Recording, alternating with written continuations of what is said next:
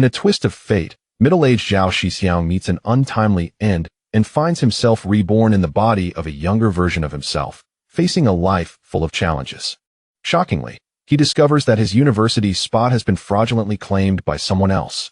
With the unwavering support of his friends and family, Zhao embarks on a journey of vengeance and redemption. Starting from selling eggs, he meticulously builds his fortune, reclaiming his rightful place in university while leading his fellow villagers to prosperity. As he unravels the truth behind his misfortune, Zhao vows to make those who wronged him pay dearly. This is a tale of resilience, ambition, and the pursuit of justice, set against the backdrop of the 1980s. With every step, he aims to rewrite his destiny and inspire a generation. In this gripping narrative, witness Zhao's transformation from an ordinary man to a beacon of hope as he navigates through the complexities of life, love, and ambition. The warm sunshine filters through the leaves, casting dappled shadows upon the ground. A young man leans against a great huai tree, motionless, as if ensnared by a spell. His gaze is fixed intently on the horizon, brimming with anticipation for the arrival of someone. Yet despite the passage of a considerable time, no one appears. After what feels like an eternity, or perhaps merely a fleeting moment, the young man circles the huai tree, surveying his surroundings. With the recollections of his previous existence converging, he finally comprehends the astonishing truth. He has traversed time and space. Upon realizing this, the young man abruptly collapses onto the ground, his sudden movement stirring a cloud of dust. He exclaims, "This defies all logic. This is utterly nonsensical." This individual is named Zhao Shixiong, a middle-aged corporate worker of the new century, who has followed a regimented path of education from childhood. Ultimately, he secured admission to a second-rate university with unremarkable grades, and after a fruitless stint in the bustling metropolis, he returned to his hometown to toil earnestly. Exhausting his parents' finances, he managed to afford a down payment on a house, only to find that construction had stalled, with the developer neglecting their responsibilities and the bank failing to oversee the allocated funds. As the date for the handover approached, his promised home remained barren land, with even the foundation yet to be laid. Zhao Shixiong united with other affected homeowners, fervently campaigning for justice. Initially, they staged symbolic work resumption, but after exhausting all legal avenues and seeking media assistance to no avail, he found himself at a dead end. In desperation, he resorted to petitioning the authorities, facing multiple detentions in the process. Ultimately, the developer, relentless in their disregard, employed thugs to intimidate these obstinate homeowners. During one such petitioning attempt, a violent confrontation erupted between the homeowners and these henchmen, leading to Zhao Shixiong's tragic demise. It is in this dire circumstance that he lamented, "This is utterly illogical." As an ordinary individual who had perused countless tales of time travel, he had often fantasized about being reborn, envisioning himself as a titan of success. Yet he realized that every protagonist in such narratives was an extraordinary figure, either a billionaire returning to reclaim lost love or a martial hero re-emerging in the city. Compared to them, his own identity seemed utterly insignificant.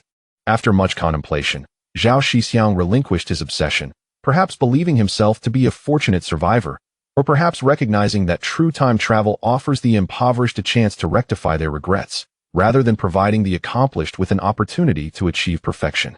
With this realization, he resolved to embrace his new circumstances. The year was the 1980s, a time before the real estate boom. Perhaps he could track down his adversaries, avenging past grievances in this new life. Clearing his mind, Zhao Shixiong delved into the memories and information of his previous self. As expected, he found himself reborn in the body of another Zhao Shixiong, and upon piecing together the details, he discovered the remarkable attributes of his former self. Zhao Shixiong, male, 20 years of age, began schooling at 7, excelling as a top student throughout primary and secondary education. At 16, he achieved admission to the prestigious DD Shfanzu, earning the title of a young genius. Alas, his university enrollment was usurped by an impostor. Following the college entrance examination, the absence of an acceptance letter led him to believe that his youth and nerves had hindered his performance, as he was among the youngest candidates. Subsequently, he contemplated repeating the year, and despite his family's sacrifices, he devoted himself to his studies with unwavering diligence. After another attempt at the examination, buoyed by confidence, he anticipated success, only to face the bitter disappointment of failure once more. Witnessing the aging faces of his parents and the helpless gazes of his siblings, he resigned himself to fate and chose to become a teacher in his village. Though his monthly earnings were meager, they provided much-needed relief to his family. During this time, the principal of a city high school and a class teacher, upon learning of his situation, offered to waive tuition fees for another year of study. Zhao Shixiong was tempted, with his family's support, but ultimately echoed his parents' sentiments. They were destined not to attend university, and one must accept their fate. Thus, he dedicated himself to teaching, believing that life would continue on this path, yielding a semblance of closure. However, an unexpected revelation shattered this illusion. While attending a meeting at the City Education Bureau to apply for teaching funds, he uncovered the truth about his identity theft. The shock of this revelation left Zhao Shixiong reeling. Suppressing his agitation, he resolved to uncover the full extent of the deception, eventually identifying the impostor as his high school classmate, Zhao Shixiong. He thought that confronting the impostor alongside the authorities would resolve the issue, only to discover that there were two imposters, meaning he had never failed an examination. Rather, he had been a mere pawn in the hands of the powerful, providing a university seat each year. A cruel irony. Determined to address this injustice, he returned to his village to discuss the matter with his family. Upon hearing the news, his parents were outraged. That very evening, his father took him to the village chief to report the incident. The chief, incensed, vowed to apprehend the culprits the following day, enlisting the militia to assist in the capture and planning a public trial during a time of stringent law enforcement. What was anticipated to be a straightforward resolution took an unexpected turn. The two impostors faced no consequences, leaving the community in dismay, lamenting the unfairness of fate. Zhao Shixiong's subsequent attempts to pursue legal action were met with failure. Frustrated, he traveled to the provincial capital to file a complaint, only to be intercepted upon entering the petition office, detained, and imprisoned for over 2 months before being released. His family faced intimidation, and upon his release, Zhao Shixiong descended into madness, drawing significant attention within the community. The once hopeful aspiration of education dwindled, revealing the harsh reality that certain individuals wielded unchecked power. In a world where the muddy-footed could not find true justice, countless voices mourned the plight of the talented, decrying the cruelty of fate. As he sifted through the memories of his past life, rage welled within him. With his thoughts nearly organized, Zhao Shixiong clenched his fists, striking the ground fiercely to expel the pent-up frustration that consumed him. This unfortunate fellow is truly pitiable. One does not bully others in such a manner. Is this not a blatant act of tormenting the honest? Moreover, it has occurred not once, but twice, leaving him with no avenue for escape. Brother, go in peace. I shall bear your burdens. Rest assured that none shall evade their fate. I will ensure they pay a heavy price. With that, he rose, observing the sun's descent and intending to return home. Suddenly, he spotted a small girl barefoot, approaching him. Her complexion was pale, and her hair was a dull yellow, a clear indication of prolonged malnutrition. As she drew near, Zhao Shixiong couldn't help but feel a wave of affection. By heavens, could this be the daughter of my original self? Might there even be a wife? How strange it is that I possess no memory of this. Lost in thought, the little girl reached his side, took his hand, and began to lead him home, saying, "Second brother, it's getting late. Let us hurry home for dinner." Zhao Shixiong silently breathed a sigh of relief, narrowly avoiding a faux pas. Following the girl to the entrance, what was referred to as a door was merely a small gate fashioned from thorns, barely waist-high, which he could easily step over. Upon surveying the humble courtyard, he noted 2 rooms, the main room and the west room, both constructed of earthen bricks. The west room served as a kitchen, half-collapsed, rendering the phrase-bare walls quite apt. Directly opposite the main entrance was a small shed housing a winnowing basket, some farming tools, and several old hens. Near the entrance, a pit for compost was currently empty, suggesting it had just been used to fertilize the crops. Zhao Shixiong endeavored to mimic the movements of his predecessor, following the girl to the table to partake in a meal. The dish consisted of soup made from dried sweet potatoes. Occasionally, he would encounter a piece of the dry sweet potato, mistaking it for an old rag, difficult to bite and impossible to chew. Each person received a bowl, and once finished, it was gone.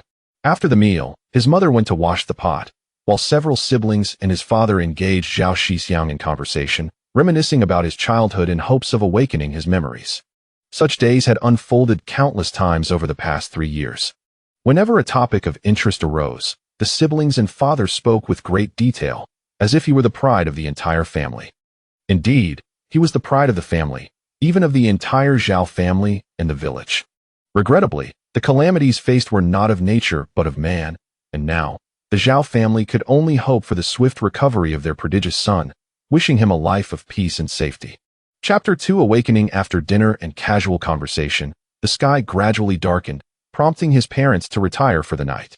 In this era, people still adhered to the rhythm of rising with the sun and resting at dusk. Zhao Shixiong was led by a boy of about 12 or 13 to a nearby earthen Kong to sleep. Lying on the hard surface of the Kong, he found it difficult to drift into slumber, yet the temperature was bearably mild. Glancing at his younger brother beside him, he noticed that the boy had already succumbed to sleep, occasionally smacking his lips, presumably dreaming of delectable treats. Through the light-hearted exchanges before dinner and the remnants of the original owner's memories, Zhao Shixiong pieced together the familial connections. The Zhao family consisted of 5 siblings, with him being the third. His elder brother, Zhao Shixiong, aged 24, possessed a middle school education and served as the family's main labor force. He was simple-hearted and industrious, a man who should have been married for several years by now, yet had postponed this due to the affairs concerning his younger brother. However, as the eldest, he consistently supported his younger siblings, never viewing them as burdens. The second sibling was a girl named Zhao Shixiong, aged 22, who had completed primary school but remained unmarried, though she was engaged. She had previously devoted her time to caring for Zhao Shixiong and their younger siblings, but now that they were older, they could assist in looking after the third child. Once the wheat harvest was completed, discussions regarding her wedding date would commence, as waiting any longer would risk her becoming an old maid. Accompanying him to sleep was the fourth brother, Zhao Shixiong, aged 12, a lad who had dropped out of school after the 3rd grade due to the issues surrounding their elder brother. The scandal regarding the substitution of university slots for students had caused quite a stir in their city, leading many to reconsider the value of education. With Zhao Shixiong as a living example, the literacy rate in Baoling City plummeted. The youngest sibling, Zhao Shixiong, was merely 8 years old, yet she was proficient in tending the fire, cooking, and farming. The adage that a poor child assumes adult responsibilities early was vividly illustrated in her. Their father, Zhao Taizhu, and mother, Li Guifeng, formed a harmonious household, sustaining 5 children despite their modest means. As Zhao Shixiong reflected upon the original owner's circumstances, he found that they were indeed a complete family. The night deepened, and he lay on the Kong, tossing and turning, seemingly unable to sleep. His first night after the crossing was marked by insomnia. He could not discern whether it was the hardness of the Kong or an overabundance of thoughts that kept him awake. Eventually, after an indeterminate period, he succumbed to slumber. When he awoke again, the sun was high in the sky, and he found himself alone in the room. This was his opportunity to survey his surroundings. Aside from the earthen Kong, the room contained only a few pieces of furniture. A wooden trunk, now soiled that its original color was indiscernible, served as a repository for clothing, its lock polished from frequent use. On a black-red wooden stand, there rested a dented enamel basin, its paint chipped to reveal the underlying rust. In the main room, there was an octagonal table accompanied by several long benches, and further ahead lay another earthen Kong, which was where his parents slept, mirroring the layout of the one he occupied. He rose, dressed quickly, and noticed water in the enamel basin. Cradling the water in his hands, he washed up, exclaiming at the chill of the water. After completing his ablutions, he searched for a towel, but found none, as it seemed they had never possessed one. Not bothering to dwell on this, he stepped outside, only to find the house empty. After a thorough search, he could not even locate a calendar, leaving him unaware of the exact date. Looking up at the sky, he observed that the sun had already risen high, estimating it to be around 10 or 11 o'clock. The precise time eluded him, as, despite his previous impoverished existence, there had at least been a clock in his home. Contemplating whether to have breakfast, he lifted the pot lid in the west kitchen, only to discover it empty and cold. It dawned on him that in this time, people typically consumed only 2 meals a day, lunch around 11 and dinner later in the afternoon. Perhaps due to having risen later than usual, he was not particularly hungry. Resolving to explore the village and seek means to improve his family's circumstances, he was just about to step outside when his family returned, greeting him warmly. They invited him to sit for a moment, calling for his younger siblings to join him in conversation while they prepared the meal. After the family shared their meal, they resumed the discussions from the previous evening, nurturing hopes for the most promising child. Rather than mere hope, this had become a habitual expectation among the Zhao family. After a brief exchange, his parents and siblings retreated for their afternoon rest, reminding him not to wander off. Watching his family settle down, Zhao Shixiong pushed open the yard gate and stepped outside. In the small village, each household was busy preparing meals, and very few lingered outside, with wisps of smoke rising from chimneys, creating a vivid atmosphere of domestic life. Seizing this moment, he walked around the village, tracing a path along the large locust tree at the entrance. From his memories, he learned that his village was called Zhao, where over 90% of the residents bore the surname Zhao. Zhao was modest in size, comprising approximately 400 to 500 households and housing over 2,000 inhabitants. Its geographical location was remarkably advantageous, situated about 40 li from the city, merely a couple of li from the nearest town, and a mere few dozen li from the county. Given such favorable conditions, the inhabitants of Zhao primarily engaged in agriculture, with few contemplating ventures into the city. At most, villagers would exchange their accumulated eggs for essential supplies like oil, salt, and vinegar in the county, seeking to alleviate their burdensome existence. As he reached the eastern part of the village, a small river barred Zhao Shixiong's path, its waters spanning 4 to 5 meters in width and crystal clear. In his previous world, such clarity was only found at tourist attractions. The river teemed with fish and shrimp, unafraid of humans, as northern folk seldom consumed fish. The majority of the fish in the river were grass carp and silver carp, with some carp present, though they were typically caught during festive occasions. Zhao Shixiong meandered along the riverbank, taking in the sights and developing a general understanding of the small village, which could be characterized as a quaint mountain hamlet, elevated and distanced from the mountains, effectively reducing the risk of natural disasters. To the south and north of the village, several sizable ponds abound, teeming with fish and shrimp. They serve the dual purpose of flood prevention and water conservation, providing timely irrigation for crops during periods of drought. After meandering through the village in a daze, Zhao Shixiong returned home for a midday rest. Upon awakening from his slumber, he contemplated the necessity of gradually integrating into this family, fearing that any abnormal behavior might arouse suspicion. However, it turned out that his concerns were unwarranted.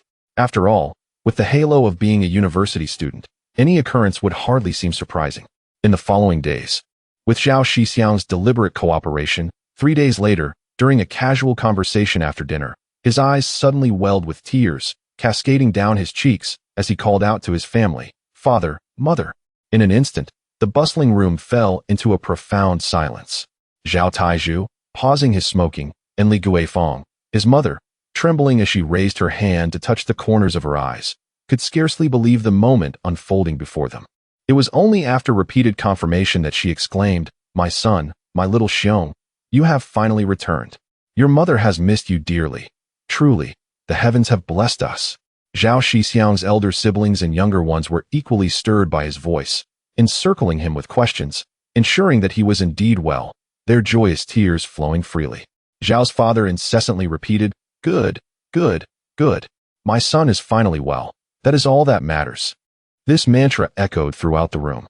Suddenly, Zhao's mother called out to the excited Zhao Shiji, urging him to promptly inform the village chief and their uncle, proclaiming, "Your brother, Xiong, is well." Upon hearing this, Zhao's father quickly agreed, and chaos ensued within the household. Zhao Shiji hurried to his uncle's and the village chief's homes. Before long, both men arrived at Zhao's house, their eyes upon Zhao Shixiong. Zhao Shixiong greeted his uncle and the village chief. Zhao Dagua, who slapped his thigh in exclamation, "I told you, our Shixiong is destined for good fortune. Look, has he not endured hardship only to embrace sweetness now?" Taijun, did you see this?" Uncle Zhao Taijun nodded in agreement with the village chief, lifting his large hand akin to a fan, and firmly patted Zhao Shixiong's shoulder, saying, "As long as Shixiong is well, the past is behind us. Let us look forward to brighter days ahead. Should you need assistance, speak to your uncle, and I shall ensure you are well taken care of." Zhao Shixiong gazed at the village chief and his uncle, who genuinely cared for him, nodding in acknowledgement. He recalled how these two had tirelessly supported him when he was replaced at university. Surrounded by his loved ones, Zhao Shixiong clenched his fists resolutely, vowing to ensure that these cherished relatives would lead prosperous lives. Chapter 3. The market. Early the next morning, Zhao Shixiong, still in a haze of sleep, was roused by the commotion outside in the courtyard. He rose and glanced through the window, discovering that the yard was teeming with people. With little time to spare for conversation, he hurriedly donned his clothes and made his way outside to greet the gathered crowd. The courtyard was filled with villagers, who looked upon Zhao Shixiong with a sense of relief. Their excitement palpable. They were genuinely happy for him and began to place their gifts on the ground. Those with means offered a few eggs and some grains, while those in more modest circumstances contributed a handful of wild vegetables. Observing this scene, Zhao Shixiong realized that these items, though not of great monetary value, represented the villagers' hard-earned savings. In Zhao Jiazhuang, these gifts were significant, especially in a time when resources were scarce. It was a period of transition, with the harvest still some time away, and no family was truly affluent. The saying that a small gift carries great sentiment rang particularly true in these circumstances. Overwhelmed by emotion, Zhao Shixiong felt his eyes welling with tears as he looked at the eager faces of the villagers, their patched clothing and the lines of hardship etched deeply on their faces. Life was challenging for everyone. He called out to them, recalling the names of relatives: uncle, aunt, second uncle, second aunt, and all the other uncles and aunts. I have received your concern. The crops will not be ready for a while, so you should take these gifts back. I appreciate your kindness, but please do not burden yourselves. I am well now, and will live my life well, not disappointing your expectations. His parents, upon hearing their son's words, agreed and urged the villagers to take their offerings home, recognizing that everyone was struggling. However, the villagers were reluctant to leave, engaging in small talk and mentioning that they still had work to do in the fields before taking their leave. Zhao Shixiong, taken aback by their insistence, turned to his father and asked what to do. His father advised him to accept the gifts, noting that they could keep track of them and return the favor later, especially as some families were in greater need. It was April, and with the wheat harvest still over a month away, times were tough for all. Zhao Shixiong's mother, Li Guifeng, along with his younger sister, began organizing the items brought by the villagers. They discovered nearly 100 eggs, which would be difficult to consume all at once but could be traded at the market for other essentials. Today was the third day of the lunar month, coinciding with a market day, and the family planned to visit the town to see what was available. Zhao Shixiong knew that the market days followed a pattern of the 3rd, 6th, and 9th days of the lunar month, encompassing a wide array of goods. He inquired of his family about the date, and his mother, her eyes glistening, replied, "Today is the 3rd day of the 3rd lunar month in 1986, which corresponds to April 11th on the Gregorian calendar. I made a note of it, especially since you just recovered. It has been 3 whole years. We have prayed diligently, and at last, heaven has not forsaken the earnest. We will offer thanks to the heavens in a few days." Though Zhao Shixiong found her words somewhat misplaced, he refrained from voicing his objections, recognizing the absurdity of his own circumstances. He pondered and replied, "Indeed, we should express our gratitude. I shall bow deeply in thanks." Li Guifeng nodded in agreement, affirming his sentiment. After a brief period of sorting, the family set off towards the town with an abundance of vegetables and eggs. Qingguan town was only a short distance from Zhao Jiazhuang, approximately 3 or 4 li away. In less than half an hour, they arrived at the market and found a spot to display their goods. The eggs sold remarkably well, as they were a valuable commodity in this era of scarcity. They were priced at 3 fen each. The 60 eggs they brought were sold out in no time. The vegetables, priced at 1 fen per jean, were less popular, as townsfolk could easily forage for wild greens just a few steps away. Zhao Shixiong communicated with his parents and began to wander the streets. He was enveloped by the lively shouts of vendors hawking their wares: steamed buns, large, white meat buns for just a dime each. Fried cakes, for 10 fun, don't miss out. Immersed in the bustling atmosphere, his once restless heart began to calm. As he walked and observed, he inquired about items he found appealing, each price seeming reasonable to him, yet his purse remained light. After perusing the market, he gained some insight into local prices but had yet to devise a plan for his first venture into profit-making. Though there were offerings of loaches and eels, few buyers showed interest, and their price was low at 10 fen per jean. Fish were limited to carp and grass carp, which sold slightly better, while silver carp were unappealing due to their many bones. Fish consumption was already uncommon in the north, and the necessity of oil for cooking made it even less attractive. Without it, a bland fish dish held little appeal. Carp, however, was a favored choice, valued for its potential to grace banquet tables. Typically, it was sold by length or weight, with prices ranging from 5 fun per jean for fish under a pound to 8 fun for those over. Larger carp, between 3 and 5 pounds, could fetch 20 fun per jean, while banquet-sized fish over 5 pounds could command 50 fun per jean, with those exceeding 10 pounds from the Yellow River priced between 80 fun to a yuan per jean, surpassing even pork. Reflecting on this, Zhao Shixiong mused that this place was indeed suitable for fishing enthusiasts, especially given its proximity to the Yellow River. As he contemplated how to discover his first source of income, he continued to meander through the bustling market. After several rounds, it seemed opportunities in town were limited, prompting him to consider a trip to the county in the future. Perhaps, from a contemporary perspective, the prices of the 1980s would seem remarkably low. In truth, they were indeed affordable, yet wages were correspondingly modest.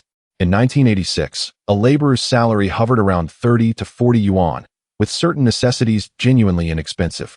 For instance, flour was 12 fun per jean, while rice was slightly higher at 15 fun, primarily due to the area's focus on wheat cultivation, with meals predominantly consisting of wheat-based dishes. Housing prices, too, were astonishingly low at 100 yuan per ping, a mere fraction of today's costs. However, when adjusted for contemporary prices, a prosperous household from the 1980s, earning 10,000 yuan, would be equivalent to approximately 1.2 million yuan today. A monthly salary of 3,000 yuan translates to less than 30 yuan, and with house prices still at 101 yuan per square meter, homeownership remains an elusive dream. Zhao Shixiong pondered deeply, so much so that he hardly noticed when his family approached him. It was only upon hearing the calls of his younger sister and brother that he regained his focus. Upon observing his family gathered around him, each face etched with concern, fearing he might descend into madness once more, he was relieved to respond in a timely manner, easing their anxious hearts. Once all the goods were sold, his parents had procured the essentials, which consisted mainly of seasonings such as oil, salt, soy sauce, and vinegar, along with an additional purchase of 1 jean of pork. During this era, pork was priced at 6 jiao per jean, and due to the absence of meat ration coupons, an extra jiao was spent. The year was 1986. Although the nation had undergone reform and opening for 7 to 8 years, it was still a time of dual-track economy, where from the late 1980s to 1993, both planned and market economies coexisted. Certain scarce commodities still required rationing, such as pork, oil, sugar, rice, and flour. Items in ample supply gradually saw the elimination of rationing, including corn, sorghum, sweet potatoes, and other grains. As for goods outside the plan, as long as they did not exceed 1.2 times the planned price, they were permitted, a distinctive characteristic of that era. Reflecting on the existing national conditions, he contemplated where to unearth his first pot of gold. The journey home concluded successfully, marking a fruitful market day for Zhao Shixiong, who had made significant gains and tentatively discovered a new path to prosperity. Chapter 4. A drop of water should be returned with a fountain of gratitude. By the time the family returned home, the sun had already risen high in the sky, making it the perfect time to prepare a meal. Motherly Guifang and the eldest sister busied themselves in the kitchen, while the youngest sister sorted and washed the vegetables. The younger brother tended to the fire, and the eldest brother and father engaged in conversation with Zhao Shixiong.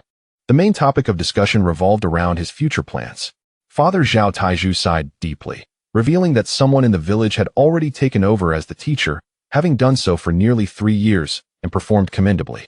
The teacher, surnamed Zhao, was an uncle from the same village, an elderly educator with a slight limp and modest means.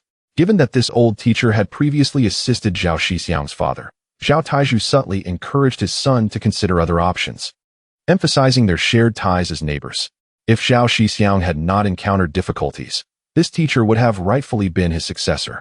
Yet, as a father, Zhao Taizhu felt joy at his son's recovery, mingled with concern that if his son reclaimed the teaching position, it might adversely affect others. The primary school in Zhaojiazhuang was small and could not sustain 2 teachers. However, the thought of his child becoming a farmer was equally painful, especially after 10 years of education. If he achieved nothing, it would be one thing, but having excelled academically was akin to being a literary star descended from the heavens, a worthy addition to the family genealogy. Reflecting on this, Zhao Taizhu felt a bitter pang of regret, berating himself for hindering his child's future. The eldest brother, Zhao Shiji, listened to their father's words with a furrowed brow, wishing to offer his perspective but at a loss for words. After all, with his 5th grade education, he struggled to provide constructive input. Zhao Shixiong, taken aback by his father's generosity and selflessness, felt a surge of admiration. Noticing the silence from his younger brother, both the father and elder brother assumed he disapproved and grew anxious, preparing to speak again. However, Zhao Shixiong broke the silence, reassuring them, "Father, elder brother, rest assured. Even if I do not become a teacher with my high school diploma, I can easily find work as a laborer in the county or city. I have never intended to return to teaching. With this qualification, I can go anywhere. Once I earn a substantial income, I will bring our entire family to the city and become a city dweller." Upon hearing his son's words, Zhao Taizhu felt a wave of excitement. Zhao Shixiong truly had aspirations. The thought of working in the city was promising. "He is indeed my son. Eldest. You should learn from your brother," he exclaimed. Zhao Shiji chuckled, scratching his head, acknowledging that while he might excel in farming, he could not compete with his brother's academic prowess. Becoming a laborer also required an education. The conversation lightened considerably thereafter, as they exchanged pleasantries for about 10 minutes. Seizing the moment, Zhao Shixiong shared his observations from the market, intertwining them with his previous thoughts on raising pigs and establishing a poultry farm. Both father and brother expressed their support for his ideas, noting the current scarcity of resources, with eggs often insufficient for sale and prices skyrocketing during the Mid-Autumn Festival and National Day. Pork was likewise in short supply, and the government encouraged farmers to raise pigs to support urban development, although the breeding cycle was somewhat lengthy, taking nearly a year. If one were to raise several pigs, the cost of feed could be a significant issue. Addressing their concerns, Zhao Shixiong quickly proposed, "We can start by collecting eggs in the village and selling them in the city for a higher price, allowing us to accumulate funds to buy piglets." At this, both father and brother exchanged glances, their expressions shifting as they regarded Zhao Shixiong with apprehension. Suddenly, Zhao Shiji lowered his voice and questioned, "Doesn't that sound like speculation?" With a smile, Zhao Shixiong replied, "How can this be considered speculation? We are merely supporting urban development by providing better resources for workers. This is an act of kindness. Furthermore, the government currently encourages the sale of agricultural products. Did you not see how many vendors were thriving in the market?" He continued, "Just as the government vigorously supports pig farming, it reflects the demand for pork. The same applies to eggs. They are also insufficient, indicating encouragement for farmers to raise chickens and pigs. As for pig farming," he elaborated on a breed known as the white pig, introduced from abroad in '74, which consumed more, moved less, and grew rapidly. Within 6 months, they could reach around 200 pounds, and in a year, up to 300 pounds, with some reaching weights between 500 to 600 pounds. They grew much faster and fatter than local pigs, albeit lacking in flavor. Father and brother were left agape, their mouths wide enough to hold a goose egg. With excitement, they slapped their thighs and exclaimed, "Is it true that pigs grow that quickly? If they are not as tasty, it matters little. Having something to eat is far better. Besides, more fat means better sales." They inquired about how Zhao Shixiong came upon this knowledge, to which he humbly attributed it to his readings. Their admiration for Zhao Shixiong soared, recognizing him as the prodigal son of the Zhao family. After listening to his ideas, both father and brother wholeheartedly supported him. Just as their discussion reached a fever pitch, motherly Guifang called out, "Dinner is ready." The three men swiftly made their way to the dining table. Having recently recovered from illness, they found a splendid spread prepared by mother, featuring 4 dishes and a soup, stir-fried eggs with hot peppers, smashed cucumbers, a cold mixed vegetable dish, shredded potatoes stir-fried with meat, and a vegetable and egg soup. The family dined joyously, with Zhao Shixiong hardly able to serve himself as family members filled his bowl with meat and eggs, even the youngest sister offering him a piece of egg, deeply moving him and warming his heart with familial affection. During the meal, the conversation continued.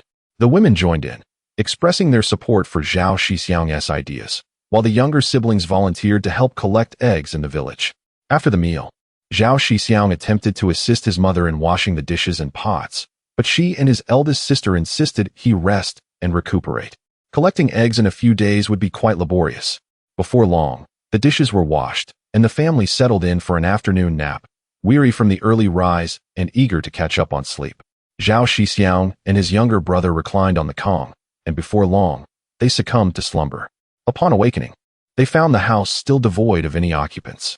Assuming their family was engaged in agricultural labor, he followed the threads of memory to their fields. There, he beheld his family diligently weeding, while his younger siblings toiled earnestly. Zhao Shixiong hastened to assist, but his elder brother promptly urged him to rest nearby, cautioning him not to overexert himself. After all, it was a fortuitous time. A few days of recuperation were advisable. Currently, it was considered the agricultural lull, requiring only the removal of weeds, as the fertilizer had already been applied. They merely needed to monitor the forthcoming period, hoping to avoid any extreme weather fluctuations.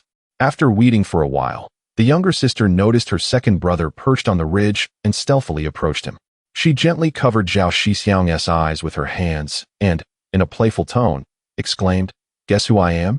Zhao Shixiong had already observed her antics and was delighted to play along, deliberately guessing incorrectly several times, which elicited peals of laughter from his sister, her joyous voice echoing across the fields to the distant horizon.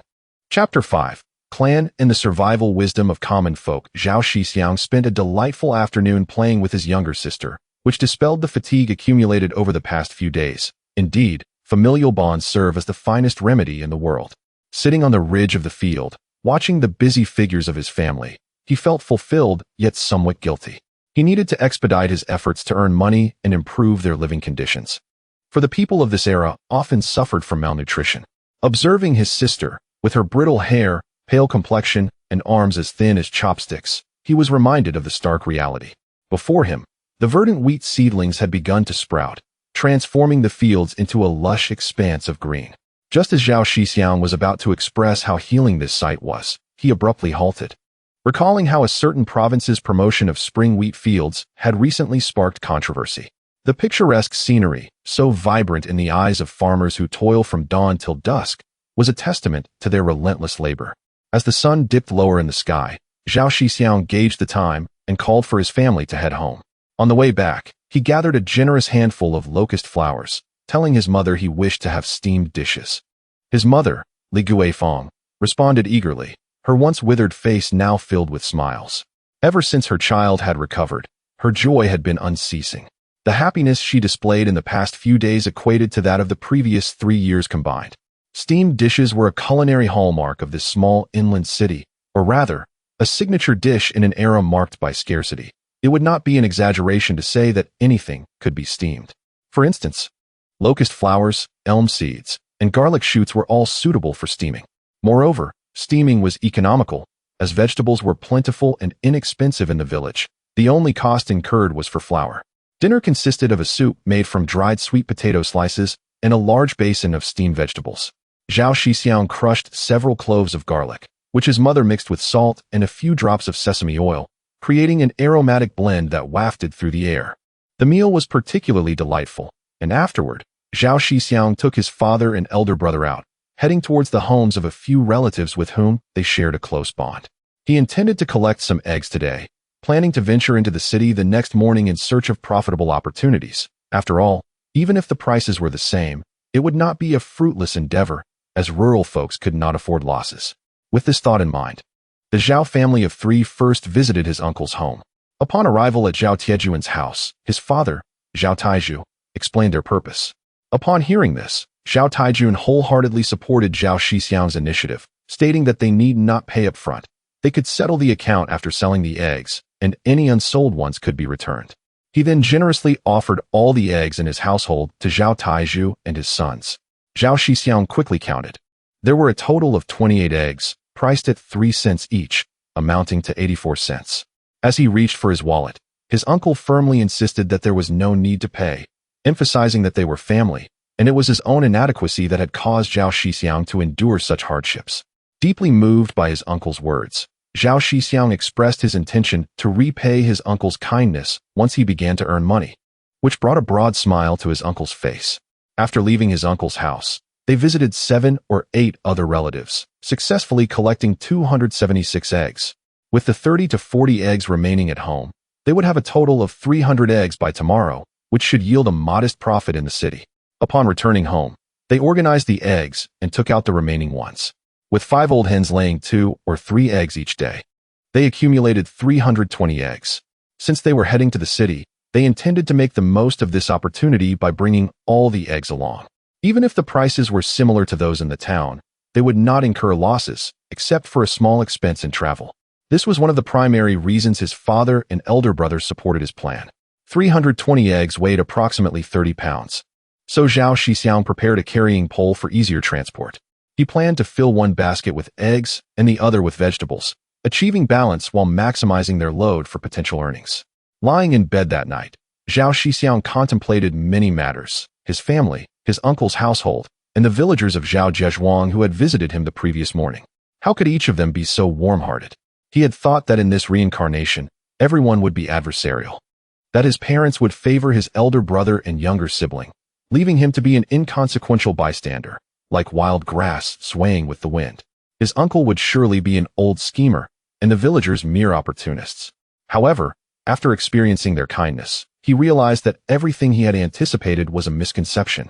Everyone in Zhao Zhezhuang treated him with great kindness, and while there might be some wrongdoers, he had yet to encounter them. There was an overwhelming spirit of mutual support among neighbors. Even when conflicts arose, they would not falter in significant matters. Upon reflection, Zhao Shixiong understood that his father, Zhao Taizhu, was the youngest among 6 siblings, with his uncle being the second-born. The eldest and third siblings had perished during that era of famine, leaving Zhao Taizhu and his remaining siblings to rely on each other and the villagers for survival.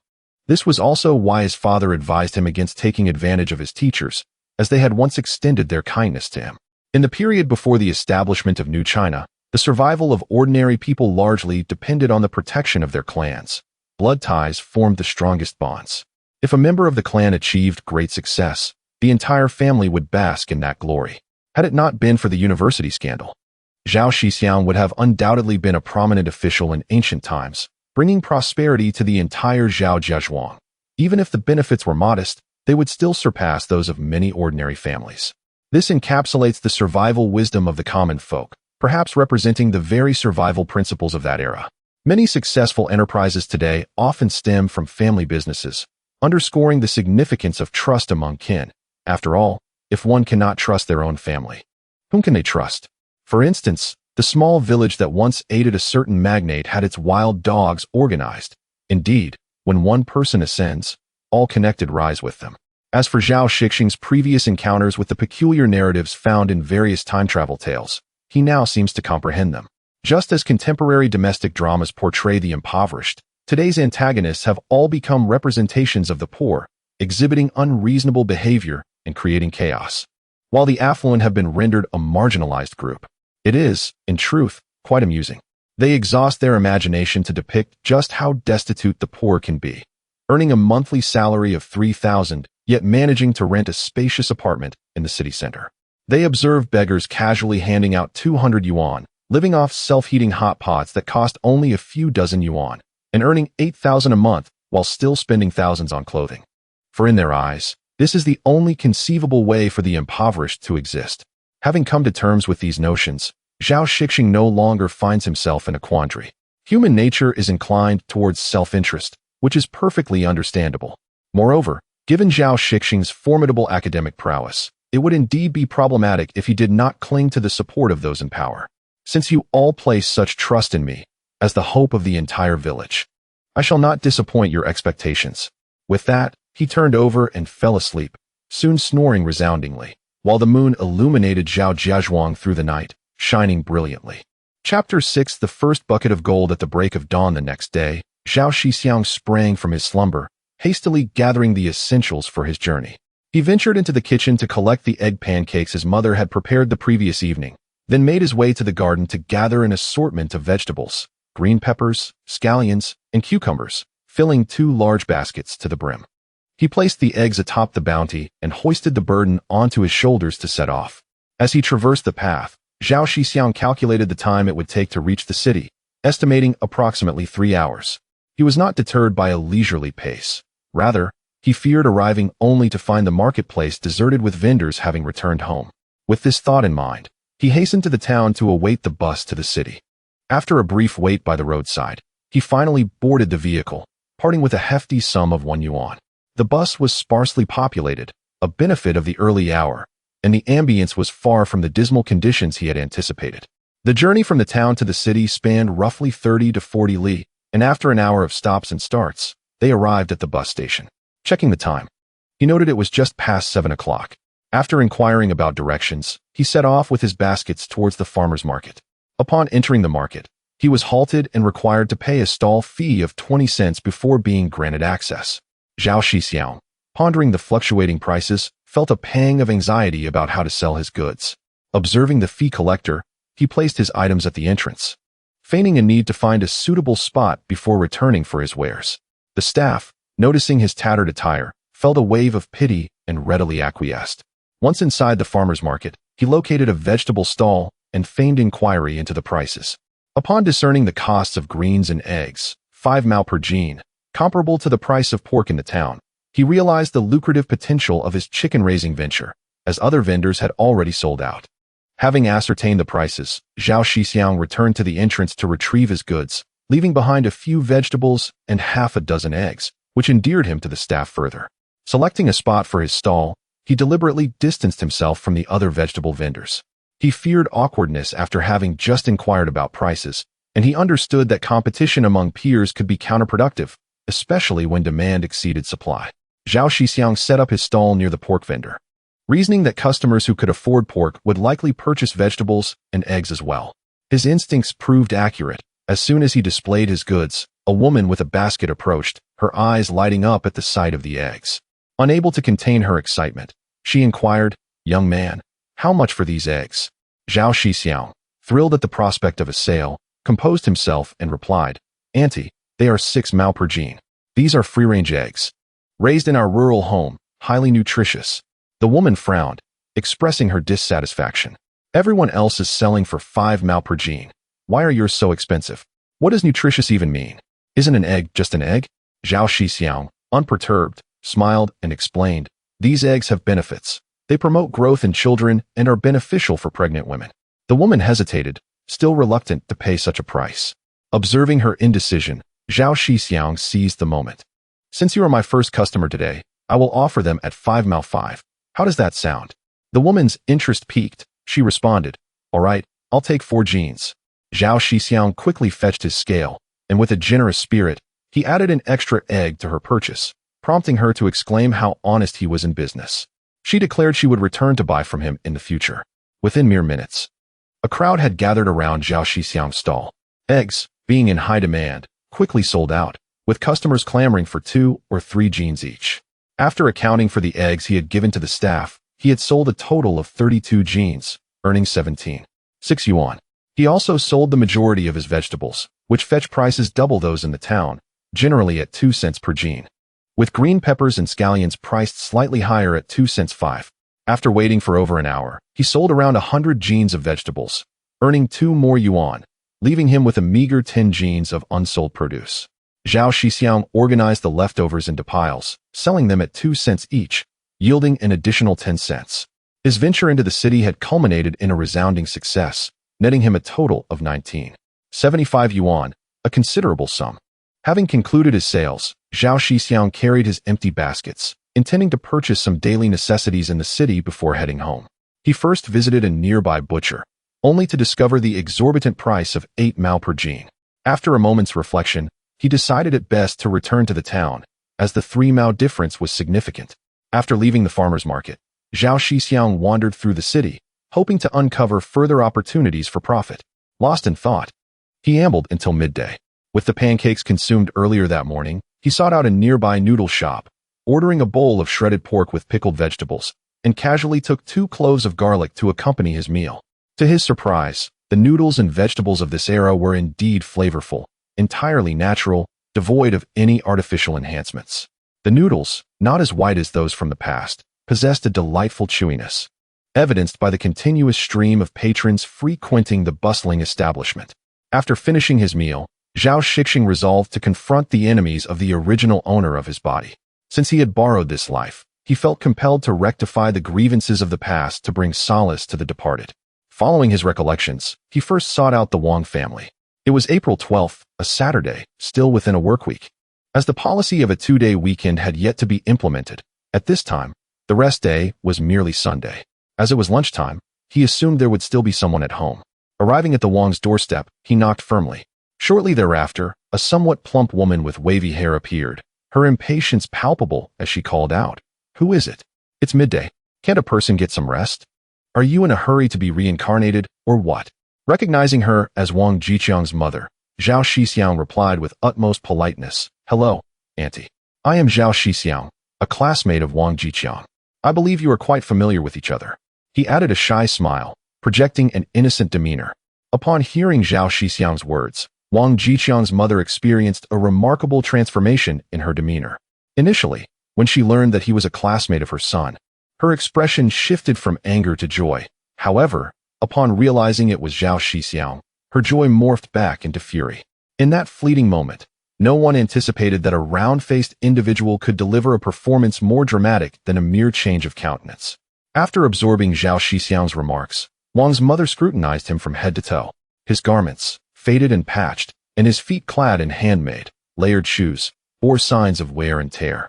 Confirming that the individual before her was indeed the same impoverished soul from 3 years prior, she regained her audacity and boldly inquired, "What brings you here?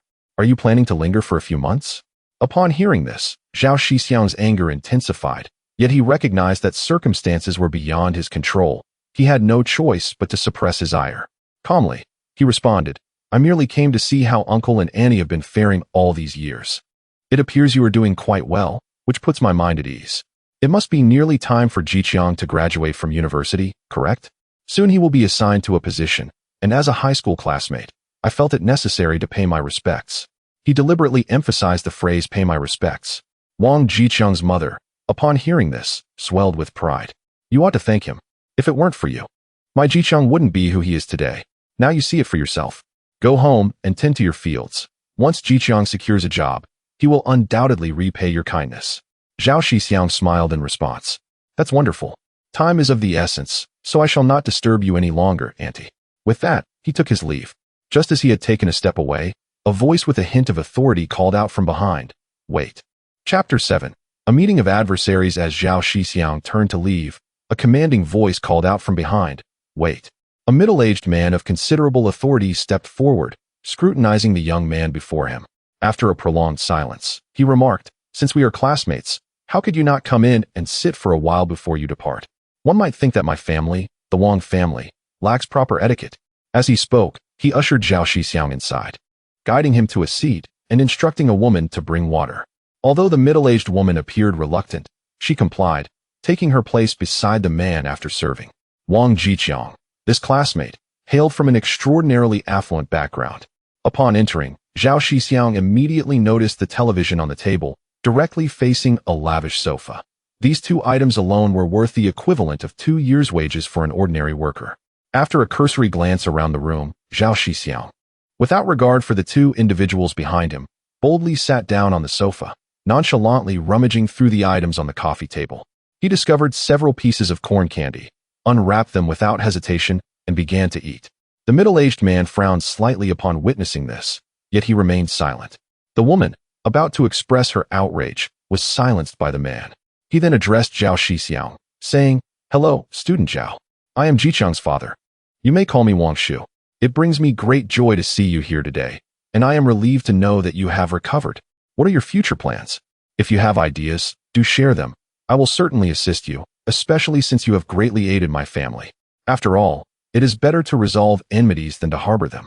Upon hearing these words, Zhao Shixiong attempted to fathom the Wang family's shamelessness, not realizing they could stoop so low. Indeed, it is true that like father, like son.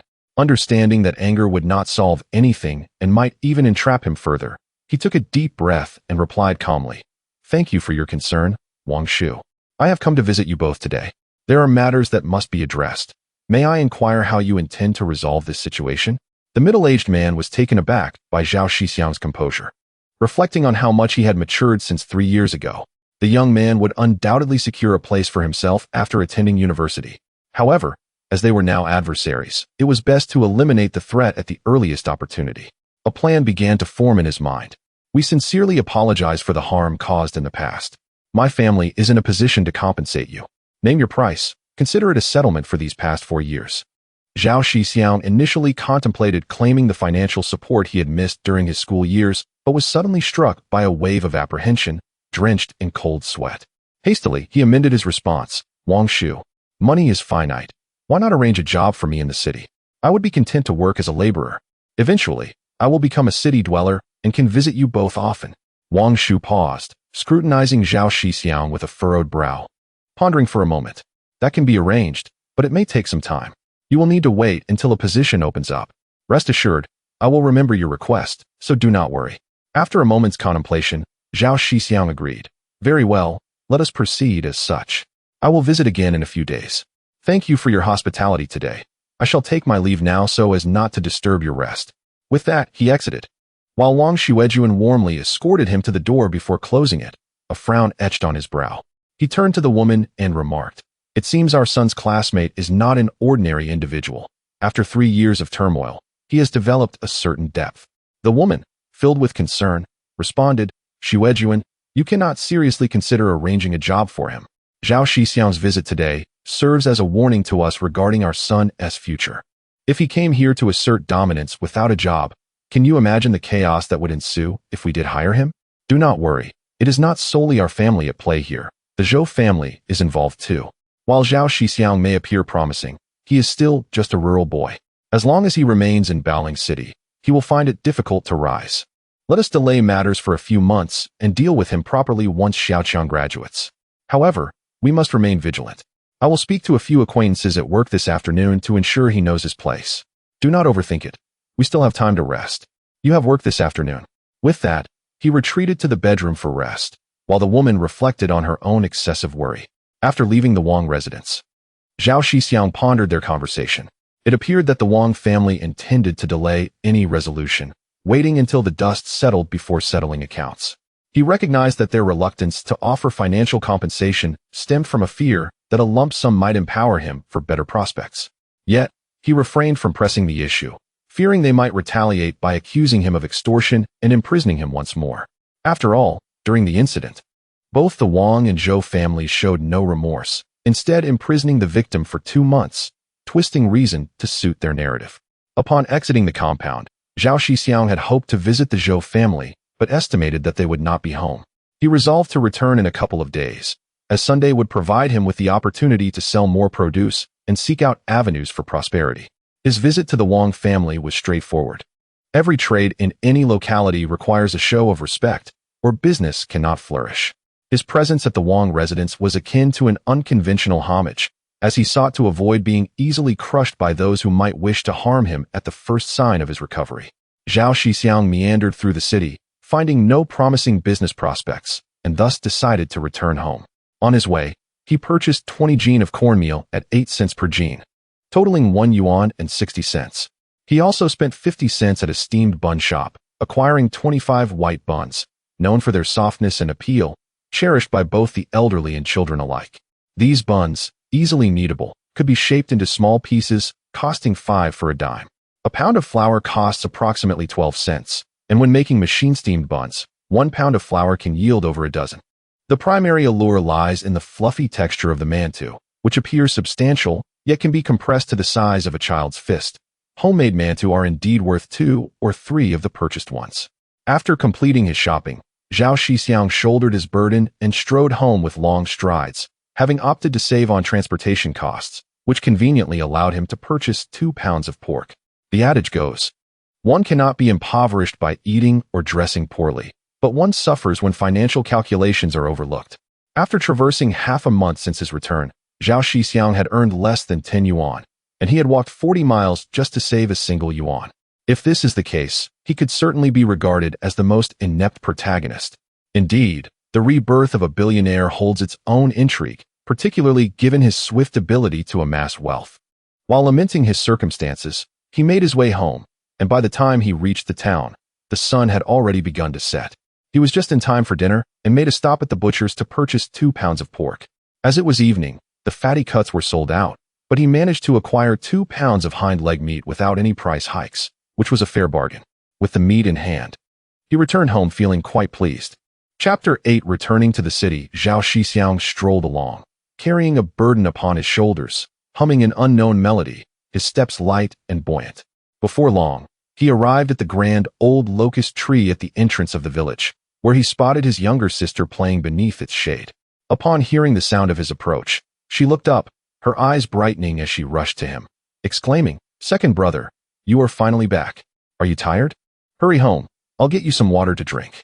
Hearing his sister's voice, Zhao Shixiong felt a warmth in his heart, reflecting on how his affection for her had not been in vain. He walked toward home, chatting and laughing, and took out a piece of corn candy to give to her. However, instead of joy, she exhibited concern, saying, "Second brother, why do you spend money so carelessly? Candy is expensive. You could buy more grain with that money. Please return the candy." Zhao Shixiong felt a pang of discomfort. His sister, at merely 8 years of age, was remarkably sensible, especially in contrast to the children of his previous life. This reflection stirred a myriad of emotions within him. Rather than chastising her, he found himself relishing her earnestness. Having been solitary and forlorn in his past existence, seeing his sister felt akin to having nurtured a daughter. He affectionately ruffled her hair and chuckled, "I didn't purchase it. On my way to the city, I met a classmate who gave me some. I tasted it, and it was delightful, so I brought some back for you.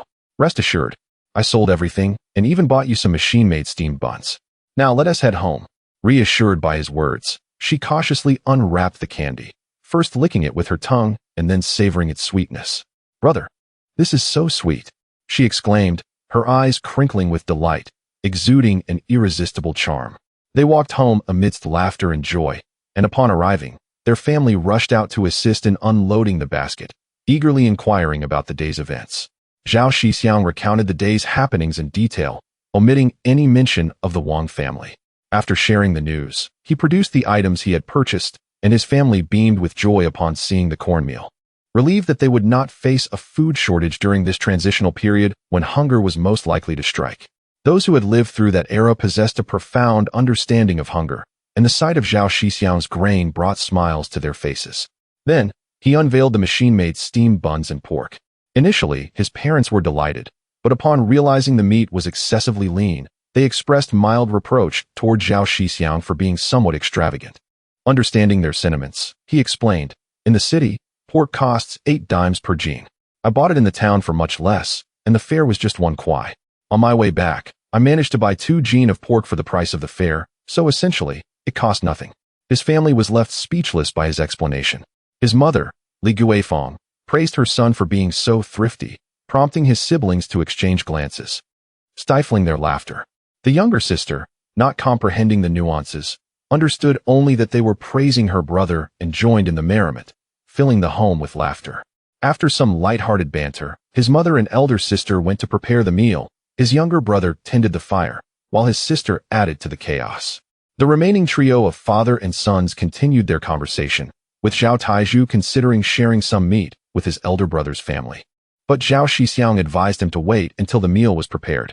"Let us first enjoy a proper feast, then we can send them 4 steamed buns," he suggested, and his father felt a sense of satisfaction with his son's plan. Before long, the meal was ready. Today's fare was rather hearty, consisting of 2 machine-made buns each, spicy stir-fried pork with peppers, shredded potatoes with pork, smashed cucumbers, garlic spinach, and a bowl of millet porridge. The family relished their meal thoroughly, finishing it with great enthusiasm and then sitting in the courtyard to converse. After a brief respite, Zhao Shixiong and Zhao Taizhu took 4 buns and a bowl of the special stir-fried potatoes and pork to their uncle's home. Upon their arrival, they found their uncle's family dining. Spotting Zhao Taizhu, they called out, "Second brother, have you eaten? Come sit and have a bite. Zhao Feng, go fetch bowls and chopsticks for your brother Shixiong and your second uncle." Zhao Taizhu quickly replied, "Elder brother, no need. We've already eaten and will be leaving shortly. Sister-in-law, please take a bowl. I brought you a dish." It was only then that Zhao Taizhu noticed the dish and buns in Zhao Shixiong's hands. Remembering the eggs from the previous night, he lowered his voice and asked, "Second brother, did it sell?" "It did," Zhao Taizhu replied excitedly. Shixiong said they sold out quickly, all gone by noon. Hearing this, Zhao Taijun was very pleased and repeatedly said, "That's wonderful, that's wonderful." Zhao Shixiong promptly took out $1 and handed it to his uncle, saying, "This is for the eggs." His uncle accepted the money, giving it to his wife to make change, but Zhao Shixiong insisted, No, it's not necessary." Zhao Taijun, with a sharp gaze, insisted, "Just take it. It's your due. Am I supposed to take advantage of my younger kin?" Zhao Shixiong hurriedly accepted the money. Zhao Taijun spoke earnestly, "In our Zhao family, Shixiong, you are the most promising one. Even if you don't attend university, you will surely thrive. In the future, If you achieve success, remember to lend a hand to your cousins. Zhao Shixiong, taking his uncle's words to heart, vowed, I will certainly do so. If I can't trust my own family, who else can I trust? Zhao Taijun and his brother felt a sense of pride, and their cousins were equally excited, all hoping for Zhao Shixiong's early success to bask in his glory.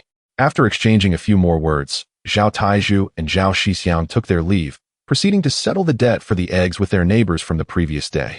They cleared the outstanding amounts and provided each household with a bowl of cornmeal, resulting in mutual satisfaction. After settling the debts, Zhao Shixiong's earnings of 19.7 yuan dwindled to less than 10 yuan. His parents contributed all the money they had, totaling 30 yuan, which meant the family of 7 had savings of less than 20 yuan. This reflects the villagers' helplessness of that era. Despite working tirelessly for a year, they barely earned around 100 yuan, which paled in comparison to a worker's salary for 3 months. With all the money in hand, Zhao Shixiong and his father visited each household to collect eggs. When villagers learned that the price was the same as in town and payment would be settled immediately, they were eager to comply, saving them the trouble of making a round trip. They also informed the villagers that they would be collecting eggs daily, encouraging anyone wishing to sell to come to their home. With Sunday approaching, when workers would be off and eggs in high demand, they anticipated selling out quickly. Thus, Zhao Shixiong soon exchanged the 30 yuan for 1,000 eggs. Fearing a shortage, he also arranged for an additional 500 eggs on credit, and thanks to the Zhao family's good reputation, the villagers readily agreed. Upon returning home after collecting the eggs, Zhao Shixiong estimated that 500 eggs weighed approximately 150 jin. Recognizing the fragility of eggs, he realized that it would be unfeasible for one person to carry them alone, so he called upon his elder brother to accompany him to the city the following day. He then ventured into the vegetable garden to gather some produce. However, he primarily intended to sell the eggs, as the market price for vegetables was exceedingly low. It would require selling 60 jin of vegetables merely to break even for one person. The fare to the city was 1 yuan, and the stall fee was 2 jiao, making the prospect of selling only vegetables a significant loss. After preparing 4 baskets, he ensured that the eggs were carefully cushioned, with the surrounding space filled with bran and straw to prevent any damage. Each basket could hold approximately 400 eggs. Once everything was tidied up, it was late. And with the thought of an early start the next day, Zhao Shixiong promptly lay down to rest, soon succumbing to the sounds of his own snoring. The next day, before dawn, he was roused by his brother's call. After freshening up, he shouldered his burden and set off towards the city. Chapter 9. The egg vendor. Due to an unusually large quantity of eggs acquired, all of his savings were exhausted, and he went all in on purchasing eggs. Last night, Zhao Shixiong contemplated reserving a few coins for transportation, but upon seeing the considerable number of eggs and realizing the difficult terrain, he feared that a bumpy ride would lead to the eggs being damaged, which would cause him great distress. Thus, he decided to use all the money and planned to shoulder the burden to the city. His elder brother carried the load as they journeyed toward the city, exercising utmost caution due to the fragile cargo. Zhao Shixiong, possessing a weaker constitution than his brother, stumbled slightly after less than half an hour of walking. Observing this, Zhao Shiji promptly halted their progress to allow his brother a moment of respite. They found a shaded area to rest, consuming the remaining machine-made flatbreads from the previous day, each devouring 2 before resuming their journey. Feeling concern for his younger brother, Zhao Shiji voluntarily transferred several of Zhao Shixiong's eggs into his own basket. Upon witnessing this, Zhao Shixiong hurriedly objected, assuring his brother that it was unnecessary and that they could take their time, as there was no urgency. It was Sunday, a day of rest for the workers, and they could sell directly in the various residential compounds upon arrival in the city, saving an additional 20 cents. Furthermore, the eggs were in demand. As long as they reached the city safely, there was no need to rush. Damaging the eggs would be a significant loss. Zhao Shiji, after hearing his brother's reasoning, found it quite sensible and nodded in agreement, ceasing his insistence. Once sufficiently rested, they continued on their way, stopping intermittently. And by the time they reached the urban area, dawn had fully broken. Zhao Shixiong estimated that they had walked for over 3 hours. Covering 40 li in 3 hours was indeed slow, but considering the delicate nature of their load, it was understandable. Zhao Shixiong led his brother straight to the residential compound of the Baoling Hardware Factory, a sizable establishment primarily engaged in the production of hardware items, including scissors, axes, kitchen knives, and sickles among smaller tools. Spanning 300 acres with approximately 800 workers, the compound featured 7 or 8 residential buildings. Upon arriving at the compound, the brothers noticed a spontaneous formation of a makeshift food market at the entrance, bustling with vendors selling fried dough sticks, fried dumplings, and ring toss games, crowded with children, resembling a quaint little bazaar. Zhao Shixiong sought an open space on the side with higher foot traffic, laid down his basket, and removed the covering straw to reveal the eggs, alongside some vegetables from their stock. Once organized, they sat down on the ground, resting while awaiting potential customers. In Baoling City, a small inland town, news traveled slowly. 8 years into the reform and opening up period, the majority of private entrepreneurs focused primarily on agricultural products and food, as the populace remained financially constrained. Most inhabitants struggled to make ends meet, having only recently begun to experience the benefits of the household contract system 3 years prior. Villages like Zhao Shixiong were commonplace, where during lean times, meals were often scarce, leading to a rhythm of alternating hunger and fullness, making industrial products a luxury. Just as they finally caught their breath, a voice called out, "Young man, how much are your eggs per gene?" Upon hearing this, both brothers sprang into action. Zhao Shixiong noticed an elderly man before him, whose sparse hair was impeccably styled and gleaming, reminiscent of a certain flamboyant hairstyle indicative of a modestly affluent background. 6 mao per gene, Zhao Shixiong promptly replied. "If you buy in bulk, I can throw in some vegetables for you. Feel free to choose." His brother, surprised, thought, "Isn't that 5 cents more than yesterday? What if we can't sell them?" He planned to persuade his brother once the customer departed. The elderly man hesitated, responding, "At the market, they're just 5 mao per gene. Isn't that a bit steep?" Unfazed, Zhao Shixiong retorted, "Sir, as the saying goes, you get what you pay for. My eggs are free-range, fed on grains, unlike the ordinary ones that are fed with feed. You can see these eggs are somewhat smaller but boast higher nutritional value, making them superior to regular eggs. If you find them pricey, why not try half a gene first? If you enjoy them, you can come back for more. If not, you can continue buying from the market." The elderly gentleman pondered this for a moment. The young man makes a valid point. "It has been a while since I savored village eggs. Very well, I shall take 2 genes to sample." Zhao Shixiong promptly produced the scale to weigh the eggs. The elder leaned in to observe, and Zhao Shixiong handed the scale over, stating, "Sir, the scale is quite accurate." Satisfied with the measurement, the elder produced money to pay Zhao Shixiong. As he grasped the eggs and prepared to return to the compound, Zhao Shixiong called out to him, gifting a few green peppers, earning praise from the elder for being a savvy businessman. With their first customer secured, business gradually picked up. Although it was slower than the previous day, the sales in this residential compound were steady, with customers trickling in. Some accepted the price and purchased more, while others turned away, and those indecisive individuals opted for smaller amounts, wanting to test the quality. After roughly an hour, 2 baskets of eggs were sold out of 4. Watching the sun rise higher in the sky, Zhao Shixiong grew concerned and suggested his brother lower the price to ensure they sold out, fearing they might be left with unsold stock. However, Zhao Shixiong countered, "The residents here have relatively better living conditions. The current slow sales may simply be because they are unfamiliar with our eggs. Once they try them at lunchtime, sales will improve in the afternoon. If they remain sluggish, we can always lower the price then. Eggs are never hard to sell." Zhao Shixiong found this reasoning sound and consented, recognizing that an additional 5 cents per gene could translate into several coins across 4 baskets. A significant sum for someone earning less than 100 yuan annually in the countryside. Feeling a bit parched, Zhao Shixiong ventured to a nearby stall to purchase 2 bowls of soy milk and 6 fried dough sticks, spending 54 cents. During this era, a peculiar characteristic persisted. Fried dough sticks were costlier than soy milk or tofu pudding, priced at 8 cents for a pair, unlike the half-stick versions he had encountered in his past life. Soy milk was 3 cents per bowl, while tofu pudding was 5 cents.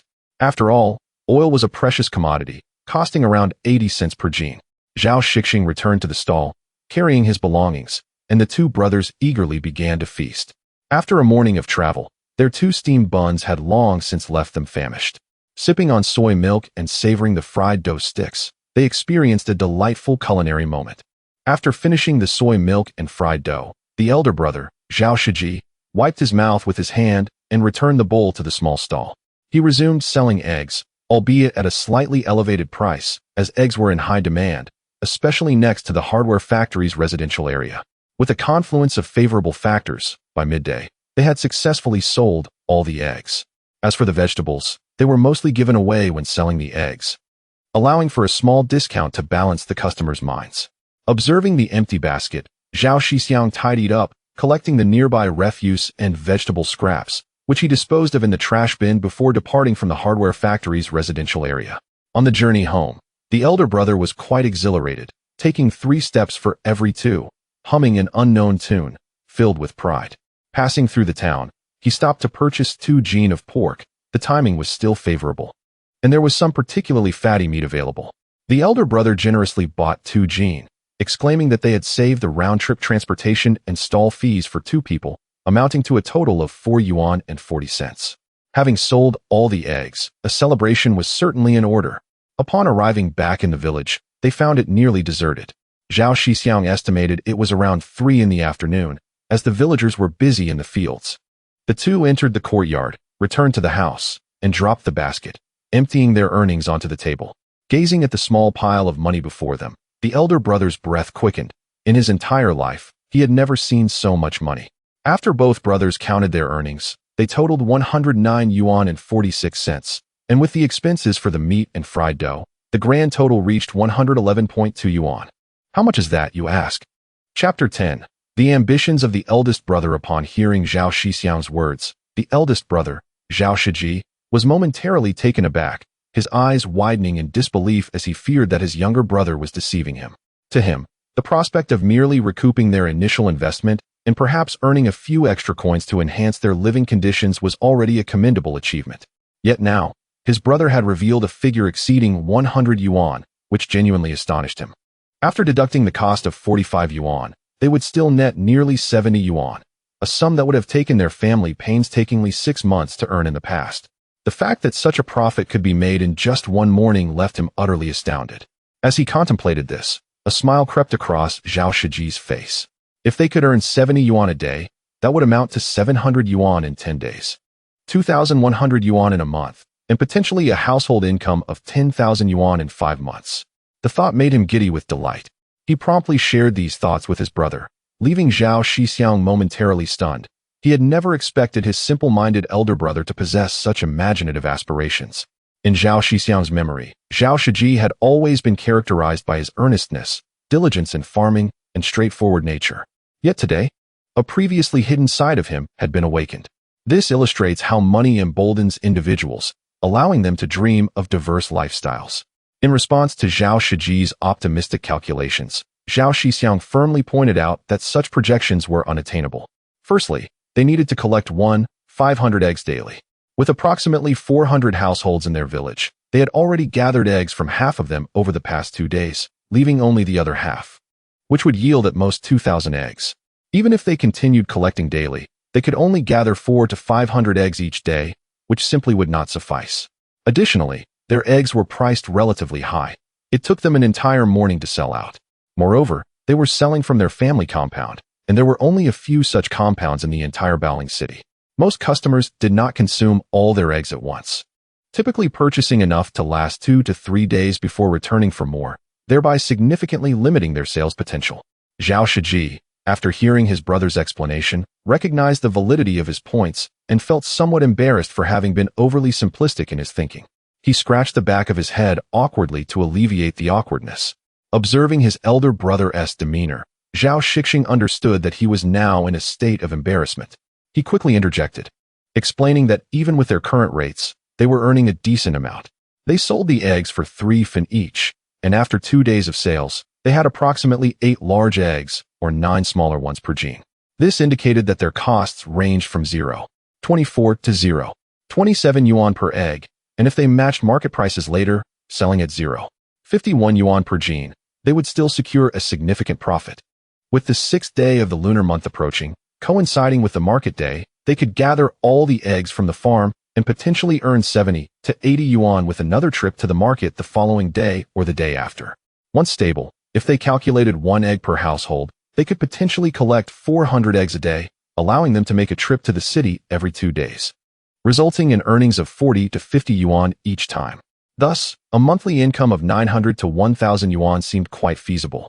Zhao Shixiong, after considering his brother's analysis, concluded that this was indeed a substantial sum, equivalent to several years of their family's harvest. He thought to himself, "No wonder he is my brother. Within just a few days, he has matched what I have earned from years of toil in the fields." It seems that education truly has its merits. It appeared that the future prosperity of their village now rested upon his brother's shoulders. It was no surprise that the elders often referred to him as the incarnation of the Wenchang star. Although he had not attended university, his brother's capabilities were undeniably formidable. Even in times of hardship, there was always the promise of a brighter future. One day, his brother would soar to great heights. Reminiscent of the tale where a once silent emperor suddenly rises to prominence. As these thoughts flitted through Zhao Shixiong's mind, a silly grin returned to his face, and Zhao Shixiong refrained from interrupting his reverie. After all, for someone who could only earn so much in a year, the realization that such wealth could be accumulated in a single day would leave anyone in a state of exhilaration. For Zhao Shixiong, this was not merely a fortunate circumstance. It granted him the identity of a young prodigy. Regardless of any outrageous actions he might undertake, his family would attribute them to his exceptional talents, seamlessly integrating him into the household. Once Zhao Shixiong had organized the finances, he noted that it was still early and expressed his desire to rest in his room for a while. At this moment, Zhao Shixiong, brimming with excitement over his first substantial earnings, found himself unable to sleep. He yearned to share his exhilaration with someone but feared that his enthusiasm might lead to indiscretion, potentially jeopardizing their newfound fortune. Sitting in the courtyard, he gazed intently at the chickens, as if they were rare treasures, alternating between fits of laughter and animated gestures, leaving anyone observing him utterly puzzled. As the sun dipped below the horizon, the Zhao family entered the courtyard to witness Zhao Shixiong's antics. Their father, Zhao Taizhu, hurried over, waving his hand in front of Zhao Shixiong's eyes, only to find him unresponsive. Concerned that his eldest son might have succumbed to madness like the third brother, he gently poked him. Snapped back to reality, Zhao Shixiong exclaimed joyfully, "Father, mother, little sister, little brother, you have returned." Relieved to see their son in good spirits, the entire family breathed a sigh of relief. Zhao Taizhu, glancing at his son, chose not to reprimand him and instead inquired, "What has you so elated? What if a thief were to enter the house, and you remained oblivious?" Acknowledging his own folly, Zhao Shixiong sheepishly scratched his head and lowered his voice to explain, "Father, we sold all the eggs, and we stand to earn quite a bit." He then led his father inside to recount the day's events. Upon hearing the news, Zhao Taizhu was filled with excitement, while their mother wiped tears of joy, murmuring, "Wonderful! How remarkable! Our third son has truly excelled. It is no wonder he is our scholar. Now we will have money, and we can finally repay the debts incurred during the famine." Awakening refreshed, Zhao Shixiong heard the sounds of his family's return and promptly rose to greet them. His family showered him with praise for his cleverness, and the atmosphere was filled with warmth and merriment. After a lively bout of laughter, Zhao Shixiong took out the pork he had purchased, urging his mother to prepare it as a celebration for the flourishing egg business. His elder sister happily accepted the meat from her brother's hands, exclaiming with delight, "Indeed, our brother is quite capable. We have enjoyed meat for 3 consecutive days, a luxury we would only indulge in during the new year. Zhao Shixiong is truly impressive." Receiving such praise, Zhao Shixiong humbly waved his hands, attributing the success to the unwavering support of his family. As the saying goes, brothers are as strong as tigers, and it takes a father and son to face the battlefield together. He acknowledged that without the family's backing, their current achievements would not have been possible. With that, he took his elder brother and father, grabbing a basket to collect the eggs. Tomorrow would be the market day, and it was essential to gather the villagers' eggs now. Otherwise, if they waited until tomorrow, the eggs might be sold, leading to a regrettable loss. Chapter 11: The Authentic Life of the 80s. After conversing with his family, Zhao Shixiong urged his father and elder brother to take the basket and head to the farm to collect eggs. Once outside, Zhao Shixiong first took 15 yuan to settle the debt for 500 eggs he had borrowed the previous day. It is said that one should repay borrowed money. Thus, borrowing again becomes easier. During these challenging times, those willing to lend money truly deserve one's gratitude. As he repaid households one by one, he mentioned that in the future, eggs could be delivered directly to their homes. The pricing was fair, at 3 fun per egg, sparing everyone the trouble of selling in town, thus fostering a mutually beneficial arrangement. After clearing the debts, Zhao Shixiong sought out his elder brother and father to gather the remaining eggs, as half of the villagers had yet to sell theirs. The three of them toiled for over an hour before finally completing the collection. This time, payment was made in cash, and for the villagers, it mattered little to whom they sold. The Zhao family's doorstep collection saved them a trip to town, making it a welcome convenience. Consequently, those wishing to sell their eggs chose to sell to Zhao Shixiong and his family, resulting in a total of 1984 eggs collected, costing nearly 60 yuan. After concluding the egg collection, the father and sons returned home laden with their bounty. They then produced 30 yuan to repay a portion of their debts. During Zhao Shixiong's tumultuous 3 years, they had visited the county, city, and provincial hospitals for treatment. Their already modest family finances had been further strained. Now that the Zhao family had begun collecting eggs, it was hoped that they could generate some income. In such circumstances, failing to repay debts would surely invite scorn from the community. Consequently, the father produced 30 yuan, leaving a few coins for emergencies.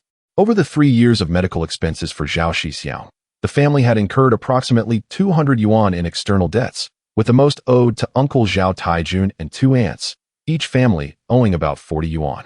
They resolved to repay a little to each household first, gradually settling the remainder, thus demonstrating their goodwill, especially since everyone was facing hardships. Zhao Shixiong accompanied his father to Uncle Zhao Taijun's house, where dinner had already been served. Upon their arrival, Uncle Zhao Taijun warmly invited them to sit down. Zhao Taiju, the father, took out 10 yuan and handed it to his elder brother, saying, "Brother, we've earned a little from collecting eggs these past few days, and today, Shixiong and I have come to repay some of our debt, with the rest to follow as we earn more." Upon hearing this, Uncle Zhao Taijun waved his hand and replied, "No rush, my brother. Please prioritize the other villagers." Zhao Shixiong, indeed a prodigy of the Zhao family, had quickly begun to earn money, a true blessing for their lineage. Understanding that Uncle Zhao Taijun was being courteous, Zhao Shixiong and his father insisted on leaving 5 yuan after several rounds of polite refusals before taking their leave. They then visited several other neighbors, repaying 5 yuan to each, with the remaining debt to be settled after the wheat harvest. Upon returning home, Zhao Shixiong's mother had prepared a meal, waiting for everyone to gather. After helping to store the eggs, she urged them to sit down and eat. Today's meal was particularly sumptuous, featuring stir-fried potatoes with meat and scrambled eggs with tomatoes. With a glimmer of hope for the future, the mother had become more generous with her cooking, even making large steamed buns from cornmeal, which looked appetizing in their golden hue. Zhao Shixiong felt a surge of happiness. In his past life, he had always relished cornmeal buns, which were significantly more expensive than white flour buns. Once everyone was seated, he eagerly began to eat, disregarding any semblance of decorum. He took several large buns, distributing them among his parents and siblings. With one bun in his left hand and a chopstick full of scrambled eggs in his right, he devoured it with gusto, chewing as if he were savoring an exquisite delicacy. Suddenly, Zhao Shixiong paused, forgetting to chew. The taste was off. It lacked the flavor he remembered from his past life and had an odd texture. Upon inspecting the cornmeal bun, he noticed a brownish hue, revealing that it was of poor quality. He realized that the cornmeal of this era was indeed unpalatable, coarsely ground and comparable to the grits of the Northeast. Most disappointingly, the cornmeal contained bits of corn husk, making it all the more unappetizing. This was a far cry from the fine cornmeal he had enjoyed before, which was sweet and fragrant when cooked. However, this was an era where even basic sustenance was a challenge, leaving little room for picky preferences. As his father would say, "If you're slightly hungry, just endure a couple more meals." Gritting his teeth, he finished the bun in hand, and when his little sister eagerly offered him a second bun, he broke it in half, sharing it with her so she could have a bit more. Delighted by her brother's gesture, the little sister, Zhao Shixiong, assumed that her elder brother was worried about her hunger and joyfully began to eat. Zhao Shixiong had been quite cheerful these past few days, for her once erratic elder brother had finally returned to normalcy. Even more remarkably, he was as capable as ever, bringing substantial changes to their family. The most significant transformation was in their circumstances. They were enjoying better meals and had eaten meat for 3 consecutive days.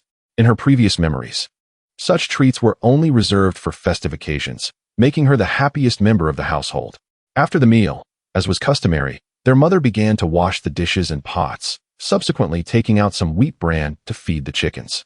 Zhao Taiju, the father, inquired about the time they would sell eggs in the market the next day.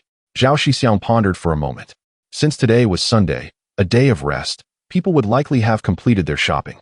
He decided they would not go tomorrow but rather the day after, allowing their produce to be sold off first. He reasoned that they might sell more if they waited.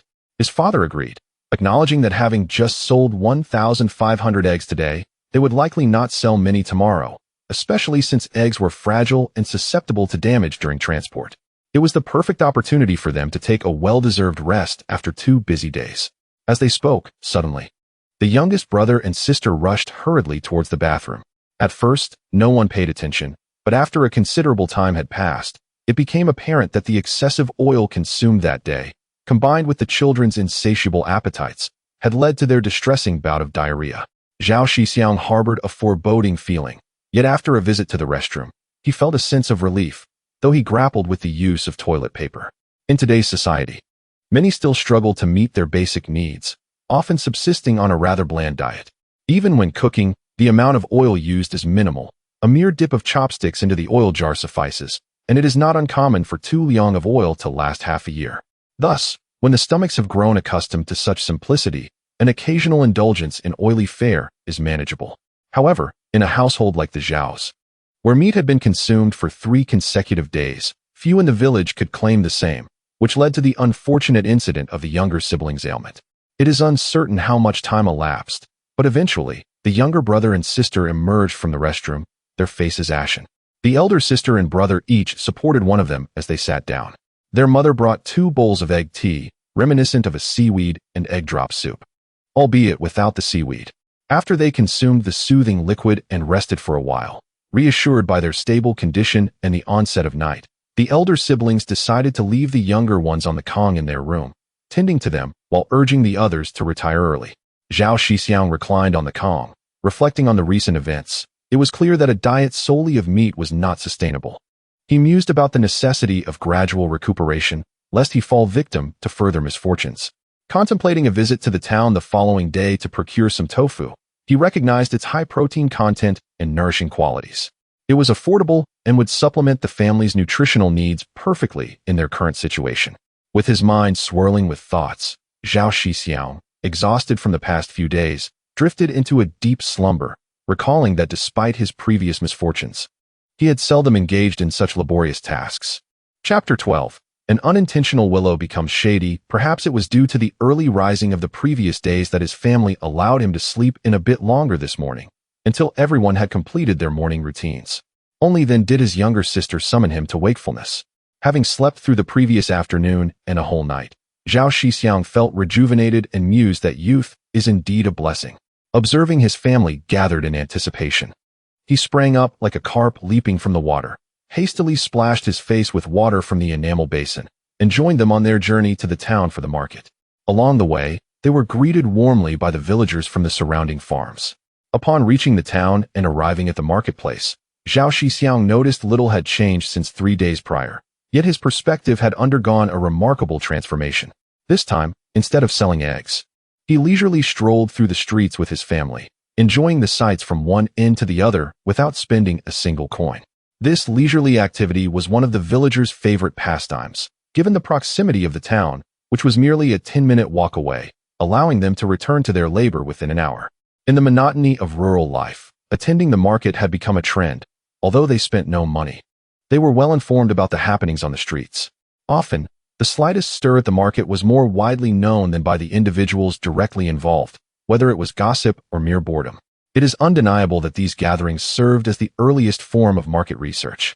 Over the past few days, Zhao Shixiong had been selling eggs while also gathering insights about the surrounding families, and he planned to engage with these informal researchers and explore additional business opportunities once the egg-selling routine was established.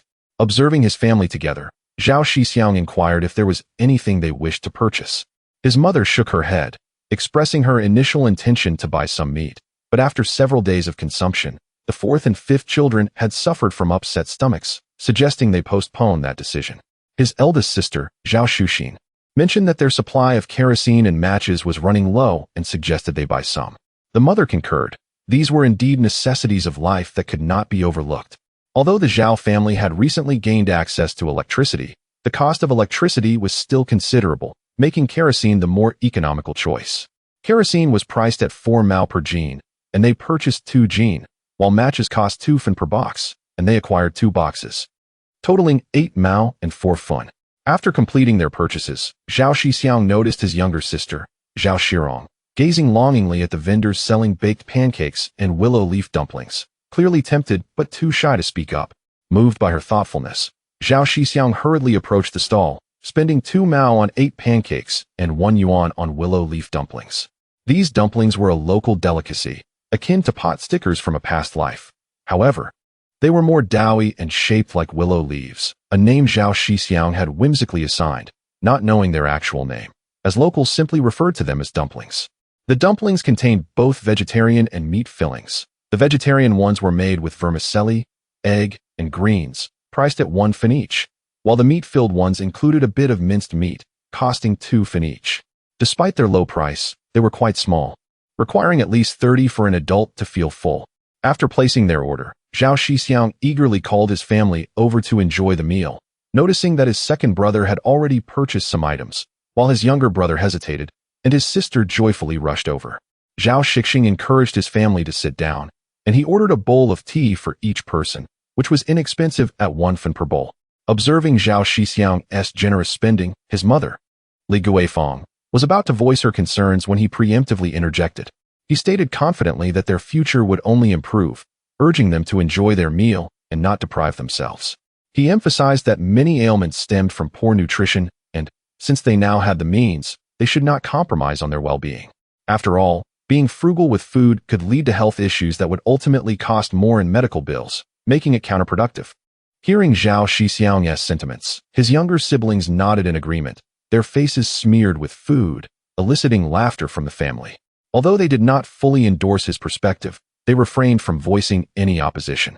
After finishing their meal of dumplings and pancakes, as the family prepared to return home, Zhao Shixiong bought 2 blocks of tofu and mentioned the importance of incorporating more eggs and tofu into their diet. He assured them that after a fortnight of such nourishment, they would be able to eat pork without any adverse effects.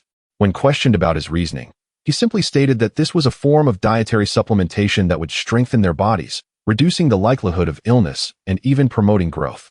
His father and elder brother were not particularly tall, and his mother was even shorter, standing at around 1.5 meters, a typical rural matron. His father was approximately 1.63 meters, and his elder brother was around 1.65 meters, just shy of 1.7.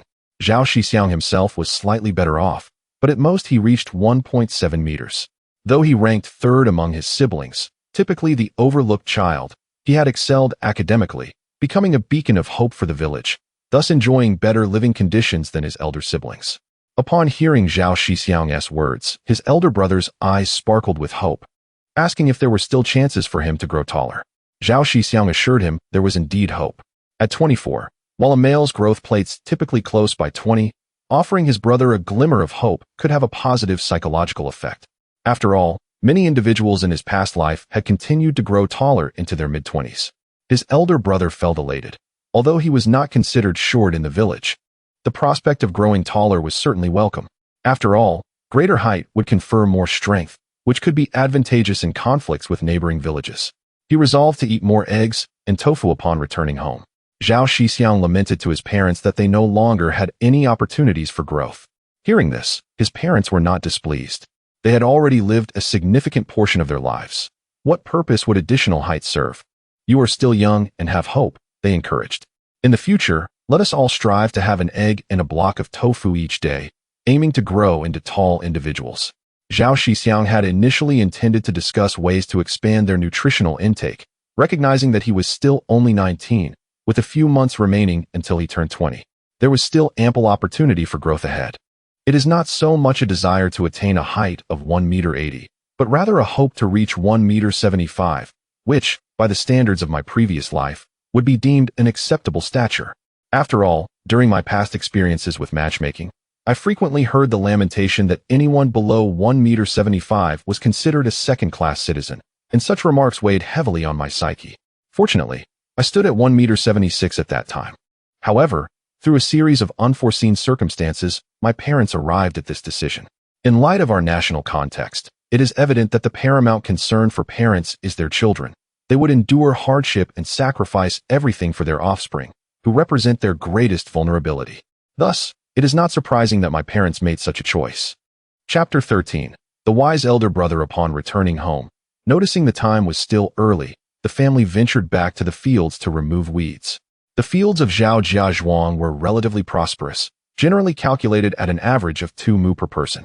The village collective still possessed some undeveloped land, including a few ponds and 2 or 3 rather barren hills, which remained under collective ownership as no one desired them.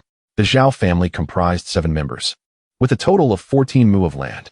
During the days when Zhao Shixiong was ill, the primary labor force at home consisted of 4.5 individuals. The parents, the elder brother and sister, with the younger brother counted as half, while the younger sister often had to care for Zhao Shixiong, thus not included in the labor count. It was now April, and the family's manure pit had been emptied, with the fertilization period just passed. The current task was to weed, ensuring the wheat could yield more during the heading period. In a few days, they planned to visit the county to purchase some pesticides to prevent diseases and pests, thereby enhancing the wheat yield. After toiling until noon, they returned home for a meal and a brief rest before resuming weeding in the afternoon. In another 3 or 4 days, the weeds would be cleared, and they would need to construct irrigation channels to ensure ample water supply during the heading period, safeguarding the wheat's yield and weight. After dinner, the family sat at the entrance of the yard chatting with neighbors when several individuals came by to sell eggs, thanks to the recent promotion efforts. The entire village was aware that the Zhao family was collecting eggs, and that afternoon they gathered over 100 eggs, depleting most of the household funds after settling accounts. Coincidentally, they had plans to visit the city the next day, needing to prepare 4 baskets of eggs. Including the day's collection, they had a total of 120 eggs, weighing nearly 270 gene based on the calculation of 8 eggs per gene. Carrying that burden alone would be quite strenuous, and they would likely miss the morning market hours upon arriving in the city. After some contemplation, Zhao Shixiong borrowed a cart from his uncle, realizing how much easier it would be to transport the eggs this way. Reflecting on his previous folly of carrying nearly 200 gene to the city with his elder brother, he chastised himself for not thinking of this sooner. After borrowing the cart, Zhao Shixiong went to bed early, rising before dawn the next day, even before the roosters crowed. In the vegetable garden, he harvested leeks, managing to cut about 7 or 8 gene. He also gathered some green peppers and scallions, placing them onto the cart before heading to the city with his elder brother. Thanks to the cart, they expended much less effort, arriving at the city just as the first light broke, around 7 o'clock. This time, they headed straight to the family compound of the hardware factory, having been 2 days since they last sold eggs there. Most families felt the eggs were too expensive and had purchased sparingly, so the demand had likely diminished. However, they were eager to see the response to the free-range eggs today. As they approached the community entrance, they found it far less bustling than the previous Sunday, with only a few breakfast stalls present, as it was a weekday and people were busy. Without wasting time, the brothers unloaded the eggs from the cart, meticulously organizing the vegetables. The dew still clung to the leeks, showcasing their freshness. Passers-by, noticing the vibrant vegetables, quickly halted to inquire about the prices. Zhao Shixiong skillfully quoted, green peppers at 2.5 fun, scallions at 2 fun, and fresh leeks at 4 fun per gene. The rural free-range eggs were priced at 6 mao per gene. Upon hearing the prices, while some deemed the eggs somewhat pricey, the rest of the goods were considered reasonable, prompting a flurry of purchases. In no time, the green peppers and scallions sold out, earning approximately 1 yuan, while 4 to 5 gene of leeks remained, and the eggs sold moderately, totaling around 10 gene. After about 10 minutes of this initial rush, things calmed down. Suddenly, a familiar voice rang out, prompting Zhao Shixiong to look up and spot the elderly gentleman who had bought eggs from him previously. Delighted, he greeted, "Sir, how did you find the eggs you bought last time? Have you finished them?" "Indeed, I have. They were quite delightful. It brought back memories of my countryside days. My family remarked on how good the taste was. I'll take 3 gene this time." The old man replied with a cheerful demeanor. Zhao Shixiong's elder brother promptly began weighing the eggs for him. As they chatted, the elderly gentleman suddenly recalled something and asked, "Do you come here every other day?" Zhao Shixiong, interpreting the inquiry as a suspicion about the authenticity of the free-range eggs, felt the weight of his promotional narrative. Yet, he remained resolute in his approach, explaining, "Of course. Sir, having lived in the countryside, you know that free-range hens do not lay eggs every day. An egg per day is quite a lot. Generally, It's 2 eggs every 3 days. We usually come every 3 to 4 days, and the quantity is about the same as last time. The elderly man nodded in agreement, seemingly satisfied with this explanation, and instructed Zhao Shixiong, "Then I'll take 5 gene of eggs. I want to finish 3 gene before your next visit." Zhao Shixiong added 2 more gene to the scale, raising the total. The old gentleman was very pleased as he received the eggs and paid for them.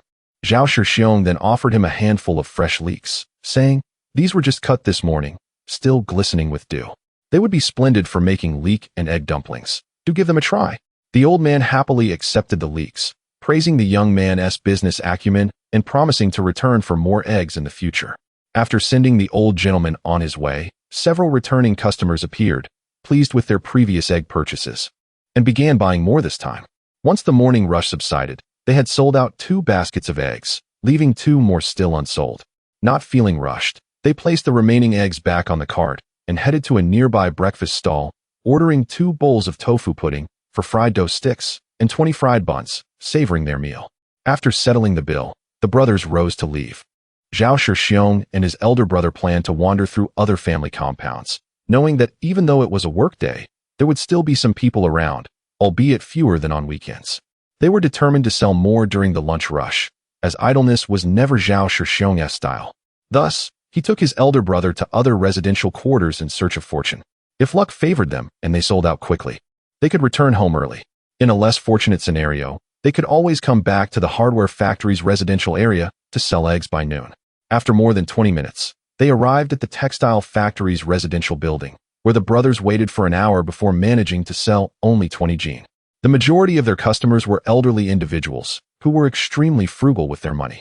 They would insist that the market price was only 5 mao 5, questioning why their eggs were priced higher by 5 fun. After an hour of slow progress, the brothers felt both physically and mentally exhausted. Observing the situation, the elder brother, feeling a sense of urgency, suggested, "Why don't we try the hospital entrance?" Zhao Shixiong was taken aback by his elder brother's cleverness, as he had not expected such wit from someone with such a robust appearance. However, upon reflection, it made sense. His brother was merely simple-hearted, not foolish. With this realization, Zhao Shixiong praised his elder brother's wisdom, causing the latter to feel somewhat bashful. He then candidly shared, "A few years ago, when I took you for a checkup, I noticed that place was always crowded. Since I haven't visited the city often, I am more familiar with this area." Zhao Shixiong felt a pang of emotion upon hearing his elder brother's words and quickly suppressed it. The 2 brothers then pushed their cart to the hospital, where the bustling crowd was evident, with most individuals carrying items to visit patients. Eggs, undoubtedly, became the preferred choice.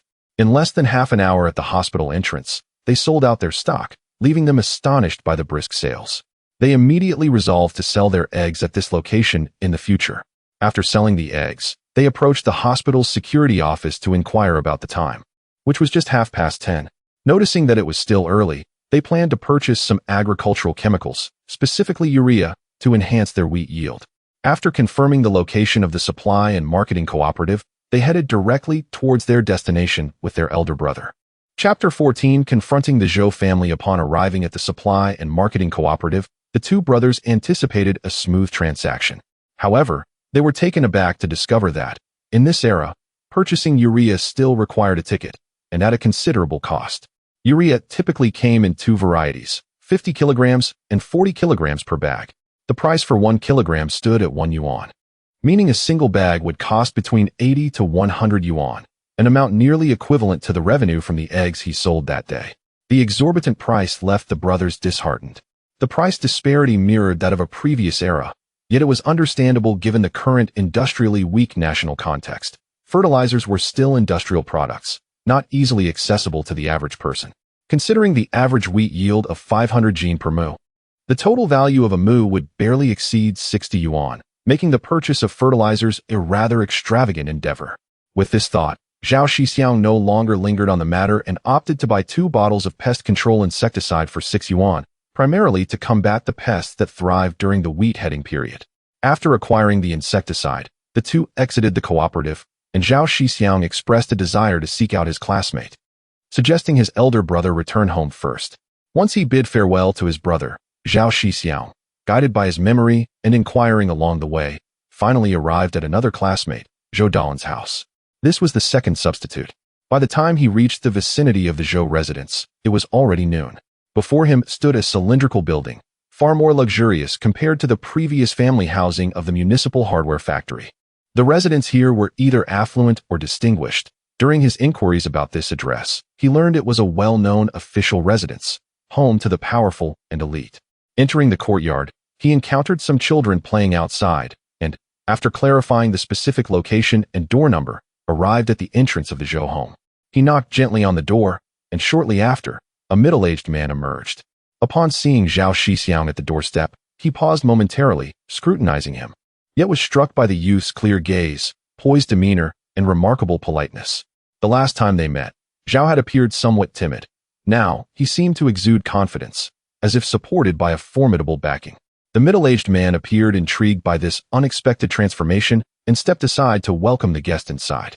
"You must be Zhao, classmate. I expected you to arrive a few days earlier. I didn't anticipate your visit now. Have you found a way to resolve this issue? The Wang family has already informed me about your arrival, and I welcome you warmly. It is better to resolve enmities than to deepen them. Once this issue is settled, you and Dalin will remain classmates. Should you require assistance, do not hesitate to ask, my boy." Zhao Shixiong entered the room and casually collapsed onto the sofa, crossing his legs in a rather nonchalant manner that resembled a small man reveling in newfound fortune. Zhou's father observed the audacity of the young man before him, feeling a mix of uncertainty and curiosity. Such behavior clearly indicated he had found support. Could the situation have become more complicated? This could lead to significant consequences. It remained to be seen how far the individuals behind him were willing to go. Noticing Zhou's father's reaction, Zhao Shixiong surmised that his earlier demeanor had raised concerns for Zhou's father. Thus, he directly stated, "Regarding the matters you are involved in, it has been quite some time, and a resolution is necessary. You are likely aware of the conditions set by the Wang family. I require 2 worker slots from your side." Zhou's father, upon hearing this, was somewhat incensed. "The Wang family has only 1. Why do you demand 2 from me? The school they attended is not as good as yours. Furthermore, your child has over a year before graduating. Are you not worried I might change my mind by then? That is unacceptable. You know well the situation in our city. There are few factories, and slots are exceedingly precious. Temporary workers, however, would not pose a problem. Would you really trouble Uncle Zhou for temporary workers? You can easily silence us with ease, as you do with others. Moreover, does not Baling City bend to your will? I hope to receive your response promptly. If you continue to push too far, I might resort to posting hundreds of large character posters throughout the province, and even if you manage to suppress it, you would still suffer embarrassment and become a laughingstock. As for me, my life is of little value. I imagine you have many concerns about such a fragile situation. Uncle Zhou, I trust you do not wish for your family to become the subject of ridicule. Your competitors will surely seize the opportunity to retaliate. Please weigh the consequences carefully." Upon hearing this, Zhou's father's expression darkened, his countenance reflecting indignation. He took several deep breaths before gradually regaining his composure, gritting his teeth as he replied, "I will do my utmost." Upon hearing this, Zhao Shixiong rose and headed towards the door. Just as he reached it, he abruptly turned and said, "I shall await your favorable news, Uncle Zhou." With that, he exited. Inside, only the middle-aged man remained, deep in thought, furrowing his brows for some time before finally relaxing. Zhou's family was not surprised by Zhao Shixiong's visit. After all, they were aware of his recent dealings with the Wang family, information that had been voluntarily disclosed by them. As long as the issue of impersonation remained unresolved, it would be like a thorn in both families' sides. Previously, Zhao Shixiong's madness had indeed seemed the best outcome. Now that he had regained his senses, it was imperative for him to tread carefully. To audaciously confront the Wang family was a bold move, especially considering their child would graduate in a few months, allowing them to enter the workforce as a university student, a promising future ahead. At this juncture, there could be no room for error. Yet the sudden return to sanity of someone who had been deemed mad for 3 years left the Wang family feeling resentful that it had occurred at this precise moment. Had they waited another couple of months until everything settled, it would have been a different story. They had initially hoped for a smooth resolution, yet at a critical moment, things had gone awry. At times, they had not cared for Zhao Shixiong's fate. In fact, they had already extended him a measure of clemency, only for him to foolishly threaten them now. To them, Zhao Shixiong was merely a peasant. Even if he secured a slot, what could he possibly achieve? They deemed it a favor to him, and he should not have been so ungrateful. A peasant ought to know his place. To dare to resist was akin to inviting disaster. To them, extinguishing Zhao Shixiong was as simple as crushing an ant. However, the current crackdown made it challenging to act. They merely needed to bide their time for a few more months. Everything is negotiable, so for now, the best course of action is to procrastinate as much as possible. If it cannot be postponed, then let him go to work for the time being. Allow him a few more days of freedom. It will not be too late to settle accounts later. Zhao Shixiong, having left the Zhou residence, meanders aimlessly through the streets. From the attitudes displayed by both the Zhou and Wang families, it is evident that they are adopting a strategy of delay, waiting for the child to graduate or for the first wave of severe crackdowns to conclude, at which point the truth will inevitably come to light. At this moment, he has at most 3 months to resolve this crisis. Otherwise, the aftermath will be even more devastating. The date is April 15, 1986. The first severe crackdown began in July 1983 and is now approaching its 3rd year. This crackdown has affected over 100,000 people, resulting in the execution of tens of thousands, leading to a palpable shift in societal attitudes. It is imperative that he seizes this final window of opportunity, for it is his chance to alter the course of events. He has gained a clearer understanding of the formidable adversary he faces. Initially, when he discovered the identity theft, he believed the matter could be swiftly resolved. However, he soon realized that complications arose, indicating that the impersonator wields considerable influence. Under such circumstances, the impersonator continues to evade justice. Moreover, to enroll someone in a university, one must navigate the complexities of 3 distinct departments: the Postal Service for the University Admission Notice, the Household Registration Office for Demographic Information, and the Education Bureau for Academic Records. These matters pale in comparison to the gravity of the situation at hand. After contemplating this issue, Zhao Shixiong surmises that he will have little chance in the entirety of Baoling City, and even in the provincial capital, the situation appears dire. After all, should one choose to assist in concealing such matters, it may still yield a favor. As for Zhao Shixiong's gratitude, he is but a mere commoner. Who would truly care? Chapter 15. 1,000 years is too long. I only compete for the day. At this moment, Zhao Shixiong conceived a plan. First, he would gather chicken eggs to amass funds, while simultaneously clandestinely investigating the circumstances of his 2 classmates at the university. If conditions permitted, he would confront the school teachers directly. Thereafter, he would seek the assistance of the media to draw societal attention to this matter, thereby intensifying the punishment of those responsible. Finally, he would file a formal complaint, employing a 3-pronged approach to ensure success. If he were to be apprehended again, he would accept it, for having come this far. It mattered little whether he extended his neck for the blade or withdrew it. Ultimately, this issue had to be confronted. When he had just recovered, his parents, uncles, and fellow villagers urged him to live well and accept his fate. Although he verbally acquiesced, he turned away from their counsel. He wished to spare them worry, and since he had been given a second chance at life, it seemed to him that he was favored by the heavens. In a sense, he considered himself a chosen one. The saying goes, heaven's gifts, if not seized, will bring misfortune. Furthermore, having accepted the consequences of his former life, it would be illogical to abandon his quest halfway. Therefore, this vendetta must be avenged. To the villagers, it appeared that as long as one endured, the troubles would pass and they would not be bullied. Yet, they understood all too well that the more one retreated, the more one was oppressed. Alas, the enemy was formidable. The greatest achievement from Zhao Jiazhuang was Zhao Shixiong's admission to university, only to be replaced by an impostor, truly a source of immense frustration. He vividly recalled the village chief bringing the militia to uphold justice on his behalf, only for the usurper to face no repercussions. If the village chief was akin to a local monarch, then the Wang and Zhou families were likely the sovereigns of the entire city. It was not that no one could challenge them, but those who wished to lacked the capability, while those with the power were unwilling to offend them. After all, many matters hinge on personal connections and social niceties. Sacrificing the interests of a humble villager was the most cost-effective solution, allowing one to avoid animosity while garnering goodwill. In their eyes, this was merely a minor display of power, yet it obliterated the potential of a genius's life. But what did that matter? What concern was it of theirs? In the current situation, even if he chose not to pursue justice, the Wang and Zhou families would undoubtedly not spare him. Even if he refrained from threatening them, they would inevitably target Zhao Shixiong again upon learning of his recovery. After all, only by completely destroying Zhao Shixiong could their children live without care under his name. Thus, given the circumstances, he had no choice but to fight back. Success would tarnish the reputations of the Wang and Zhou families, resolve his own issues, contribute to the nation by eliminating harmful elements, and give a voice to the many classmates who had been wronged. He aimed to alter the life trajectories of others who shared similar misfortunes. Even if he could assist just one person, it would be worthwhile. Zhao Shixiong never considered himself a good person. However, he did not mind performing a good deed if it came easily. Should he fail, he would take his family and leave Zhao Zhezhuang, seeking a life in the neighboring province. Although Zhao Zhezhuang belonged to Baoling City, it was situated at the intersection of 3 provinces, with the Coal and Qin provinces nearby.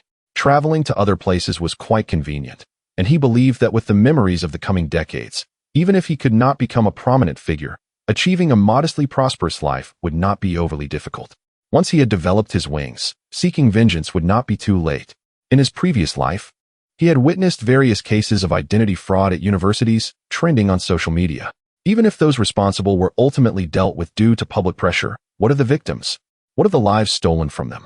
Had there been no identity theft, they might not have become extraordinary individuals, yet their fates would surely have been far better than the tragic outcomes they faced now. At the very least, they would have had some security in life, rather than the current state of ruin.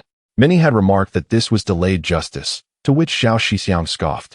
If it were truly justice, why was it late?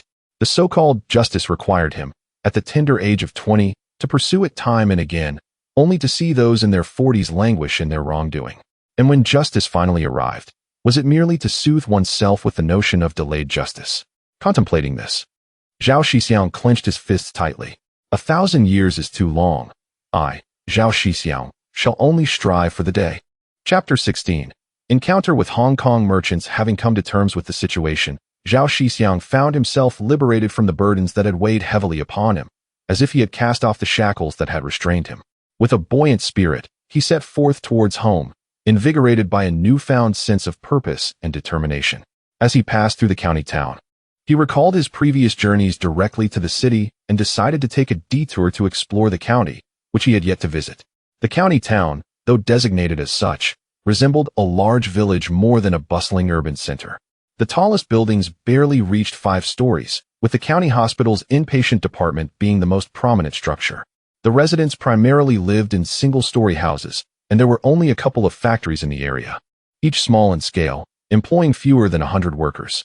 The match factory, tofu factory, and oil extraction workshops served as the backbone of the local economy, while the majority were small family-run workshops.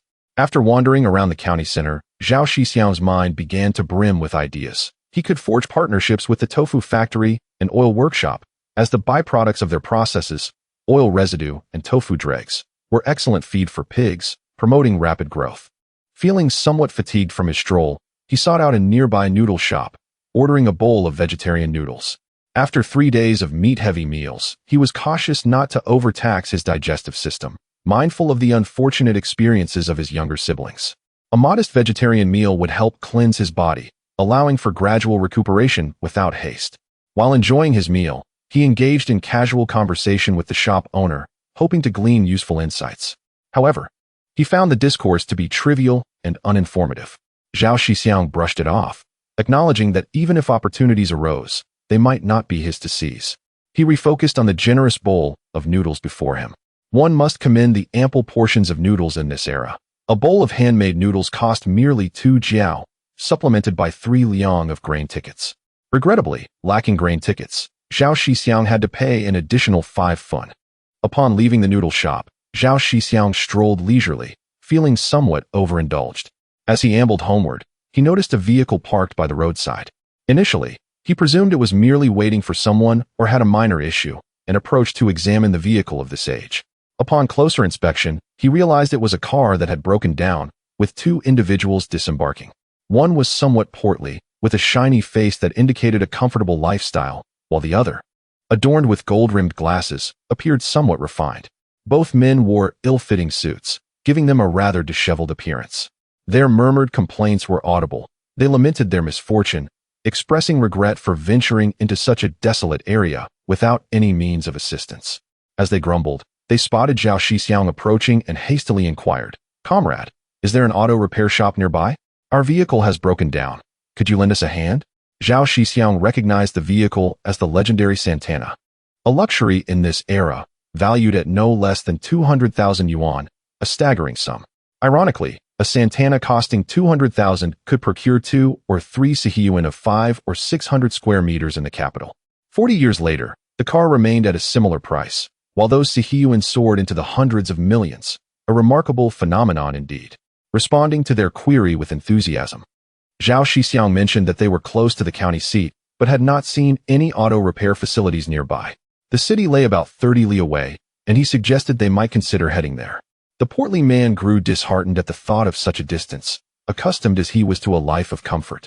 He turned to the bespectacled gentleman, who also appeared somewhat apprehensive, and suggested, "Perhaps we should ask if anyone in the county can repair cars. If they can fix it, it would save us a great deal of trouble."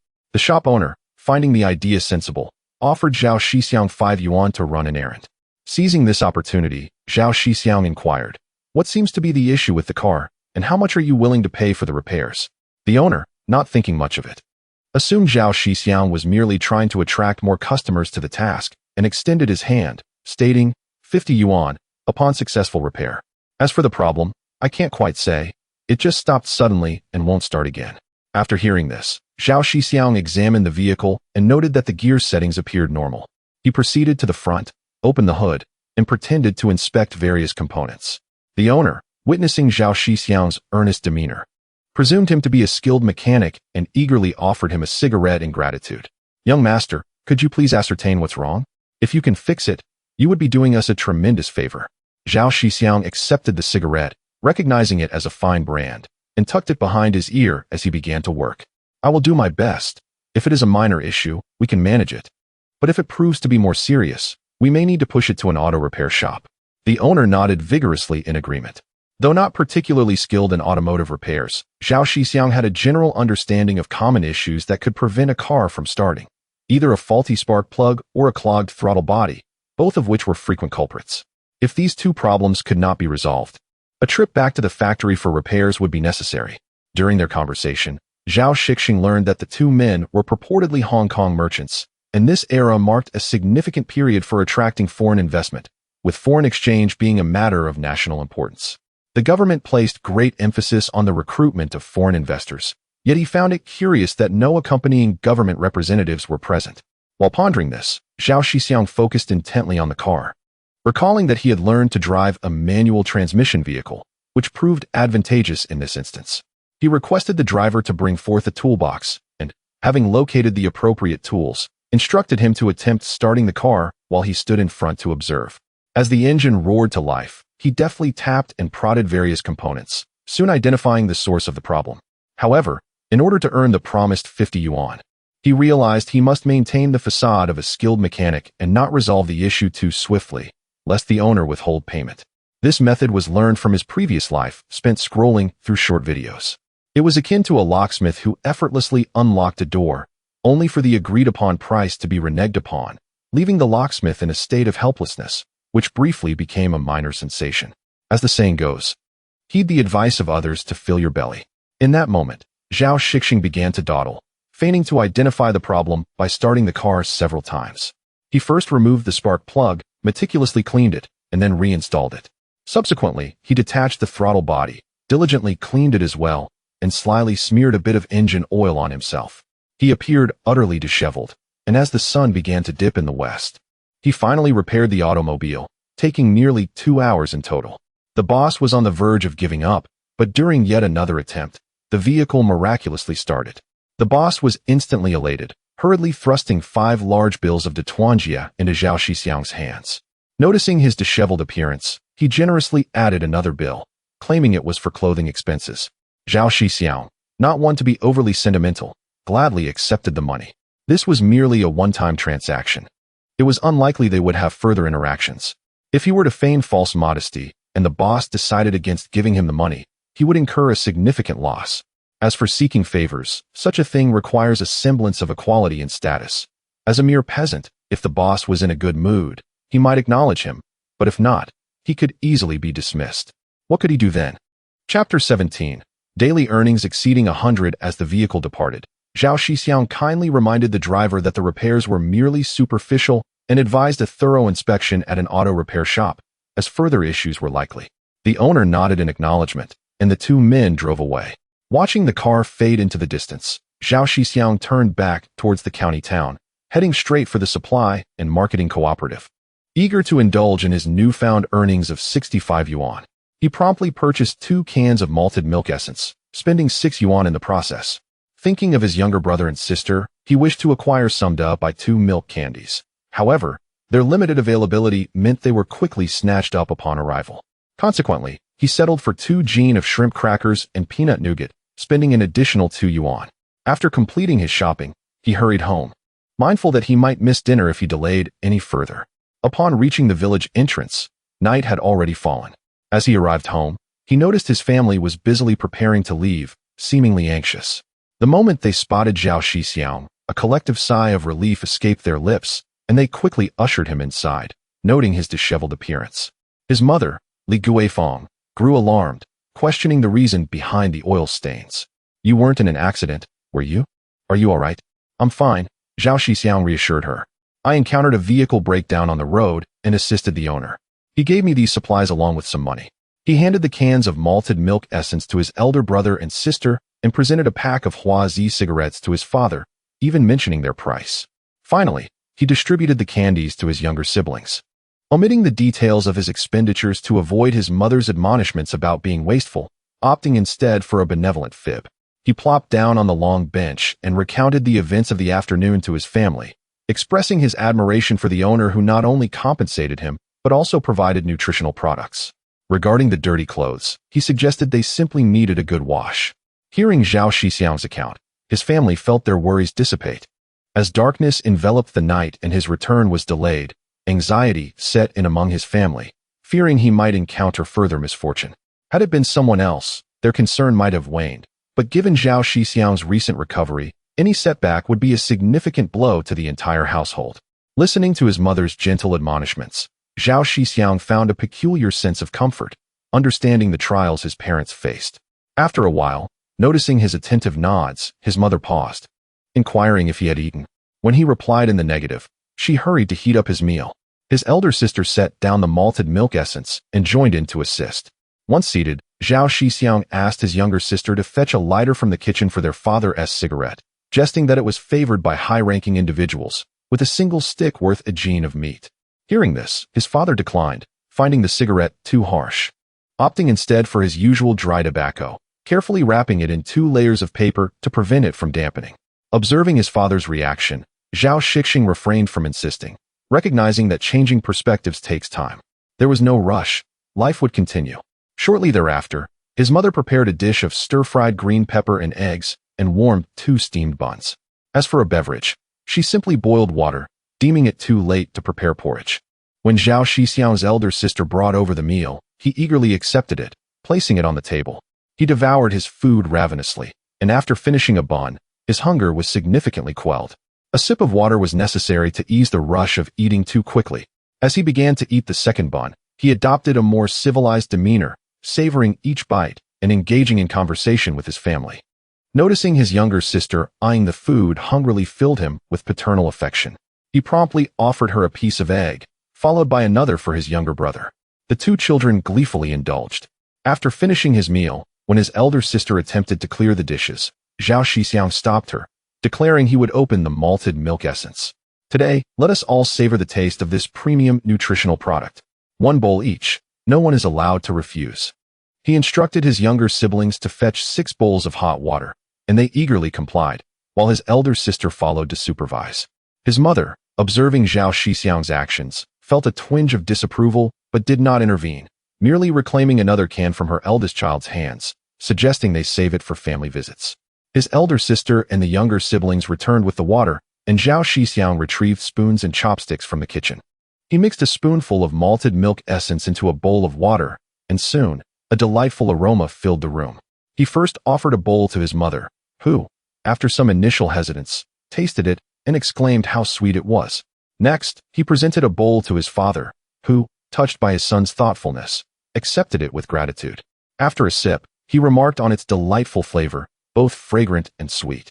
Once the parents had their servings, the siblings wasted no time in partaking, each enjoying a bowl and marveling at the exquisite taste of the premium nutritional product.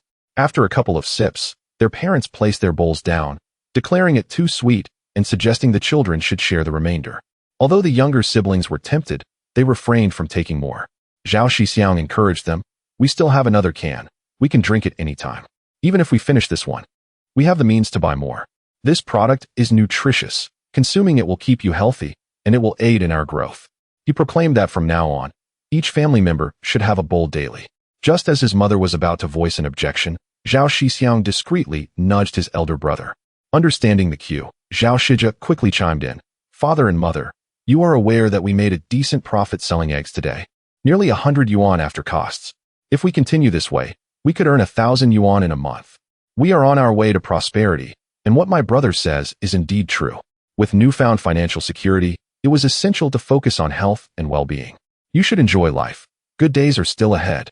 After hearing his elder brother's words, their parents, having previously felt a surge of excitement upon returning from the fields, finally grasped the positive changes in their circumstances. They ceased their objections. Zhao Shixiong then retrieved the candies he had bought for his younger siblings, eagerly tearing open the bag.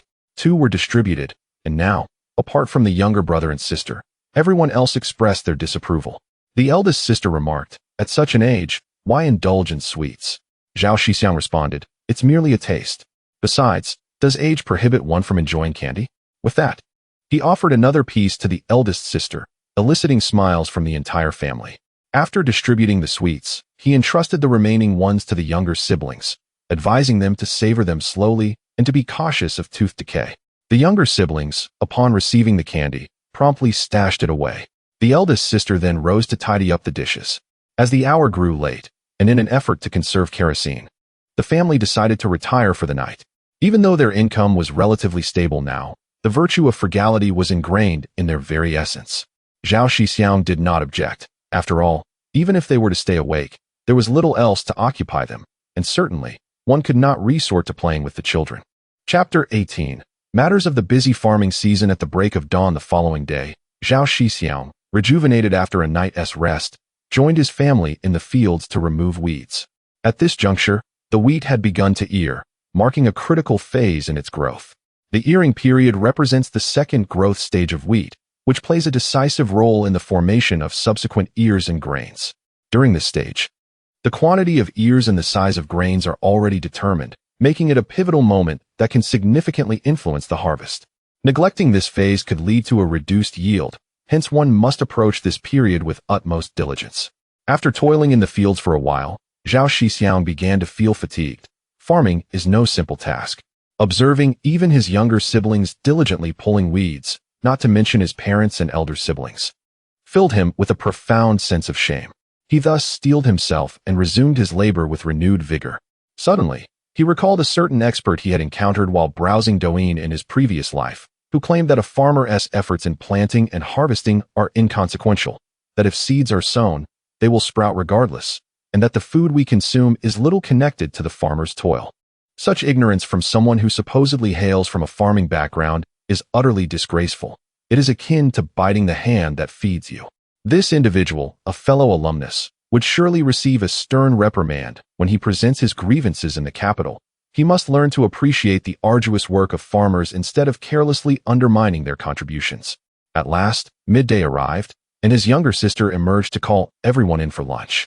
Rising to inspect the fruits of their morning's labor, they had managed to clear roughly 2 mu of land.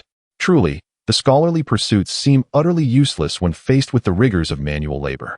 Upon returning home, Zhao's mother and elder sister had already prepared the meal, and the family hastened to wash their hands and faces. After their laborious morning, they gathered around the table to eat. With more work ahead in the fields, particularly in clearing weeds, the family anticipated a long afternoon. It was essential to repair the irrigation channels, for the rainfall had been scarce this year, and watering would be necessary to ensure adequate moisture during the earing period. Considering the physically demanding days ahead, Zhao's mother had prepared a larger meal, cornmeal steamed buns, over 20 of them, along with stir-fried spicy peppers and eggs, and a tofu soup made with a block of tofu purchased at the market 2 days prior. A large bowl of steamed locust flowers rounded off the meal, and the family felt quite satisfied. Before long, fatigue set in, prompting Zhao Shixiong to take a brief afternoon nap. The afternoon was spent once more in the labor of weed removal, and they worked until dusk, finally completing the task. The family, now weary, settled for a simple dinner of thin noodle soup and some steamed buns, retiring to bed early. Upon awakening the next day, Zhao Shixiong felt a sense of soreness throughout his body. After all, it had been quite some time since he had engaged in physical labor. Since his bout of madness, he had scarcely contributed to household chores, relying entirely on his family for sustenance. Having spent an entire day crouched in the fields, his body was still adjusting to the exertion, and he estimated that it would take another 3 or 4 days to fully recover. Today, his mother had risen early to prepare breakfast, as the work of managing the irrigation channels promised to be far more labor-intensive than weeding. This period marked the onset of a busy farming season, wherein 3 substantial meals were required each day. As usual, they had thin noodle soup with steamed buns, but this time accompanied by some home-pickled soybeans. Eating the steamed buns with soybeans and sipping the soup, Zhao Shixiong found the meal particularly delightful. Living in the village was not without its inconveniences, particularly regarding the restroom, yet overall it was quite pleasant. Meals were wholesome and organic, and sleep came early, aligning perfectly with the natural rhythm of sunrise and sunset. Unlike his previous life, where he often toiled late into the night, he pondered whether the invention of electricity was solely to facilitate overtime work. After their meal, his mother washed the pots while his elder brother borrowed tools from a neighbor. Soon, the entire family set off to the fields, tools in tow, intending to start with the plots closest to the river and pond. Zhao's father and elder brother located the remnants of last year's irrigation channel. After enduring months of wind and rain, the channel had become significantly shallower. They began to dig with shovels, while the younger siblings cleared debris, primarily consisting of leaves and twigs. Zhao's mother and elder sister soon joined in, and upon witnessing the family's collective efforts, Zhao Shixiong felt compelled to partake in the digging as well. With an additional pair of hands this year, the Zhao family managed to complete their first irrigation channel slightly ahead of schedule. Observing Zhao Shixiong's struggle, his mother, Li Guifeng, felt a pang of sympathy and gently urged him to take his time and not rush. She refrained from suggesting he stop, as he was her child, and favoritism should be tempered with fairness. During his period of madness, the siblings had been supportive and never voiced complaints. Now that he was capable of earning, he could not evade his responsibilities. After all, one cannot leave the fields untended. The inequities in rural life often stem from poverty, akin to a singular affliction that plagues the world. Responding to his mother's concern, Zhao Shixiong quickly reassured her that he was fine, merely a bit out of practice after not working the fields for so long. After a while, the first irrigation channel was completed, and water began to flow into the fields. Next, they worked on the smaller channels to prevent blockages that could hinder watering the wheat. Zhao Shixiong took up a shovel at an angle, plunging it into the earth with determination as he walked ahead, effectively guiding the water into the channels. Before long, all the smaller channels were connected, and the family moved on to the next plot, leaving his younger sister behind to monitor the site and summon assistance if issues arose. After a productive morning, they successfully completed 2 irrigation channels. During this time, his elder sister and younger sister returned home to prepare lunch while the rest continued their work. When the sisters arrived with the meal, it was nearing noon. They beckoned everyone to eat, and the family set down their tools, washing their hands at the water's edge before beginning their meal. After lunch, they resumed digging the channels, this time with the younger brother and sister heading home to wash the pots and feed the chickens. As the sun began to dip in the west, they finally finished digging 4 irrigation channels, sufficient to cover approximately 6 mu of their land. The morning's fields had received ample watering, and they decided to halt further irrigation for the night, sealing the channels to prevent waterlogging that could drown the wheat. The following day, they continued their work on the irrigation channels, and it was not until the 3rd day that they completed the entire system and finished the first round of watering. In the subsequent 2 days, they focused on applying pesticides to safeguard the wheat from pests and diseases, laboring diligently until Sunday when they finally managed to conclude the bulk of their work. A brief respite awaited them, yet the second round of weeding was imminent, followed by a cycle of weeding and watering. Such was the rhythm of their agricultural toil.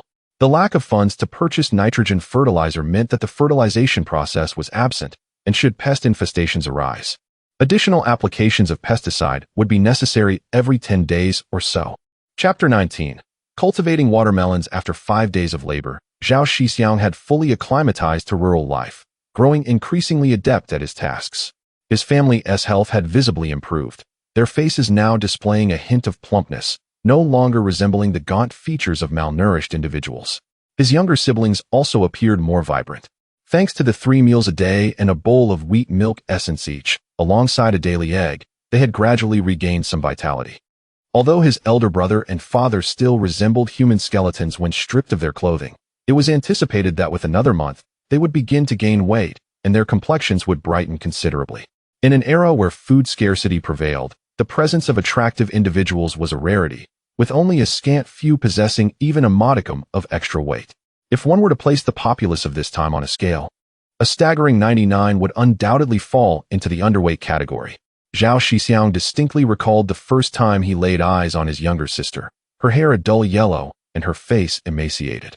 It would be a stretch to describe her as beautiful. One could unreservedly label her as unattractive.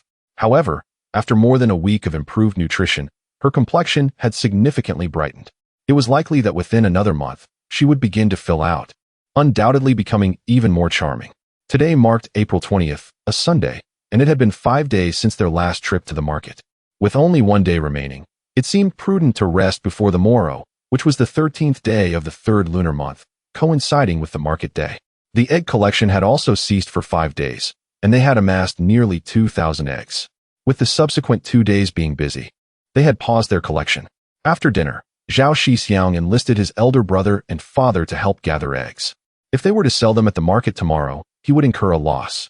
Zhao Shixiong understood the importance of prioritizing tasks. After completing a round of collection, they had gathered 1,800 eggs, bringing their total to nearly 4,000. Following a day of rest, they planned to venture into the market. The family had been exhausted. Once they finished gathering the eggs and tidying up, they hurried to bed. The following day, they awoke to the bright morning light. With ample sleep, Zhao Shixiong felt rejuvenated. Upon rising, he noted the house was empty, likely due to his family heading to the market. They had witnessed his hard work over the past few days and chose not to disturb him, allowing him a sound rest. After completing his morning routine, Zhao Shixiong joined the bustling market in town, intending to purchase some seeds. As late April approached, it was an opportune time to plant watermelons and melons, which could be consumed in summer and sold to supplement the household income.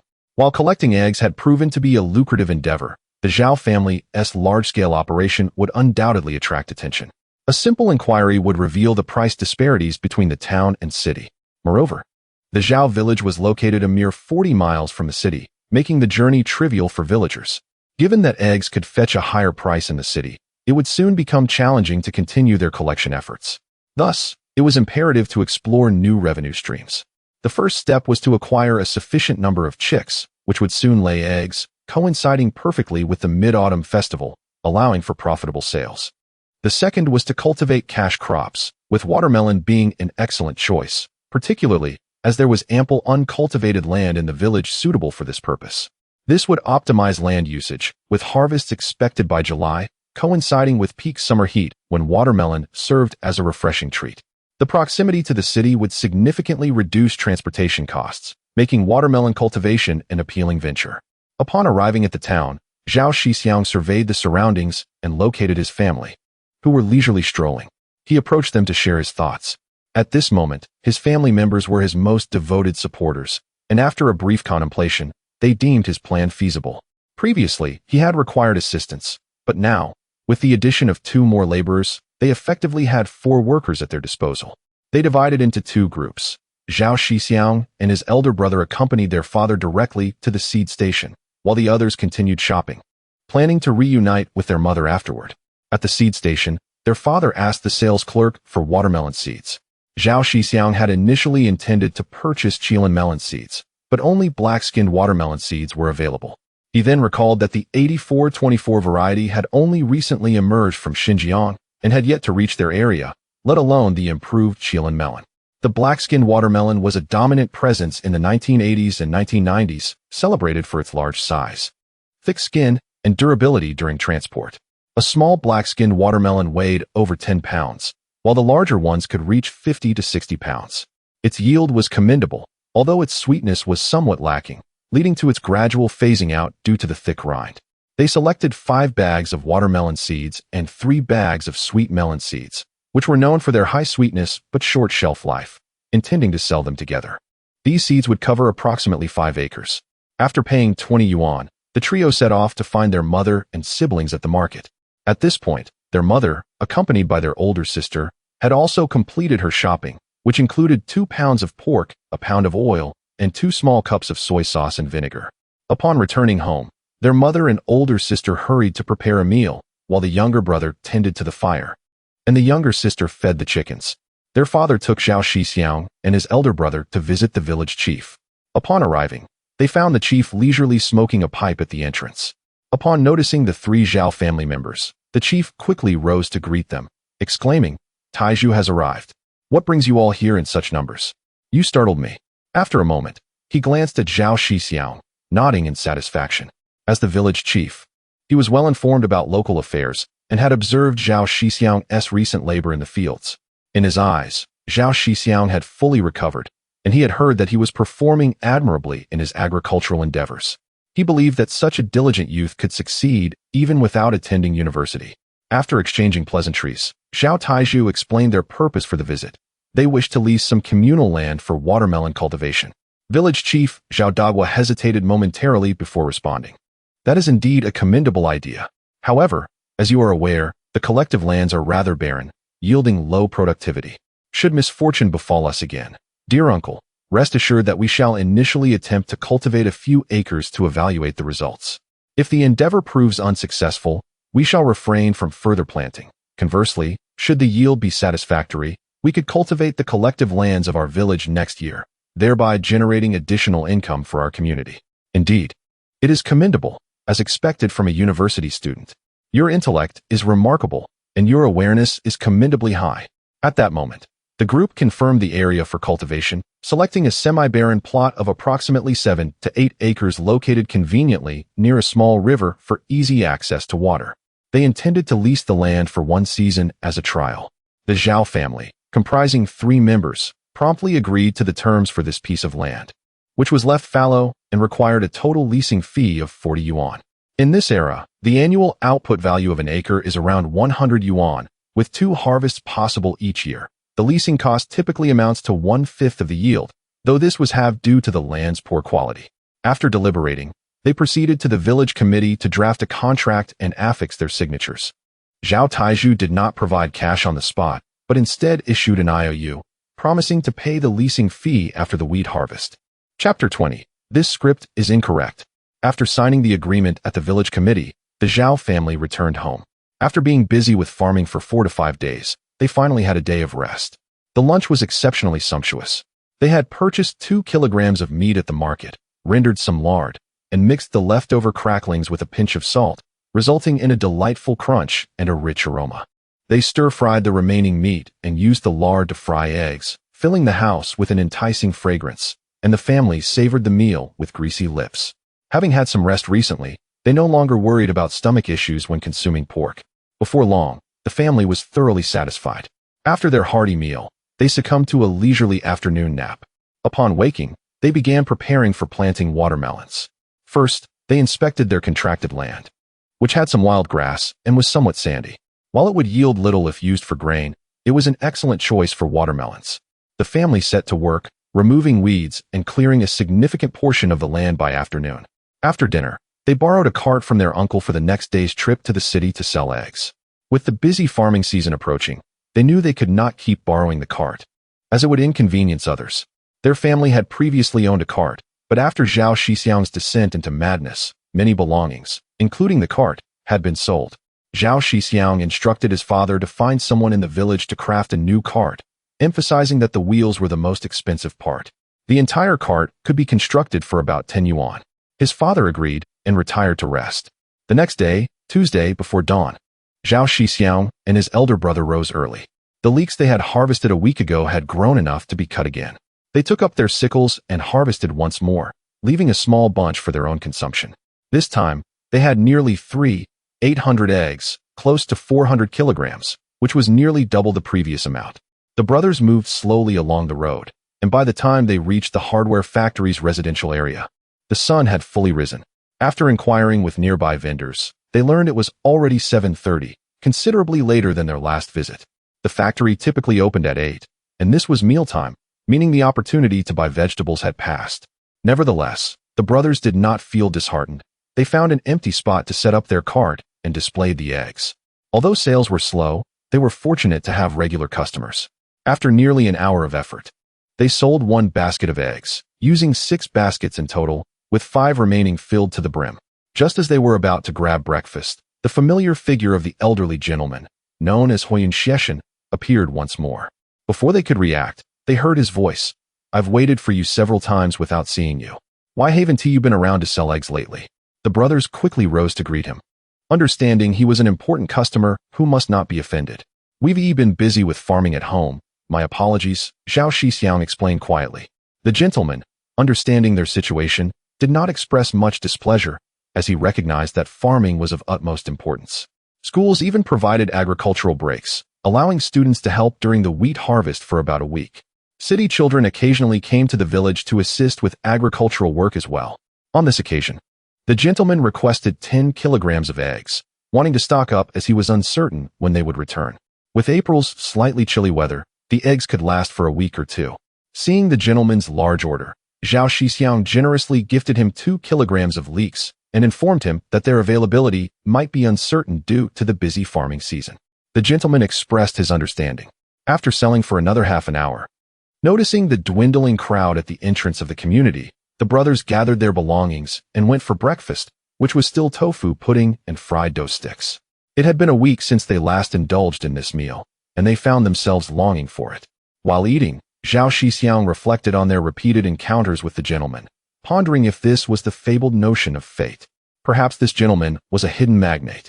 Judging by his sparse hair, he must be a high-ranking official, he thought. Overwhelmed with excitement, he eagerly sought information about the gentleman's identity from the vendor. The vendor, a middle-aged man running a stall with his wife, primarily sold fried dough and soy milk. Upon hearing Zhao Shixiong's inquiry, the vendor replied, "Are you referring to old Lu? Oh, he has quite something. His whole family works at the hardware factory. In a couple of years, his wife will retire too.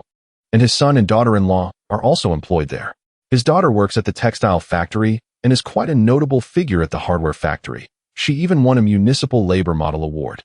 Initially, Zhao Shixiong's eyes brightened at the vendor's words, but he soon felt a wave of disappointment wash over him. It turned out he was just an ordinary retired man, with a family of workers leading a decent life. Zhao Shixiong felt utterly disheartened. This script was not what he expected. Shouldn't he be a retired magnate, appreciating him and helping him soar through life, first challenging the city, then the province, and eventually the nation, step by step ascending to the highest throne? With a myriad of thoughts swirling in his mind, Zhao Shixiong shook his head. Clearly, he had overthought it, chuckling at his own naivety. Life was not filled with such coincidences. How could an ordinary old man possibly be a hidden magnate? It appeared that he did not possess the fate of a protagonist after all. After contemplating for a moment, Zhao Shixiong decided not to hesitate any longer and focused on his meal. After finishing, he paid, and the brothers shifted their focus to the city hospital. They returned to the same location, and as soon as the eggs were displayed, customers approached to inquire about prices, leading to a continuous stream of buyers. By noon, they had finally sold out all the eggs. After clearing their stock, the brothers did not linger and headed straight home, stopping along the way to buy some steamed buns for lunch. Chapter 21. Encountering the Hong Kong merchant. Upon returning home with his elder brother, Zhao Shixiong found the house empty, likely because the family was occupied in the fields. He meticulously cleaned and stored away the basket, leaving the cart in the yard, as his uncle was also presumed to be busy farming. He planned to deliver it later that evening. The two brothers then set off, hoe in hand, towards the watermelon field, where they had already cleared a significant portion the previous day. With just under 2 acres remaining, they worked diligently until the sun began to wane, finally managing to uproot nearly all the weeds. This plot of land spanned around 7 to 8 acres, but the seeds purchased were sufficient for only about 5 acres, allowing for a sparse planting that would maximize yield. After clearing the weeds, the land needed to rest for a couple of days under the sun, followed by the application of wood ash to sterilize and nourish the soil, promoting optimal seed growth. There was an abundance of wood ash at home, left over from cooking fires. If they ran short, they could easily ask neighbors who were not currently farming for some. In the subsequent days, the Zhao family resumed their weeding endeavors. The cart that Zhao's father had been instructed to make was now complete, alleviating the need to bother their uncle for transporting eggs in the future. After a week's time, the second wave of weeds had begun to sprout, necessitating immediate attention to prevent competition for nutrients with the wheat. On Friday, the third day since returning from the city, Zhao Shixiong set off with more than 1,000 eggs, leaving his elder brother at home to work. This time, he did not visit the hardware factory's residential area, but headed straight to the hospital with his eggs. In less than an hour, they were all sold. After selling the eggs, Zhao Shixiong took the cart to enjoy breakfast, but was unexpectedly greeted by the sight of a familiar vehicle parked near the city government office. It was the very car he had repaired the previous week. Given the scarcity of vehicles in those times, especially a Santana, he recognized it immediately. As the door swung open, he spotted a familiar figure stepping out. Initially, Zhao Shixiong paid little attention until he noticed the unmistakable Hong Kong accent of the group conversing nearby. The individuals appeared to be prominent figures from the city, with a young man wearing gold-rimmed glasses acting as a translator for two groups. A crowd had gathered at the city government entrance, buzzing with excitement over the unfolding events. Zhao Shixiong could hardly ignore the lively discussions, and as he listened, he discovered that a group of Hong Kong merchants had arrived to invest in the city and establish a factory, inviting the local business community to join the endeavor. Among the crowd were city officials and even the fathers of two of his classmates, though they stood at a distance. What perplexed Zhao Shixiong was the fact that the boss, who clearly spoke Mandarin, was now adopting an air of superiority. Was this truly a legitimate investment, or was it more likely a deceitful scheme? Regardless, it had little bearing on him as long as it did not hinder his egg sales. He found a small stall and ordered a couple of jiaozi, a bowl of spicy soup, and a couple of fried pancakes. As he ate, he overheard numerous discussions among the patrons for in Baoling City. Any notable event quickly spread throughout the community, especially in an era with limited entertainment. The incident of Zhao Shixiong's academic identity being usurped had been a topic of gossip for years, with the community expressing disdain towards the imposters, leading many to prevent their own children from pursuing education, as hope had been extinguished. Ironically, since the emergence of two prestigious university students 3 to 4 years prior, one would expect an increase in educational pursuits in the area. Yet, after several years, not a single student had successfully entered university, prompting inquiries from the Provincial Education Bureau, but to no avail. The depths of this issue remained unfathomable for an ordinary person. As Zhao Shixiong pondered, he struck up a conversation with nearby diners about the merchant from Shangjiang. They speculated that the intent was to co-invest in a factory primarily for television production, with substantial investments expected, creating employment for thousands. The patrons spoke enthusiastically, their excitement palpable. Zhao Shixiong contemplated the potential benefits of such a factory, envisioning a significant boost to local employment and the prosperity of countless families. The establishment of such a factory could indeed propel Baoling City into a new era.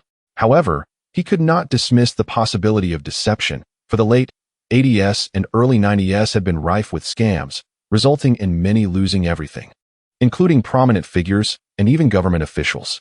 Furthermore, the geographical disadvantages of the area posed challenges for establishing a factory. The Huanghe River's shipping conditions were inadequate, and railway transport was insufficient.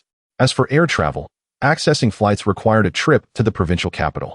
If these Hong Kong merchants truly possessed such capabilities, they would surely be welcomed in the province, making their presence in Baoling seem suspicious. As he sipped his spicy soup, Zhao Shixiong recalled hearing about the invitation for local business associations to join in the investment at the city government entrance. Suddenly, everything that had seemed illogical now appeared to make sense. If the Hong Kong merchants succeeded, it might lead to a significant transformation in the city. Nevertheless, one could not solely rely on the efforts of others. Self-reliance was essential. He resolved to take proactive measures to secure his future. With that, Zhao Shixiong savored his jiaozi and spicy soup, deciding to save the fried pancakes for the return journey, as their sweetness might interfere with the flavors. After finishing his meal, he packed a portion of jiaozi for later, purchased 10 fried dough sticks, settled the bill, placed the items in the cart, and departed. Zhao Shixiong, while pushing his cart along the path home, suddenly felt a surge of joy as he recalled the misfortunes of others, which brought him a sense of satisfaction.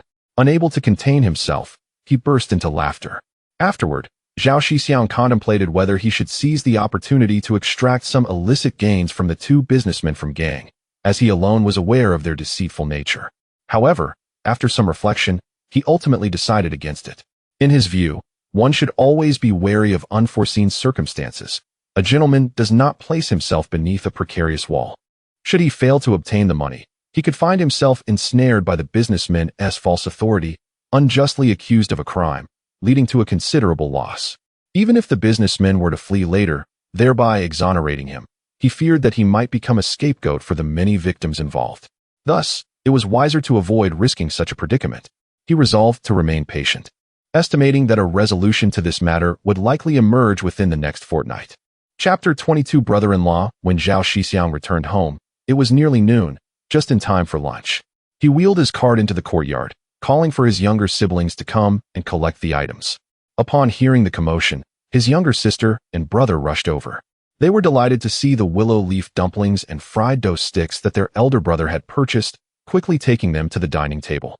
After placing his cart aside and tidying up the basket, Zhao Shixiong washed his hands and approached the table, ready to enjoy his meal.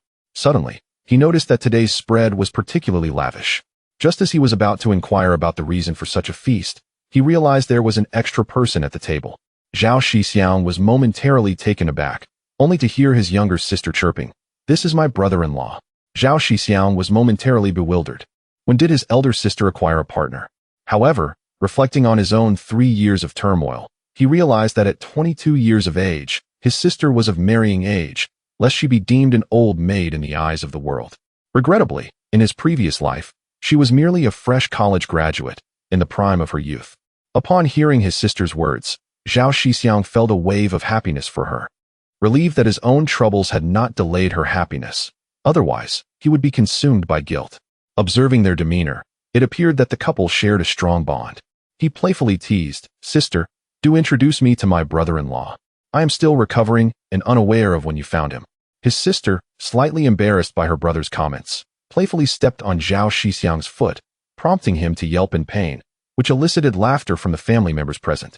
It was their elder brother who intervened, saying, "Shixiong, this is your brother-in-law, Li Aigua, from Lijiazwang, not far from our village, just 5 miles away.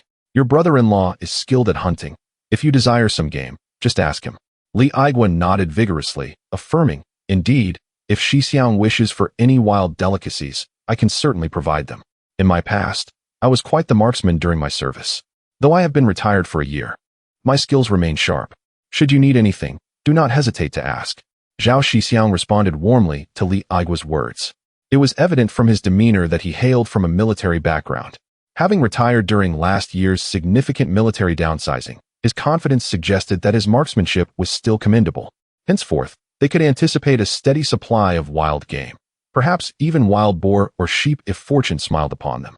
After becoming acquainted with his brother-in-law, the family engaged in a lively meal. At the eastern edge of the village, the watermelon field, which had been treated with ash, was now ready for cultivation after a day of drying. Zhao Shixiong surmised that Li Aigua had come to assist upon hearing this news. Given the expansive area, the Zhao family opted not to purchase additional seeds, as they were rather costly. Planting them sparsely could potentially enhance the yield of their watermelons.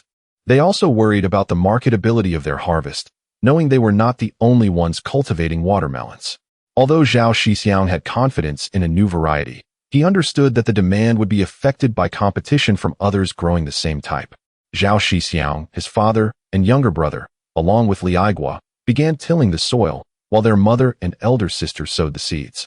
The younger sister and brother watered the plants before covering them with soil. Their family worked in perfect harmony. In terms of standard practices for watermelon cultivation, planting 500 to 550 seedlings per acre was optimal. Considering the size of their plot, they planted around 400 seedlings per acre.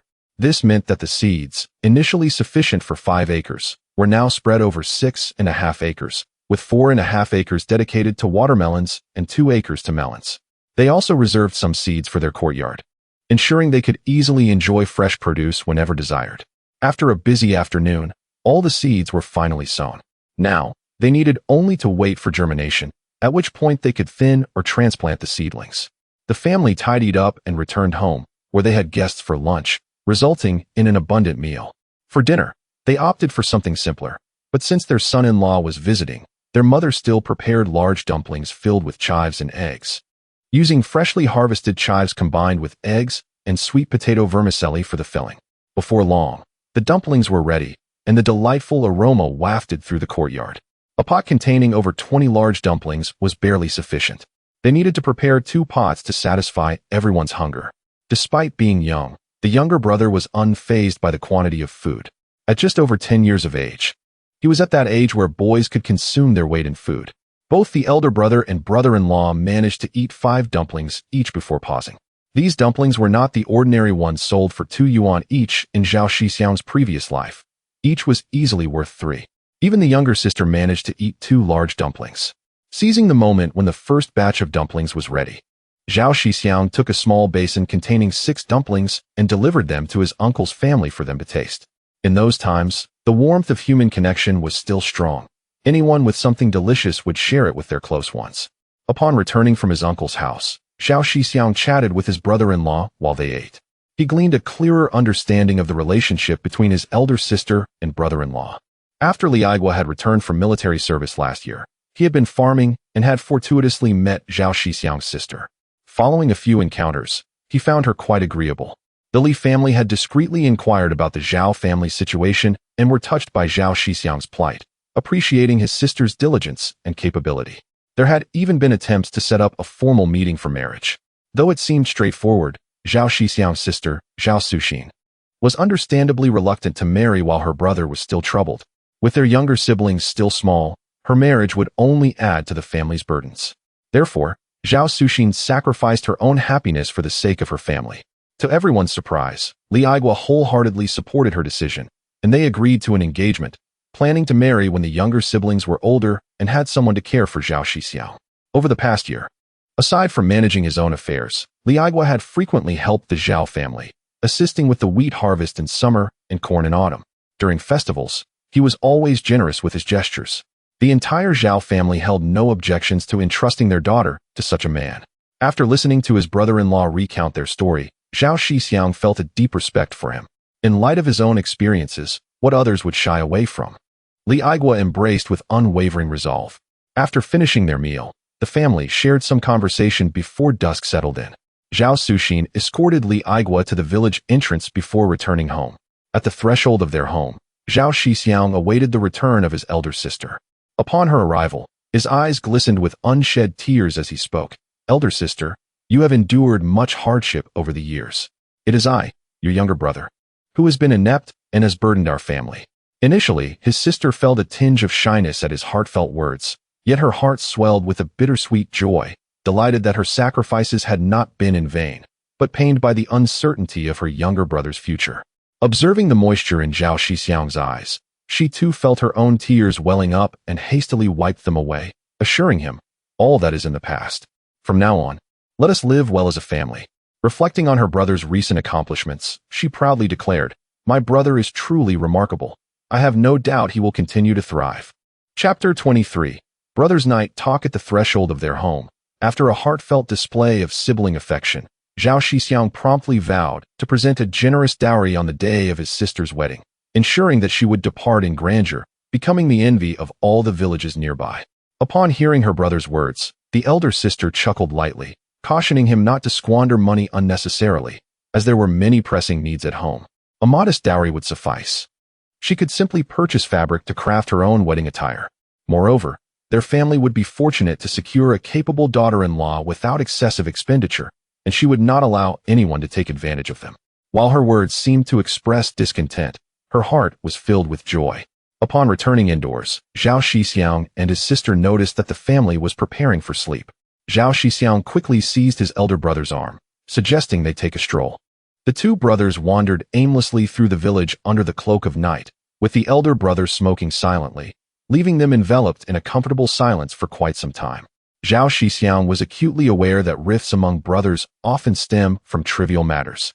If left unaddressed, accumulated disappointment could transform a seemingly insignificant issue into the proverbial last straw.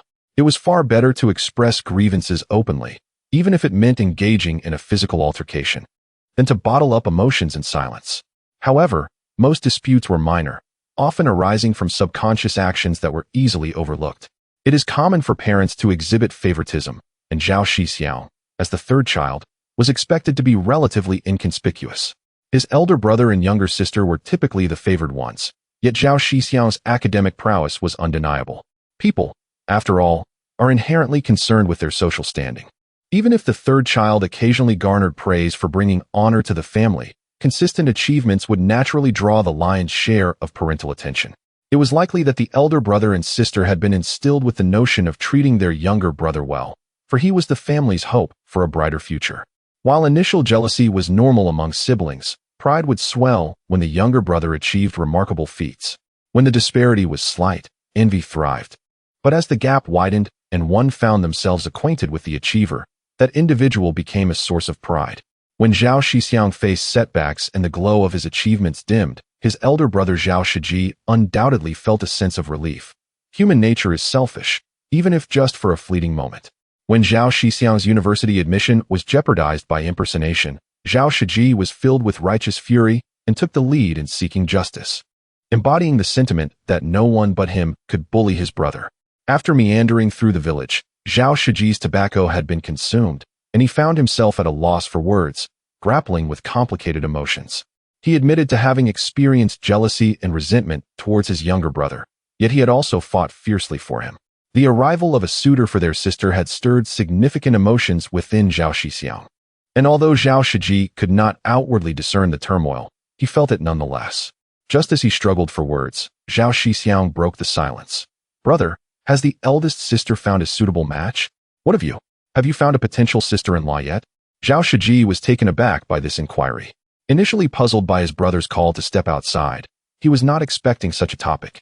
He quickly responded that there was no one, explaining that their family's circumstances had made it challenging for any young woman to consider marrying into their home.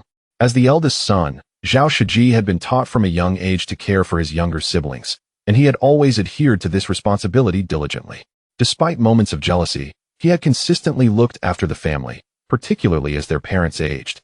He was the family's primary laborer, earning the highest work points before the land was divided and diligently farming to support them.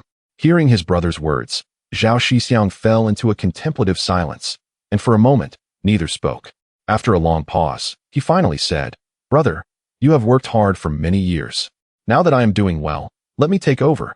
Our family will surely flourish. We have planted watermelons, and our eggs will continue to be collected. After the busy season, I expect we can save around 2,000 yuan. I will first build you a spacious house for your wedding, and then we will renovate our family home." Zhao Shixiong was momentarily stunned by his brother's heartfelt declaration. Words failed them as tears began to flow. Fortunately, the darkness concealed the elder brother's vulnerability. Zhao Shixiong merely patted Zhao Shixiong's shoulder firmly, exclaiming with excitement, "Wonderful! My brother has grown up. But there is no need to build a house for me just yet. Let us prioritize the family home. The mud brick house has seen better days and is starting to let in the wind. Once the harvest is over, we can build a new house, and by the Mid-Autumn Festival, we will be able to move in. This winter will be much better." Zhao Shixiong reassured him, "It's all right. We have the means now. We can build 2 houses, and 2,000 yuan will be more than sufficient. We also have watermelons to sell, and then we can raise chickens and pigs. Our family's life will only improve from here on. You need not worry. Even if I don't attend university, I am adept at farming. Do you believe in me?" "Indeed, I have faith in you," Zhao Shixiong replied, chuckling at his brother's earnestness. He thought to himself that while he may not excel academically, Zhao Shixiong was certainly no novice when it came to farming. As he mulled over this, he couldn't help but laugh. Understanding his brother's thoughts, Zhao Shixiong chose not to challenge them, believing that actions would speak louder than words in due time. The conversation shifted to lighter topics, dispelling any lingering tension and drawing them closer together. Zhao Shixiong inquired about his brother-in-law Li Aigua. Zhao Shixiong briefly shared that Li Aigua's father was a war hero, which had granted him the opportunity to enlist in the army, a privilege rarely afforded to those from rural backgrounds. The Li family consists of 5 members, with 3 siblings. Li Aigua, the youngest, is particularly cherished. The eldest brother, a skilled farmer, is already married and has a son and a daughter. The second sibling is a girl who performed reasonably well in her studies. However, after failing to gain admission to a vocational school after junior high, she ceased her education and ultimately became a teacher at the village primary school. She is also married and has a son. Only the youngest, Li Aigua, has been somewhat spoiled.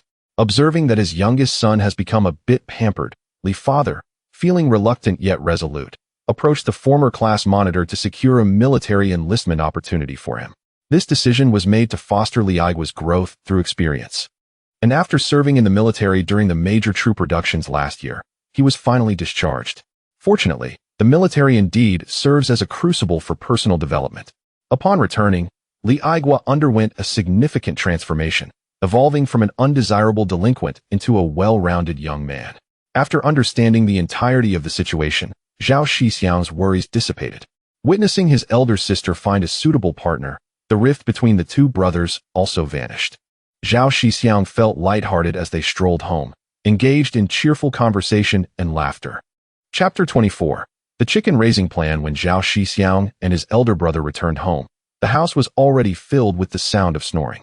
After a long and arduous day, the two brothers were exhausted and fell asleep as soon as they lay down, joining the symphony of snores.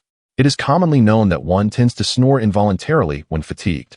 The following morning, they awoke to a bright day, having been busy for several consecutive days. And today marked a rare moment of leisure.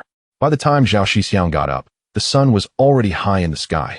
Having been in this new world for nearly half a month, he unexpectedly found himself growing fond of this simple life. Although they only had 2 meals a day, with 3 meals during busy farming seasons, the taste of the food was remarkably authentic, retaining its natural essence without the interference of modern technology or elaborate preparation. The pork was far more flavorful than what he had experienced in his previous life, as most of the pigs in the cities were still local breeds. These pigs had longer breeding cycles and gained weight slowly, yet the flavor was exquisite, and although the economic benefits were inferior, the quality of the pork was exceptionally high.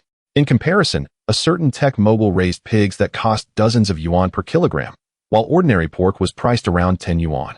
In a sense, the people of this era enjoyed a unique experience of low prices coupled with high quality. The staple food comprised primarily coarse grains, effectively preventing obesity, making it an ideal choice for weight loss. However, it was not entirely surprising that Zhao Shixiong held such thoughts. After all, having grown accustomed to gourmet delicacies, a change in palate was only natural. Perhaps after some time, he would once again find himself yearning for the luxurious feasts of his past. The change in lifestyle was also related to his daily routine. In his previous life, working late into the night was commonplace, but now, in the village, life revolved around the sun, working at dawn and resting at dusk. If calculated accordingly, he would be in bed by 7 or 8 in the evening, waking up early with the first light. Around 6 or 7 in the morning, feeling refreshed and unable to linger in bed. After getting up, Zhao Shixiong coincidentally caught the midday meal and promptly washed up to prepare for eating. While finishing his meal, he contemplated his plans to visit the capital after the May Day holiday, intending to settle matters at home first so that his family could manage the household while he ventured out into the world. With this thought in mind, he broached the subject of raising chickens with his family, taking advantage of the few free days they had to resolve the issue of the chicks. Today was April 26th, the 18th day of the 3rd lunar month, and tomorrow would mark the market day, an opportune time to purchase 300 chicks to rear in the yard, which could later be entrusted to his younger siblings for care. Moreover, the business of buying eggs would soon become less viable, as once everyone learned the market prices, they would likely hoard their eggs and sell them for profit. After all, with a price difference of just 20 cents per kilogram, one could buy 2.5 kilograms of cornmeal with that money. It was merely a matter of walking a few extra steps, and the villagers were not lacking in physical strength. As for why he chose to raise chickens now, it was primarily because it was the 18th day of the 3rd lunar month, and chicks typically began laying eggs around 120 days of age. With nearly 5 months until the Mid-Autumn Festival, most of the chickens would enter their laying period by then, and those that started early would even reach their peak laying times. Additionally, during the Mid-Autumn Festival, egg prices could soar to 7 or 8 jiao per kilogram, and even at the market, they could fetch over 6 jiao per kilogram. Thus, raising chickens at this time was the most cost-effective choice, with the fastest return on investment. As for why not ducks or geese, it was simply due to their low egg production and extended return cycles. After hearing Zhao Shixiong's analysis, his family expressed their agreement. He also mentioned that this was merely the first phase of their poultry venture, and if things went well, they could establish a chicken farm with 4,000 to 5,000 birds. The family was pleased with Zhao Shixiong's pragmatic approach, taking steady steps based on reality rather than reaching for unattainable heights. Only his mother expressed some concern, stating, "It's fine when the chicks first arrive, but they will surely outgrow this yard." Moreover, chicks were not inexpensive. It would be better to hatch them themselves. With the warm weather approaching, it was indeed an excellent time for incubation. She suggested borrowing a few roosters from relatives, as they already had 5 hens, each capable of hatching around 15 chicks, which would save a considerable amount of money. Zhao Shixiong had considered his mother's worries and countered, "It is better to buy the chicks directly. Our 5 hens would take about 15 days to lay enough eggs for hatching, and it would take another 22 days for the chicks to emerge, wasting more than a month. During that time, our 5 hens could lay around 100 eggs, which could be exchanged for about 30 chicks." He continued, "Moreover, by the Mid-Autumn Festival, if the chickens have laid eggs, it would be worthwhile to buy the chicks tomorrow. They would start laying eggs in 4 months, and with a month as a buffer. Most chickens would be laying by the festival, when egg prices are high. We currently have enough funds. Setting aside 100 yuan for the chicks is entirely feasible." Both his father and elder brother nodded in agreement. Noticing that his mother still seemed hesitant, likely concerned about the expense, Zhao Shixiong interjected, "Mother, according to your estimate, our 5 hens can only hatch a maximum of 100 chicks, not accounting for any that may not survive. We would still need to buy 200 chicks. When it comes time to hatch and care for the chicks, we would be overwhelmed.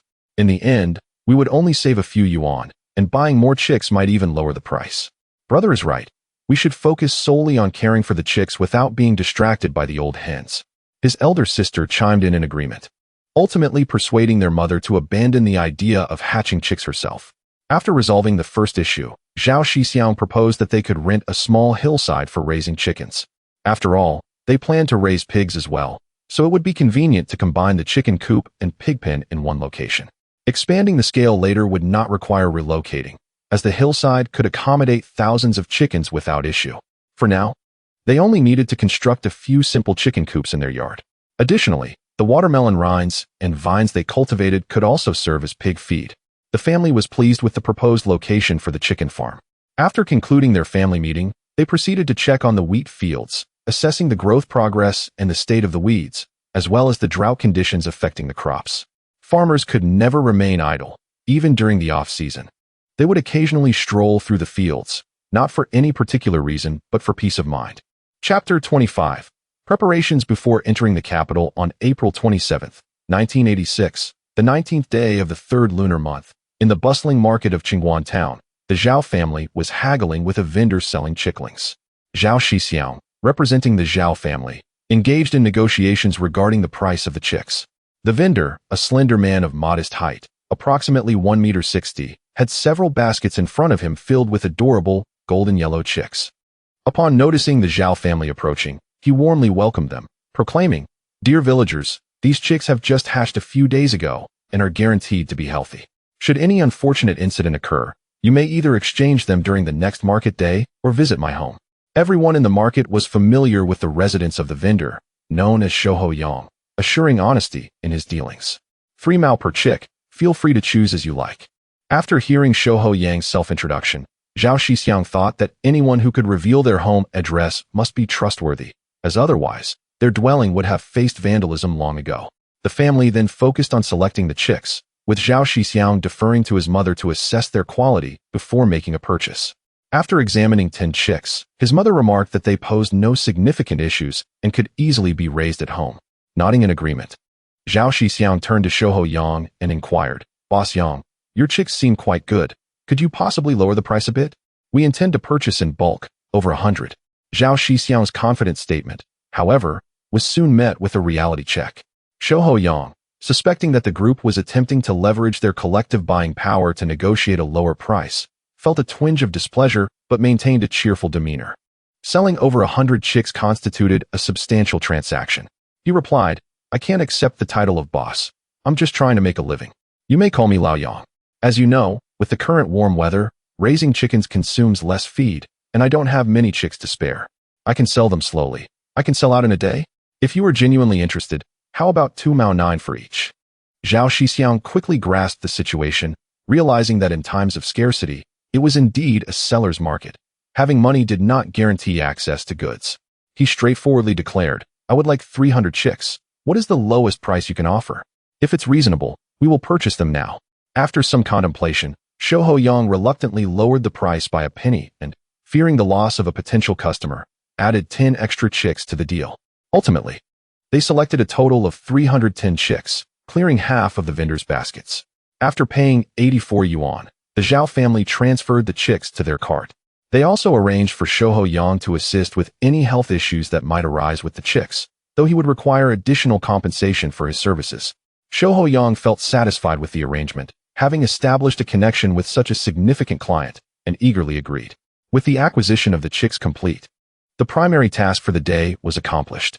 Zhao Shixiong instructed his older brother and sister to procure a considerable number of eggs, anticipating a rise in prices due to the approaching Labor Day holiday.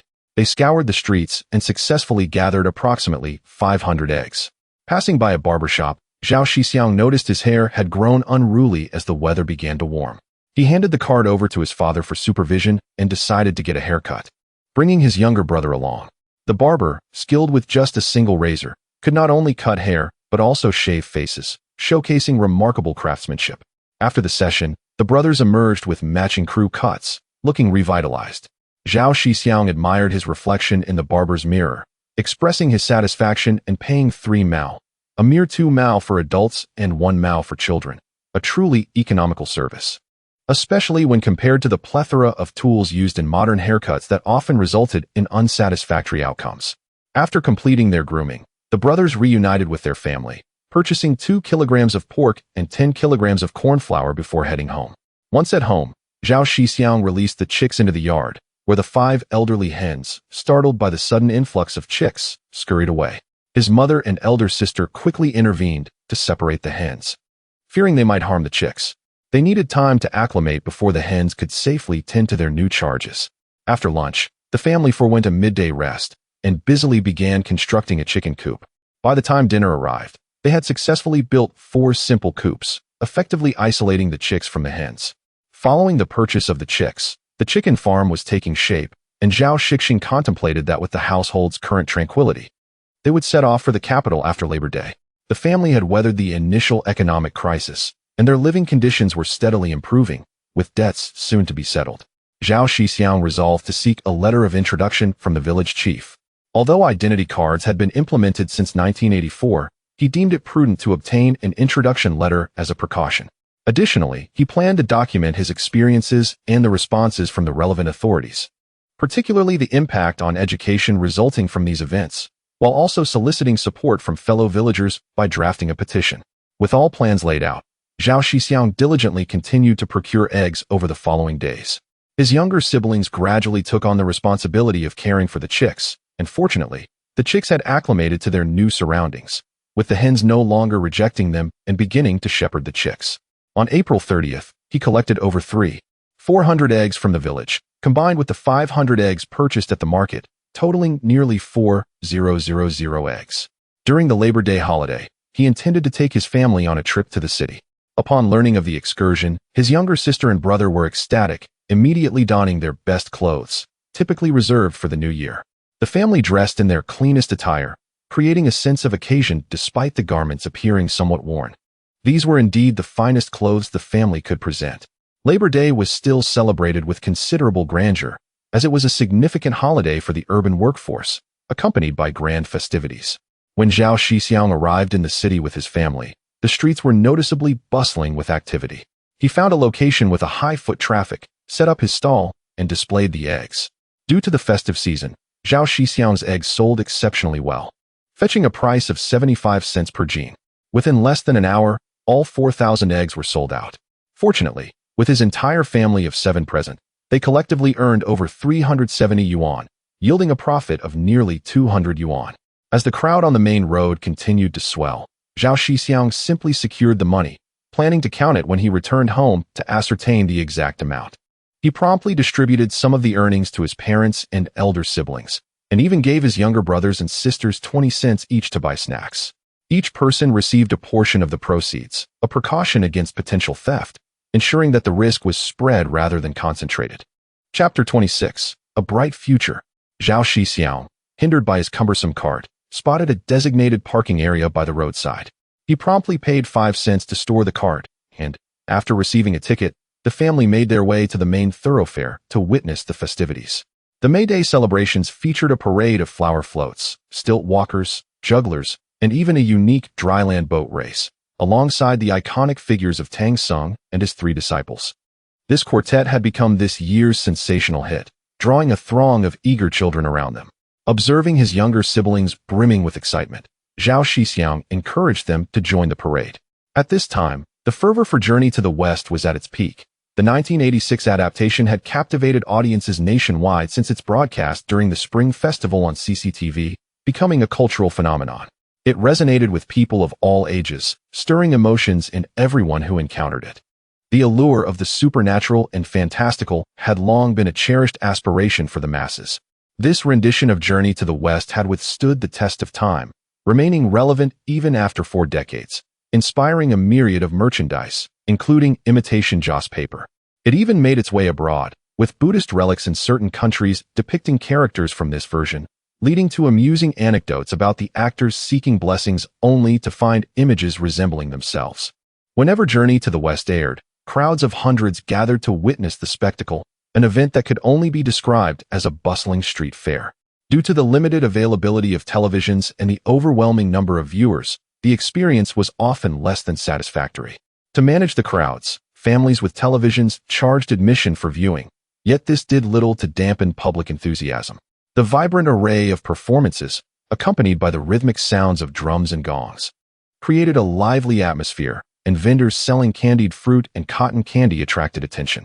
Zhao Shixiong purchased several treats for his siblings, ensuring each received 2, instantly making them the envy of the other children, with a candied fruit in one hand and cotton candy in the other. The grand celebration continued until the afternoon, and as the event neared its conclusion, many attendees lingered, reluctant to depart. After waiting for about an hour, as the crowd began to thin, Zhao Shixiong reclaimed the stored cart and, pushing it alongside his family, navigated through the streets. Soon, they arrived at a department store just as the weather began to warm. They ventured inside to purchase some Decilion fabric, ideal for summer clothing. Though cloth rationing had ceased in 1984, necessitating tickets in many places, smaller cities like Bailing still required them. Due to the high production of Decilion, it had become the only fabric available without tickets, albeit at a price of 1 yuan per foot, with 4 feet sufficient for a complete outfit. Zhao Shixiong estimated that 28 feet would suffice, allowing for extra fabric for his younger siblings. After selecting the fabric, he handed it to his elder sister, who received it with a bright smile, her excitement palpable. It had been years since the family had new clothes, but with his brother's recovery, their fortunes were improving, and life was beginning to look hopeful. After giving the fabric to his sister, the two set off to find the rest of the family. Suddenly, they heard a commotion nearby. Soon, they spotted their father in the gardening tools section, having purchased 2 sickles and 2 hoes to replace their worn-out tools, which had dulled over the years. A sharp tool would undoubtedly enhance their efficiency. After all, one must sharpen the axe before chopping wood. Reuniting with their father and elder brother, the 4 set out to locate their mother and younger siblings. Unexpectedly, they heard voices nearby. Realizing their mother and younger siblings were helplessly surrounded by onlookers, caught in an awkward situation, Zhao Shixiong felt a premonition wash over him. Could it be that a classic scenario was unfolding? The legendary trope of being bullied while shopping had come to life, with the protagonist needing to use the restroom, leaving the family vulnerable to mistreatment, only to return and confront the bullies. Believing he was well-versed in such plots, Zhao Shixiong and his elder brother burst through the crowd to reach their mother and siblings, urgently inquiring about the situation. The younger siblings, seeing their brothers arrive, felt a sense of security. After much back and forth, the story was finally clarified. It turned out that while their mother and siblings were examining products, a saleswoman, seemingly agitated for reasons unknown, had begun to lash out at customers, wearing a scowl that suggested a personal grievance. Perhaps her frustration stemmed from having to work during the festivities, unable to partake in the celebrations herself. A young shopper, drawn to an item, approached the saleswoman to inquire about the price, only to be met with hostility, escalating into a physical altercation that inadvertently involved the younger siblings. Zhao Shixiong exhaled in relief. Thankfully, they were unharmed, realizing he had been overly anxious, allowing his imagination to run wild. As the crowd grew, the altercation subsided, yet the saleswoman remained audacious, loudly proclaiming her superiority, boasting about her position in the sales hierarchy, and dismissing the young shopper with disdain. At that moment, the security personnel from the department store, led by Zhao Shixiong, the sales director, arrived on the scene. Fresh from watching the performance, he had just returned to his office when he was alerted to the disturbance. Infuriated by the reports of a fight, he immediately summoned security to manage the situation and disperse the crowd while seeking to understand the circumstances. Realizing that the cause was one of his employees, he was left speechless. Wang Xiaofang, known for her lack of tact, had now faced the consequences of her sharp tongue, which brought him a sense of satisfaction. He summoned the saleswoman and ordered her to apologize to the young man. Upon seeing the director, Wang Xiaofang felt a twinge of fear but remained obstinate, retorting that it was the shopper's fault for merely inquiring without purchasing. Upon hearing these words, the young man became agitated and exclaimed, "You inquire about the price of an item, and yet you resort to insults. Is there no sense of justice left?" After Zhang Xiangdong grasped the situation's intricacies, he insisted that Wang Xiaofang offer an apology. Reluctantly, Wang Xiaofang complied with a half-hearted apology. Observing that Wang Xiaofang continued her obstinate behavior, Zhang Xiangdong's anger flared. "Wang Xiaofang, do you wish to keep your position? While I cannot dismiss you, I can certainly arrange for a transfer to a less desirable role." Upon hearing this, Wang Xiaofang immediately shrank back and sincerely apologized. Following the resolution of this matter, Zhang Xiangdong garnered widespread acclaim from the public, with many applauding and praising his sagacity as a leader. Once the farce concluded, everyone returned to their respective tasks. Zhao Shixiong and his family strolled around once more, only to find nothing more to purchase before exiting the mall and heading home. On their way back, the family recounted the day's amusing events, expressing both anger and a desire to supplant the sales clerks, for in that era, being a worker still held a certain prestige. Moreover, during this period, the social standing of sales clerks was notably elevated, so much so that it could be found within the pages of the Xinhua Zidian. Zhang Hua was accepted into Daida University, Li Ping enrolled in a technical school, and I worked as a sales clerk in a department store. We all had bright futures ahead. This was the definition found in the Xinhua Zidian. However, from that point onward, the societal status of most sales clerks would steadily decline, sinking ever lower. Chapter 27. Journey to the capital for the examination. Zhao Shixiong and his family pushed their cart, chatting and laughing along the way. By the time they arrived home, the sun was beginning to set in the west. His mother carefully stored the purchased Deek Liang fabric, planning to sew clothes with his elder sister when they found some free time in the coming days. There was plenty of fabric for everyone, allowing each family member to receive a set. And the younger brother and sister even got an extra piece. With summer approaching, the coolness of the Deek Liang fabric would be perfect for the warm weather. The happiest among the family were undoubtedly the younger brother and sister. Having always worn hand-me-downs from their older siblings, they were finally getting their own new clothes. The eldest brother placed the newly bought sickle and hoe in the shed to the west, found 2 wooden sticks, attached the hoe, and secured it with nails to prevent it from slipping. Each family member busied themselves with their own tasks during the evening meal. In the following days, Zhao Shixiong helped his family weed and water the crops, occasionally checking the growth of the watermelons. Fortunately, despite the dry weather, the temperatures remained warm, conducive for the seeds to sprout. The watermelon field, located near the river, was easy to irrigate, and overall, the entire patch was flourishing. As for the chicks, they had completely adapted to life at the Zhao household. The mother hen led her chicks, scurrying around the yard. The younger siblings were delighted to care for the chicks, counting them daily. Unfortunately, 3 or 4 chicks had died due to their inability to adjust, leaving the 2 children saddened for quite some time. However, when the chicks were cremated in the ash of the cooking stove, they emerged as a few charred black packages. Zhao Shixiong, upon knocking off the outer layer, sampled one, finding it surprisingly tasty. The younger siblings, witnessing their brother's actions, cried for the adorable chicks, yet, unable to resist the allure of the food, they joined in, commenting that it could use a bit of salt.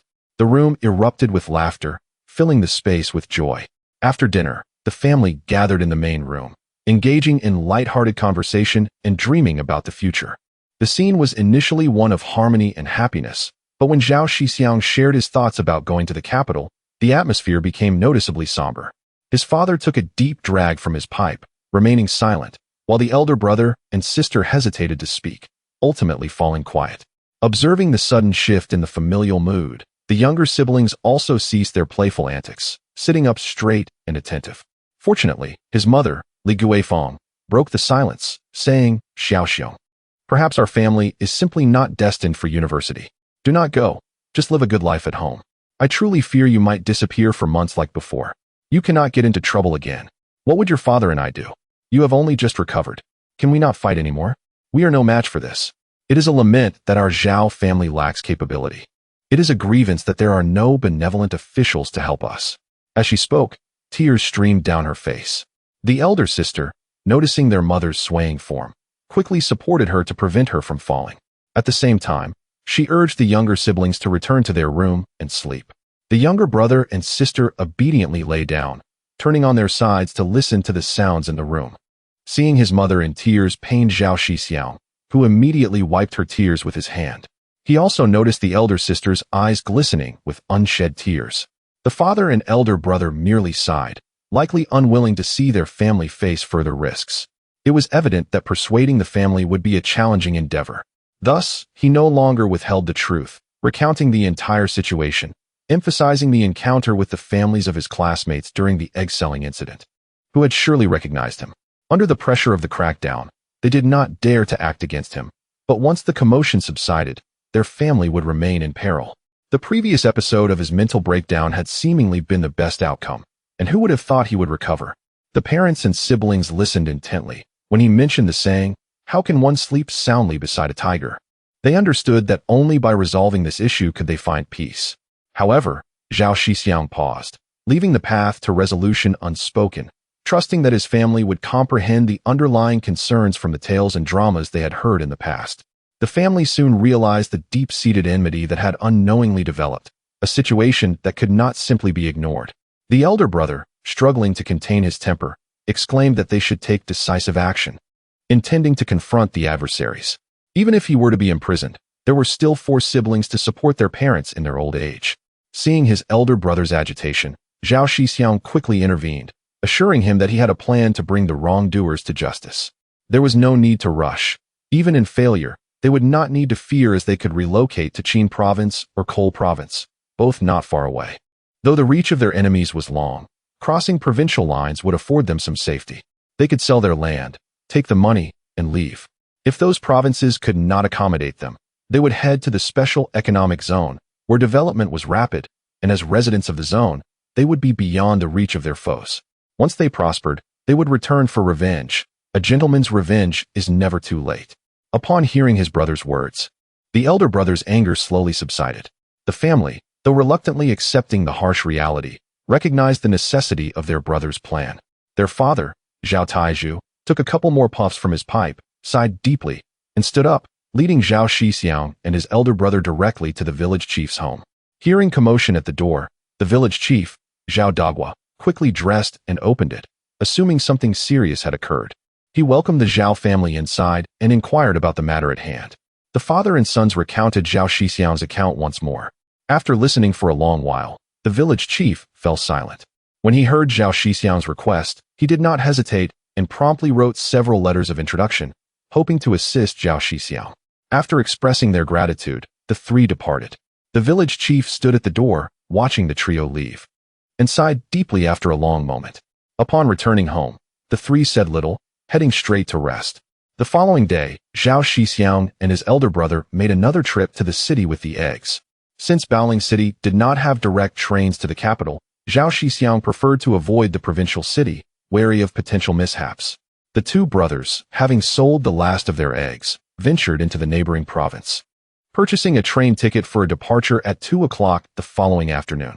They anticipated arriving in the capital around 10 o'clock, pondering the fact that this place was seldom more than 1,000 kilometers away, yet the train journey would take an astonishing 20 hours. This sluggish pace made Zhao Shixiong long for the high-speed rail of his previous life. Upon their return that evening, Zhao Shixiong imparted many instructions and took note of the village committee's phone number, vowing to inform his family of his safe arrival. The following morning, his mother prepared a hearty meal of dumplings filled with chives and pork, adhering to the saying, "Dumplings before the journey, noodles upon return." After savoring the dumplings, his mother and elder sister stuffed Zhao Shixiong's luggage with a dozen eggs and steamed buns, advising him to exercise patience in times of trouble and to remain cautious while away from home. They also handed him 200 yuan. Zhao Shixiong quickly declined, claiming he had enough, yet his mother insisted, saying that a poor family should keep a wealthy path. Heeding her words, Zhao Shixiong nodded solemnly, reassuring her, "Do not worry, mother, I will take care of myself." After organizing his belongings and securing his provisions, Zhao Shixiong tucked the letter of introduction close to him and stashed the money in his underwear pocket. His elder brother accompanied him to the train station, only returning home after seeing him off. As Zhao Shixiong boarded the train, he waved farewell in the direction of his brother's departure. This journey to the capital for the examination was a pivotal moment. Success would bring fame and fortune, while failure would mean leaving his hometown behind. Chapter 28.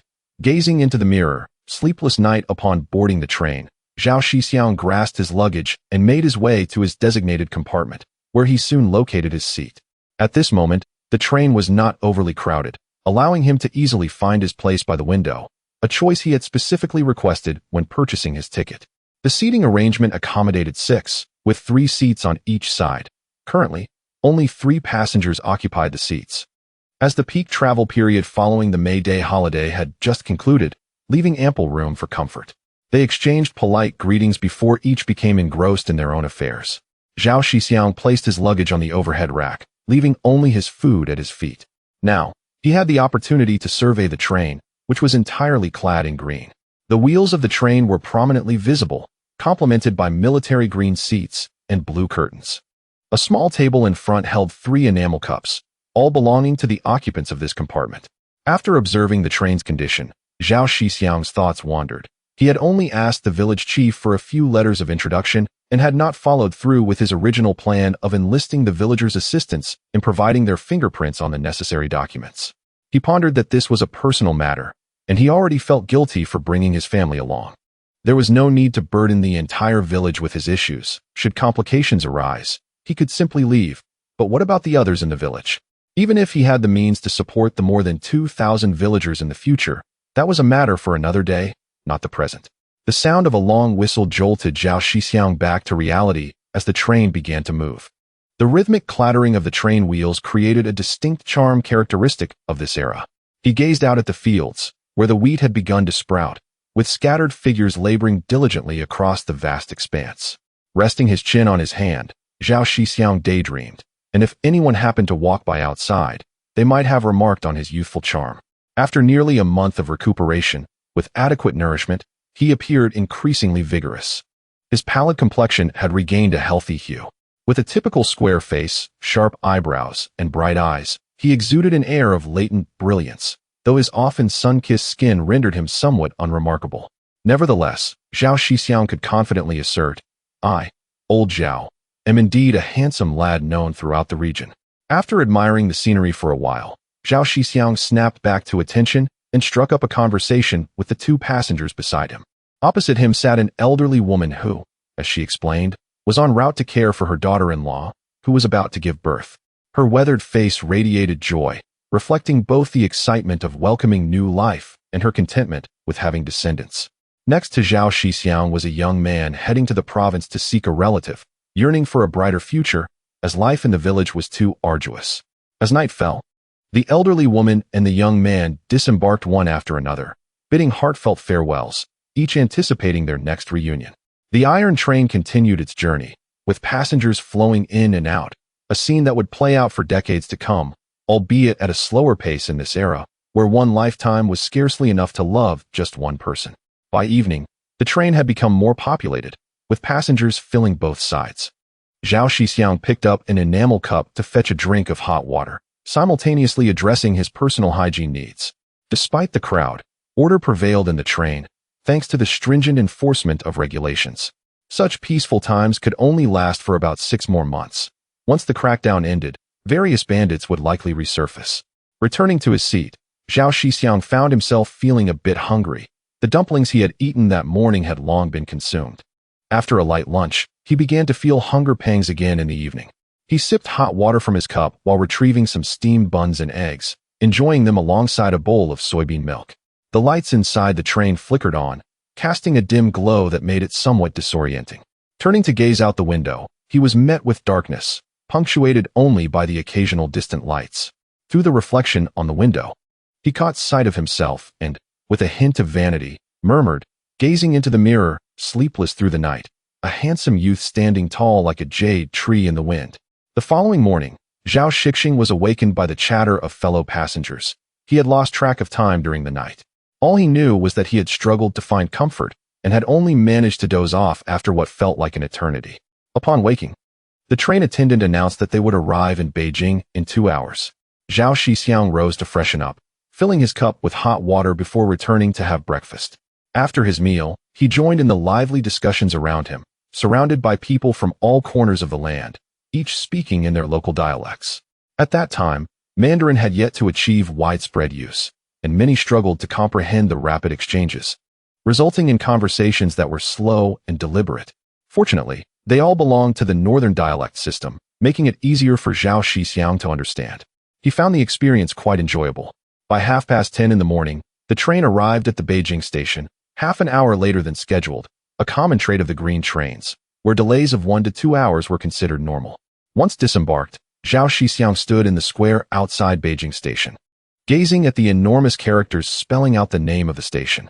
He became momentarily lost in thought, recalling his own arrival in the city years ago as a young drifter. It felt surreal to revisit the same location across different times and circumstances. Taking a deep breath, Zhao Shixiong made his way to the bus station to consult the route map, aware that decades had passed and many bus and subway lines had been established.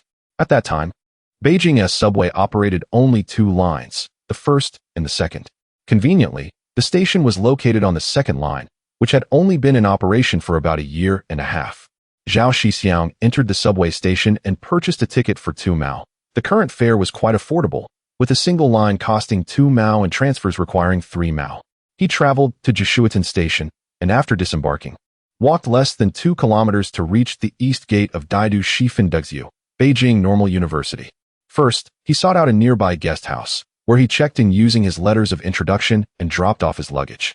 After a long day on the train, he felt the need to freshen up, so he took a shower and changed into clean clothes before stepping outside. Beijing Normal University, established in 1902 as the normal school of the Imperial University, boasts a rich history of 84 years and is one of the first 10 key universities in China. As Zhao Shixiong walked through the campus, he observed many students hastily moving about, books tucked under their arms, a palpable atmosphere of academic diligence surrounding him. Gazing upon the student Zhao Shixiong before him, a deep sense of envy arose within. He too should have been among their ranks, yet fate had other plans. At this moment, Zhao Shixiong stood on the campus, and one could not help but admire this young Zhao for his remarkable prowess. He gained admission to this esteemed institution on his first attempt and, in his second, secured a place at Daidu, the foremost university in the nation. The title of first is contested, as both institutions assert their primacy. To claim the third position would necessitate the competition of at least a dozen other schools for that honor.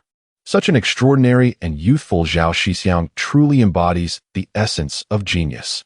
Naturally, he is also entitled to gaze into the mirror and ponder sleepless nights. Chapter 29. A new arrival on campus and the discovery of good friends. Regrettably, although Xiao Zhao possessed remarkable abilities, the 2 schools were not devoid of their share of unsavory alumni. Indeed, it could be said that they were equally matched in their notoriety.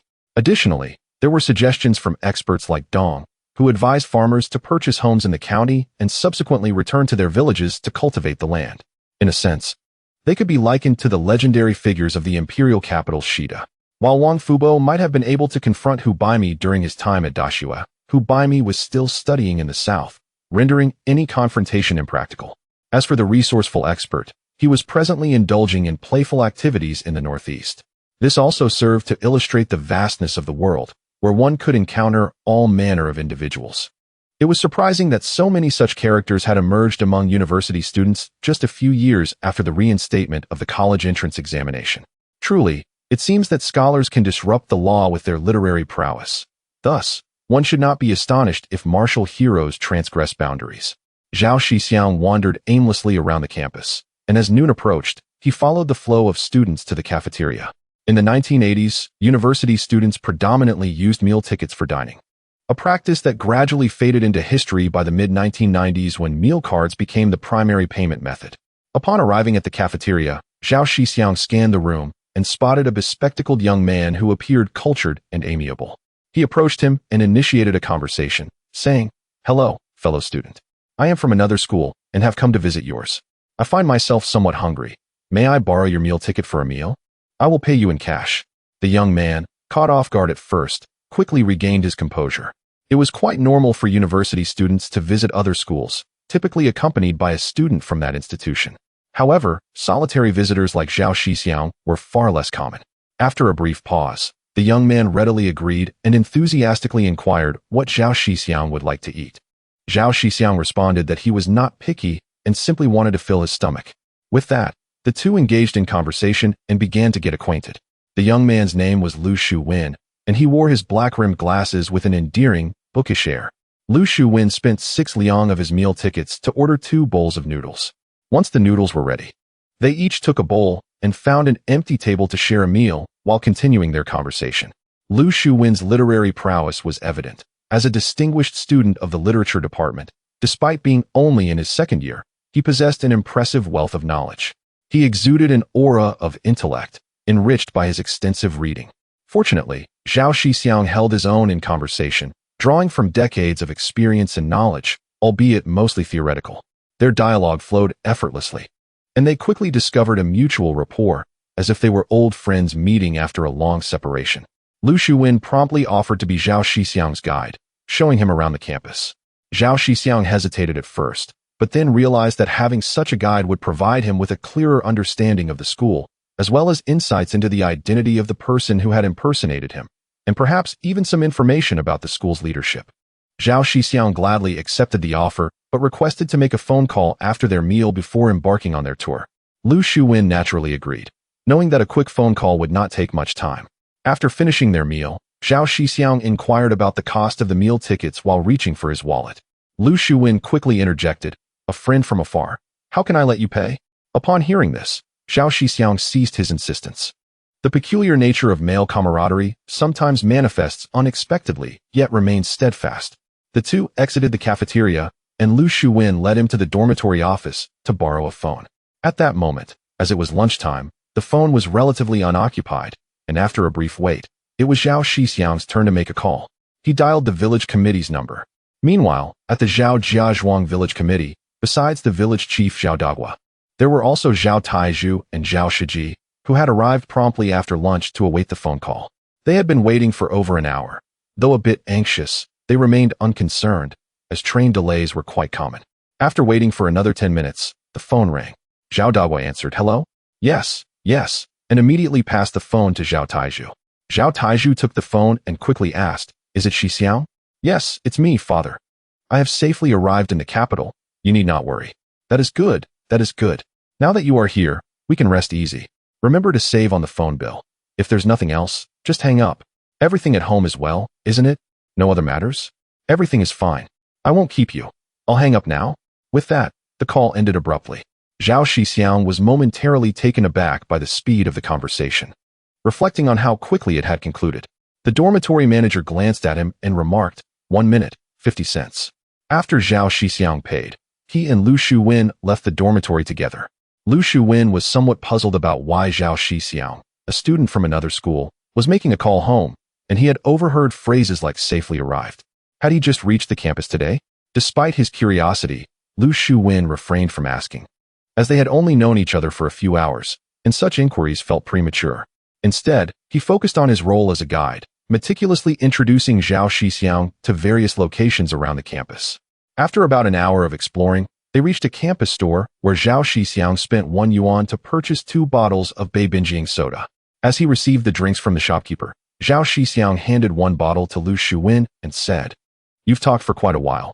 Have some soda to refresh your throat." Lu Shuwen intended to decline, but before he could protest, the soda was already opened.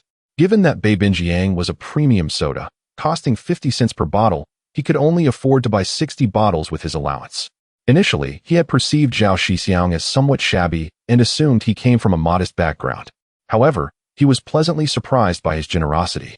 If Zhao Shixiong were merely being humble, it would be acceptable.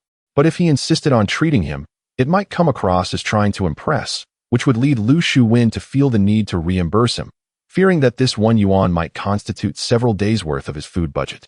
Chapter 30. Serious matters are paramount. As Lu Shuwen was lost in thought, Zhao Shixiong had already consumed most of a large bottle of beverage. Perhaps it was due to his lack of authenticity as a true Beijinger, but he could not discern any unique characteristics of the drink, which merely tasted like orange powder mixed with water. The chilled version was somewhat enjoyable, while the room temperature variant was rather mediocre. He could not distinguish any notable differences between the current Bei Bing Yang and the one that had vanished and reformed, as they both seemed identical to him and were rather exorbitantly priced. At this moment, Lu Shuwen began to sip his drink, presenting a much more refined image than Zhao Shixiong. Eventually, the two finished their beverages and returned the glass bottles to the owner. Since they had consumed the drinks on site, they did not require a deposit for the bottles. After leaving the shop, they continued to meander about, growing somewhat weary. Spotting a bench by the roadside, they took a seat to rest. Zhao Shixiong contemplated inquiring more about the prominent figures at their school, hoping to uncover some clues. Unfortunately, the individual who had replaced him was so inept that he hardly deserved any recognition, leaving Zhao quite disappointed. Zhao Shixiong listened intently to Lu Shuwen's explanations, particularly attentive when the name Qi Gong was mentioned. After all, it was a rare pleasure to hear a familiar name, evoking a sense of encountering living history. Regrettably, Zhao Shixiong did not possess extensive knowledge about Qi Gong, only aware of his exceptional calligraphy skills. After conversing with Lu Shuwen for an entire afternoon, Zhao Shixiong perceived a hint of idealism in him, reminiscent of a poet. Those engaged in literature often envision everything in a beautifully optimistic light. The 1980s were indeed an era of poetry. Some say that during the initial stages of the reform and opening up, there was a nationwide spirit of idealism, with everyone brimming with passion. At that moment, another idealist, the one who penned the lines facing the sea, with spring blossoms, was traveling through Qinghai and the snow-capped mountains.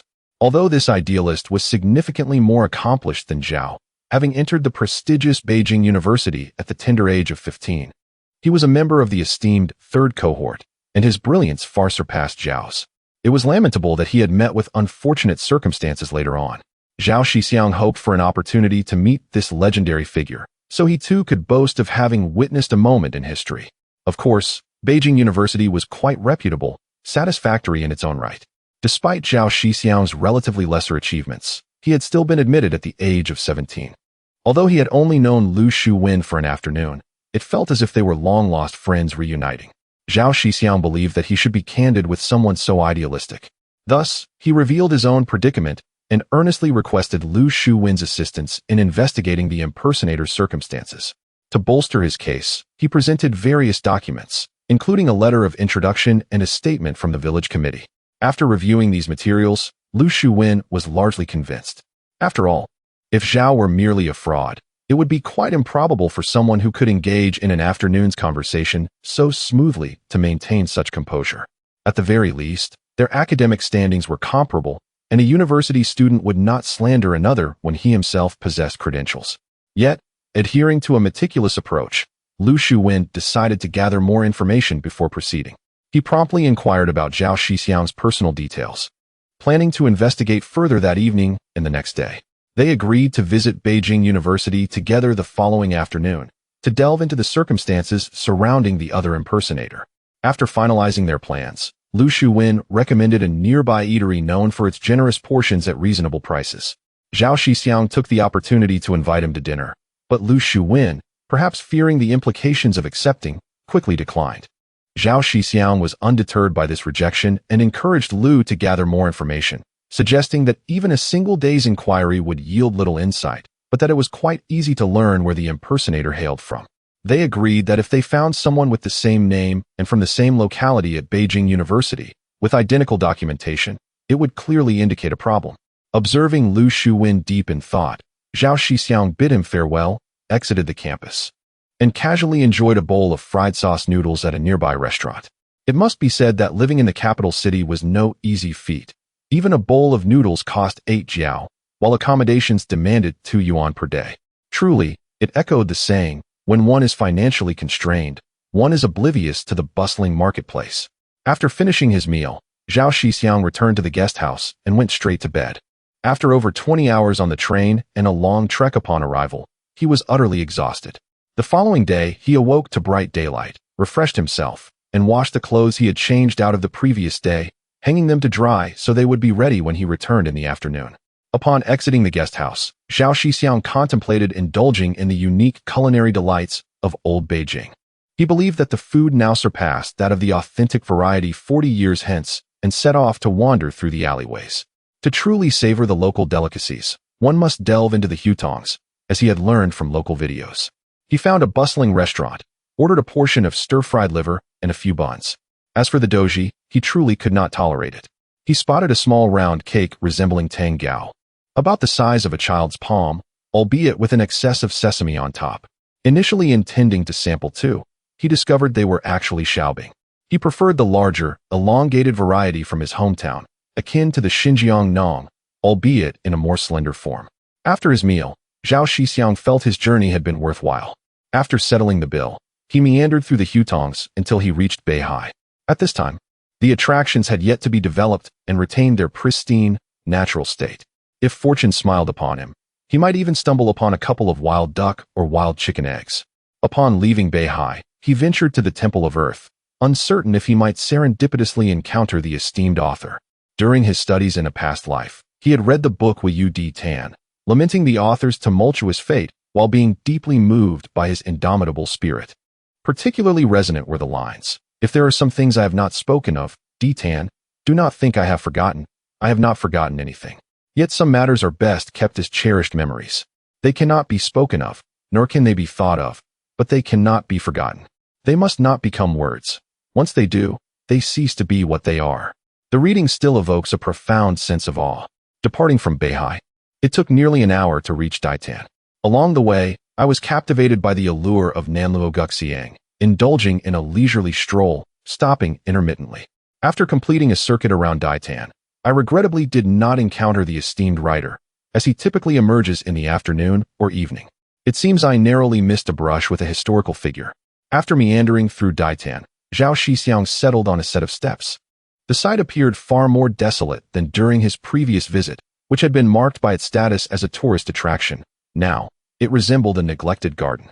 As he observed the sunlight filtering through the tree canopy, casting dappled shadows, Zhao Shixiong found himself momentarily lost in thought, suddenly recalling that he was here to seek justice, not merely to witness the legacies of historical luminaries. It would be wise to focus on the pressing matters at hand. Once those are resolved, there will be ample time to indulge in melancholy reflections and the pursuit of elegance.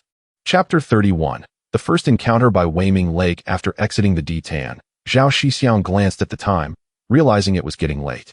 He had a quick lunch before retracing his steps. Upon returning to the guest house, he noted that it was already past noon. After a brief wash and a moment of rest in his room, he made his way to the campus to await Lu Shuwen. Arriving at the spot where they had parted the day before, Zhao Shixiong sought a shaded area to sit. It was now May, and the weather in the capital had warmed considerably. At this hour, the heat was particularly intense. Before long, he spotted Lu Shuwen approaching with a lively gait. The manner in which Lu walked suggested that there was promising news to share. Once they met, the two took their seats, each on opposite sides. Lu Shuwen appeared much more enthusiastic and promptly relayed the information he had gathered. Despite sharing the same name and hailing from the same region, their reputations and abilities starkly contrasted with the standard expectations of university students. During this period, the National College Entrance Examination utilized a uniform question paper for all candidates, with varying admission score thresholds across provinces. It wasn't until 2001, following a lawsuit by 3 valiant warriors from Shandong, that provinces began to gradually adopt independent examination papers, aiming to obscure discrepancies and provide a veneer of equality. Thus commenced a period of self-sustaining development. As they conversed, the two exited the school gates and arrived at the Taishizafen bus stop. Shortly thereafter, the 331 bus arrived, and Zhao Shixiong purchased a ticket solely for himself. Given that the 331 route was a suburban line, the starting fare was double that of the city. The journey from Taishizafen to Daijing University encompassed around 10 stops, with the initial fare set at 20 cents. Upon entering Daijing University, the library came into view at the end of the central axis leading from the east gate. They walked toward the teaching building, inquiring along the way until they located the Department of Economics and the classroom where the economics course was held. Coincidentally, There was a class scheduled for the afternoon, and the two of them decided to attend. As they entered the classroom, Zhao Shixiong spotted the imposter, Zhou Dalan, seated at the back with an air of indifference. It was difficult not to notice him, as his demeanor starkly contrasted with that of the other students in the room. The sight of an enemy naturally provoked intense emotions, yet Zhao Shixiong managed to suppress his anger, understanding that an outburst would only alert his adversary and render his efforts futile. He motioned to Lu Shuwen to find a vacant seat away from Zhou Dalan's line of sight, ensuring that the imposter remained oblivious to their presence. Remarkably, Zhou Dalan seemed unaware that Zhao Shixiong had come to confront him. Perhaps the time lapse had caused him to become accustomed to his role as Zhao Shixiong, having impersonated him for 3 years. Zhao Shixiong had previously studied fine chemistry, capable of crafting lipsticks and soaps. However, his knowledge of economics was somewhat superficial, gleaned from a few years of stock trading and mutual fund investments, which provided him with a general understanding of profit points. He recognized the origins of the domestic stock market, including the concept of stock subscription certificates. While his understanding of global economics was limited, he was aware that a financial collapse loomed in the coming years, which presented an opportunity to profit from foreign exchange and short sell when the time came. After the class concluded and Zhou Dalan departed, Zhao Shixiong remained seated, appearing to review the material. While internally processing his emotions, Lu Shuwen inquired with a few nearby students about the imposter's situation. The responses were scant, indicating that his academic performance had been mediocre. Initially, he had scored well upon entering the university, but his grades had plummeted, with several failures that raised doubts about his graduation prospects. This revelation bolstered Lu Shuwen's confidence, and he sought further details about Zhao Shixiong, receiving information that mirrored what he had learned the previous day. To gather a more comprehensive understanding, Lu Shuwen approached additional classmates, and the accounts remained consistent. At this juncture, Lu Shuwen was convinced that the individual before him had indeed been replaced, not just once but twice. The audacity of such an act was infuriating, prompting him to consider confronting the university administration to expose the deceptive facade of the impersonator. As Lu Shuwen approached Zhao Shixiong, he found him sitting in a daze, his eyes vacant, seemingly lost in his own thoughts. Choosing not to disturb him, Lu quietly took a seat beside him, waiting for Zhao Shixiong to regain his composure, reflecting on the profound disappointment that must be weighing on him. Once a promising talent, he had become a mere pawn in someone else's game, tragically betrayed by an imposter. After approximately 10 minutes, Zhao Shixiong finally regained his senses, his eyes slightly reddened as he suppressed his tears. Noticing Lu Shuwen beside him, he nodded, and together they exited the classroom. They arrived at Weiming Lake, named by the esteemed scholar Qian Mu during his tenure at the university. Located in the northern part of Daijing University, it stands as one of the institution's most iconic landmarks. In the southwest corner of Weiming Lake lies a vividly carved stone fish, originally a decorative piece from the old summer palace, which was purchased by alumni in 1930 and gifted to the school. Daijing University, established in 1898, is recognized as China's first national university and is revered as the nation's highest institution of learning, as well as one of the most significant universities in Asia and the world. At Daijing University, there is a humorous saying that refers to the iconic trio of structures, the Zata Tower, Weiming Lake, and the Daijing Library, collectively dubbed Yida Hutu, which cleverly plays on the humorous phrase Yida Hutu. Two individuals sat by the shores of Weiming Lake. To the east, they beheld the shimmering lake and the reflection of the tower. To the west, they admired the setting sun over the Bell Pavilion. To the south, they gazed upon the verdant hills and woodlands. And to the north, they surveyed the silhouettes of towering buildings. Everywhere was infused with poetic charm. After a prolonged silence, Zhao Shixiong broke the stillness and inquired, "What have you discovered? As you mentioned, they have indeed gone too far. How could they act in such a manner?" "It is utterly disgraceful," Lu Shuwen replied, filled with indignation. "Rest assured, I will certainly assist you. What do you need me to do?" "Simply inquire about your school's stance on the matter. Once I have the outcome, I shall decide accordingly. I hope you can keep this confidential." With that, Zhao Shixiong extended his right hand. Observing the situation before him, Lu Shuwen also reached out his right hand, and their hands clasped firmly together. Chapter 32. The Aspirations of Youth. Boldly striking out, Zhao Shixiong and Lu Shuwen clasped hands firmly, exchanging knowing smiles that conveyed unspoken understanding. After releasing their grip, the pair began to explore the campus of Daida Dashue, initially strolling around Weiming Lake, where they encountered numerous students engaged in various activities, including a poetry society event. The 1980s undoubtedly marked an era of poetry. Even within the university's confines, possessing a personal representative work was a remarkable achievement, elevating one to a status akin to a celebrity. Respect was bestowed upon those who walked the grounds, regardless of their destination. When reminiscing about the 1980s, one cannot overlook the dual prominence of Qigong and poetry. The fusion of these two gave rise to the emergence of genius poets. The Poetry Society's activities offered a glimpse into the vibrant spirit of Daidadashua, a manifestation of youthful exuberance and aspiration. Their journey continued to the Boya Tower, culminating at the entrance of the university library. Unfortunately, lacking student identification, they could not enter to peruse the books, merely wandering around the exterior.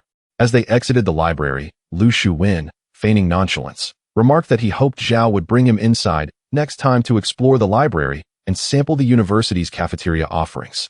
Zhao Shixiong nodded emphatically, assuring him that he would certainly do so. After their somewhat chaotic tour, the duo made their way to Yinyuan, where Daidadashua often became synonymous with the name. Observing Zhao's uplifted spirits, Lu felt a significant weight lift from his own heart. Though they had known each other for less than a day, their conversations flowed effortlessly, creating a sense of camaraderie as if they were old friends. Lu struggled to comprehend the concept of identity theft. Why would one assume another's name to pursue education? Stealing someone else's life ultimately renders oneself a mere counterfeit, destined to remain a shadow while the true individual leaves their mark. Zhao Shixiong recognized Lu Shuwen's confusion, understanding that the sorrows of humanity do not resonate universally. He succinctly explained the rationale behind identity theft. Upon assuming a false identity, one gains admission to university, becomes a student, and secures a promising future upon graduation. The allure of a monthly stipend was secondary. The true value lay in the identity of a university student. The sacrifices made were merely a name change for a few years, after which they could return to their hometowns and reclaim their true names. They climbed to the pinnacle of success on the stolen paths of others, while the rightful individuals suffered from hunger and hardship. Most victims of identity theft hailed from humble beginnings, mere pawns in a game dictated by the whims of the powerful. Lu Shuwen listened, astonished, as Zhao Shixiong articulated these chilling truths with disarming ease. The revelation struck Lu as horrific, shattering the idealistic vision he held of the world. Zhao, having sensed Lu's idealism upon their initial meeting, worried that his words might provoke distress. He quickly reassured Lu, suggesting that remedies existed. Resolving this issue could deter a wave of unscrupulous individuals and serve as a beacon of hope for countless students. Although complete prevention was unlikely, it could significantly curtail the rampant corruption. The current climate of rigorous enforcement promised that the law would soon mete out justice. Zhao adeptly shifted the conversation to soothe Lu's troubled thoughts, striving to preserve his sense of hope and shield him from disillusionment. The phenomenon of identity theft in education merely represented a microcosm of a broader societal issue, one that had garnered significant attention and prompted stringent corrective measures. Though perpetrators faced consequences, these penalties paled in comparison to the decades of benefits they reaped. True power brokers disdain identity theft. They exploit regulatory loopholes during college admissions, ensuring their children's advantage by displacing deserving candidates. An instance of this injustice was experienced by a member of a prominent boy band, Kang Tongxue, who, despite excelling in both academic and artistic examinations in 1988, was unjustly denied his rightful place due to underhanded maneuvers. The second-ranked candidate, a girl with a formidable family background, was spared the same fate due to her father's influential position. Kang, though from a working-class family, was fortunate to have a wise father who intervened, securing a favorable outcome. However, countless others languished in obscurity. As a child of farmers, Zhao Shixiong, despite his academic prowess and admission to a prestigious university, lacked the familial connections that would shield him from exploitation. To those in power, he was merely low-hanging fruit, an opportunity not to be missed. Resistance seemed futile. Even the slightest pushback would yield little consequence, a mere slap on the wrist in the grand scheme of things. Understanding this underlying logic, Zhao resolved to devise a strategic plan, determined to amplify his voice and draw attention to this issue, advocating for comprehensive reforms from the top down. Riding the wave of intensified enforcement, he aimed to ensure that those guilty of identity theft faced severe repercussions, rooting out the problem once and for all. Chapter 33. The commencement of action. Once again, Lu Shuwen was infused with vigor, his eyes gleaming with hope, as he continued to nurture his idealism. It is my fervent wish that his personal tribulations do not shatter the utopia he envisions. Awakening to reality should not be a burden he must bear alone. After all, in the beginning, Zhao Shixiong merely sought a meal, yet unexpectedly, their meeting blossomed into a cherished friendship, akin to a serendipitous encounter long overdue. As the duo exited the gates of Daida University, the sun had already begun its descent in the west, and they boarded a bus back to Daidu Normal University. Upon parting at the school entrance, Lu Shuwen pledged to discreetly gauge the school's stance in the coming days. Zhao Shixiong shared the details of his lodging at a guest house, inviting Lu to reach out should he require assistance. In the ensuing days, Zhao Shixiong traversed the city, visiting various press agencies to identify suitable newspapers for publishing his story. He sought out renowned journalists known for their candidness in previous lifetimes, only to discover that those he remembered had yet to enter the field. Thus, he resorted to inquiring among the locals near the newspaper offices for information. After 3 days of diligent inquiries, Zhao Shixiong settled on 4 newspapers: Daida Youth Daily, Huaxia Youth Daily, Legal Daily, and Guangming Daily. He reached out to each, presenting newsworthy insights that piqued their interest. Subsequently, he arranged a meeting with the reporters from these 4 publications at a tea house for a more in-depth discussion. On the appointed afternoon, Zhao Shixiong arrived early at the designated venue and awaited the arrival of the 4 journalists. After ordering a pot of tea, he graciously poured a cup for each reporter.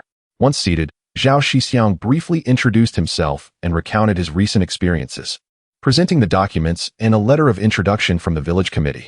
The journalists perused the materials, expressing keen interest and sympathy for Zhao Shixiong's plight. They assured him that, should the information he provided prove accurate, they would seek compensation from their respective newspapers as a reward for his cooperation. Given that the impostors were currently in the capital, the reporters indicated they would verify the information before proceeding further. Zhao Shixiong understood their cautious approach. Journalists, though often regarded as kings without crowns, commanded a degree of respect from various institutions. Naturally, the standards for journalism in this era were high, necessitating thorough investigation and fact-checking.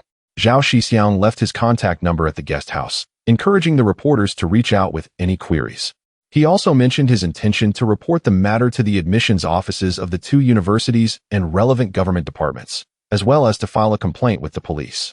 He expressed his belief that media oversight would expedite the resolution of the situation. The reporters assured him they would follow the developments closely, wishing him success in his endeavors. After an hour of discussion over tea, during which they grasped the intricacies of the situation, the journalists departed promptly. Following their farewell, Zhao Shixiong returned to the guest house. Exhausted from the past few days, he intended to rest but unexpectedly succumbed to slumber, awakening only when night had fallen. As he prepared to venture out for a meal, he fortuitously encountered Lu Shuwen, who had come searching for him. Learning that Zhao Shixiong had yet to dine, he accompanied him to the campus cafeteria, where they ordered a bowl of noodles. While Zhao Shixiong ate, Lu Shuwen briefly recounted the developments of the past 3 days. His initial inquiries had proven challenging. While similar issues existed at other institutions, they were nearly non-existent at theirs. Even if there were grievances, without a victim to advocate, the school would not take it upon itself to investigate. The lack of progress made Lu Shuwen hesitant to approach Zhao Shixiong. However, fortune favored the diligent as he consulted a well-regarded professor within the institution who advised him to report directly to the admissions office, a method deemed simple and effective. Overjoyed by this revelation, Lu Shuwen hurried to share the news with Zhao Shixiong, leading to their previous encounter at the guest house. Expressing his gratitude for Lu Shuwen's information, Zhao Shixiong resolved to take action the following day. He cautioned Lu to maintain discretion regarding the matter to safeguard his future, suggesting they limit their meetings until the situation had settled, after which they could celebrate together. Frankly speaking, even if he were to fail, he could simply depart. Lu, on the other hand, was just a sophomore with 2 years until graduation. If this issue were to jeopardize his prospects, Zhao Shixiong would be deeply troubled. Moved by Zhao Shixiong's counsel, Lu Shuwen felt a surge of admiration for his composed demeanor, especially given the difficult circumstances. Though he was 2 years Lu's senior, he appeared far more mature.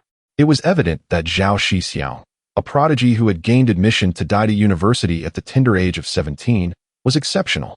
In contrast, Lu felt like a mere firefly striving to compete with the brilliance of the moon, acutely aware of his own limitations. Perceiving Lu Shuin's thoughts, Zhao Shixiong remarked nonchalantly that having waited 3 years, a few more days would not matter. Patience was essential, as hasty actions could lead to failure. Lu Shuin, taking this to heart, acknowledged the wisdom in his words.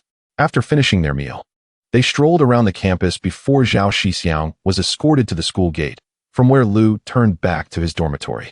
Standing at the entrance, Zhao Shixiong watched Lu Shuin fade into the distance, silently wishing him well. Chapter 34. Entering the tiger's den alone. As Zhao Shixiong stepped out of the school gate, the sky had already darkened considerably. At this moment, the capital appeared to be suspended in time. The streets were desolate, shrouded in darkness, with dim streetlights casting elongated shadows. Observing all this, Zhao Shixiong felt a wave of nostalgia wash over him. He looked up at the sky and was pleasantly surprised to see a multitude of stars. With a light heart, he returned to the guest house. The next day, upon awakening, Zhao Shixiong took his documents and headed directly to 8 Yuelon South Street in Xiqing District. As he attempted to enter, he was stopped by the security guard who requested a letter of introduction.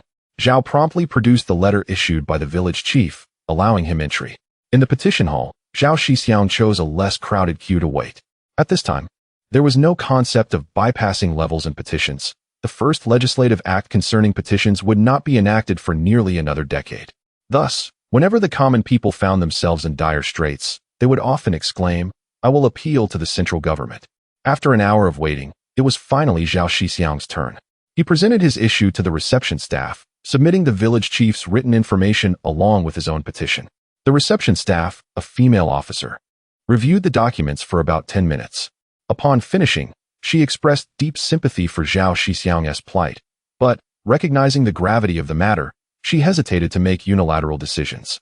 She then took Zhao Shixiong to the reception room, advising him to wait a moment while she reported to her superiors for further instructions. Zhao Shixiong nodded repeatedly, assuring her, "Comrade, please do not rush. I have waited 3 years. What is a little more time? Thank you for your assistance." Hearing his words, the reception officer felt an increased sense of admiration and sympathy for Zhao Shixiong's circumstances. After leaving the reception room, she promptly went to the office of the leadership, presenting all of Zhao Shixiong's materials to the leader. Upon receiving the documents, the leader began to read them. Shortly thereafter, his expression turned grave, and he slammed the table in fury, exclaiming, "This is utterly outrageous. Is this how Baoling City conducts its affairs? Are so many lives considered expendable? How dare they persecute the pillars of our nation? Xiao Yi, come with me. We need to meet this Zhao Shixiong and hear his account." The reception officer, startled, quickly replied, "Of course, Director Yang, please follow me." In less than half an hour, Zhao Shixiong, who had been waiting in the reception room, saw the return of the reception officer. Accompanied by a middle-aged man dressed in a Zhongshan suit, whose piercing gaze seemed capable of penetrating the depths of one's soul. The reception officer introduced, "Comrade Zhao Shixiong. This is our head, Director Yang. You may address any concerns to him." Director Yang scrutinized Zhao Shixiong for a moment, noting that Zhao's gaze did not waver. This impressed him, leading him to adopt a more amiable demeanor. "Comrade Zhao, is the information you provided accurate? If it is discovered that you have fabricated any details, the consequences will be severe." "Of course it is true. Should any falsehood be found, I would willingly lay down my life to prove my innocence." "Very well, please elaborate on the entire sequence of events. Be factual and avoid fabricating anything. Trust that our nation will render you justice." Zhao Shixiong commenced recounting his story, from the absence of news following his first college entrance examination, to his decision to repeat the year, and finally, his realization of the truth during a meeting at the Education Bureau. He detailed how the village chief advocated for him, leading the militia to apprehend 2 individuals, who were then to be publicly judged, only for them to emerge unscathed.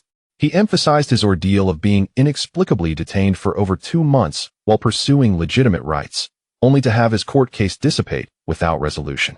The emotional toll had driven him to madness for 3 years, nearly leading his family to ruin. Despite seeking treatment at the county, city, and provincial hospitals, his condition remained unresolved, while the impostors lived lavishly, enjoying lives that rightfully belonged to him. Just a month prior, having regained his composure, he sought to confront the 2 families responsible for his plight. To Zhao Shixiong, It was imperative to resolve the situation, yet the families remained ambiguous. Failing to deliver on promised job placements, seemingly intent on prolonging his suffering. With no alternatives left, he had come to the capital seeking assistance from the state.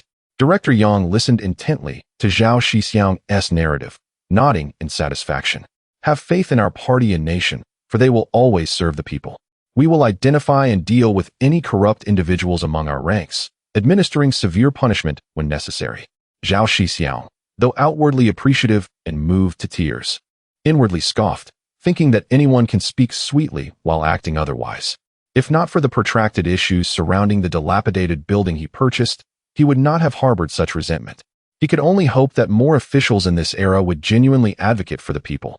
If all else failed, he would have to escape with his family, returning to seek vengeance once he achieved success. Seeing Zhao Shixiong's fervent response, Director Yang was pleased and inquired further about the situation in Baoling City. Zhao Shixiong perceived this as a significant issue, especially given the solid evidence. It was clear that powerful figures were backing the corruption. The entire city seemed deaf to the grievances, leading Zhao to suspect a systemic collapse of integrity within Baoling.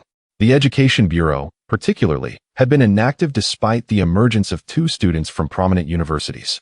The educational achievements should have been remarkable. However, due to this incident, the dropout rate soared above 90%, with barely 1 in 10 students remaining in school. The local populace felt hopeless and abandoned their studies, while the Education Bureau made no response whatsoever.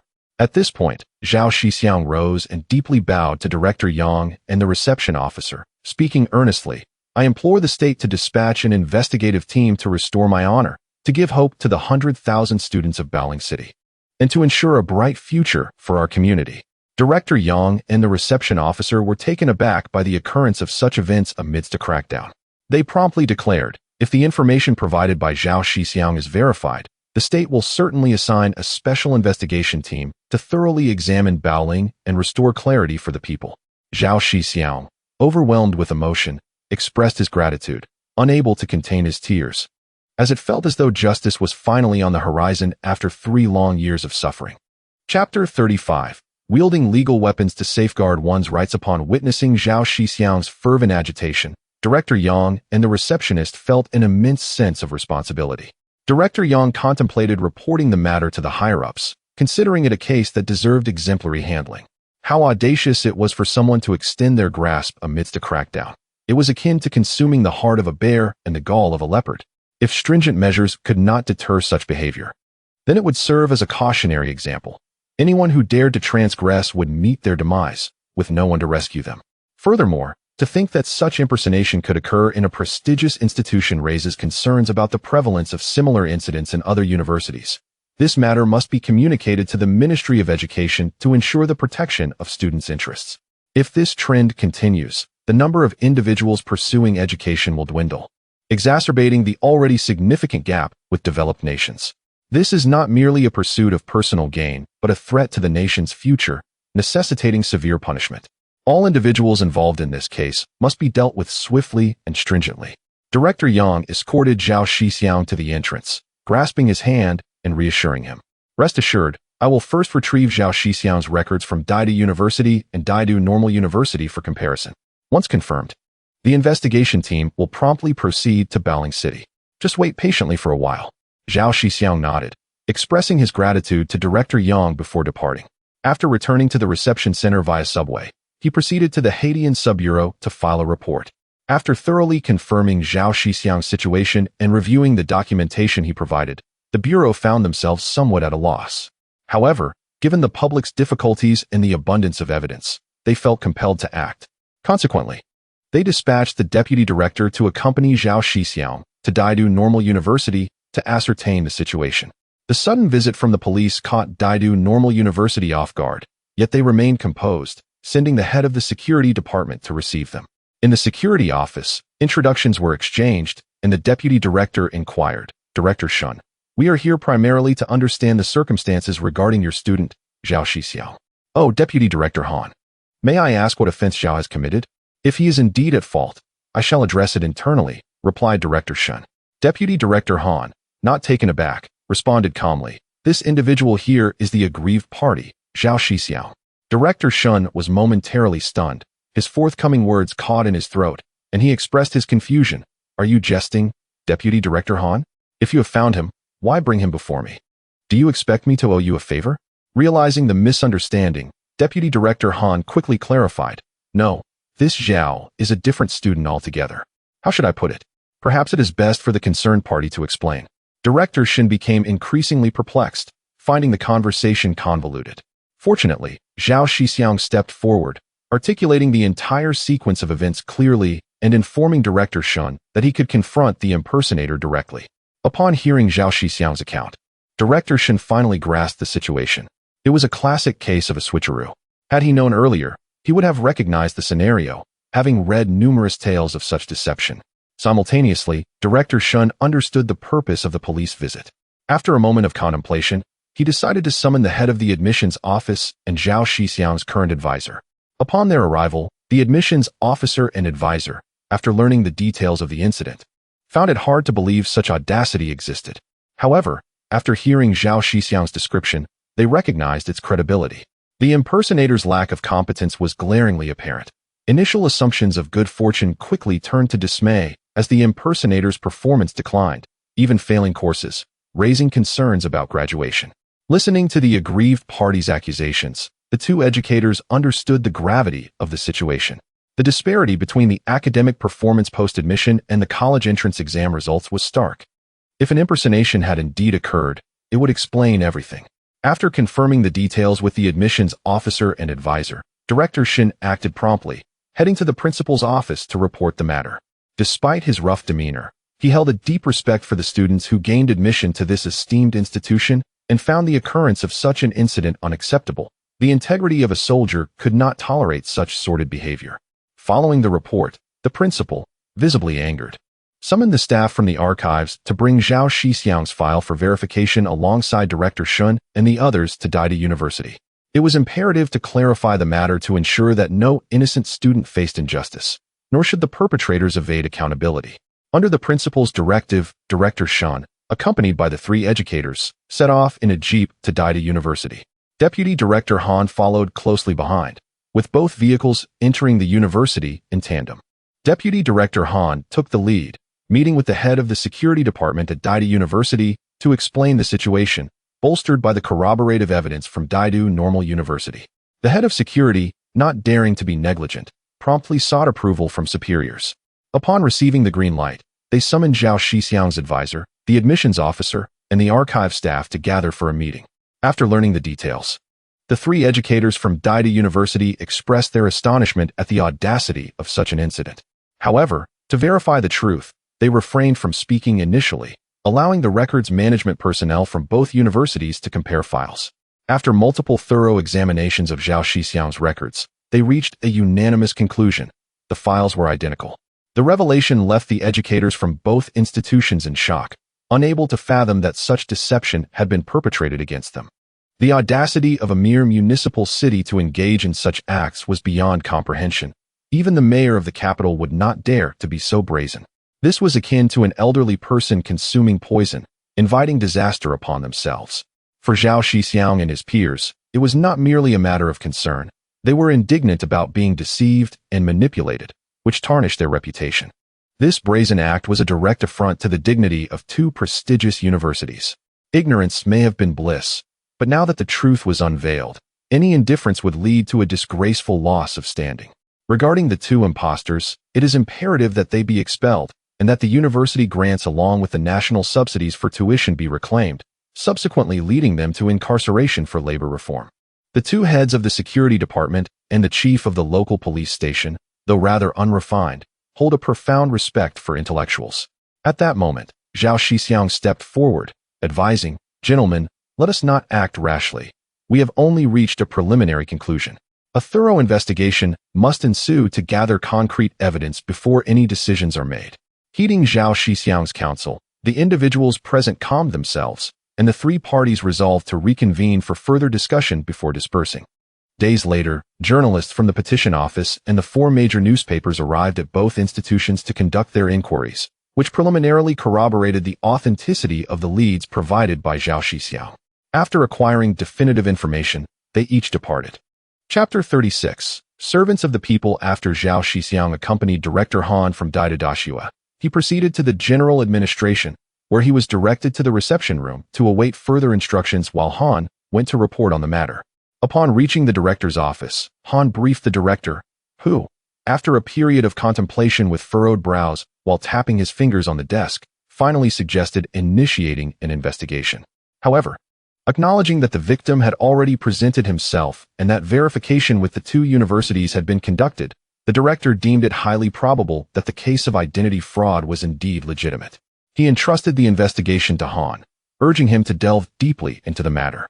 Yet, he cautioned that those bold enough to engage in such deceit likely possessed significant backing. Therefore, it was imperative to assess the situation discreetly. If the perpetrators were merely insignificant players, they should be swiftly dealt with. Han nodded in understanding, realizing that his earlier indignation at the university had been somewhat performative.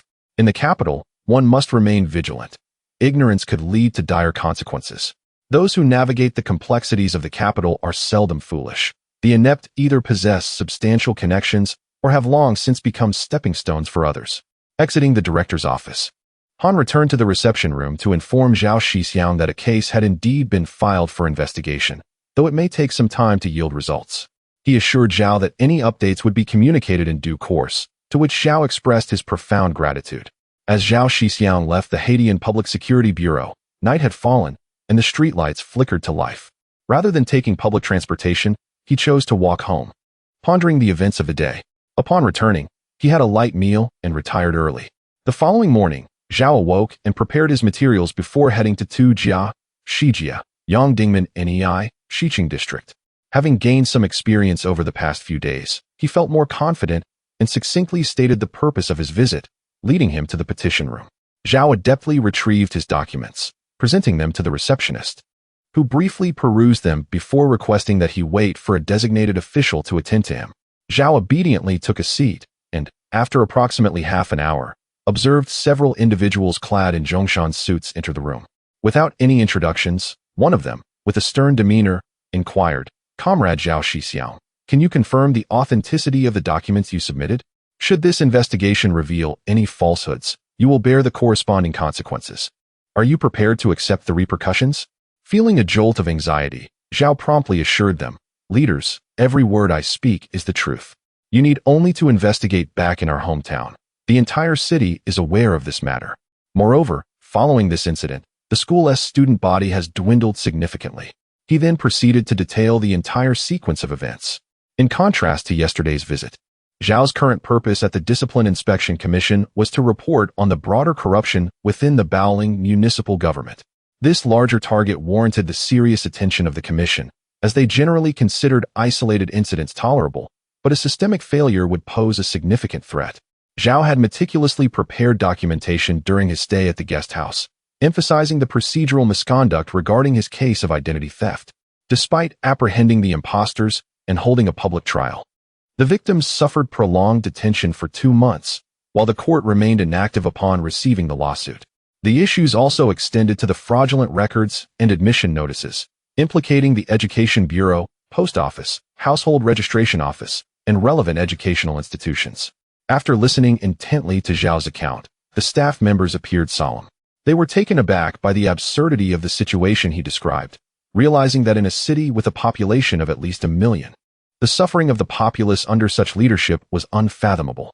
Exchanging glances, one of them led Zhao to another reception room, advising him to wait for a moment. Once Zhao was settled, the staff convened to discuss the allegations he had presented. Within half an hour, they reached a conclusion and dispatched a representative to report to their superiors. Following the review, the leadership promptly approved the dispatch of an investigative team to Baoling City, emphasizing the need for discretion in their operations and suggesting they explore potential involvement from provincial officials to gauge the depth of the issue. In this era, serving the nation was the prevailing ethos. Amidst both external and internal challenges, citizens were diligently striving to contribute to the country's development.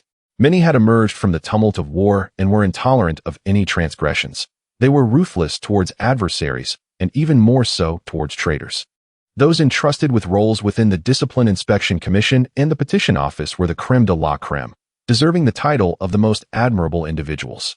Shortly thereafter, Zhao received a response stating that an investigative team would be dispatched the following day to Baoling City. Surprised by the swift efficiency, Zhao bowed repeatedly in gratitude. Upon exiting the office, he could scarcely believe his fortune, nearly colliding with a wall in his distraction. Having experienced the struggles of his previous life, Zhao was acutely aware of the integrity of those he had just encountered. He had initially planned to leverage media scrutiny to compel action, but this unexpected turn of events significantly improved his chances of success, alleviating the burden on his parents and family. In the ensuing days, Zhao continued to fill in any gaps in his investigation. He visited the police bureau again and learned that the Haitian precinct had established a special task force, while both universities had formed working groups. This news provided him with a sense of reassurance. During this period, representatives from a newspaper contacted Zhao to arrange a meeting at the same tea house as before. Arriving at the appointed time, Zhao was pleased to find that, having verified the incident's authenticity with the two universities, the representatives were now more amicable towards him. Several newspapers are currently planning to establish a special report, led by editor Wang from Guangming Rebao, with renowned journalists from 3 other prominent newspapers joining the endeavor. They have arranged to set off together with Zhao Shixiong in 2 days to conduct an investigation in Baoling City. As they bid farewell, the journalists inform Zhao Shixiong that he need not purchase a ticket, as they will convene at the Beijing station. Zhao Shixiong did not anticipate that this trip would yield such a delightful surprise, especially considering the ticket price of 20 yuan, which is not insignificant. Chapter 37 Farewell. After receiving accurate news from the newspaper, Zhao Shixiong was filled with immense excitement. Compared to this moment, other matters seemed trivial. At this time, the news media held the highest prestige in the hearts of the common people, and advertisements had not yet begun to dominate the newspapers. Their credibility was at its peak. Journalists of this era were pure in their intentions, striving to be close to the scene and return with the most authentic news. Most reporters were driven by a sense of mission. A story might not be profitable, and they might even incur losses, but they could never betray their conscience. They were undoubtedly aware of Zhao Shixiong's situation, knowing it lacked monetary gain, and could even offend the leaders of Baoling City and the province, yet they remained resolute. In the face of darkness, the pursuit of truth was paramount. Moreover, if this endeavor proved successful, it would surely be etched in history. To expose the first case of impersonation in universities following the reforms, merely contemplating it sent shivers of excitement through him. Upon leaving the tea house, Zhao Shixiong briskly made his way to the guest house, quickly packing his belongings with the intention of purchasing some local specialties to bring back to his family during the brief respite he had. That evening, he returned to Daidu Shifan Dashue to seek out Lu Shuwen, as he was soon to depart, and felt it necessary to bid farewell to his first friend in the capital, with whom he had shared such engaging conversations. In the evening, Zhao Shixiong found Lu Shuwen at the school. Lu Shuwen was thrilled to see him and immediately took him to the cafeteria, where they ordered a sumptuous feast of braised pork, fish-flavored shredded pork, braised eggplant, and meat buns, among other dishes. As they dined and conversed, Lu Shuwen inquired about Zhao Shixiong's progress. Upon learning of the favorable outcome, he was genuinely happy for his friend. After their meal, the two took a stroll around the playground, and Zhao Shixiong asked Lu Shuwen if he had many classes the next day. Upon discovering that Lu had no classes in the afternoon, he contemplated treating Lu to a meal as a token of gratitude for the assistance he had received over the past few days. Lu Shuwen quickly waved his hands in protest, insisting that Zhao had thought everything through himself and that he had not contributed significantly. As you mentioned, you approached the media and the Public Security Bureau, and even went to the supervisory authorities. I hadn't thought of any of that. At the very least, you informed me about the report to the school. Even if the matter was ultimately handled through the Public Security Bureau, it achieved the same end. Moreover, without you, I would have gone hungry when I first arrived in the capital. Hearing Zhao Shixiong's words, Lu Shuwen felt a deeper sense of appreciation. Even though he hadn't helped much, it was heartwarming to be remembered in such a way. He decided not to be overly modest and accepted Zhao Shixiong's invitation, agreeing to meet at the school gate after classes the next day. The following day, upon meeting, Zhao Shixiong first took Lu Shuwen to Baifang, a renowned roast duck restaurant located outside Qianmen. This establishment, a true time-honored brand, was founded during the Yongle period of the Ming Dynasty and has a history of over 600 years, predating Quanzhou by more than 400 years. Its roast duck is exceptional, particularly complemented by the famous couplet that speaks of its aroma, and the prices are quite reasonable. While a roast duck at Quanzhou costs 10 yuan, at Baifeng, it is merely 8 yuan. Authentic locals regard Quanzhou with disdain. If one desires roast duck, it must be from Baifeng, purely for its deliciousness, affordability, and authenticity. The reason Baifeng is less well known is simply due to insufficient promotion. Perhaps fearing that if too many people learned of it, they would face the agony of long queues. Seeing Zhao Shixiong lead him to such an establishment, Lu Shuwen immediately expressed his reluctance, stating that true friendships should be light and unburdened, and that hosting would impose a great expense on his friend. With his allowance, he could only afford to eat out 3 times a month, which felt excessively extravagant. Zhao Shixiong, recognizing Lu Shuwen's consideration, thought him to be a truly commendable companion. He insisted on ordering a roast duck, 2 bowls of duck bone soup, and a portion of savory meat. Lu Shuwen repeatedly tried to dissuade him, eventually managing to remove one of the chicken portions from the order. A roast duck weighing 3 to 4 pounds would suffice for the 2 of them, especially with the addition of the savory meat. During their meal, Zhao Shixiong expressed his gratitude to Lu Shuwen for his care over the past few days, remarking, "Tomorrow, I return home. It has been over 10 days since I arrived in the capital, and meeting you has been a stroke of fortune. Allow me to raise my cup in your honor, as a humble gesture of thanks." Lu Shuwen was momentarily taken aback by the news of Zhao's departure, feeling it was rather sudden. He inquired, "Have you resolved your matters? Can you return to study at Daidadashue?" "Not yet, but it will be soon. I will be heading back with a reporter from the newspaper tomorrow, and the investigation team from the Discipline Inspection Commission has likely already arrived at my home." "That is good to hear. Cheers to you, Zhao. Wishing you a smooth journey." With that, Zhao Shixiong handed Lu Shuwen a piece of paper bearing the address of his village and the village committee's phone number. Lu Shuwen carefully folded it and placed it in his inner pocket. The two then focused on other topics of conversation, thoroughly enjoying the delicious roast duck and savoring the exquisite savory meat, already anticipating their next encounter with the chicken. They spent an hour dining, and when Zhao Shixiong went to settle the bill, it amounted to a reasonable 10 yuan, considering it was a relatively upscale dining establishment. Exiting Baifeng, the atmosphere grew somewhat somber. Zhao Shixiong suggested they purchase some local specialties, to which Lu Shuwen readily agreed. The two spent the afternoon browsing, acquiring snacks, dried fruits, and the famous Jingba Jian, filling an entire large bag. By the time they returned to the school, night had fallen. They had a light meal, and Lu Shuwen helped deliver the specialties to the guest house before they parted ways. As they reached the entrance, Lu suddenly turned and said, "Take care, Zhao. Until we meet again." "Indeed, even if I cannot return to school, I shall take the examinations again. You know my capabilities. Within 6 months, we shall reunite, and I hope you will not be stingy then." "Haha, of course. The place will be of your choosing, and I shall cover the expenses. Farewell, Zhao." "Farewell." Chapter 38. The journey home. When Zhao Shixiong awoke the following morning, the sky was already bright. After more than a month since his return, significant progress had finally been made, which in turn improved his sleep quality.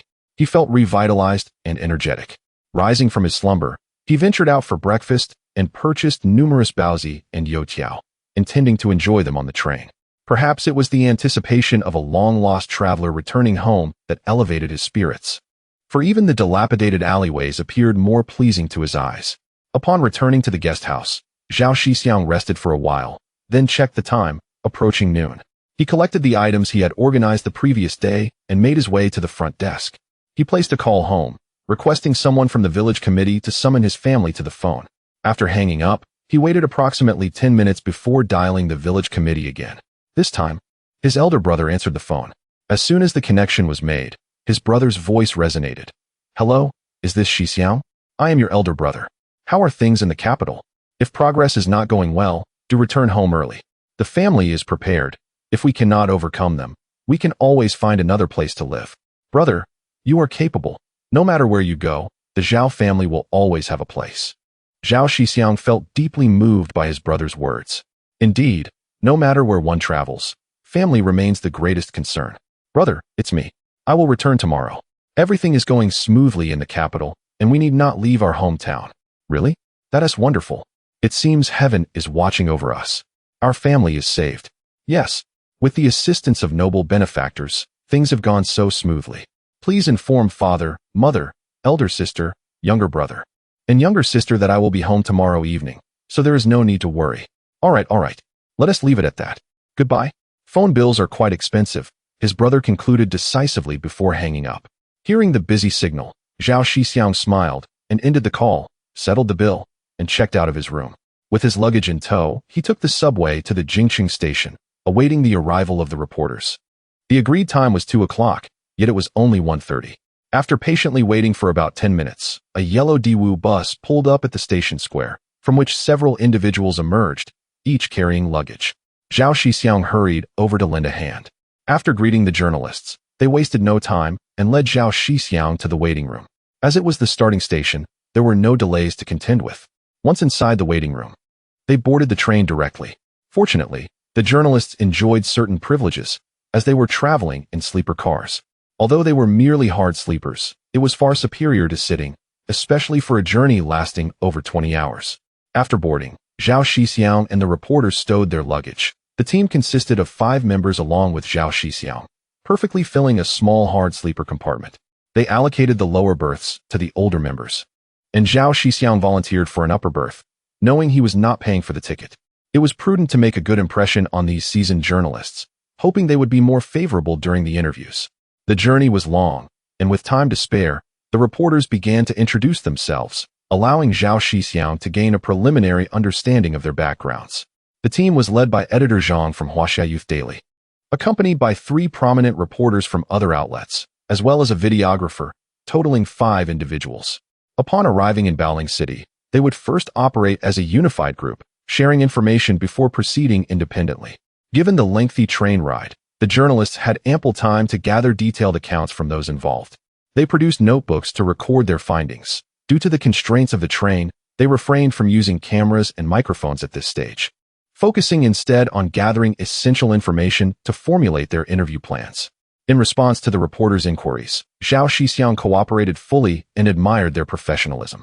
He recounted the entire sequence of events in detail, which could be summarized into several key points.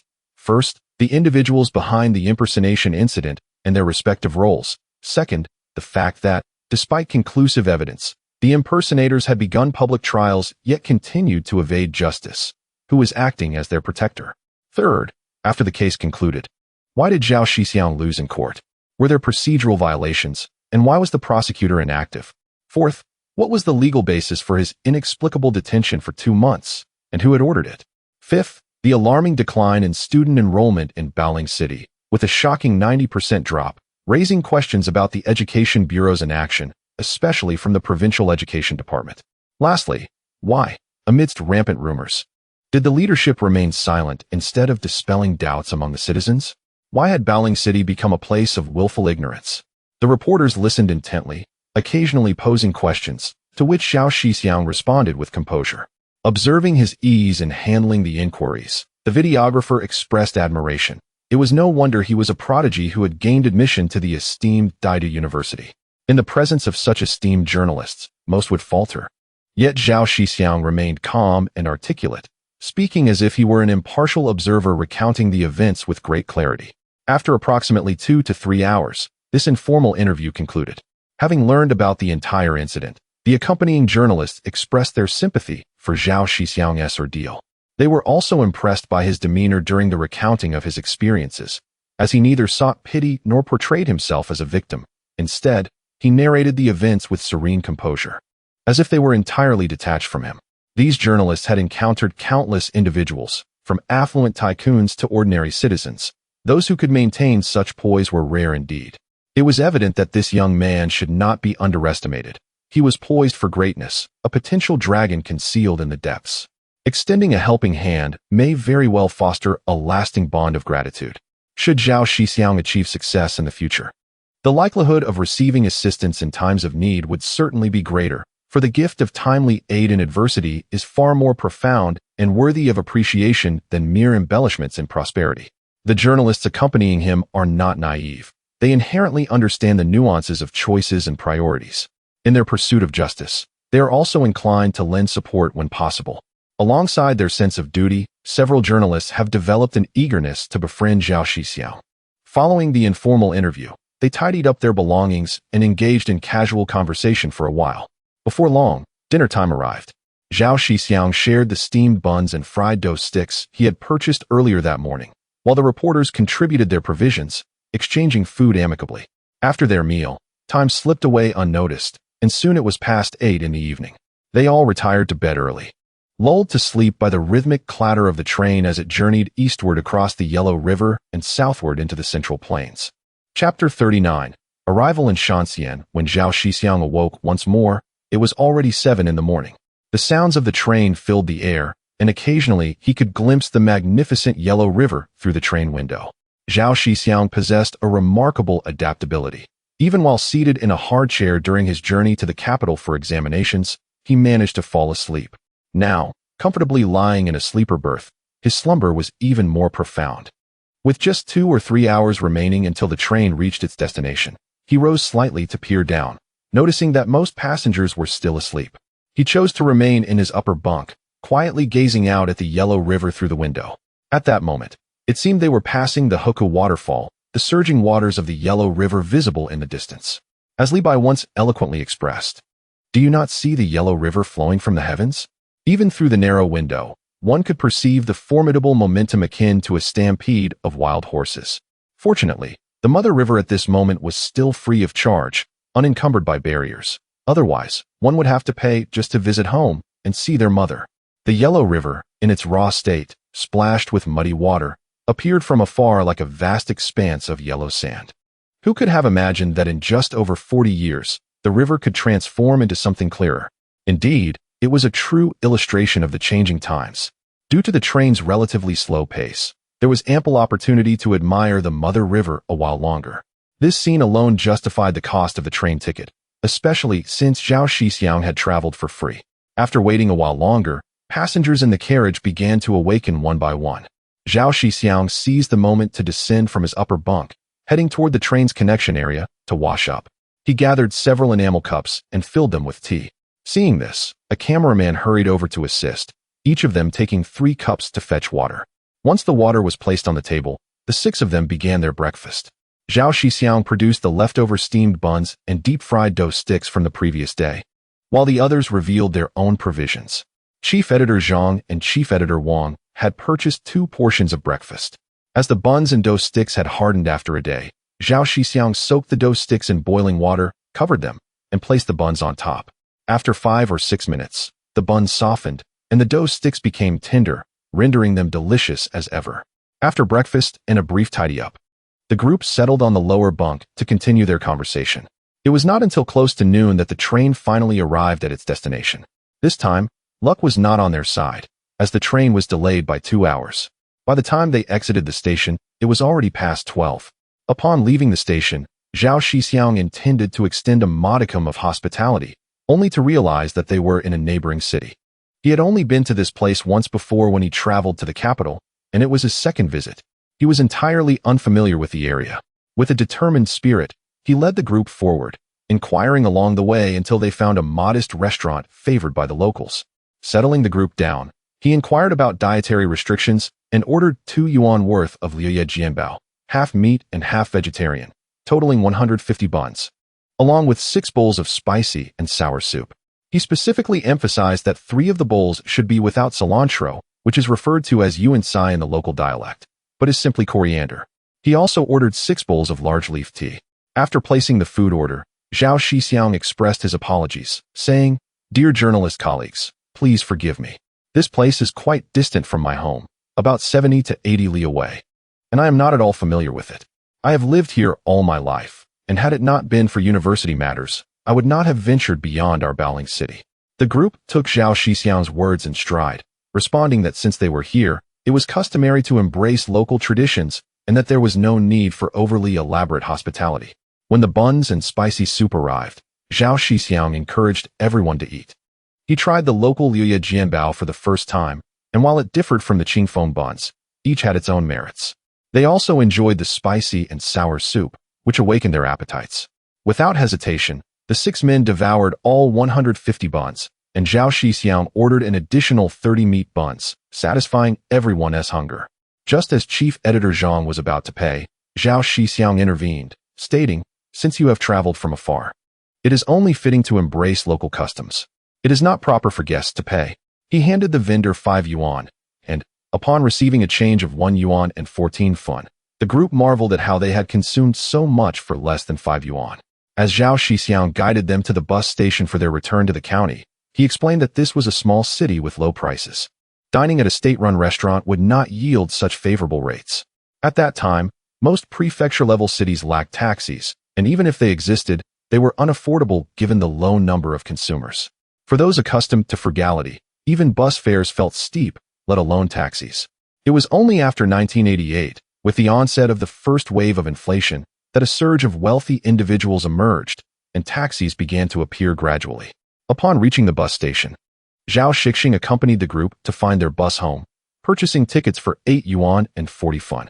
By 4 in the afternoon, they arrived in Shanxian, where Zhao Shixiong took the group to the county's guest house. After settling everyone in, he did not arrange any further activities, recognizing that they had traveled extensively and needed a good night's rest after a long journey. Zhao Shixiong also informed the journalists that they could independently conduct visits and investigations to uncover the truth, as first-hand information gathered through field research would carry the most weight. He urged them not to let his presence influence their judgments. If needed, they could visit Zhao Jiazhuang, which was not far, merely 10 li away. He provided them with the village committee's phone number and directions to Zhao Jiazhuang before taking his leave. After Zhao Shixiong departed, the journalists settled into the guest house and, when evening fell, ventured out for dinner. They took a stroll, discovering that the area was indeed quite underdeveloped, with few factories. The standard of living for the populace appeared average, with many individuals looking gaunt. However, the cost of living was notably low. Their only grievance was the absence of grain coupons. Dining out required paying a little extra. Nonetheless, even with that, prices remained very reasonable, leading the group to form a preliminary understanding of Shanxian. Upon returning home, Zhao Shixiong arrived just in time for dinner. The Zhao family had been aware of his impending return since the previous morning, and as a result, dinner was particularly sumptuous. Upon entering, Zhao Shixiong felt a wave of relief wash over him. Although he had only been away for a little over 10 days, it felt as if he had been apart for far longer. After all, those who cherish their homes cannot stray too far. Without familial bonds, perhaps he would have perished in madness long ago. Family truly is of paramount importance. Upon the return of the youngest brother, the elder siblings hurriedly approached, eagerly taking the luggage from Zhao Shixiong's hands, while the younger ones received the snacks and local specialties he had brought back. Zhao's father and mother stood at the entrance, gazing at their son. If time were to freeze at that very moment, the scene would undoubtedly be filled with warmth. The family gathered around the table for a meal, which had been specially prepared. Their mother had risen early to visit the market, procuring pork to make Zhao Shixiong's favorite dish, braised pork. Alongside it was a bowl of hand-pulled noodles, a delightful complement to the dumplings enjoyed on the journey. Thus, a harmonious cycle was completed. Chapter 40. Unrestrained and arrogant Zhao Shixiong gazed at the sumptuous spread before him, his heart brimming with emotion. Despite his mother's cooking being rather ordinary and having just consumed a hearty meal, he found himself yearning for 3 large bowls of the noodles and stir-fried dishes prepared by her. During the meal, the entire family eagerly served him dishes, even his youngest sister, who placed her favorite piece of meat into his bowl. As his bowl overflowed with food, Zhao Shixiong hastily intervened to prevent it from spilling. After the meal, Zhao Shixiong and his family sat in the courtyard, engaging in light-hearted conversation. He had left for Beijing on May 3rd, and today was the 17th, the 9th day of the 4th lunar month. Excluding the 2 days spent traveling, he had resided in the capital for a total of 12 days, incurring nearly 100 yuan in expenses. Fortunately, he returned just in time. Within 2 weeks to a month, the wheat would be ready for harvest, allowing him to partake in the busy farming season. Zhao Shixiong began recounting his experiences in the capital to his family, sharing the news about the journalists who had come to support him. As they listened, the family's anxiety began to dissipate. His mother, Li Guifeng, expressed her willingness to honor a longevity tablet in their home if he could clear his name. Zhao Shixiong repeatedly insisted that such gestures were unnecessary, but he could not dissuade her. He suggested that they should offer more prayers to the heavens, for without divine protection, they would not be enjoying their current circumstances. His mother accepted this notion with gratitude, as her faith in the divine often surpassed her belief in humanity. Zhao Shixiong further promised that when he was able, he would construct a temple and create a statue to honor the heavens, a gesture that would undoubtedly delight his mother. This was not only to please her, but also to express his reverence. After all, such surreal events had unfolded in his life, and as an atheist, it would be rather ludicrous to dismiss the possibility of divine influence. He mused that if he were to inadvertently offend the divine, it would result in dire consequences. Once he had reassured his mother, Zhao Shixiong inquired about the family's current situation. His father remained as taciturn as ever, embodying the typical demeanor of many fathers, quietly smoking his pipe. After a prolonged silence, he finally confirmed that the family was well and everything was as usual. The wheat harvest this year was promising, heralding a bountiful year ahead, and a smile gradually spread across his face, revealing a few large yellow teeth. His younger siblings chimed in excitedly, sharing that their chickens were thriving. After nearly a month of care, the chicks had grown significantly, expanding from the size of a child's fist to that of an adult's. Their chicken coop was becoming overcrowded, prompting their elder brother and father to claim a small hillside behind the house, where they planned to relocate the chickens in a few days and construct a small shelter for them. Zhao Shixiong affectionately remarked on his siblings' resourcefulness, suggesting that moving the chickens to the hillside would alleviate the burden of feeding them as much. He also proposed finding a neighbor with dogs to adopt a couple of puppies to guard the chicken coop. His siblings' eyes gleamed with excitement as they exclaimed, "Really? Second brother, I have always wanted to raise dogs, but mother never allowed it." Zhao Shixiong reassured them, "Do not worry. Mother will surely agree this time. Otherwise, you two will struggle to keep an eye on so many chickens." Their mother concurred, "Indeed, it is time to get dogs. If anything happens, their barking will alert us."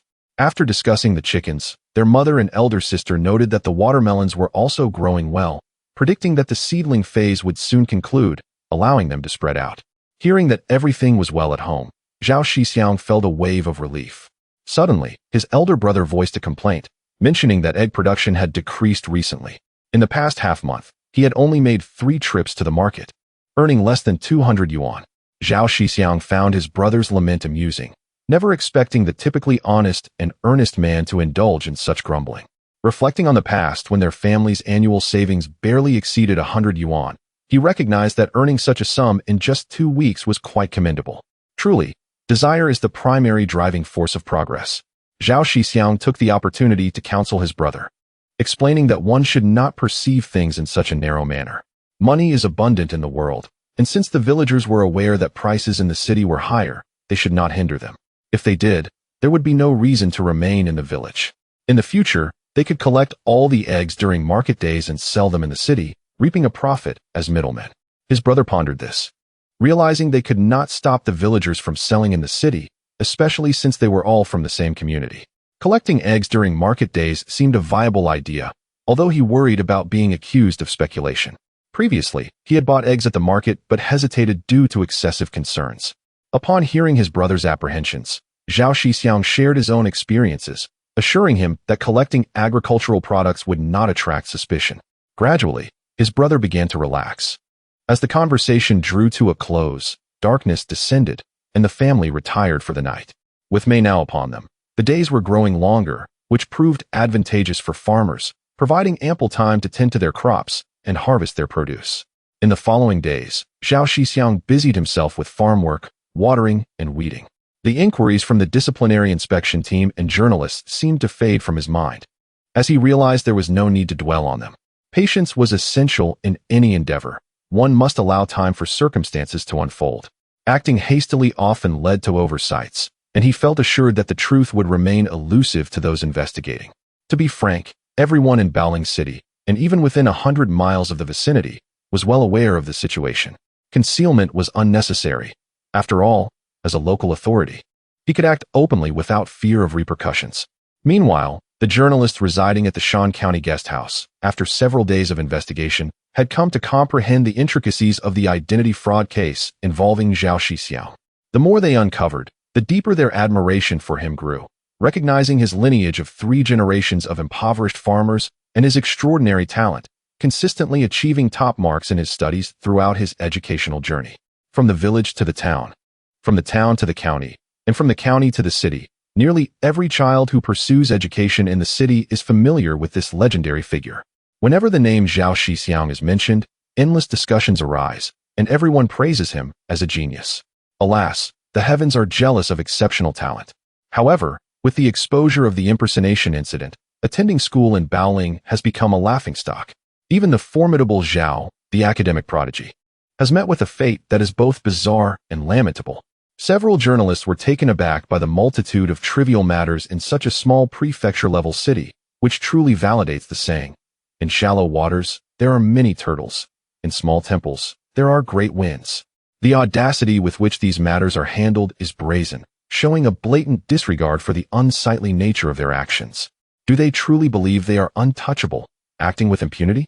It appears that the crackdown is still insufficient. How can it only affect the common people?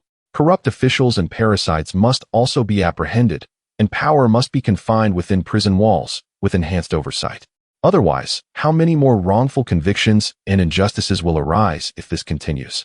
The situation is utterly outrageous. Chapter 41. Desiring to purchase osmanthus flowers while carrying wine. As several journalists condemned these scoundrels, the investigation team from the Discipline Inspection Commission had also gathered some information. However, they found themselves in a precarious situation. It seemed that Baoling City had unexpectedly attracted investment from Hong Kong businessmen, who planned to establish a large factory employing thousands.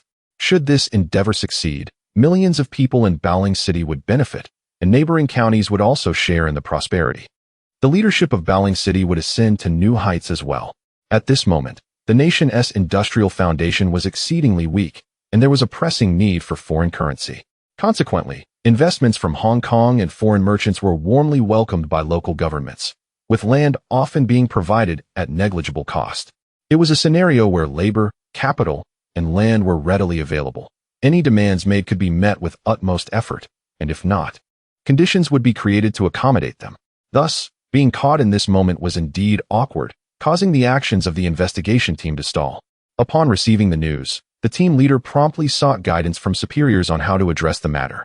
By afternoon, the leader finally received directives from higher authorities, advising the investigation team to patiently await developments, prioritizing economic growth above all else.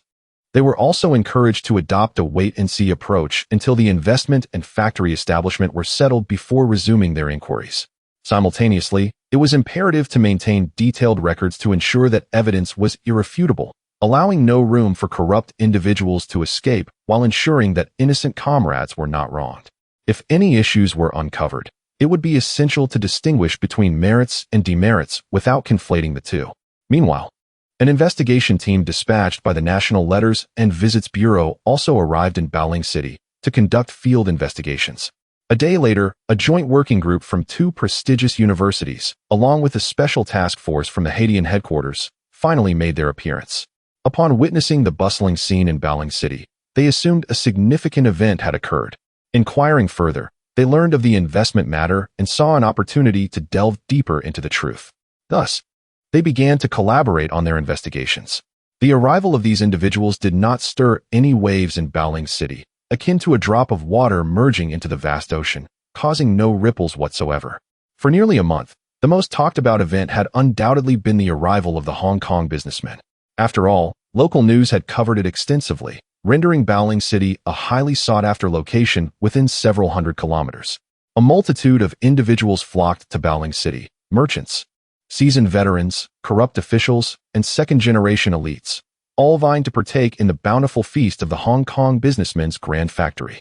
Consequently, the presence of several investigation teams went unnoticed, especially as these groups intentionally maintained a low profile, steering clear of the government's exclusive hospitality venues.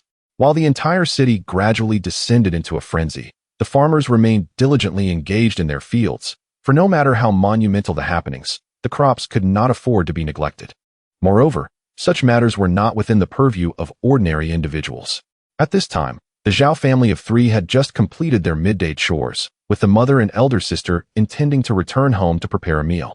Zhao Shixiong suddenly recalled that today was May 21st, marking the seasonal solar term of Xiaoman, when wheat could be harvested for its kernels. Cooking a porridge from the kernels would be both delicious and nutritious, offering a soft, sweet delight. Thus, Zhao Shixiong seized a sickle and cut a generous handful of wheat, calling out to his elder sister, who was on her way home to prepare dinner. He presented her with the wheat, expressing his desire for wheat kernel porridge. The elder sister took the vibrant green wheat, feeling a pang of regret at the sight of the plump ears, believing they could yield even more grain when fully ripe. Just as she was about to voice her refusal, Their younger sister approached with eager eyes, and their younger brother occasionally cast glances in their direction, unable to resist the allure of the delectable wheat kernels. Observing the forlorn expression on her younger sister's face, the elder sister ultimately refrained from declining, recognizing that the wheat had already been harvested and could not be replanted. Even if it could, it would not grow anew. Their mother, puzzled by her eldest daughter's delay, turned to see this scene unfold and chuckled lightly.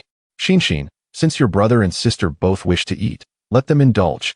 Besides, it has been years since we last tasted wheat kernel porridge. Today's Xiaoman is the perfect occasion to savor it. This year's harvest appears promising, so we need not worry about this meal. Upon hearing her mother's words, the elder sister abandoned her role as the antagonist and gladly accepted the wheat from her younger brother. Since everyone desires it, let us prepare half as porridge and roast the other half. The younger brother and sister erupted into joyous cheers, their voices resonating through the wheat fields, startling a flock of birds and drawing the attention of several fellow villagers working nearby. The exuberance of children is never concealed nor requires disguise. They laugh when happy and cry when discontent. As the second brother's recovery and the family's financial situation improved, smiles became more frequent within the household. Children are inherently sensitive. The younger brother and sister gradually regained the innocent nature that children ought to possess. They were no longer the sorrowful, overly mature children. This was indeed a positive development, for a childhood marred by misfortune often necessitates a lifetime to heal, as the saying goes.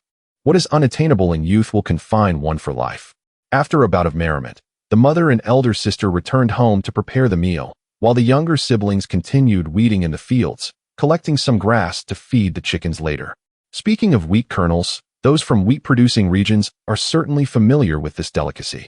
Once the Xiaoman season arrives, the green wheat is harvested for its grains to make porridge, a true culinary delight. The flavor of green wheat kernels is exquisite, and once boiled into porridge, it becomes soft, sweet, and delectable, easily consumed even by the elderly with missing teeth. Another classic method of preparation involves lighting a bonfire on the ground, taking the freshly cut wheat, and toasting it near the flames for a while. Afterward, it is placed on a winnowing basket and thrashed gently to release the grains, which are then tossed into the air. The harvest of roasted wheat kernels offers an exquisite flavor that is truly unparalleled. At this juncture, one might be reminded of childhood companions, engaging in mischief while enjoying roasted wheat, their mouths smeared in soot, only to be caught by adults and stubbornly denying their indulgence, resulting in a deserved punishment. Alternatively, one might recall the gentle and gracious neighbor sister, who, with utmost care, peeled away the charred exterior of the roasted grains, delicately offering each pristine kernel to your lips, now a bittersweet memory for a passerby. Yet, as you yearn to rediscover those cherished moments of the past, you are confronted with the reality that everything has irrevocably changed. As the saying goes, to buy osmanthus flowers and drink wine together is never quite like the carefree days of youth. Chapter 42. Zhonghua Tinyuan Chuan. During the time when mother and elder sister were at home preparing the meal, Zhao Shixiong and his family continued their toil in the fields, diligently weeding while the heat was still bearable. They could manage a bit more work before the midday sun intensified, making it easy to succumb to heat exhaustion. As Zhao Shixiong busied himself, he caught a glimpse of his younger sister sneaking about, occasionally rising to peer toward the road, as if she were eagerly awaiting something. His younger brother, being 12, should possess a steadier resolve than his 7- or 8-year-old sister. Seeing this, Zhao Shixiong chuckled. It was evident that his sister was yearning for a treat. He called out to both his younger brother and sister to return home and check on the meal. With a joyful cheer, his sister tossed aside her tools and dashed home. His brother hesitated, torn between his desire to eat and his sense of responsibility. Zhao Shixiong approached and patted his brother's shoulder, encouraging him to go on, Xiaohao, see what your sister is up to, and be careful not to trip. Upon hearing his second brother's words, Zhao Shixiong felt relieved of his burdens and sprinted forward, calling out, "Sister, wait for me." Watching the silhouettes of his siblings fade into the distance, Zhao Shixiong silently marveled at the beauty of such a life. Despite their poverty, the pure affection within the family was truly enviable. He pondered how, despite being a close-knit family, they had grown into mere relatives over time. Before long, his sister stood at the road's edge, calling everyone home for dinner. Their father and elder brother emerged from the wheat fields, Zhao Shixiong wielding a sickle, making their way toward home. Reaching the intersection, they encountered their sister, whose small face radiated joy, akin to a mischievous kitten that had just succeeded in stealing a treat, blissfully unaware of its mischief. Zhao Shixiong's elder brother could not resist teasing her, asking, "Is the roasted wheat tasty?" "Of course it is." "No, I don't know. Let us wait until you all come home to eat it."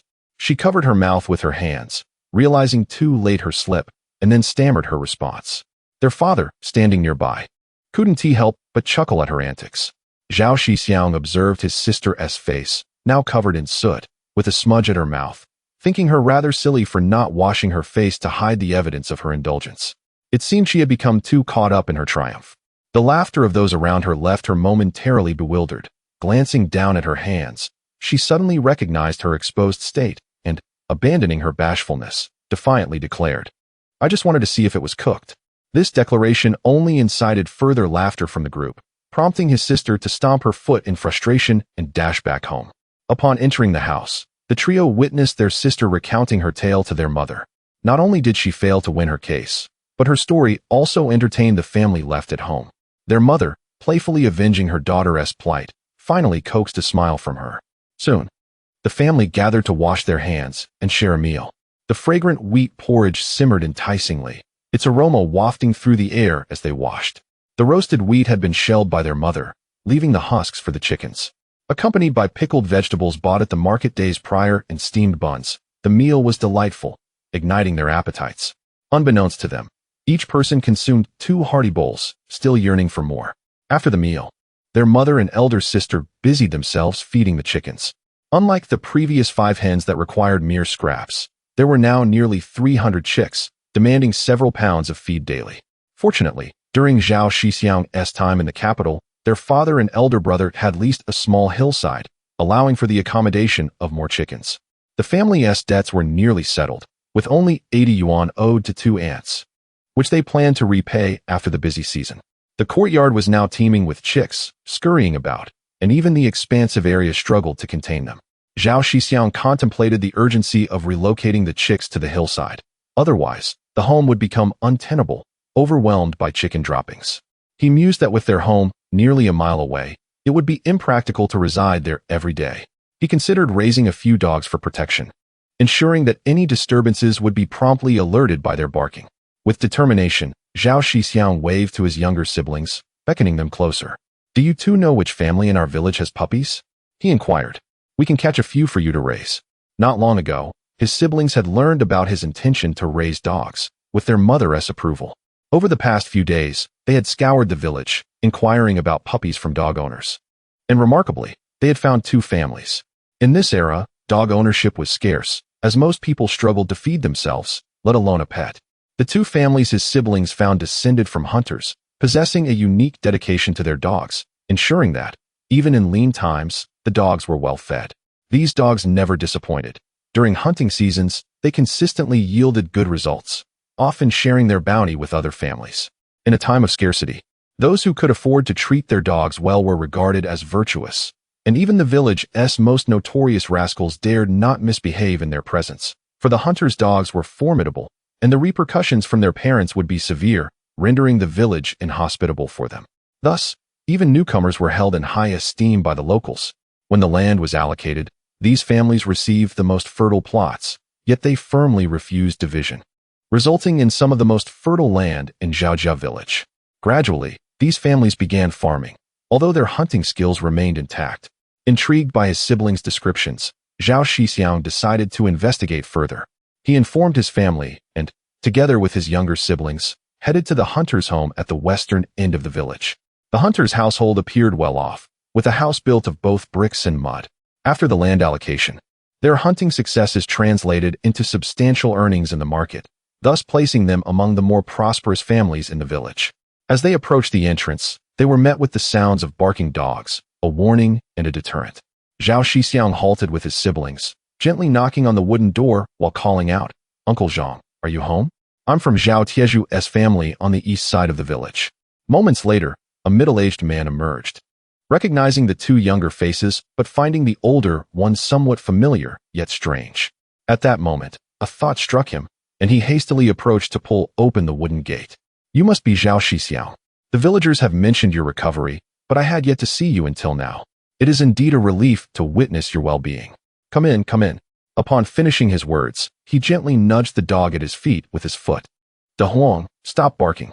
This is family. Come here and sniff them. Next time, do refrain from barking, all right? Under the astonished gazes of the Zhao brothers, the yellow dog indeed approached the three, sniffing curiously, as if it truly recognized their scent. It promptly wagged its tail, transforming from its earlier fierce demeanor into a completely different creature. Upon entering the courtyard, Zhao Shixiong was greeted by the sight of several playful puppies darting around. In astonishment, he exclaimed, "What on earth? A guardian spirit for the home." Chapter 43. The five renowned dogs. Upon hearing the voice of their second brother, the little brother and sister hurriedly ran over, only to discover a pitch-black puppy frolicking joyfully. Its stout limbs and endearing clumsiness, coupled with its striking blue-black eyes, radiated vivacity. The two siblings were filled with delight, yet their enthusiasm waned upon noticing a small yellow dog nearby, leading them to exhibit a slight disdain for the black puppy. Immediately, the little sister scooped up the yellow dog, showering it with affection, while the larger yellow dog beside them grew increasingly agitated, nearly speaking in human language. The little yellow dog, like its mother, was a yellow dog with a white face. As the saying goes, a yellow dog with a white face is worth a fortune. However, due to the sheer abundance of such dogs, their prices remain low, making them one of the most common breeds among the top 10 rural dogs. They bear a resemblance to Shiba Inus, yet the intelligence of yellow dogs surpasses that of Shiba Inus, making them excellent guardians and one of the most commonly kept dogs by people. Zhao Shixiong suddenly realized he had lost composure and apologized to the owner. "My apologies, Uncle Zhang. I never expected you to have 5 Heiquan dogs. Your luck is truly remarkable." Although Uncle Zhang resided in Zhaojiazhuang, he did not bear the surname Zhao. His family had settled there generations ago, making him a true native of Zhaojiazhuang. Uncle Zhang had 2 sons and a daughter. The eldest inherited his hunting prowess and often ventured into the mountains to hunt during the off-season, while the second son abandoned his studies to focus solely on farming. Their daughter, yet to be married, busied herself at home. Since Uncle Zhang had no familial ties with the Zhao family, the generational hierarchy did not apply to him. However, due to his advanced age, Zhao Shixiong respectfully referred to him as Uncle Zhang. Upon hearing Zhao Shixiong's praise, Uncle Zhang beamed with joy.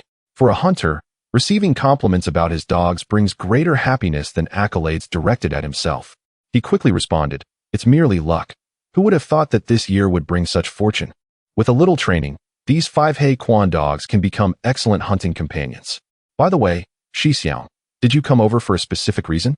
Do you need my assistance with hunting or something else?" No, Uncle Zhang, you've misunderstood. I heard from the little brother and sister that your big yellow dog had puppies, so I thought I would come and take a look. I was wondering if I could take a few back to raise for guarding the home. Of course, no problem. There are 5 puppies here.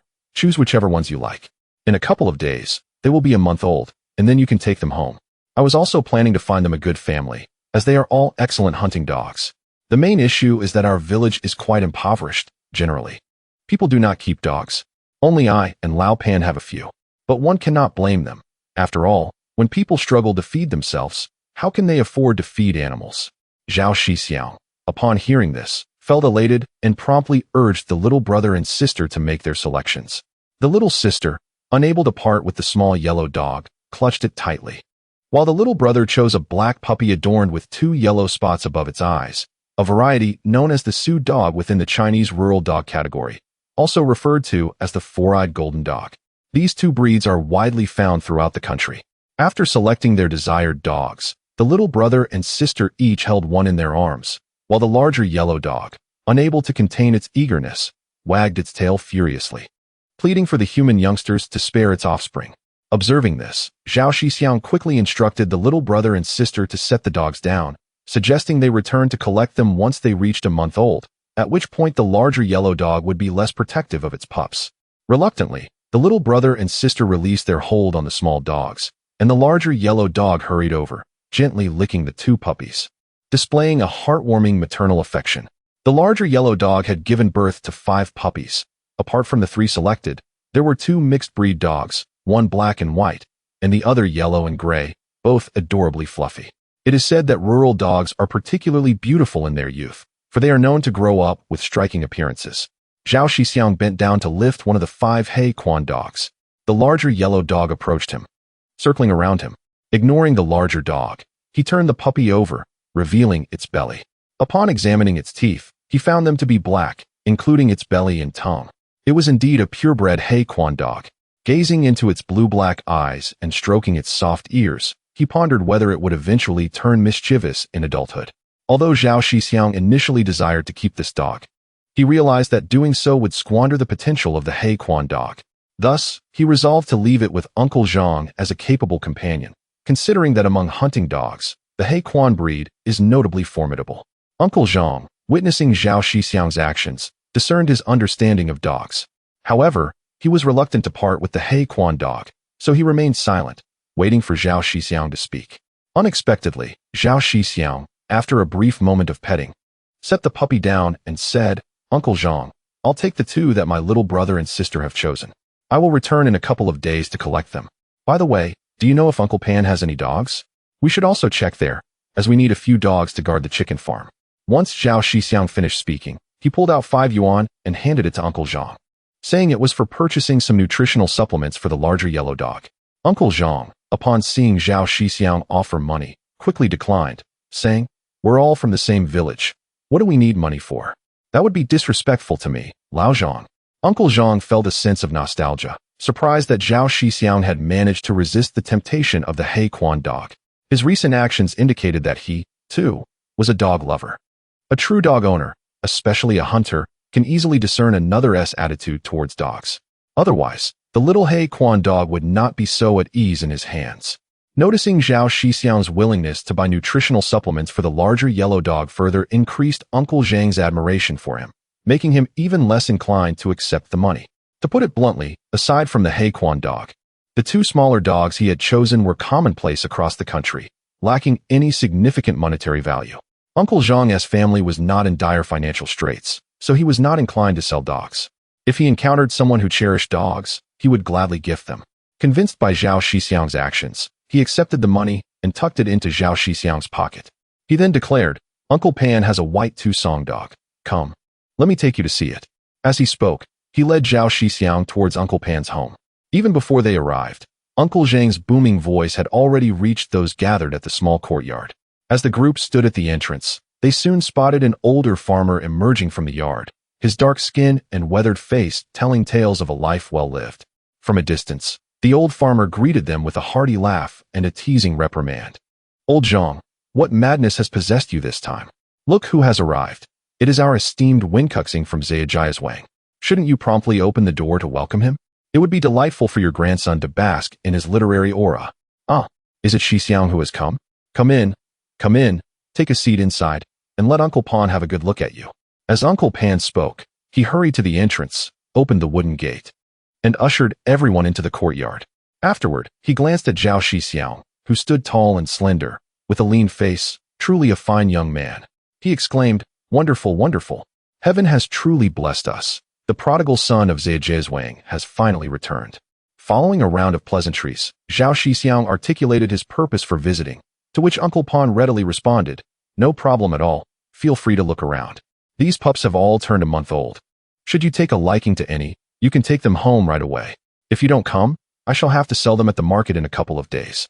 Uncle Pan then went inside and brought out 6 adorable puppies, placing them in the courtyard. The younger siblings immediately spotted a chubby, white puppy with sturdy paws, utterly charming, resembling a Samoyed at first glance. The other 5 pups included a yellow dog, a Shuchuan, and the rest were mixed breeds. On this day, Zhao Shixiong had indeed witnessed the 5 renowned breeds, making the visit well worth his while. Chapter 44. The increasingly frenzied Baoling City. The younger sister dashed over, scooping up the white Tusong, showering it with affection. Girls have an irresistible charm for such fluffy white creatures. She immediately turned to Zhao Shixiong, exclaiming, "Second brother, let us get this one. It's so adorable and playful. Look at it sticking out its tongue, so pink and tender." The puppy, cradled in her arms, emitted a series of delightful sounds, adding to the amusement. However, Zhao Shixiong was not entirely in agreement with his sister's enthusiasm. A gentleman does not seize what others cherish. Although the white Tusong is not as rare as the Wuhe dog, it is still uncommon. If they took it away, Uncle Pan would surely be devastated.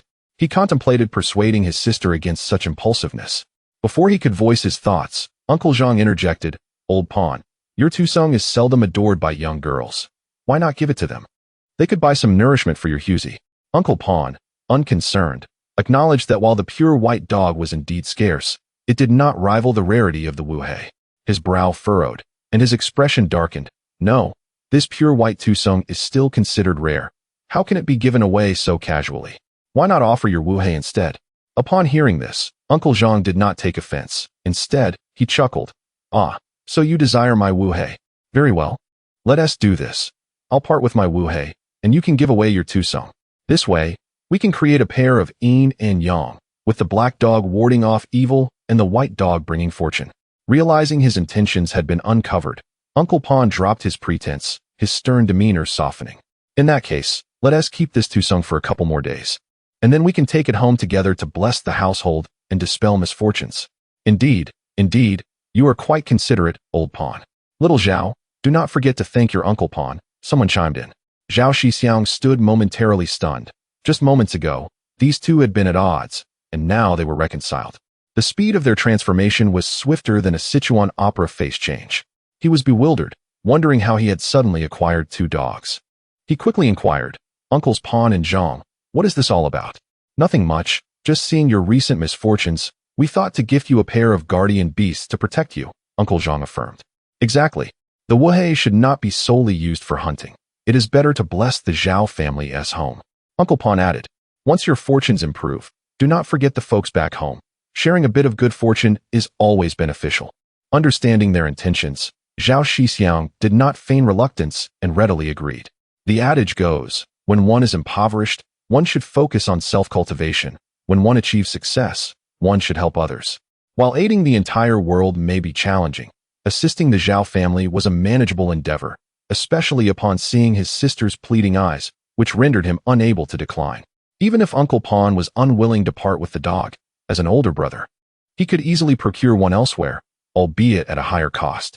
It seemed that little Zhao was quite well liked in Zhejiang, bearing the hopes of the entire village. Zhao Shixiong expressed his gratitude, offering each uncle 5 yuan, designated for purchasing nourishment for Da Huang and Huzi. This time, Uncle Zhang did not refuse, and Uncle Pan accepted with a smile. After some more conversation, Zhao Shixiong reluctantly returned home with his younger siblings.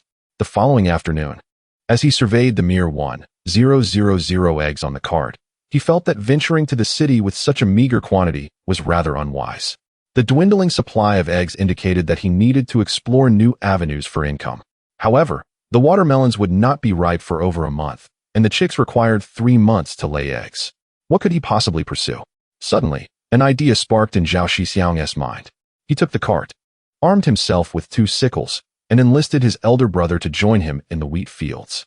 They began harvesting. Initially bewildered, his brother soon grasped the plan as Zhao Shixiong began placing the cut wheat ears onto the cart. After about 10 minutes of diligent work, they managed to gather roughly 40 to 50 jin of wheat before pausing. Zhao Shixiong felt a twinge of anxiety. What if there were too many people in the city competing to sell green wheat kernels? It would be unwise to harvest too much, so he decided to stop, returning the sickles home before setting off to the city with his brother. Upon arriving in the city at 7 o'clock, they chose to sell eggs at the family courtyard of the metal factory once more. This time, arriving earlier, they sold out of eggs in no time. As for the wheat ears, Zhao Shixiong focused on promoting their green and environmentally friendly nature, allowing homemakers to revel in the fruits of their labor. The truth was, the 2 brothers could not possibly finish the wheat on their own. They would have to leave it to the consumers. The price was set at 30 cents per jin. During that era, sun-dried wheat was priced at 10 cents per jin, while flour was 12 cents. Selling green wheat kernels at 30 cents was reasonable, as he recalled from his past life that wheat could fetch $1 per jin, while green kernels could command $10, with demand exceeding supply. Many residents complained that the price was too high, and after much discussion, he managed to lower it by 2 cents. Zhao Shixiong initially thought selling green kernels would attract many buyers, but to his surprise, it turned out to be an exclusive venture. Within half an hour, they sold out completely, leaving many dissatisfied customers. The brothers quickly offered apologies, assuring everyone that they would bring a cartful the following day to ensure everyone could purchase some.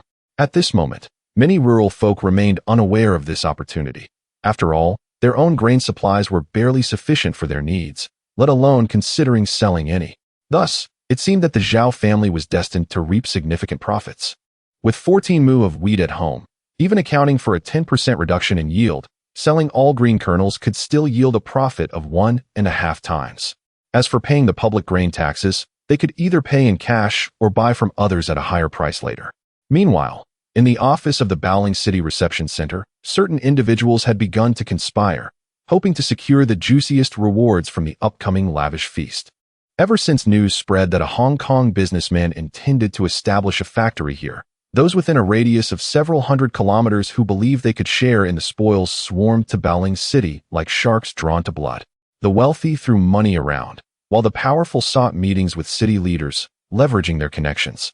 For those with both wealth and influence, it was merely a matter of speaking up. Since the arrival of the Hong Kong merchant at the end of April, nearly a month has elapsed, during which various cooperation procedures have been nearly completed. The merchant has indeed invested a substantial sum of 100,000 Hong Kong dollars. The municipal government has allocated a tract of land spanning 5,000 acres to the merchant, appraised at 100,000 Hong Kong dollars, to serve as the foundation for a television factory, accompanied by generous tax incentives, including 3 years of exemption and 5 years of reduction.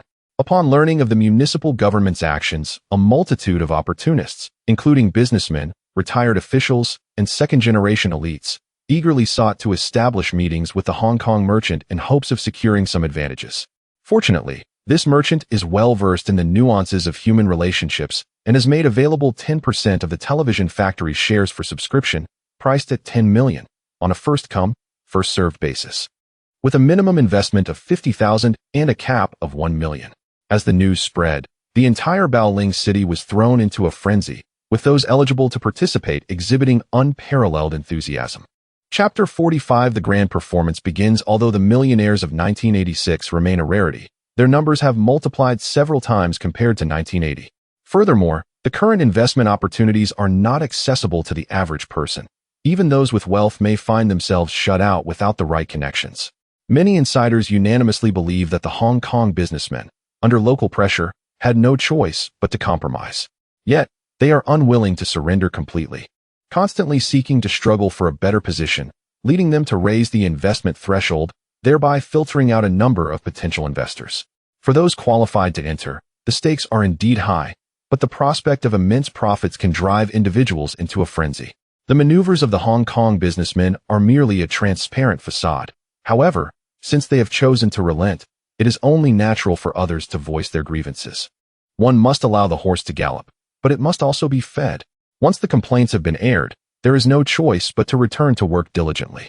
It is with this mindset that the Grand Factory in Baoling City has scheduled its ribbon-cutting ceremony for 9 a.m. on May 24th.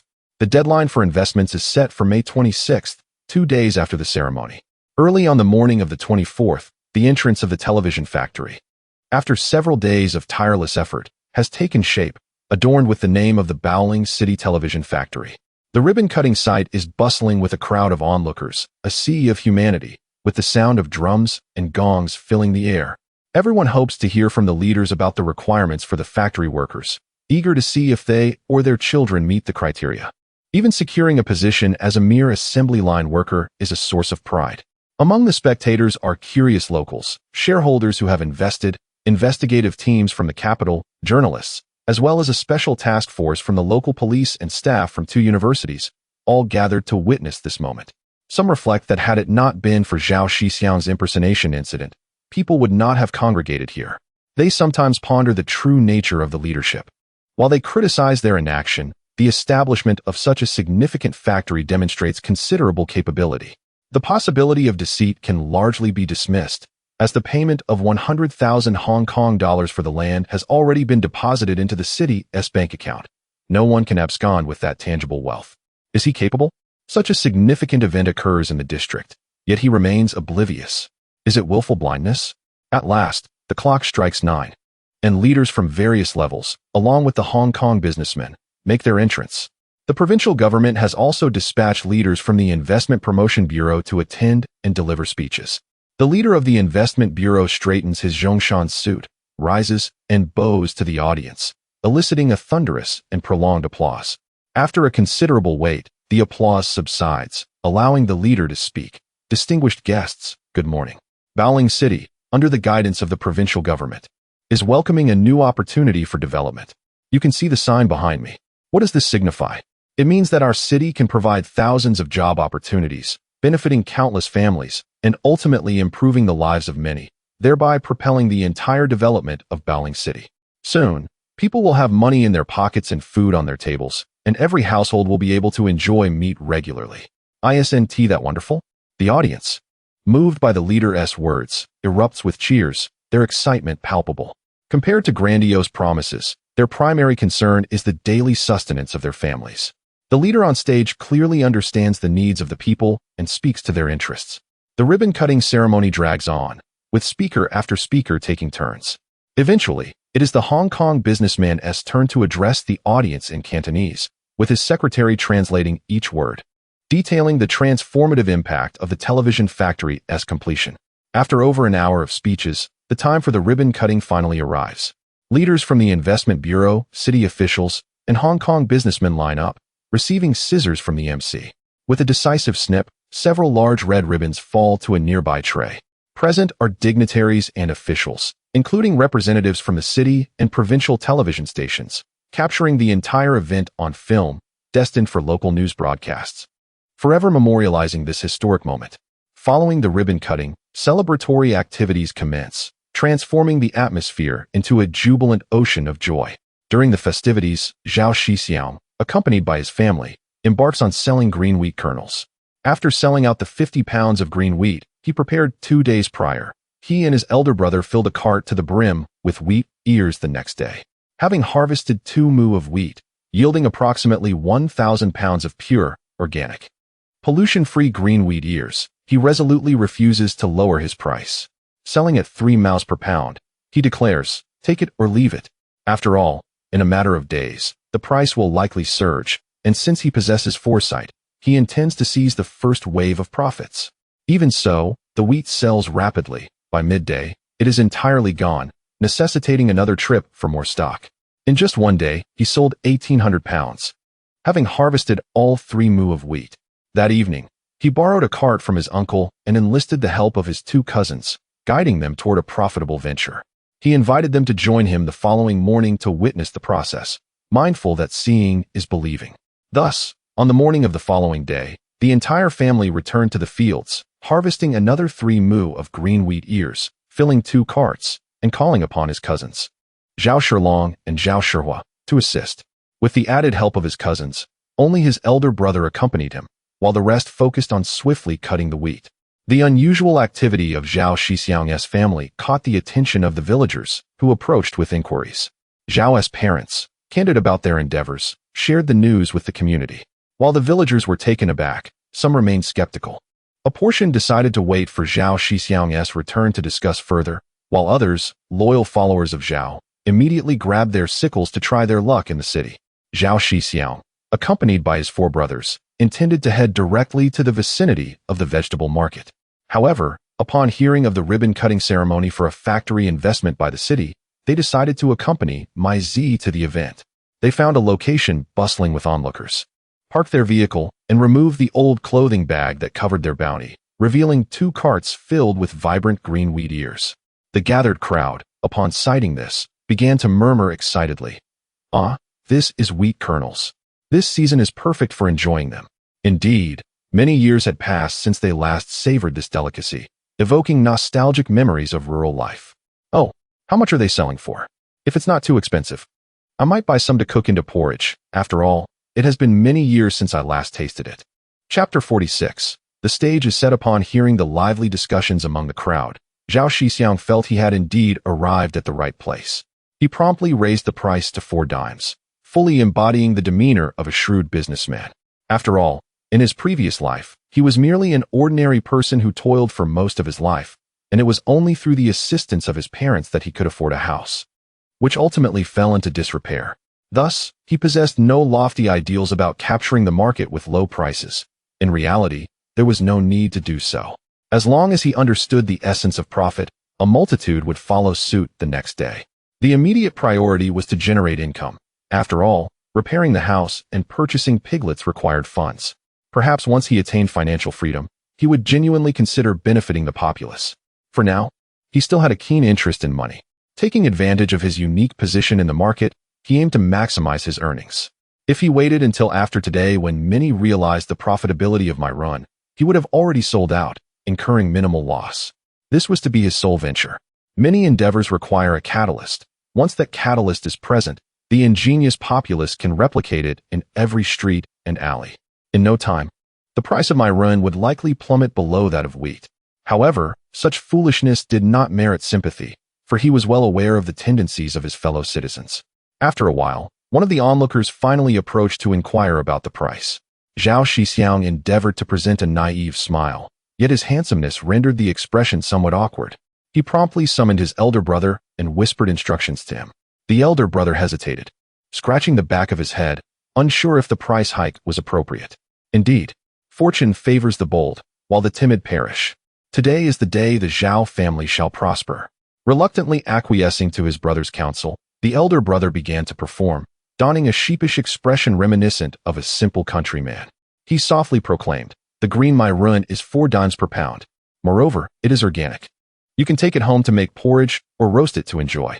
Surely, having spent so long in the city, many of you have forgotten the taste of my ren. Now is the perfect opportunity to purchase some and savor it." The two cousins standing nearby were taken aback, astonished that Zhao Shixiong dared to sell them my run at such a high price, unsure of its marketability. The crowd, upon hearing the price, deemed it somewhat steep, hoping for a slight reduction. Elder brother Zhao Shixiong, flustered, waved his hands in a manner reminiscent of a child caught in wrongdoing, uncertain of what to say. After a moment of apparent deliberation, he declared, "We can lower it by 2 cents. Upon hearing this, the crowd ceased their pressure and began to purchase, selecting the my run, although none had brought baskets to carry their purchases. Zhao Shixiong quickly interjected, "Comrades, there is no need to rush.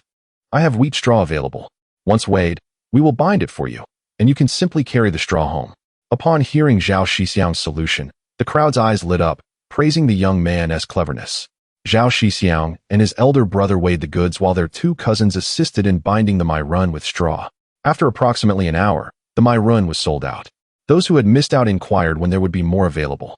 The group conferred and announced they would return in the afternoon, specifically to the entrance of the municipal hospital, where interested buyers could find them around 3 or 4 o'clock. With this information established, the crowd dispersed, and the ribbon-cutting ceremony commenced. Feeling fatigued, Zhao Shixiong sat down on a cart and looked up to unexpectedly spot the 2 Hong Kong businessmen. He quickly inquired about the situation from those nearby, feeling a wave of frustration wash over him. Had he misjudged the situation? Was it, in fact, true? If so, it would be a boon for the local populace, though his personal vendetta might not be entirely fulfilled. After all, things might escalate or diminish. However, he was not in a rush. A gentleman's revenge is best savored over time, and he would eventually find a way to subdue those involved. Zhao Shixiong reassured himself with this thought. He informed his elder brother and cousins that he would venture ahead to take a look, promising to return shortly. As he moved forward, he listened intently and arrived at the front row, gradually grasping the details of the ribbon-cutting event. His heart sank when he heard that the Hong Kong businessman had deposited 100,000 Hong Kong dollars into the city's bank account. Yet, his spirits lifted upon learning that the businessmen had been compelled to relinquish 10% of their shares for a valuation of 10 million. Particularly, when he heard the investment deadline was set for the day after tomorrow, Zhao Shixiong felt an overwhelming sense of relief. It appeared that these businessmen were no ordinary schemers. They were far more astute than typical fraudsters.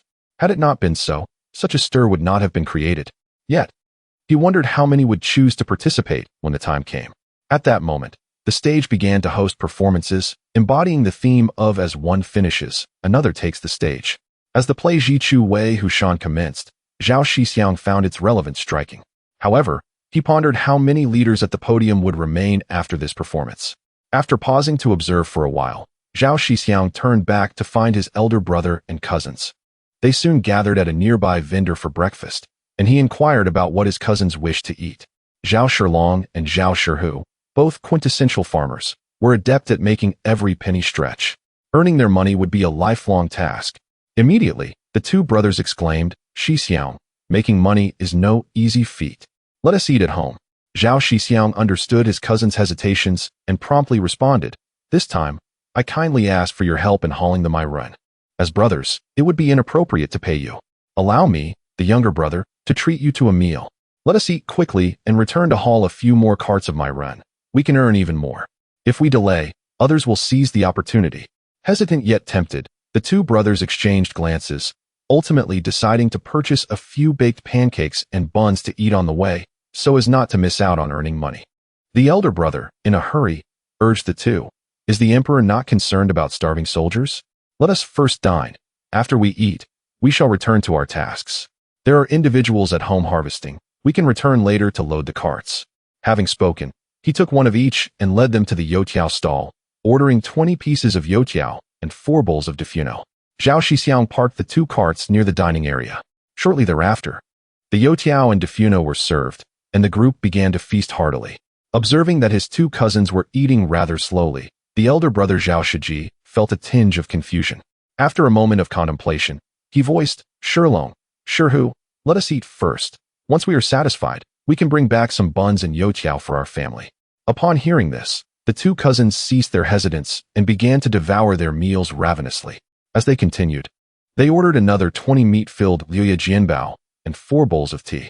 Before departing, Zhao Shixiong packed 30 youtiao, 100 meat-filled liuya jianbao, and 20 xiaobing. He intended to share half with his uncle's family and ensure his own family at home did not have to subsist on meager fare while he indulged in fine food outside. The total came to $6.94. Chapter 47. The entire village mobilizes. Zhao Shixiong extracted a 5 yuan note and then a 2 yuan note, handing them to the vendor. Just as the vendor was about to return the change, Zhao Shixiong interjected, "No need for change. Just give me another youtiao." The vendor, quite agreeable, provided him with 2 yuxiao and cheerfully remarked that he should come again next time. Observing the vendor's generosity, Zhao Shixiong felt a surge of joy and promptly declared that he would certainly patronize the stall in the future.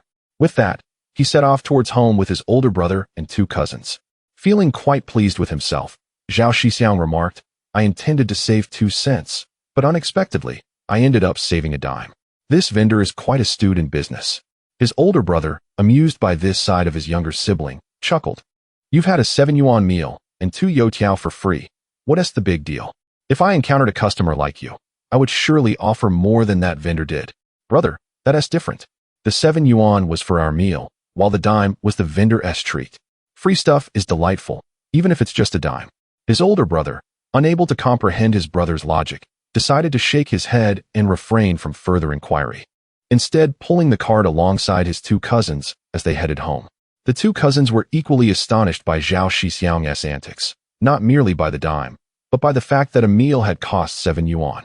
Typically, they earned only about 10 yuan in a month. This expenditure represented a significant portion of their income, leaving them feeling quite pained. One of the cousins remarked, "Shixiong, don't spend money so frivolously next time. It's not easy to earn money. You've only just begun to recover. Your older brother isn't even married yet, and the family needs funds. Rest assured, my elder brothers, you've seen how we earn money today. I believe it won't take more than 3 days before every street and alley is flooded with vendors selling wheat kernels. By then, not only will we be unable to profit, but we may even incur losses. So, when we get home, let us focus on harvesting the wheat to ensure we sell it all within the next couple of days. That will save us a great deal of trouble. Indeed, selling these wheat kernels is far more profitable than selling grain. But what about the deductions? Don't worry, we have over 2 months before we need to pay our taxes. There's no rush. At worst, we can offset the costs with money or procure grain from the village. It would be better for those who produce excess grain to sell to us rather than to others. Any extra we pay will still be a profit for us." That's true. It's certainly a viable strategy. After all, selling grain yields only 50 to 60 yuan per mu, while selling wheat kernels can yield over 200 yuan. This is simple arithmetic. Today, we should be able to sell most of what your family has. By tomorrow morning, we'll have sold most of ours as well. In the evening, let us send someone to my 2 aunts' homes and aim to sell everything by the end of tomorrow. Upon hearing his cousins speak thus, Zhao Shixiong felt a swell of gratitude. The bonds of kinship in this era are truly precious. They always look out for one another. Whenever a path to prosperity is discovered, they all share in it, reminiscent of early enterprises that were predominantly family-run until the advent of the internet gradually altered that dynamic. It is not that they wished for this change, but the industry's educational prerequisites naturally create barriers to entry. Once we finish selling the wheat kernels, our land will be free for a second planting. The wheat will take nearly a month to fully mature. We can utilize this time to plant corn, which can be harvested over a month earlier. Then we can sell corn in the city. This will undoubtedly yield greater profits than merely selling grain. Both his older brother and cousins were struck by Zhao Shixiong's words. They prided themselves on being adept at farming, yet they had not anticipated that their brother could devise such clever strategies even in agriculture. If this pattern were to repeat each year, their income from farming could increase 3 to 4-fold. An annual income of 300 or 400 yuan would rival that of city workers. The three of them began to praise their younger brother profusely. Perhaps due to the overwhelming compliments, Zhao Shixiong appeared unusually composed, yet slightly melancholic as he lamented, "Alas, such opportunities may only come once. Next year, everyone will have caught on, and we won't be able to earn much anymore." Our fellow villagers are quite astute. When they see a lucrative venture, they flock to it without considering whether it suits them, only to often end up at a loss. The three brothers, upon hearing Zhao Shixiong's words, felt a mix of regret and reluctance. Should they advise others? It would be futile. If you advise them, they will think we are trying to reduce our competitors. Teaching them 1T work, a single demonstration is sufficient. Just wait. Once we finish selling our wheat kernels in the next few days, we'll see streets and alleys overflowing with them, and then we can ask about prices. Zhao Shixiong took a long time to comprehend this matter. He often dismissed his parents' earnest teachings, yet when faced with reality, he realized their wisdom, albeit too late. The older brothers concurred with their younger brother, although they did not fully understand. Nonetheless, today's events reaffirmed their belief in his capabilities. The three soon found joy again, knowing that those who could enjoy the first taste of meat would naturally earn more. Securing the money was the priority, so the group hastened their pace towards home. Upon returning, they noted that the sun was already high in the sky. Zhao Shixiong found it somewhat amusing. He had been in this era for over a month and still had no clock at home. However, he had learned to tell time by the sun quite well. As the four reached the big locust tree at the village entrance, they were greeted by a crowd of villagers gathered beneath it. Upon spotting Zhao Shixiong and his companions, they rushed forward, encircling them. Startled, Zhao Shixiong felt an urge to abandon the cart and flee. However, observing the villagers' animated demeanor, which did not seem threatening, he managed to restrain himself. Seeing the villagers blocking their way and chattering excitedly to one another, Zhao Shixiong promptly stepped forward and called out, "Everyone, please calm down. Let us discuss this matter slowly. Aunt Air, could you speak first? What has happened? Is there something we did wrong?" The woman referred to as Aunt Air was a middle-aged woman of modest stature and humble means, known for her kindness and well-respected in the village. Whenever there was a benefit to be shared, the villagers would think of her family. Upon hearing Zhao Shixiong's words, Aunt Air waved her hands repeatedly, feeling somewhat anxious under the gaze of so many, and said, "Xiaoxiong, do not misunderstand. You are all good children. It is as follows." Ershin inquired if this wheat grain could truly be profitable. "Your parents mentioned that it could be sold for 2 mao 8 per jin." Upon hearing this, the gathered villagers craned their necks in anticipation, eagerly awaiting Zhao Shixiong's response, fearful of missing any detail. The four brothers of the Zhao family, hearing this, collectively exhaled in relief, narrowly escaping a moment of panic. Zhao Shixiong promptly replied to Ershin, affirming that indeed, there was potential for profit.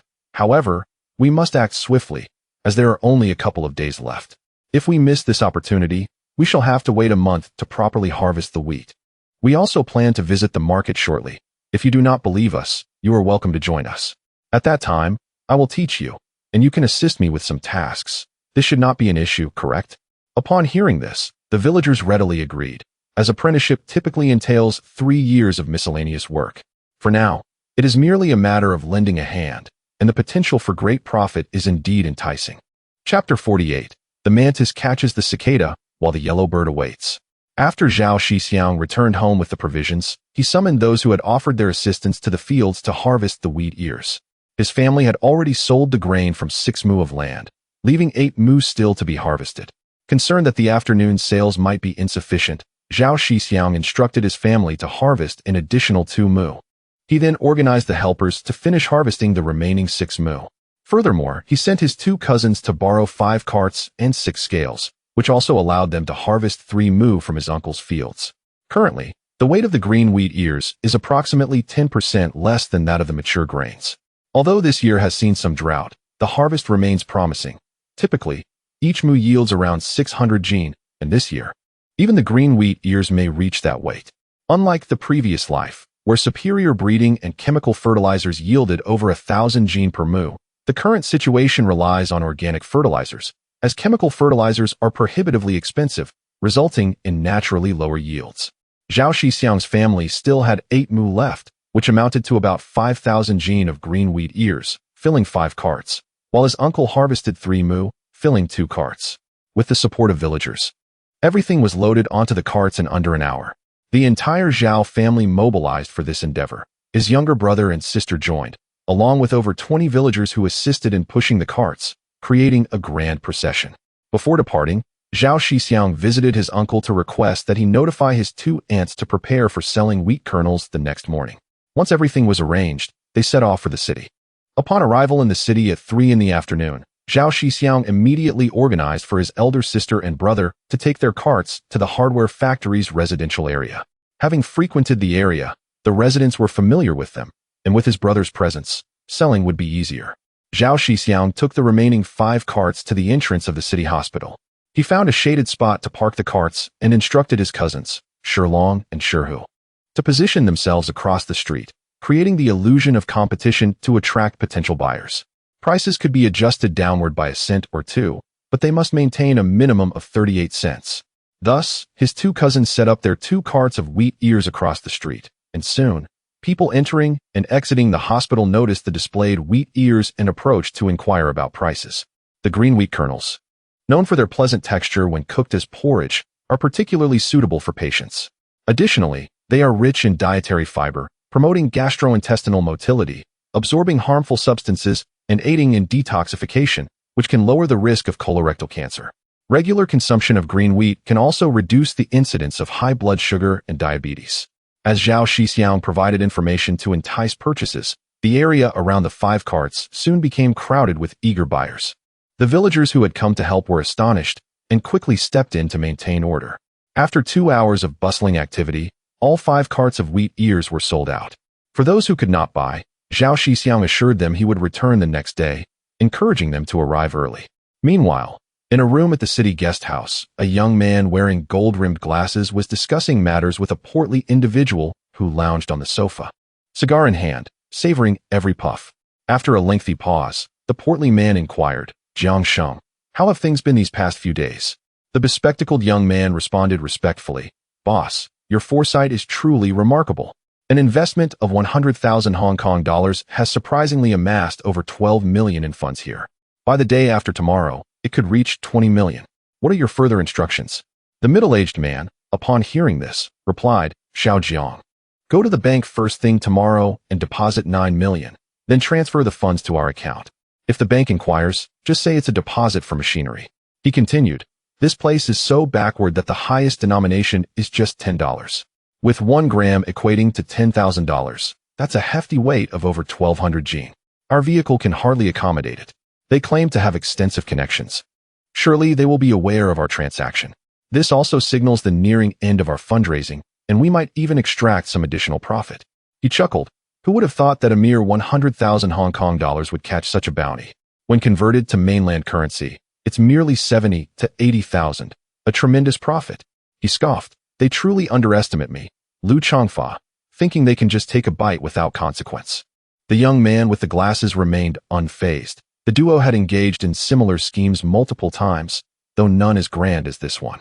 Initially, they had anticipated losses after over a month of being stranded here, but unexpectedly, their forced investment of 100,000 Hong Kong dollars became bait, yielding more profit than their previous 5 or 6 attempts combined.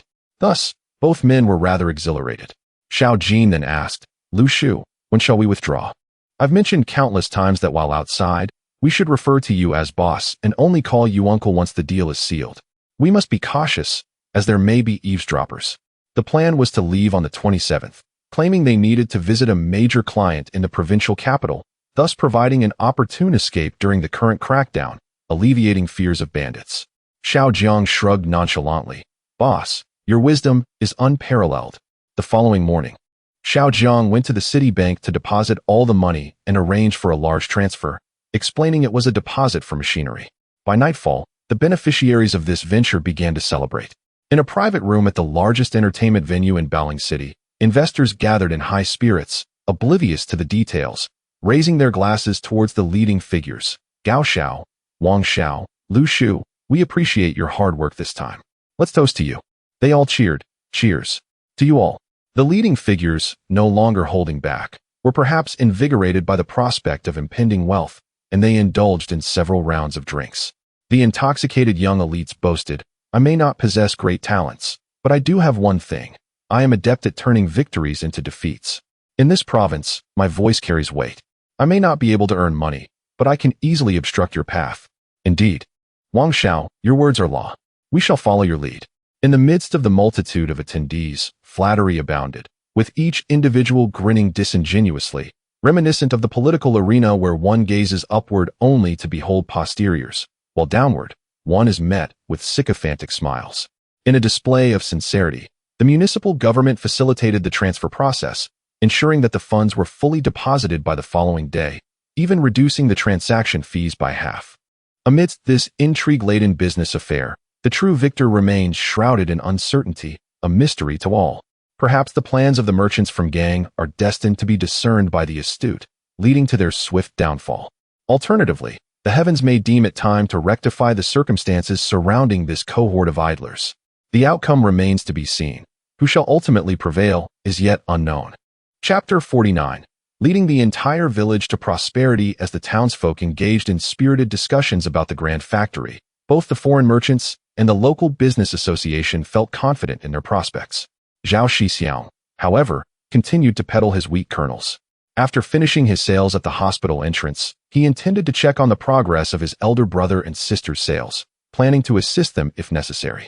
Just as he was about to set off, he spotted his brother and sister approaching, having sold only 1.5 carts, with half a cart still remaining.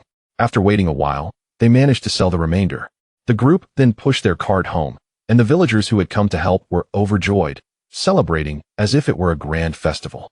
With newfound assurance, they eagerly questioned Zhao Shixiong about the sustainability of this venture, how to sell effectively, and whether he would return the next day. Observing the delightful expressions of his fellow villagers, Zhao Shixiong initially intended to elaborate on the matter, but reconsidered, deciding it would be more appropriate to discuss it back in the village when everyone was present. Upon hearing his suggestion, the villagers unanimously agreed and quickened their pace. His younger siblings, feeling somewhat fatigued, were invited to ride in the cart on the way back, though their mother and elder sister firmly declined the offer. By the time they returned to the village, it was already past 8. Zhao Shixiong sought out the village chief and recounted the day's events, which filled the chief with excitement. Wonderful, wonderful.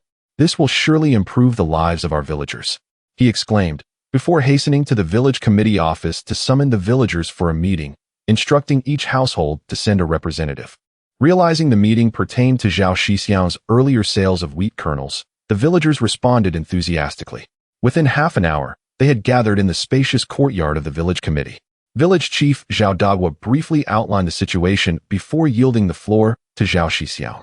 Standing in the courtyard and surveying the crowd as they settled down, he began to share the details of his family's recent endeavors and the villagers' enthusiastic reactions, providing them with a definitive answer. He even invited the villagers who assisted him to serve as witnesses. The prospect of making a profit from selling wheat ears ignited a wave of excitement among the crowd, who clamored to rush to the fields at dawn to harvest their wheat for sale in the city. Zhao Shixiong, sensing that the situation was spiraling out of control, felt a pang of anxiety. Yet, he understood the farmers' deep-seated yearning for wealth. They often refrained from indulging in luxuries, meticulously saving every penny. Now, with a rare opportunity to earn money from their own land simply through hard work, their excitement was palpable. Despite his attempts to quiet the crowd, they remained restless, prompting him to seek the village chief's assistance. With authoritative command, the chief took up the loudspeaker and called for silence, which was promptly restored. Once the crowd settled, Zhao Shixiong cautiously remarked, "This business can only be conducted for 2 days. Any longer, and we are bound to incur losses." The villagers were perplexed and began to inquire about his reasoning. Zhao Shixiong explained. For these next few days, we will be the sole sellers, attracting numerous buyers and thus making a profit. However, once everyone begins selling, we are not the only farmers in Zhejiang. Others will undoubtedly join in. When the number of sellers increases while the buyers remain the same, sales will dwindle, and prices may even drop significantly, potentially leading to losses. The villagers, grasping the rationale behind his words, acknowledged the truth in them. Although they lacked specialized knowledge, they understood that an abundance of sellers would drive prices down. They readily pledged to maximize their sales of wheat kernels over the next couple of days, vowing to borrow carts from relatives that very evening in order to transport more. Yes, indeed. I will fetch livestock. That way, we can make multiple trips and save effort, they exclaimed. Before long, the village committee buzzed with activity. However, Zhao Shixiong suddenly recognized a pressing concern.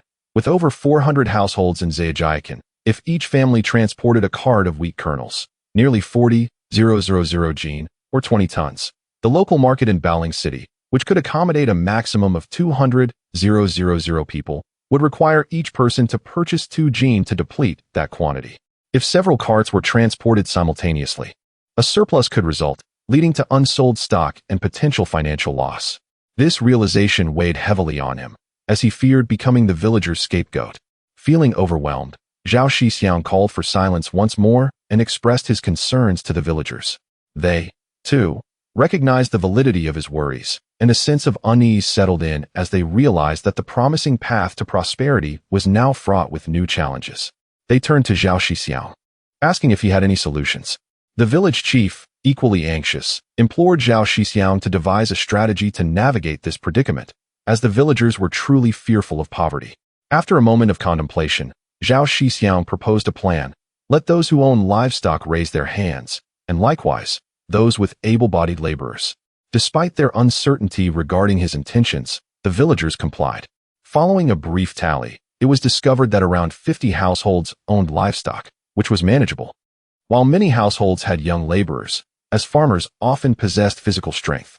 Zhao Shixiong then outlined his proposal. We will designate 100 households to remain in the city, ensuring that those with elderly or infirm family members are accounted for. 30 carts will be sent to the county, 5 to the town, and 65 to the city. For 2 days, regardless of whether we sell out or not, we will cease operations. The remaining 300 households will be split into 2 groups, heading to the nearest county and city in Meishing and Qin provinces. Please seek to borrow livestock from relatives and friends, as these areas are relatively distant, but the market there remains untapped. We can sell for approximately 3 days, and how much we sell will depend on our own efforts. Those traveling together should agree on a selling price to avoid undercutting each other, as that could lead to losses. Upon hearing Zhao Shixiong's plan, the village chief's eyes lit up as he promptly began to organize the logistics. With daybreak approaching, by 4 o'clock, they could head to the fields. After harvesting, they could reach Meishing and Qin provinces by around 10 o'clock. Given that these regions represented an undeveloped market, their purchasing power would likely be robust, leading to higher sales. The village chief swiftly coordinated with the committee members. And once Zhao Shixiong noted that arrangements were nearly complete, he returned home. Upon arriving home, he found his 2 cousins' children present, along with his uncle's family gathered in the courtyard. They discussed the day's events in detail before everyone gradually departed. At present, the wheat from Zhao Shixiong's family has been entirely sold, and their vehicle has been temporarily lent to their uncle's family. Tomorrow morning, the Zhao family will once again assist their uncle in harvesting wheat and selling the grain. Before dawn on the following day, the entire Zhejiang village buzzed with activity, engaging in labor for an hour. Zhao Shixiong and his elder brother, accompanied by their 2 cousins, ventured once more to the municipal hospital. Along the way, they encountered fellow villagers transporting goods, who advised them to visit various vegetable markets or the entrances of residential complexes, as these locations possess higher consumer demand, facilitating quicker sales. Chapter 50. Success and Withdrawal. By the time they arrived at the city hospital, it was already 6:30. The number of vendors selling green wheat kernels had notably increased today. In addition to 2 trucks from Uncle's family, each of the 2 aunts also brought a truck, along with over 10 trucks from the village, amounting to approximately 20 trucks lined up in a magnificent display. Since the market had opened yesterday afternoon, there were more buyers today, but the number of sellers had quadrupled. This resulted in slower sales at each stall. However, the vendors remained united, keeping in mind Zhao Shixiong's reminders. The price differences were minimal, at most a penny or two. By noon, the green wheat kernels at the entrance were nearly sold out. Zhao Shixiong quickly informed a few cousins and returned to the village to fetch more green wheat kernels. Given the current trend, he anticipated being able to send out 2 more trucks in the afternoon. He also advised his cousins from the 2 aunts' families to borrow an additional truck for the afternoon, which would bring the total to 6 trucks, potentially increasing their sales. Even if they could only sell 1 truck's worth the next day, the family's wheat would be nearly sold, making the summer harvest significantly easier and boosting their income considerably. Uncle S' family consisted of 5 members. The eldest cousin, Zhao Shixiong, had been married for 5 years and had 1 child. The second cousin had just married, and their combined land totaled around 16 acres. They had sold 3 acres yesterday and another 3 this morning, expecting to sell around 6 acres in the afternoon and tomorrow. Thus, the remaining 4 acres would make the summer harvest much more manageable. In the evening, the villagers of Zhao Shixiong gathered at the village committee, their faces adorned with smiles that had long been absent. Zhao Shixiong recognized that this was a manifestation of hope enveloping everyone. Upon his arrival, the villagers greeted him warmly, presenting him with their treasured items, filling his arms before he could take even 2 steps. The people's demands were simple. They supported whoever treated them well. Zhao Shixiong had to pause and directly seek assistance from the village head, Zhao Dagua. After a moment of observing Zhao Shixiong's awkwardness, the village head stepped in to alleviate the situation. Once Zhao Shixiong managed to exit the crowd, he let out a long sigh of relief. Standing in the courtyard, he inquired, "How did everyone fare today?" "Good, quite good. We sold 3 acres today." "So did we." "Me too. My family sold 6 acres. I sold 15 acres." At this declaration, a profound silence fell over the village committee.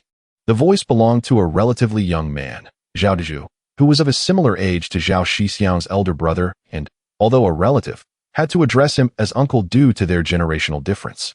Zhao Shixiong, disregarding any embarrassment, immediately called out, "Uncle Daju, please share with everyone how you managed to sell so much." Zhao Diju, feeling somewhat flustered under the gazes of the entire village, struggled to articulate his thoughts. Zhao Shixiong perceived his discomfort and approached him, whispering a few encouraging words. He couldn't help but admire Uncle Daju's fortune. He had transported 2 truckloads of wheat to the city of Runcheng in Meisheng that morning. Unexpectedly, he encountered the purchasing manager of a large factory, who, recognizing his honesty, immediately purchased both truckloads and even arranged for an additional 4 tons to be collected. In total, he sold 5,000 kilograms at a commendable price of 0.45 yuan per kilogram, netting him an impressive 4,500 yuan, equivalent to several years of income. Although an annual income of 1,000 yuan seemed substantial, considering Zhao Shixiong's average of 2 acres per person indicated at least 8 mouths to feed. Out of that 1,000 yuan, 30% was allocated for grain taxes, meaning the total production value for 8 people was merely 700 yuan, resulting in less than 100 yuan per person, all while assuming no food was consumed. Thankfully, with 2 harvests a year, survival was somewhat feasible. Historically, the plight of the common folk has been profound, and even after the agricultural tax was abolished, the price of fertilizer skyrocketed from several tens to double the price post-abandonment of the tax. Zhao Diju still had 2 to 3 acres of wheat left. Even if he did not sell it, he could expect a good year ahead. Upon hearing this, Zhao Shixiong felt a pang of envy and resentment, reflecting on how his family had taken 3 days to sell their produce, while Uncle Daju had managed to sell everything in just 1 day. Was he perhaps a hidden chosen one?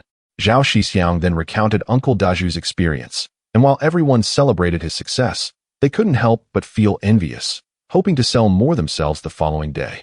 The next day, in Baling City, the vendors had nearly sold out, with around 100 households of the elderly, sick, and disabled managing to sell approximately 3 truckloads, equating to about 5 acres. Those unwilling to accept the market's downturn were at risk of incurring losses. Zhao Shixiong suggested they venture to other provinces. A couple of days later, the streets of Baling City were bustling with vendors selling green wheat kernels. Prices continued to plummet, dropping from an initial 4 mao to 2 mao, allowing for haggling among buyers. Those who entered the market late began to suffer losses. Fortunately, the villagers of Zhao Shixiong, heeding Zhao Shixiong's advice, shifted their focus to neighboring provinces, and after 2 days, they also ceased sales, achieving nearly 2/3 of their targets. The production value created was 3 times higher than the previous year, paving the way for a smoother summer harvest, especially as the land could then be used for other crops.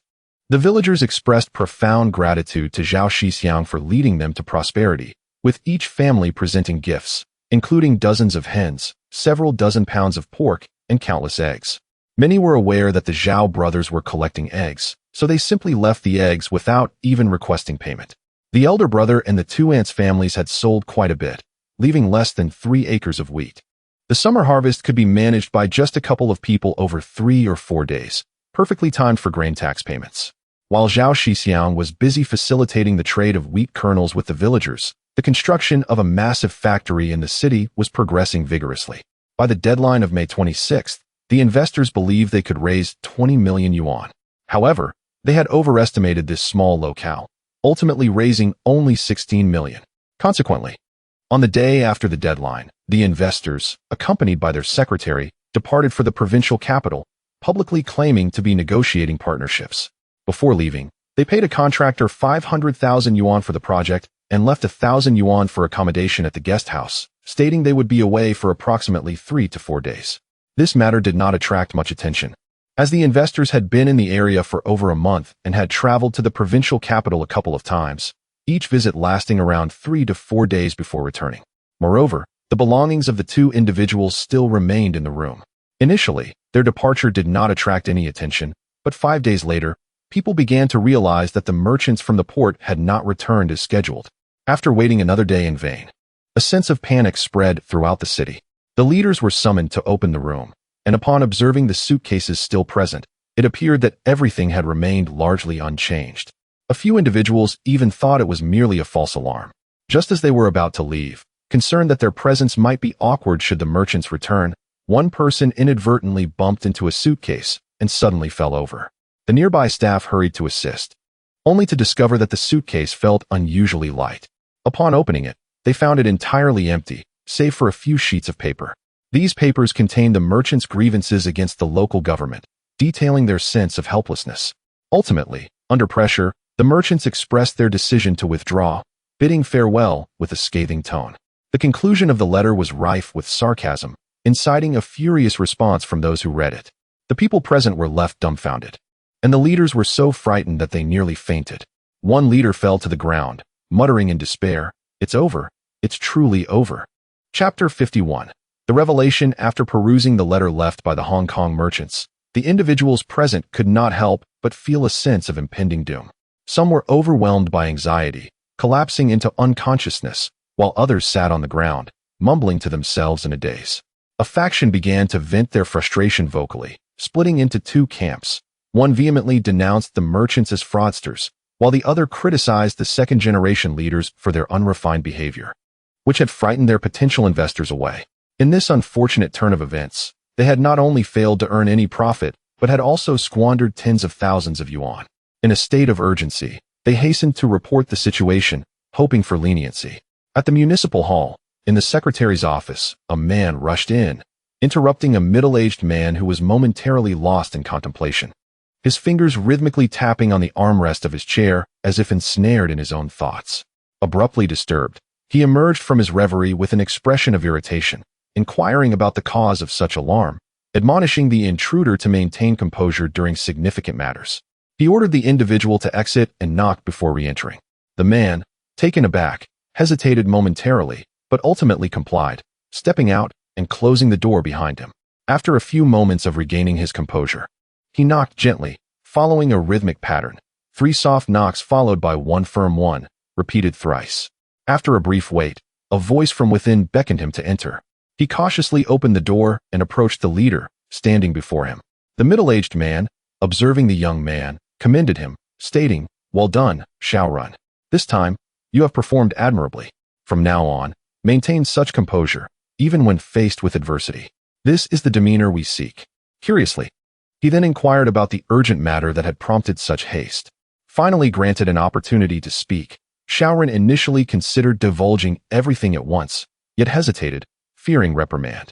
After all, the leader's position was one he aspired to, while he merely served in a subordinate role. Thus, he began to narrate the events in a measured fashion, taking 3 to 4 minutes to reach the crux of the issue. Under the leader's increasingly impatient gaze, he reported, Secretary Liu, the two Hong Kong merchants left a letter and have since departed for the provincial capital. Director Liu believes they have absconded, and our factory is in jeopardy. The middle-aged man, initially somewhat indifferent and even irritable, was suddenly struck dumb by the revelation. His eyes widened in disbelief, and his mouth gaped as if to accommodate an egg.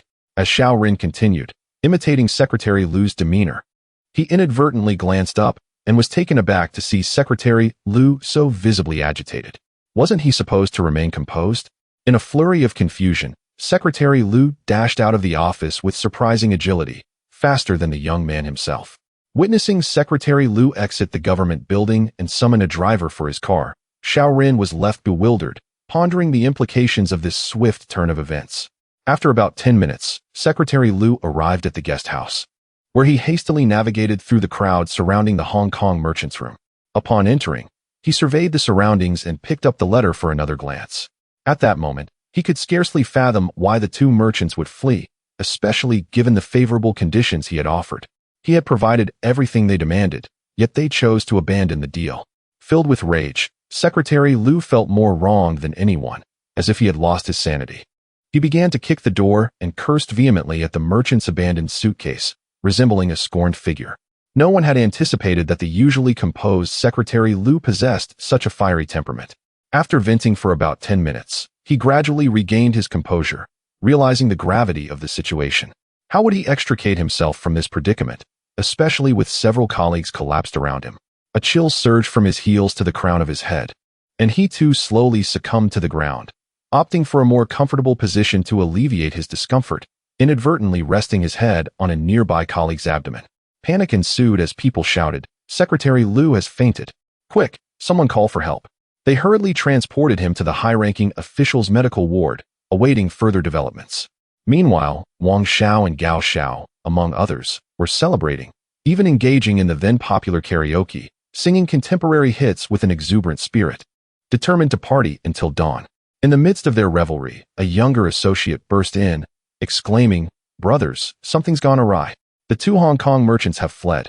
Given the cacophony within the private room, few attendees heard him, and they were inclined to dismiss him and continue their festivities. Displaying quick wit, the young man approached and turned off the karaoke machine, seizing the moment before anyone could react, and reiterated his alarming news. Initially, the attendees were poised to become irate, but upon hearing the shocking update, those seated sprang to their feet, causing dishes to shatter on the floor, yet no one cared. Gao Xiao swiftly advanced towards the young man, gripping him by the collar with a fierce gaze, demanding, "What did you say? Repeat that." Though trembling with fear, the young man replied, "Gao Xiao, the two Hong Kong merchants have indeed fled, leaving behind a letter denouncing us. Secretary Liu has fainted and is now hospitalized." Upon hearing this, Gao Xiao violently cast the young man aside and turned to the others. The atmosphere shifted as the celebration came to an abrupt halt. They rushed to the scene, and only upon witnessing the reality did they grasp the extent of their deception. Overwhelmed with rage, they swiftly mobilized their connections to freeze the funds that had been transferred. To their dismay, they discovered the money had already left the country, rendering their efforts futile. They attempted to contact others to set up roadblocks, but those plans were quickly thwarted. After all, several days had passed. If the merchants truly wished to hide, they could vanish anywhere in the world. The individuals present began to cast accusations upon one another, each asserting that the others were too greedy, ultimately driving away the Hong Kong investors. It is likely that the investors never anticipated that their casual remarks would ignite such a tumult within this small group. Consequently, this faction experienced several bouts of internal strife, resulting in no one gaining any advantage, and those involved were reluctant to make the situation public. In comparison to the loss of money, they feared the loss of face even more, having resigned themselves to the fact that their finances were irretrievable. Their thoughts turned not to how to recoup their losses, but rather to how to bury this incident. Thus, they promptly contacted the construction team to halt the project. Initially, the construction team was reluctant to comply, but the matter was eventually resolved when family members intervened. As for the 50,000 yuan in project funds, the group harbored thoughts of reclaiming it. It was not that they did not desire it, but rather that it was genuinely unattainable. Those funds had long been expended on various materials and wages, leaving little remaining. The likes of Gao Xiao and Wang Xiao, the second-generation heirs, chose to part ways, while the responsible secretary Liu faced severe repercussions for his misjudgment of character, leading to significant losses and an early retirement. Ultimately, this so-called billion-yuan investment, which had been featured on provincial and municipal television, came to naught. The reasons behind this debacle remained unknown to outsiders, giving rise to a plethora of rumors. Yet, the truth often surpasses even the most outrageous of rumors. Who could have predicted the final outcome? Chapter 52. Enemies should be resolved. Not made since the massive project in Wanren-Dajiang came to an abrupt halt. The common folk have continued to discuss it with fervor, yet the media has fallen silent overnight, as if the project had never existed, leaving many perplexed, as though it were merely a fleeting dream. Beneath the surface, however, turbulent currents are at play. After all, those who had the opportunity to invest were well connected. And the minimum investment threshold of 50,000 yuan is no trifling sum for anyone. Naturally, when such events transpire, someone must take the blame, with the comatose secretary Liu being the first in line, while several prominent figures are also being held accountable, as they are all individuals of stature and reputation, navigating the complexities of personal relationships. These Hong Kong businessmen are ruthless. 16 million yuan is at stake. A province's GDP barely reaches a few billion. And now a mere fraction of that has vanished, an amount that Baoling City struggles to contribute in an entire year. What is even more infuriating is that 9 million yuan was transferred out by their own hands, a true act of betrayal. In the aftermath of this incident, Baoling faces devastating losses. Those who have been exploiting the situation in recent years may have to surrender a significant portion of their gains, and the greedy among them might well find themselves at a loss. Fortunately, no ordinary citizens were involved. Otherwise, they would have to accept their misfortune. Thankfully, these Hong Kong businessmen are aware of who possesses wealth. Deceiving the less privileged carries higher risks and could ensnare themselves in trouble. As for the dignitaries, they bear fewer burdens, knowing their own hands are not clean. They can deceive without fear, as who would dare report them? If Zhao Shixiong were aware of this situation, he might remark that sometimes poverty is a blessing in disguise. At least it prevents one from purchasing a house that might end up unfinished. As the leaders of Baoling City attempted to conceal the matter, the 4 major media outlets from the capital, having conducted thorough investigations over the course of several days, amassed a wealth of information. At that moment, Editor Zhang led the journalistic team to Baoling First Senior High School, where Zhao Shixiong had studied. Upon presenting their press credentials, they encountered no obstacles, especially since the presence of 4 top-tier newspapers ensured their access. The doorman, Old Qin, upon learning they were there for Zhao Shixiong, wore a deeply gratified expression, exclaiming that heaven had indeed opened its eyes. Old Qin, in his advanced years, tended to be a bit loquacious, recounting the remarkable qualities of Zhao Shixiong. After sharing his thoughts, he guided the reporters on a tour of the campus, revealing a stark reality. The student population was scant, with even 2 classes failing to gather enough students. When asked about this situation, Old Qin explained that the decline stemmed from the incident involving Zhao Shixiong. There had once been over 10 classes filled with eager learners, but following the events of 3 years ago, students gradually dropped out. Now, those remaining were primarily children of workers, merely seeking a high school diploma to secure their positions. Otherwise, the vast school might have faced closure. The reporters, taken aback by Old Qin's account, pressed further, asking if the Education Bureau was taking any action. Old Qin scoffed, expressing that when Zhao faced his ordeal, who stepped in? The courts were silent. The police said nothing. Who would dare intervene? Was there no law? Those scoundrels are the law. If you can help Zhao seek justice, I, Old Qin, would be eternally grateful. If not, I advise you to leave before bringing further calamity upon him, for my heart cannot bear it. Rest assured, we are among the most prominent journalists in the nation, equipped to reach the highest echelons of authority. We fear nothing, for we stand with our country, and justice will ultimately be served against those corrupt individuals. Old Qin's smile broadened at their reassurances. That is indeed comforting. Under Old Qin's guidance, the reporters first met with Zhao Shixiong's homeroom teacher to understand his academic journey over the past 3 years. They then sought to interview the principal, but discovered he was unavailable. Following Old Qin's advice, they interviewed several of Zhao Shixiong's classmates. Subsequently, they visited the police station where Zhao had initially reported his case. While the beginning of their inquiry was promising, they soon encountered a wall of silence. The journalists continued on to the Education Bureau, where they spoke with the director regarding Baoling's educational issues. The director's responses were predictably official, and when the subject of Zhao Shixiong arose, he simply fell silent, displaying an air of indifference. Next, they visited the post office to inquire about who had intercepted Zhao Shixiong's acceptance letter, and finally, they approached the court to question the judge who had presided over Zhao's case. Seeking answers as to why justice had not been served, the judge was left speechless. The following day, the reporters went to the city hall to interview the secretary of Baoling City, questioning why the matter of impersonation had been met with such deafening silence. Were they truly ignorant or unwilling to know? Should a talented individual from a humble background be replaced? Are they aware that their actions threaten the very foundation of the nation, allowing true talent to languish while the undeserving take their place? The four reporters, armed with their findings, proceeded to the homes of the two impostors, speaking with neighbors to uncover their backgrounds.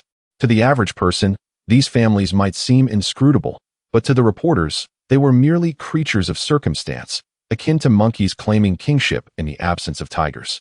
With the arrival of the journalists from the capital, Baoling City once again found itself in a state of turmoil. The issues surrounding the Hong Kong businessmen remained unresolved, and calamity seemed to compound upon calamity. In response, the city's leaders ordered the Education Bureau to promptly address the situation with the two impostors, urging them to handle the matter discreetly to avoid drawing the attention of the press. The next morning, Zhao Shixiong and his family toiled in the fields, having sold their wheat harvest. The green stalks could not remain in the ground indefinitely, absorbing nutrients without purpose. They needed to be removed and stored in the yard for use as feed for their livestock.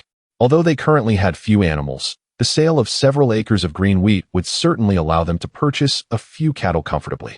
After several days of diligent work, they had nearly finished tilling the land, allowing it to bask in the sun for a few days before turning the soil once more to plant corn or other cash crops like cotton, peanuts, or soybeans, which could yield earlier harvests. Intercropping was also a viable option. As the Zhao family was diligently tilling the earth, a few villagers unexpectedly arrived to summon Zhao Shixiong to the village committee, stating that there were officials who specifically wished to see him. Confused, Zhao Shixiong pondered who could be seeking him. Could it be the investigation team? Upon hearing the villagers' words, the family set down their farming tools and made their way home.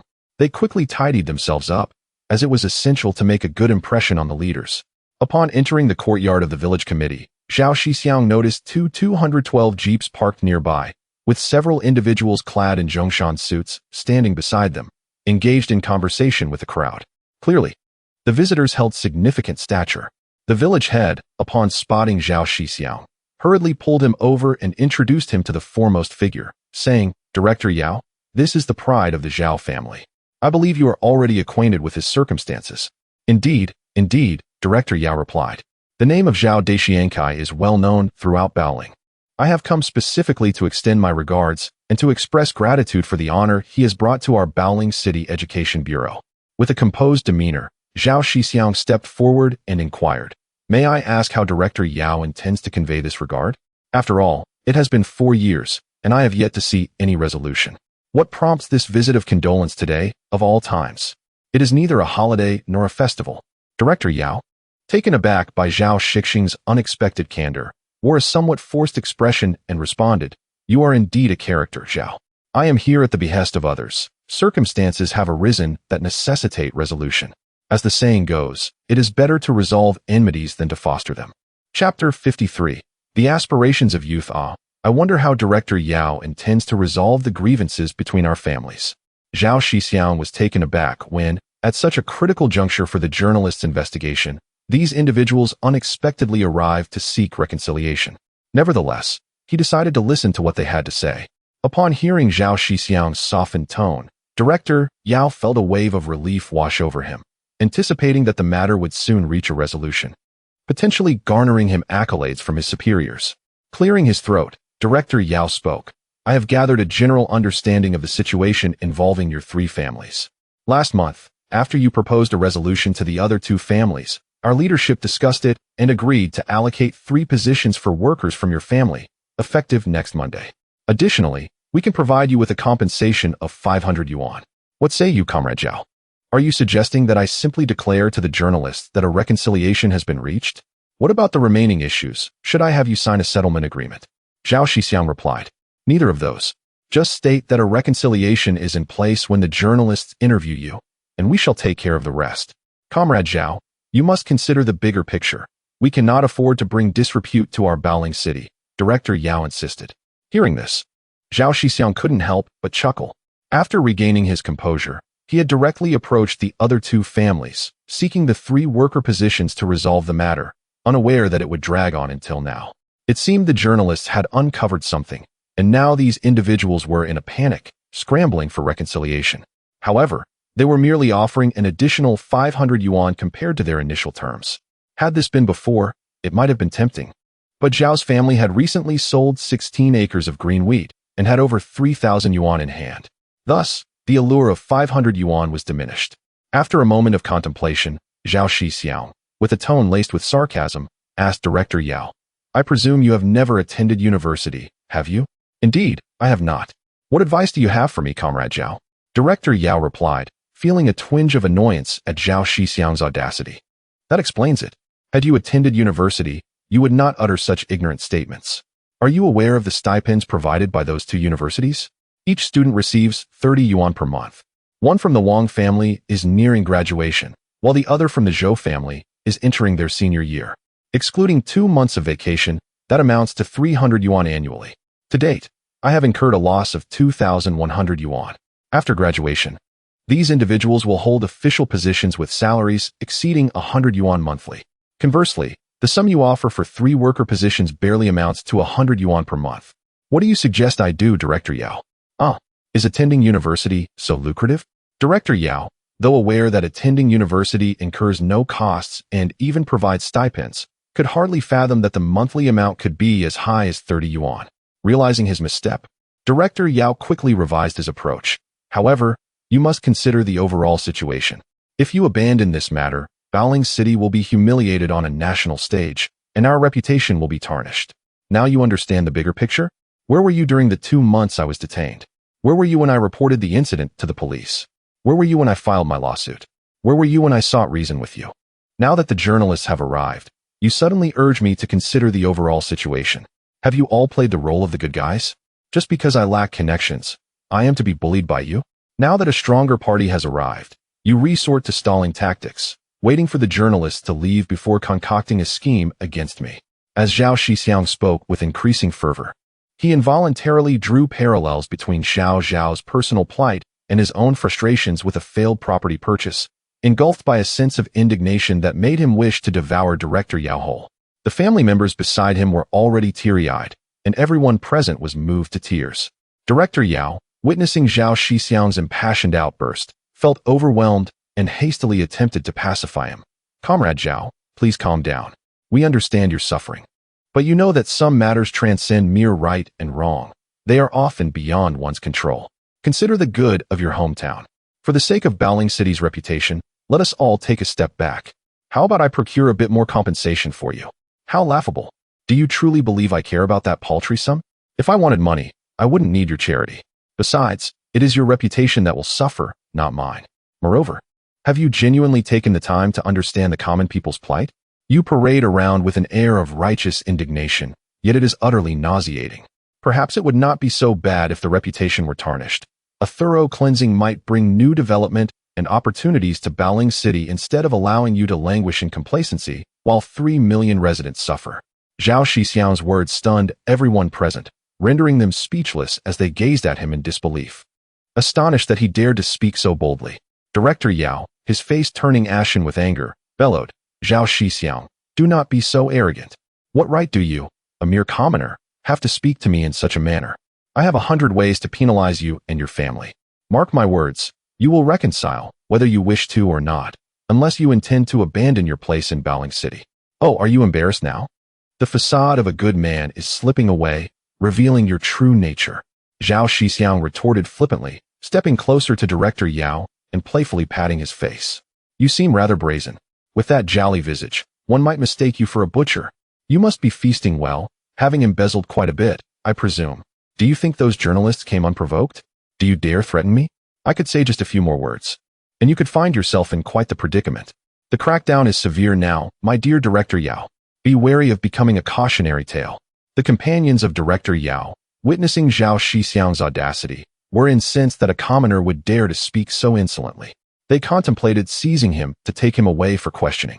However, Director Yao intervened, wiping the cold sweat from his brow and trembling as he asked, "Did you bring those people here?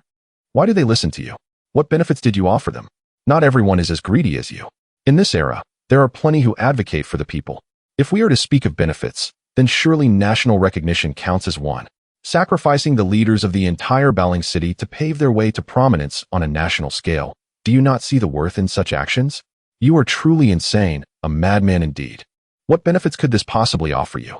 While you may find satisfaction in this, what of the innocent individuals who are ensnared in the chaos? It is evident that those who can be implicated are not entirely blameless. One must remember that in a snowstorm, no single snowflake is innocent. Moreover, what is there to discuss with your kind? Mere frogs at the bottom of a well. Use every trick in your arsenal. I remain undeterred. Even if you evade the clutches of justice this time, I will seek retribution against you. Remember, our conflict is one of relentless perseverance." Chapter 54. The Dilemma of Retaliation. As Zhao Shixiong concluded his remarks, an almost palpable silence enveloped the courtyard. The villagers and family members were taken aback by the unexpected ferocity emanating from a man usually known for his gentle demeanor. Director Yao, who had intended to counter Zhao's words, found himself momentarily at a loss for words, struggling to articulate a response. Finally, he managed to utter, "This is utterly insubordinate. You, who have betrayed your mentors and ancestors, once regarded me as your instructor, dare to speak to me in such a manner. You shall pay for this." Suddenly, a resounding slap struck Director Yao's plump face, leaving him momentarily stunned, his complexion rapidly flushing with indignation. Betraying one's mentors? Whose mentors had been betrayed? Where was he when I was impersonated in university? Where was he when I was unjustly detained? Where was he when I was driven to madness? Now he feigns concern over betrayal? Why did he not act sooner? Now he appears as a paragon of virtue. How hypocritical. Zhao Shixiong pressed on with relentless inquiries that left Director Yao retreating, speechless, eliciting admiration from his younger siblings. Enraged, Director Yao's companions were eager to teach Zhao Shixiong an unforgettable lesson, but before they could advance, Zhao's father and elder brother intervened, grappling with them. Meanwhile, his younger brother dashed out to summon relatives from his uncle's household. In a short while, his uncle and two cousins arrived, armed and ready to retaliate. Without hesitation, they launched an assault. The beaten individuals cried out for mercy, while the village committee members, caught in a dilemma, simply feigned unconsciousness beside Zhao's elder brother. Once the assailants grew weary, Zhao Shixiong surveyed the bruised faces of his adversaries. Their injuries at least doubled in severity. Closer inspection revealed mutterings of rogues, mere rogues. This incited Zhao Shixiong's fury once more, prompting him to deliver several more kicks. He then approached the village committee's entrance, filled a porcelain basin with water, and washed his greasy hands, before leisurely stating, "Do you understand the concept of disaster arising from careless speech? This serves as a vivid demonstration. As for your intentions to bring me to justice, do you truly believe you are worthy? A great leader once proclaimed that we must serve the people, and yet, it has only been a few years. How is it that this lackey now seeks to turn against his master?" Director Yao and his companions were rendered speechless by these words, realizing they were merely empty rhetoric, yet they could not refute him. What to do now? They contemplated further arguments, but, recalling their recent humiliation, chose silence to avoid further confrontation. Feeling quite aggrieved, Director Yao muttered, "You shouldn't resort to violence immediately," to which Zhao retorted, "And you shouldn't have detained me in the first place. What about those 2 months of wrongful imprisonment? That was not my doing. Why do you hold me accountable? You failed to act when it mattered and chose to meddle when it was inappropriate, thus inviting this retribution. Rest assured, none of those causing trouble will escape unscathed. They will fare worse than you. In less than half a month, you will come to appreciate the leniency of my actions. Is that true? I am not well versed. Do not deceive me." Upon hearing that others might suffer more than he had, Director Yao inexplicably felt his own grievances were not so severe after all. "Fear not, my words hold weight." Zhao Shixiong had not anticipated that Director Yao possessed a certain cleverness, and regardless of the veracity of his statements, the balance of power was decidedly in his favor, allowing him to adopt a more arrogant demeanor. Following Zhao Shixiong's proclamation, Director Yao and his companions ceased their futile dialogue and retreated in their vehicle, heads hung low. As the vehicle vanished from sight, the fallen figures, including the village head, slowly regained consciousness. They rose with agility, and village head Zhao Dogwa sighed heavily, expressing regret. Zhao Shixiong, you were impulsive today. Before Zhao Shixiong could respond, his elder brother interjected, impulsive? When my brother was wrongfully accused, this scoundrel did nothing. Now trouble arises, and he seeks our help. In my opinion, the punishment was too lenient. Next time, Director Yao was indeed quite infuriated. However, years of political strife compelled him to ponder the situation more deeply. He could hardly fathom that a mere rural upstart would dare to assault him, and even more brazenly flaunt his audacity afterward. He was utterly convinced that such an act could not have occurred without some orchestrator behind the scenes. This realization extinguished his initial impulse to apprehend the assailant outright, prompting him to adopt a more cautious approach. He decided to bide his time for a few days, intending to ascertain the true capabilities of Zhao Shixiong. If he proved to be an authentic deity, they would simply have to endure the loss in silence. However, if the outcome were otherwise. Chapter 55. A first encounter with Zhao Jiazhuang. In a certain area of Guangxing province, Lu Dafa, accompanied by Xiao Jiang and another, journeyed tirelessly through the night, finally returning to his hometown. The anxiety that had weighed upon their hearts dissipated. Upon entering the house, they collapsed onto the bed, too weary to even retrieve the money from the vehicle. Thanks to the stringent crackdowns, their journey had been remarkably smooth, a stark contrast to previous years. The two had lingered in Baoling for nearly 2 months, and after extensive arrangements, aside from the 100,000 Hong Kong dollars spent on land acquisition, they had expended nearly 200,000 on accommodation and gifts. With an investment of 300,000, they had reaped a staggering fortune of 16 million. The 9 million transferred could yield approximately 4 million after laundering, complemented by 7 million in cash they carried, amounting to a substantial total of 1,400 jin. At this moment, Lu Dafa felt a pang of regret. It was all too easy to haul 1 to 2 tons with his Santana, yet now he had to share half of the money with others. He lamented having overestimated the capabilities of several provinces in the central region. How foolish. A bunch of impoverished individuals parading as aristocrats, all mere wolves in sheep's clothing. What pretense? Lu Dafa reveled in his self-satisfaction, contemplating his next target. Perhaps the Northeast would be the next destination, rumored to be thriving, often referred to as the Little Paris of France, undoubtedly home to affluent individuals. A native of Guangxing, Lu Dafa had ventured to the special economic zones post-reform seeking a livelihood. By a stroke of fate, he befriended businessmen from Hong Kong. Initially serving as an intermediary, he gained their trust. And as they recognized his astuteness and steadiness, they accepted him as an apprentice.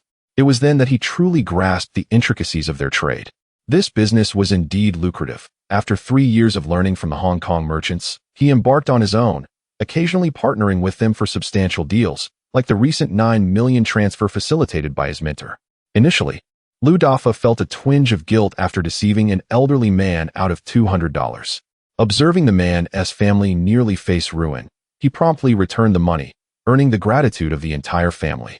Just as he believed he was ill-suited for this line of work, he discovered that his cousin back home had offended a significant figure, prompting the cousin to seek refuge with him. This sparked an idea. Instead of deceiving the common folk, whose wealth was meager, he would target the wealthy and powerful, individuals who could afford to be swindled yet wouldn't dare speak out. For his inaugural venture, feeling somewhat apprehensive, he summoned his mentor, and together they returned to his cousin's hometown.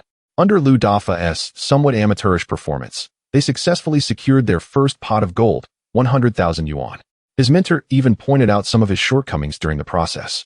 And since Lu Dafa had identified the target himself, the mentor only took a 30% fee. When Lu Dafa held his 70,000 yuan, he was elated beyond measure, promptly purchasing a plot of land and constructing a large courtyard for under 1,000 yuan, all in the year 1982. From that point onward, Lu Dafa became increasingly unrestrained, amassing wealth at an accelerating pace. However, making a deal worth 16 million was a first, as he had previously considered a success to be a mere 1 or 2 million. He anticipated that the 10,000 Hong Kong dollars spent would yield such incredible results, landing him a significant catch. It seemed he needed to alter his strategy, for one could not rely solely on his mentor's methods. One must bait the hook to catch fish.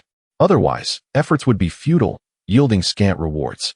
Skills must evolve, otherwise even the simplest of targets would become scarce.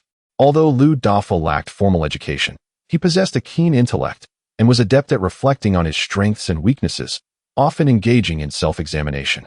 While Lu Dafa was engaged in introspection, for prominent journalists concluded their interviews in Baoling City, having gathered substantial information. They planned to conduct a final interview in Zhao before returning to Beijing. This trip to Baoling had proven fruitful, and soon their names would be widely recognized. Perhaps they could even stoke the flames of the ongoing crackdown, with a little maneuvering, transforming this incident into a prime example of a stringent crackdown on impersonation. Maybe they could even make the headlines. On June 5th, the 28th day of the 4th lunar month, with the Grain and Ear Festival approaching and the Dragon Boat Festival less than a week away, they would return to Beijing just in time for the festivities. The wheat harvest was imminent, marking a season of abundance for the journalists as well. Following the address left by Zhao Shixiong, the group traveled directly from the city to the town. After a bumpy journey and inquiries with several locals, they finally arrived at Zhao. Standing beneath the large locust tree at the village entrance, the journalists surveyed the village. Most houses were constructed from earthen bricks, with a few better-off homes made of a mixture of earthen bricks and concrete. It was evident that the living conditions in the village were markedly inferior to those in the city. Approaching noon, most villagers had returned home to prepare meals. The journalists intercepted a passerby to inquire about Zhao Shixiong's home.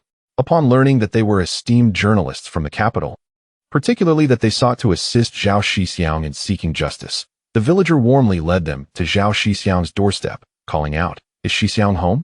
People from Beijing are here to help you." As the journalists beheld the dilapidated courtyard, 2 earthen brick houses, some areas severely eroded, with only a few tiles on the roof, the simplicity of the dwelling was striking. The door, more akin to a makeshift barrier of branches than a proper entrance, could easily be stepped over. It was unfathomable that, under such harsh conditions, Zhao Shixiong not only excelled academically, but managed to gain admission to 2 of the country's prestigious universities. The phrase "a phoenix rising from the ashes" was indeed a fitting description. Hearing the commotion, Zhao's family hurried out to welcome the guests. Upon seeing the visitors' elegant attire, they surmised that these were distinguished individuals, impeccably dressed in wrinkle-free Zhongshan suits. As the Zhao family scrutinized the group of journalists, the latter were equally observing the Zhaos. The members of the Zhao family felt somewhat constrained in the presence of such esteemed guests and hastily invited a few of them into the courtyard. At this moment, despite having undergone nearly 2 months of nourishing treatment, the Zhao family's physical condition had vastly improved. A healthy flush adorned their faces, and with proper nutrition, the younger siblings had become increasingly endearing. Even the eldest sister appeared considerably more robust. The journalists and their cameramen, however, could not help but notice the tattered clothing of the Zhao family members. The 2 children donned ill-fitting garments, while the weathered faces of the elders bore the marks of hardship, evoking deep sympathy from onlookers. Yet, it was precisely from such a family that extraordinary talent had emerged, leaving those present in a state of introspection. The saying "poverty strengthens resolve," and one does not abandon lofty aspirations truly resonates in this context. Chapter 56. The first class in the world. Upon seeing the visitors at the door, Zhao Shixiong promptly stepped outside to greet them. He opened the wooden gate and ushered several individuals into the courtyard. As they walked, he remarked, "Editor Zhang, why didn't you inform me in advance of your arrival? I could have made some preparations. With your esteemed company here, I feel quite unprepared." "Not at all, Zhao. You are too courteous," replied Editor Zhang, leading the group. "We merely wished to see what kind of family could raise a talent such as yourself. Today, we are pleasantly surprised to discover that even in shallow waters, a true dragon can emerge. We clearly underestimated your background." Leading the visitors into the main room, they settled onto the slender benches. Zhao's mother and elder sister promptly served 5 bowls of wheat milk to their distinguished guests before retreating to the kitchen to prepare the meal. This left the room occupied solely by the journalists and the 3 brothers, while the younger siblings were also summoned to the kitchen to assist, ensuring the guests were not disturbed. As the intermediary, Zhao Shixiong introduced his elder brother and father to the journalists, and vice versa. To alleviate any confusion, he clarified that they were from a reputable news agency, which startled both his brother and father. They quickly rose to greet the journalists, who responded warmly, creating an atmosphere of conviviality. Zhao's elder brother and father, having received limited education and exposure, sat silently on the benches after the initial greetings, fulfilling the role of attentive hosts. Zhao Shixiong engaged in conversation with the journalists about their recent investigations in Baoling City, which largely corroborated what he had previously shared in the capital. The journalists had prepared numerous articles, intending to publish them upon their return. After nearly an hour of discussion, Zhao's elder sister entered to announce that the meal was ready. The journalists immediately expressed their intention to leave, but Zhao's brother and father insisted they stay for the meal. Reluctantly, the guests acquiesced, their hunger prompting them to partake in the home-cooked fare. Zhao Shixiong led the group to wash their hands. His elder sister and mother brought the dishes to the table while the younger siblings remained in the kitchen to eat, allowing space for the guests and family. Noticing that only 8 seats filled the round table without any women present, the journalists inquired about the absence of the female family members. Zhao Shixiong hesitated to explain the customs, but merely suggested they were seated at another table, prompting no further questions from the journalists. In the context of the nation's socio-cultural climate, many regions still adhered to certain outdated customs. For instance, when guests arrived, the elders would join them to ensure their comfort, while the women and children often retreated to the kitchen to avoid disturbing the guests. Zhao Shixiong contemplated this, recognizing that although such customs would eventually fade with the nation's progress, it would not be until the mid-1990s that significant change would occur. In the meantime, plans were in place to expand their home, allowing his mother, elder sister, and younger siblings to enjoy their own dining space. The journalists, observing the sumptuous dishes before them, felt a twinge of guilt and repeatedly offered to pay. "Please, there is no need for such formality. My family can certainly afford a modest meal. After the harvest, we plan to build a new house, so there is no cause for concern regarding our circumstances," Zhao reassured them. Having interacted with Zhao Shixiong several times, Editor Zhang and his colleagues had come to understand him better and recognize the truth in his words. This was the privilege of a top university student. Editor Wang, eyeing the delectable spread, inquired, "What dish is this? It looks delightful." "This is century egg, made from chicken eggs. They are coated with a mixture of lime, wood ash, and water, then wrapped in sawdust and left to mature in a cool place for half a month. The yellow part is the yolk, and it is quite delicious. I encourage you all to try it," Zhao Shixiong explained as his elder brother took on the role of interpreter. The journalists nodded in acknowledgement, yet hesitated, clearly intrigued but reluctant to take the plunge into this unfamiliar culinary experience. While you may not be familiar with century egg, you should certainly know about the preserved duck egg, known as songhuadan. This, however, is made with chicken eggs, and I am less acquainted with that preparation.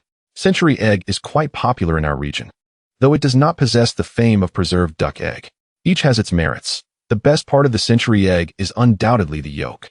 If you enjoy a soft yolk, it can be consumed after about 2 weeks. If you prefer a firmer texture, akin to preserved duck egg, it is best left for 20 to 30 days. Beyond 4 or 5 months, it should be avoided, as it develops a snowflake appearance that detracts from its flavor. Zhao Shixiong offered additional insights, dispelling the journalists' reservations. They finally sampled the dish and found it to possess a unique charm. Their appetites peaked. They quickly polished off a plate of chilled century egg, leaving them wanting more. Zhao Shixiong then introduced them to wheat porridge, a dish rich in grain aroma that the journalists found irresistible. As seasoned reporters from the capital, they had experienced a multitude of culinary delights. However, they had seldom tasted wheat porridge, as most struggled to fill their bellies. Selling wheat for porridge seemed a waste when the priority was to maximize grain production.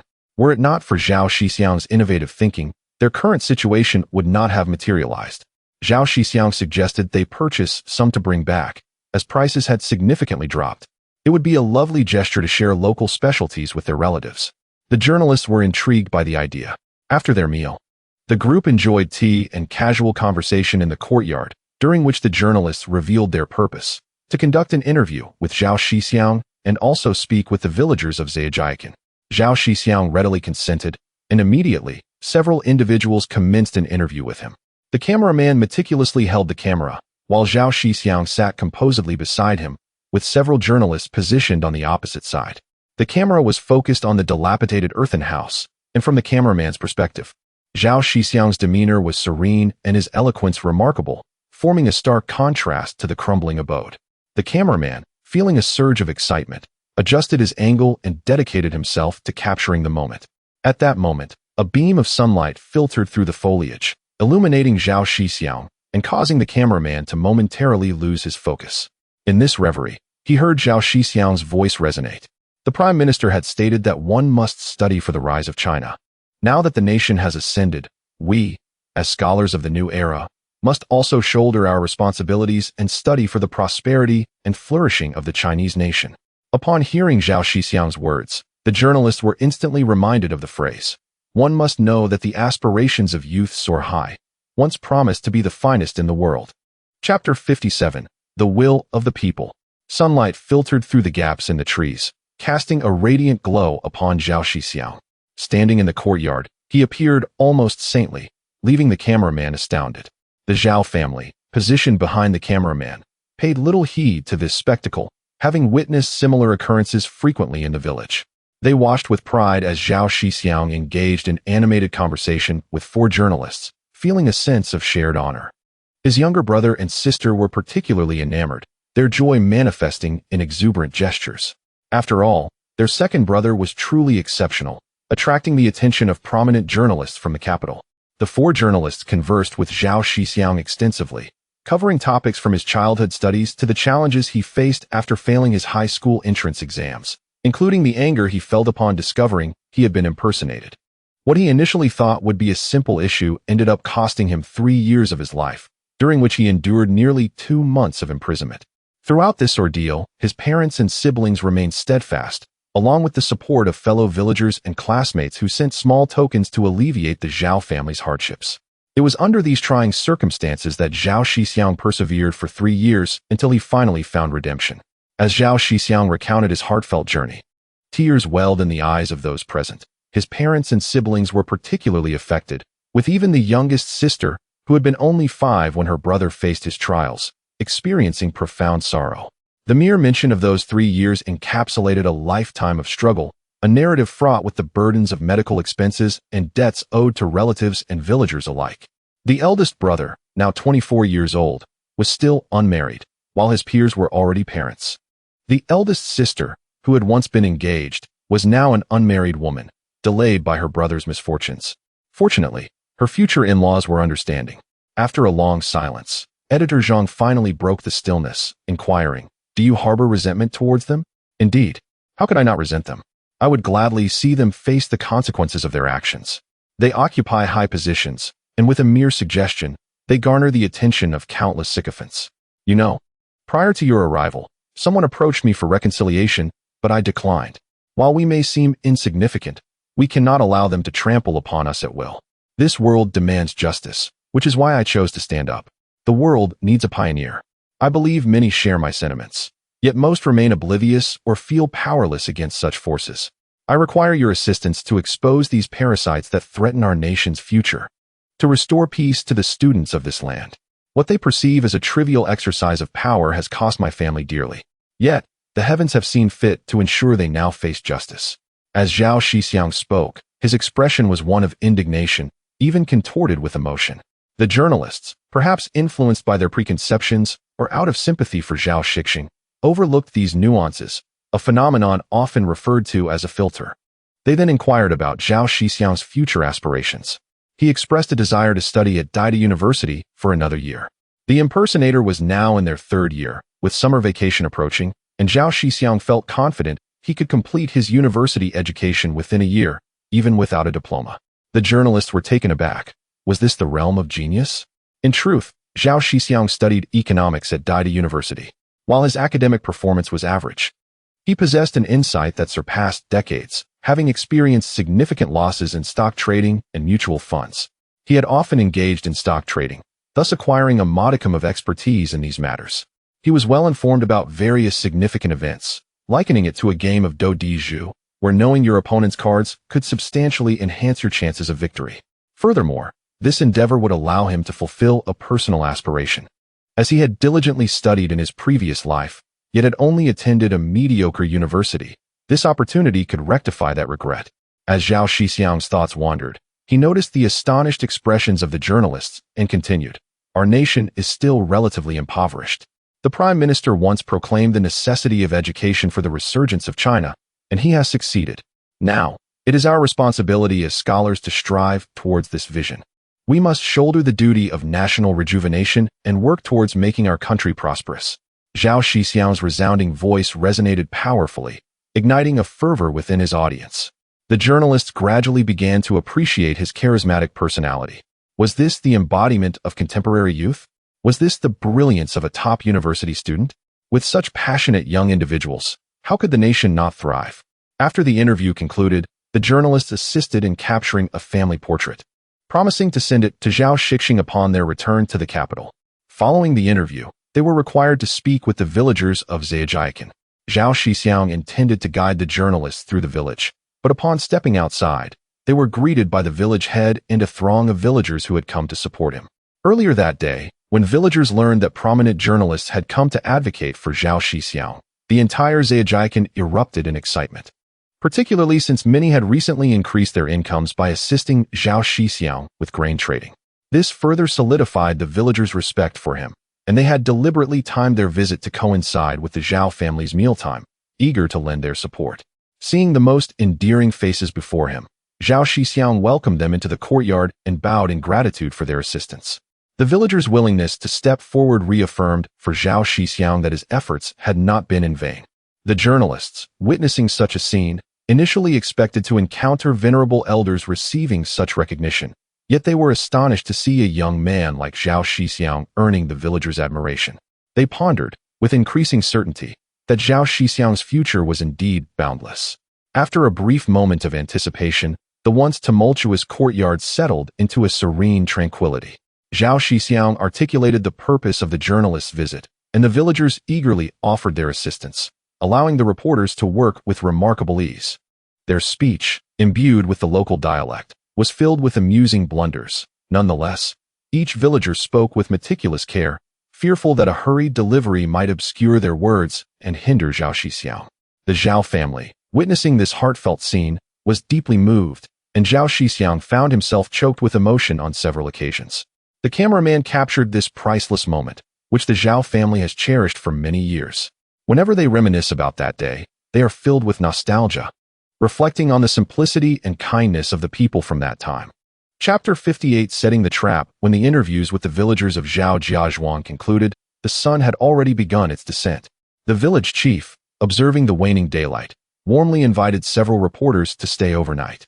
The reporters, who had already experienced the villagers' hospitality throughout the afternoon, repeatedly declined, citing their need to catch the last bus back to the guest house. Only after much persuasion were they finally allowed to leave.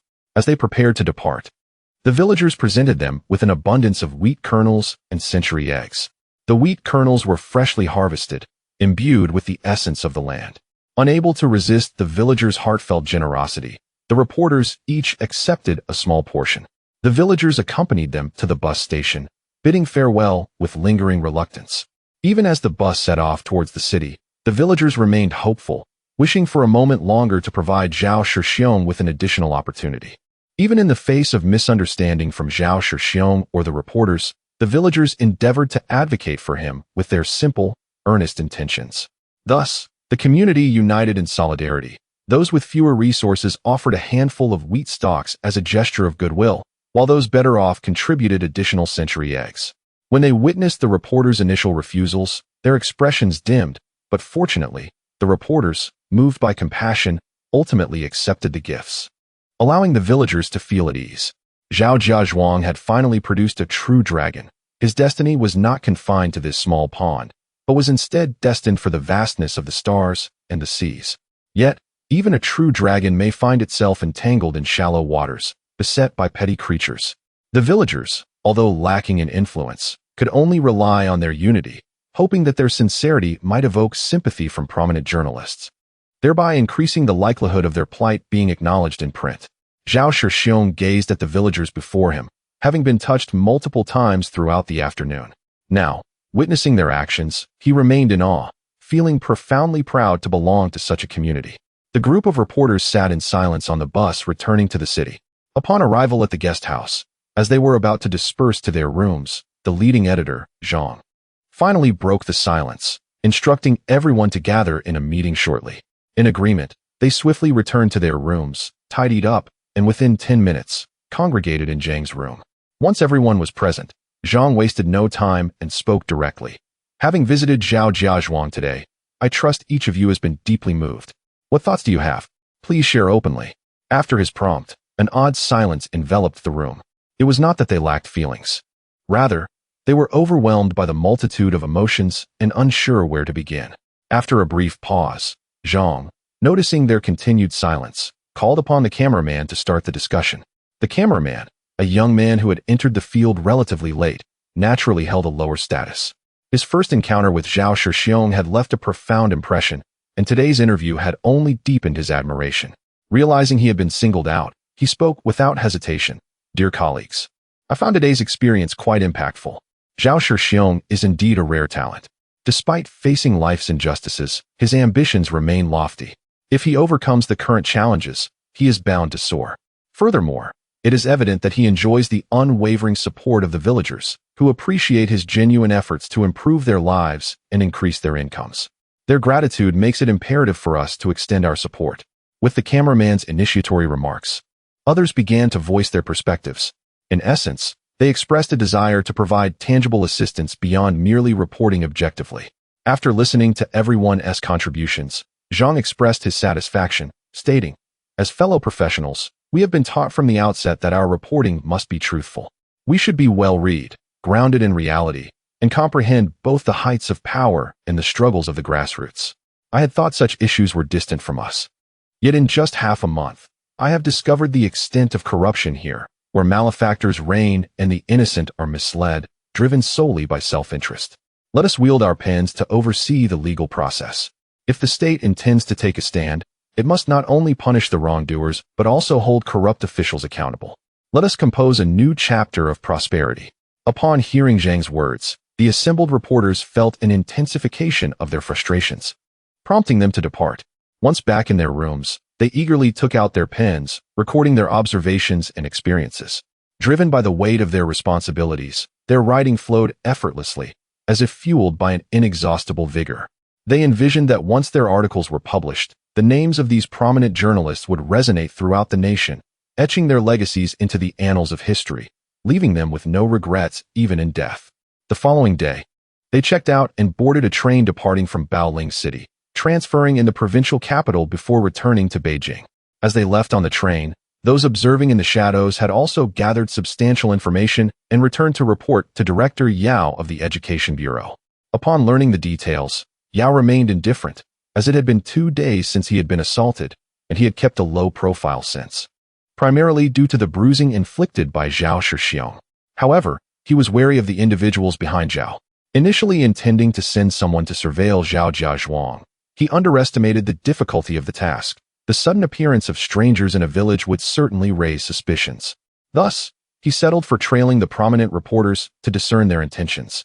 Receiving reports from his subordinates, Director Yao contemplated taking action, considering apprehending Zhao Shixiong. Suddenly, he recalled that he did not know who the shadowy figures were. What if they were formidable? The thought made him uneasy. After pondering for a moment, a plan formed in his mind. He decided to leak information about this matter to the families of the 2 imposters, hoping they might probe into the situation. After all, they had usurped the university placements of those individuals, which inherently created an irreconcilable conflict. If they are merely leveraging the power of others, these individuals may consider it a form of vengeance, allowing them to later seek small favors before enacting their retribution.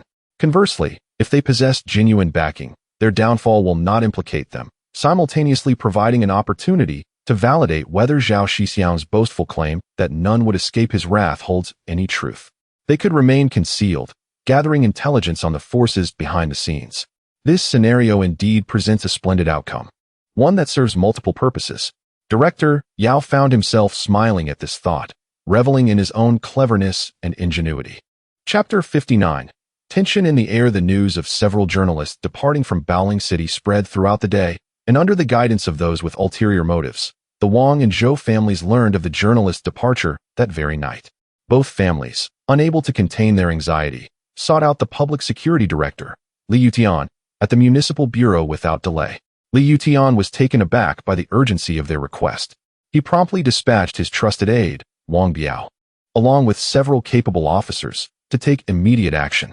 To avoid mistakenly apprehending the wrong individuals in the dead of night, they even enlisted the help of officers who had previously investigated the matter 3 years prior, making their way directly to Zhao Jiazhuang.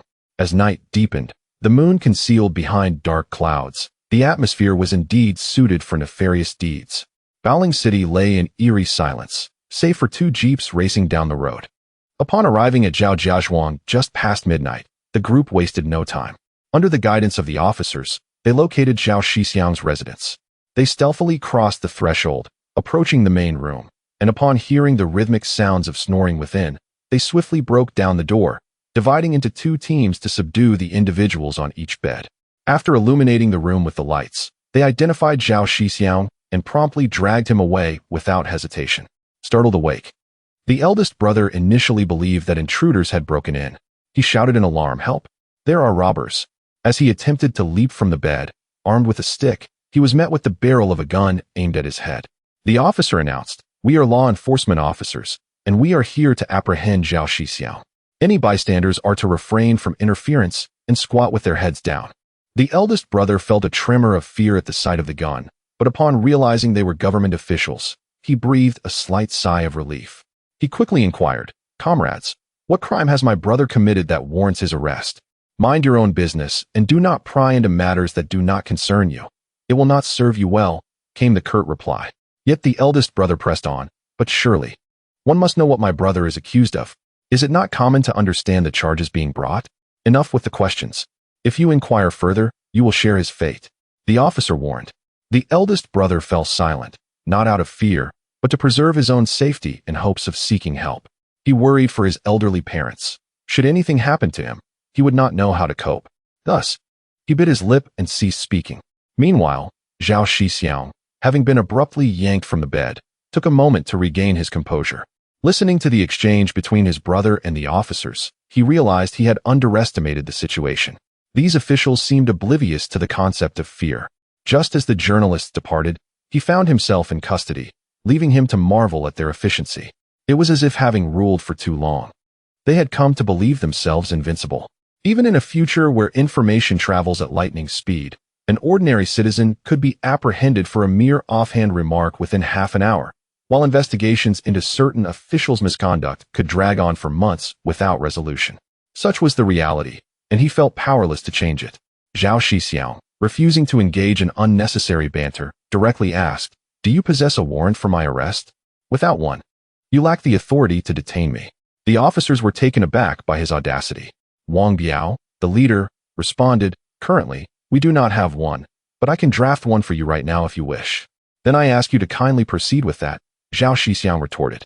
"Otherwise, I might suspect you are mere thieves breaking into my home. The government's recent crackdown would be for naught otherwise. You dare threaten me? You must be tired of living. Do you not believe I could ensure you spend the rest of your life behind bars? That cannot be. However, without that warrant, you shall not leave Zhao. What do you mean by that?" Several of Wang Biao's subordinates, unable to tolerate the situation, approached with hostility. The eldest brother, witnessing his sibling being bullied, felt a surge of anger and yearned to confront the officers, but reason prevailed, reminding him not to act rashly. His younger brother and sister trembled in fear, while his eldest sister shielded them, covering their eyes to spare them from the distressing sight. Zhao Shixiong, observing the brazen behavior of these brutish officials, felt a surge of resentment, contemplating a violent response.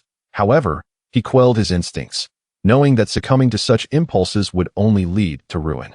In a previous life, he had met a tragic end due to his lack of options, but now, with a promising future ahead, he understood that by enduring this trial, he could ultimately soar to greatness.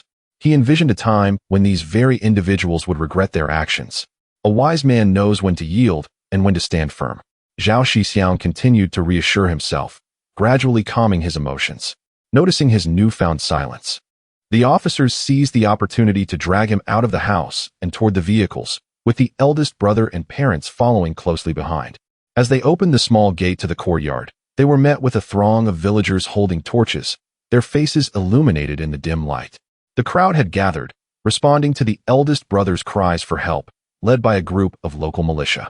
Upon witnessing Zhao Shixiong being forcibly taken, they promptly blocked the officer's path. The trained militia caught the officers off guard, and Wang Biao, frustrated by the interruption, thought bitterly about the disturbance to his night. Capturing one man should not entail such convoluted complications. He resolved to reprimand these unruly villagers upon his return. Wang Biao stepped forward, asserting, "We are from the Municipal Bureau, here to apprehend Zhao Shixiong. Stand aside, or you shall regret it." The militia captain, Zhao Dajuan, was taken aback by their claim. However, he recognized that these men were not to be trusted, especially as they sought to arrest the village's prodigy. He could not allow that to happen. "You claim to be from the Municipal Bureau? I could just as easily declare myself a central authority. Who can verify your identity? Produce your orders for me to see." Wang Biao faltered, realizing he should have prepared a warrant while still inside the house. Now, faced with the militia's defiance, he understood that apprehending Zhao Shixiong without proof would be impossible. "I can assure you that these individuals can vouch for us," Wang Biao insisted. "How convenient," Zhao Dajuan replied with a smirk. "I can assure you that these individuals can vouch for me as well." The officers were momentarily stunned. They had intended to resolve the matter swiftly, expecting to secure their quarry and leave within minutes. Instead, they found themselves ensnared in an unexpected standoff. "I never expected such a minor matter to give rise to so many complications." A young public security officer, likely new to the job, stepped forward and declared, "There are no orders yet. We are carrying out urgent official duties. I advise you not to make a mistake. Clearing the way sooner will be better for everyone." Wang Biao sensed trouble and was about to speak, but Zhao Dajuan cut him off with a wave. Upon hearing this, Zhao Dajuan set down what he was holding, walked up to the young officer, and without hesitation, delivered 2 sharp slaps across his face. "No orders? Then what are you talking about? I could just as well claim you're murderers. Release the person now, or do you believe I want to put a bullet through you?" Several officers nearby immediately drew their pistols, aiming them at Zhao Dajuan with a tense readiness to fire at the slightest provocation. Seeing the opposition dare to resist, Zhao Dajuan waved his hand in a swift signal. In response, a synchronized series of sounds echoed as the frontline militiamen raised their rifles, loaded them, and took aim, all in one seamless, coordinated motion. Chapter 60. A fight to the death. The men from the city watched as numerous militiamen raised their rifles, aiming directly at them. Suddenly, a wave of panic washed over them, and the weapons in their hands no longer felt like a source of security. The atmosphere grew tense, teetering on the brink of violence, where a single misstep could lead to a life-or-death confrontation. Terrified, their legs trembled uncontrollably, making it difficult to stand steady. Their grip on Zhao Shixiong's hand involuntarily loosened. As the leader, Wang Biao was especially frightened, fearing that a single accidental gunshot could trigger disastrous consequences. In the pitch-dark night, if these people were determined to deal with them, they could easily kill them, bury the bodies deep in the mountains, and dump their vehicles into the Yellow River, leaving no evidence behind. He had only come to carry out a task, not to lose his life. Had he known it would be this troublesome, he would never have come. Swallowing hard, Wang Biao opened his mouth several times, struggling to speak. Yet, under the immense threat of death, he had no choice but to force out words. Summoning his courage, he said, "Fellow villagers, we are merely following orders. Please, grant us some leniency. Comrade, it's not that we are being unreasonable. The state has its laws, and the family has its rules. You've detained someone without evidence, and now, in front of us, you can't even prove your identities. If you were truly from the Municipal Bureau, that would be one thing. But if you're imposters, how can I continue serving as the militia captain? How would Zhao Village retain its dignity? It's not that I'm disrespecting you, but you've broken the rules first. Here's what I propose. If you can show me the official order today, I, old Zhao, will personally tie Zhao Shixiong up and place him in your vehicle without you lifting a finger. How does that sound?" "Exactly. Does Zhao Village have no face to uphold? Hurry up and show us the evidence. What if you're kidnappers? In the dead of night, what legitimate official would act like this? It's like the Japanese devils raiding a village. Clearly, you're imposters. Everyone, don't listen to this nonsense. They're a group of vicious criminals, capable of burning, killing, and plundering. There's no evil they wouldn't commit." As soon as Wang Biao finished speaking, the villagers of Zhao Village grew furious. Zhao Dajuan, as the militia captain, naturally emphasized democracy. He immediately ordered his men to disarm the intruders and proceeded to beat them thoroughly. The men cried out in agony, their pitiful wails echoing far into the quiet night. Dogs, startled from their slumber by the commotion, joined in the uproar with their barking. Zhao Shixiong and his elder brother also took turns kicking the men who had acted arrogantly inside the house earlier. Only after exhausting themselves did their rage begin to subside. Once the beating was over, they dragged the leader, now battered like a dead dog, and threw him to the ground. Zhao Shixiong spoke bluntly. "I don't know whose orders you're following, nor do I care to know. Some matters are beyond your involvement. When gods fight, mortals suffer. Given your age, you should understand what I mean. Sometimes, it's best not to rush to take sides. You might end up dead without even knowing how it happened. Lying on the ground, Wang Biao glared fiercely at Zhao Shixiong. If looks could kill, Zhao Shixiong would have died 1,000 times over. Yet, after hearing Zhao Shixiong's words, a chill ran down his spine. He had heard of Zhao Shixiong before. The incident years ago had caused quite a stir. He had assumed Zhao Shixiong was just a country bumpkin, but after witnessing his demeanor tonight and hearing his confident words, Wang Biao grew uncertain. Could this man have found powerful backing? Wang Biao immediately averted his gaze, avoiding Zhao Shixiong's eyes. Regardless, those in official circles knew to exercise extreme caution. His decision to come and arrest someone tonight had been rash. For now, he would humble himself to survive this ordeal.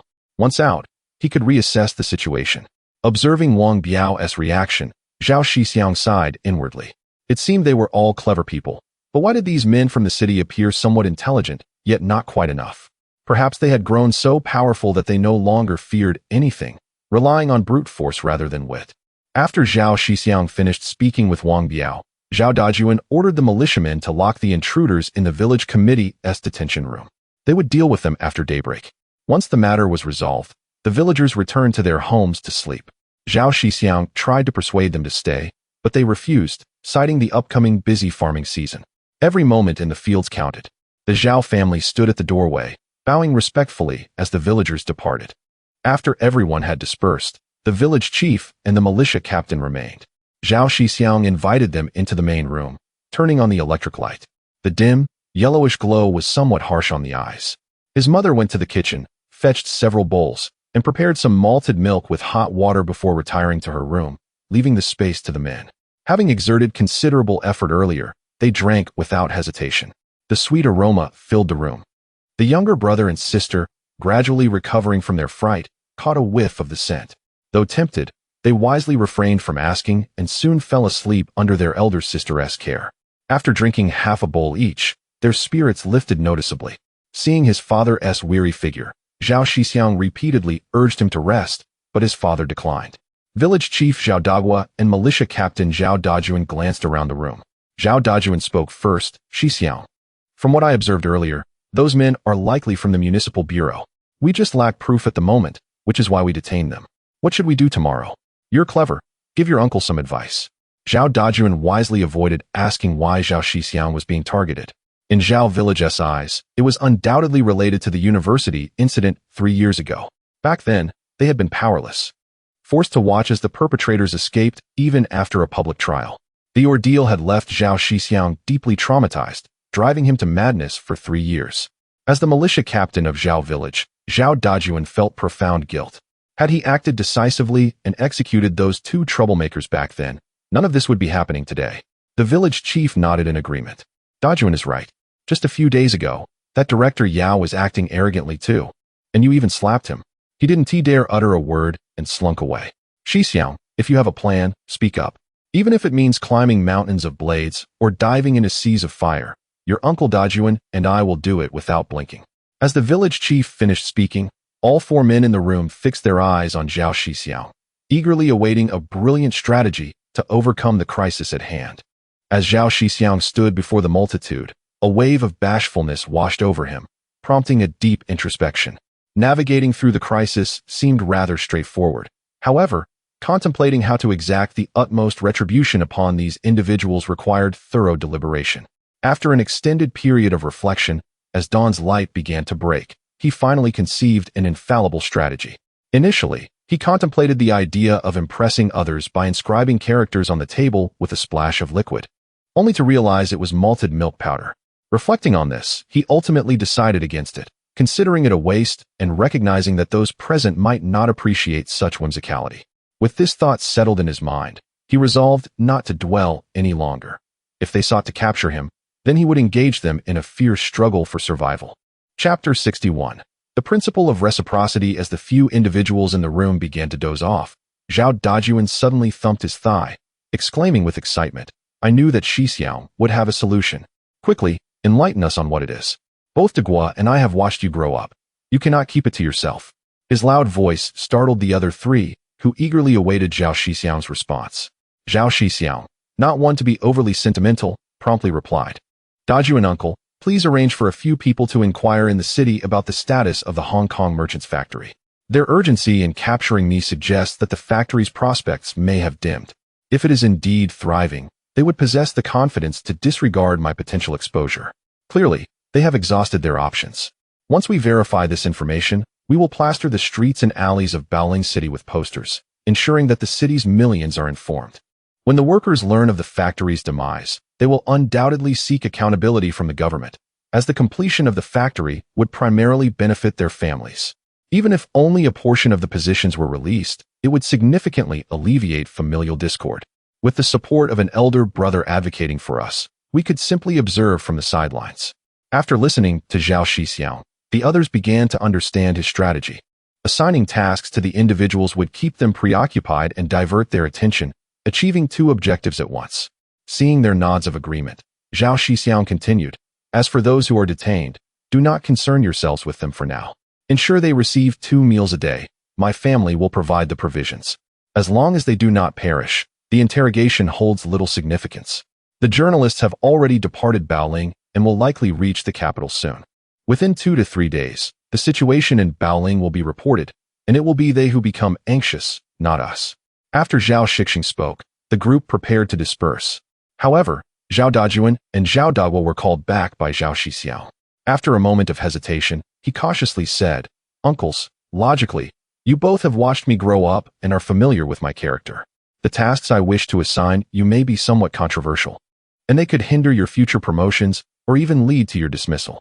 I would like to hear your thoughts on this matter." The two elders, still feeling somewhat unfulfilled, listened to Zhao Shixiang's words. Zhao Dajuan patted his chest and replied candidly, "Xiaoxiong, this is where you are mistaken. We are your elders. If there is something to discuss, we shall address it. As for promotions, it matters little. If it were not for the prospect of providing more for our families, I would have long since stepped away. Indeed, Xiaoxiong, do not bear such burdens. We are aware of your struggles. When that incident occurred 3 years ago, both Daju and uncle and I felt immense guilt. Had we acted decisively then, we would not be facing today's predicament. Even if I were to cease being the village chief, I would still seek justice for you. You are the most talented individual our Zhao family has seen in centuries. In the past, you would have been a jinshi, a scholar of the highest order. You are akin to the literary star descended from the heavens, and our entire Zhao family is under your protection. How dare they bully us so? Do they truly believe that the Zhao family has perished?" Hearing the uncle's affirmations, Zhao Shixiong felt deeply grateful.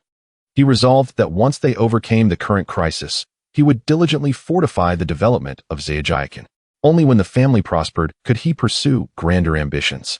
Zhao Shixiong decisively proposed, "By noon, they will likely realize that their scheme has failed. At that point, you two should simply delay their inquiries. Alternatively, you may choose to detain me. After all, the militia falls under the jurisdiction of the armed forces, separate from them. We can postpone matters for a few days. Should any irreconcilable events arise, I ask for your support. As a mere outsider, I am less equipped to navigate this situation, but your involvement would frame it as an internal conflict. You both have traversed this path before, so I need not elaborate." Without hesitation, the two men agreed to Zhao Shixiang's plan. Upon realizing the gravity of the situation was not as catastrophic as they had anticipated, they felt relieved. It was merely a matter of buying a few days' time, something they could easily accomplish. As they prepared to leave, they noticed that the sun had already risen.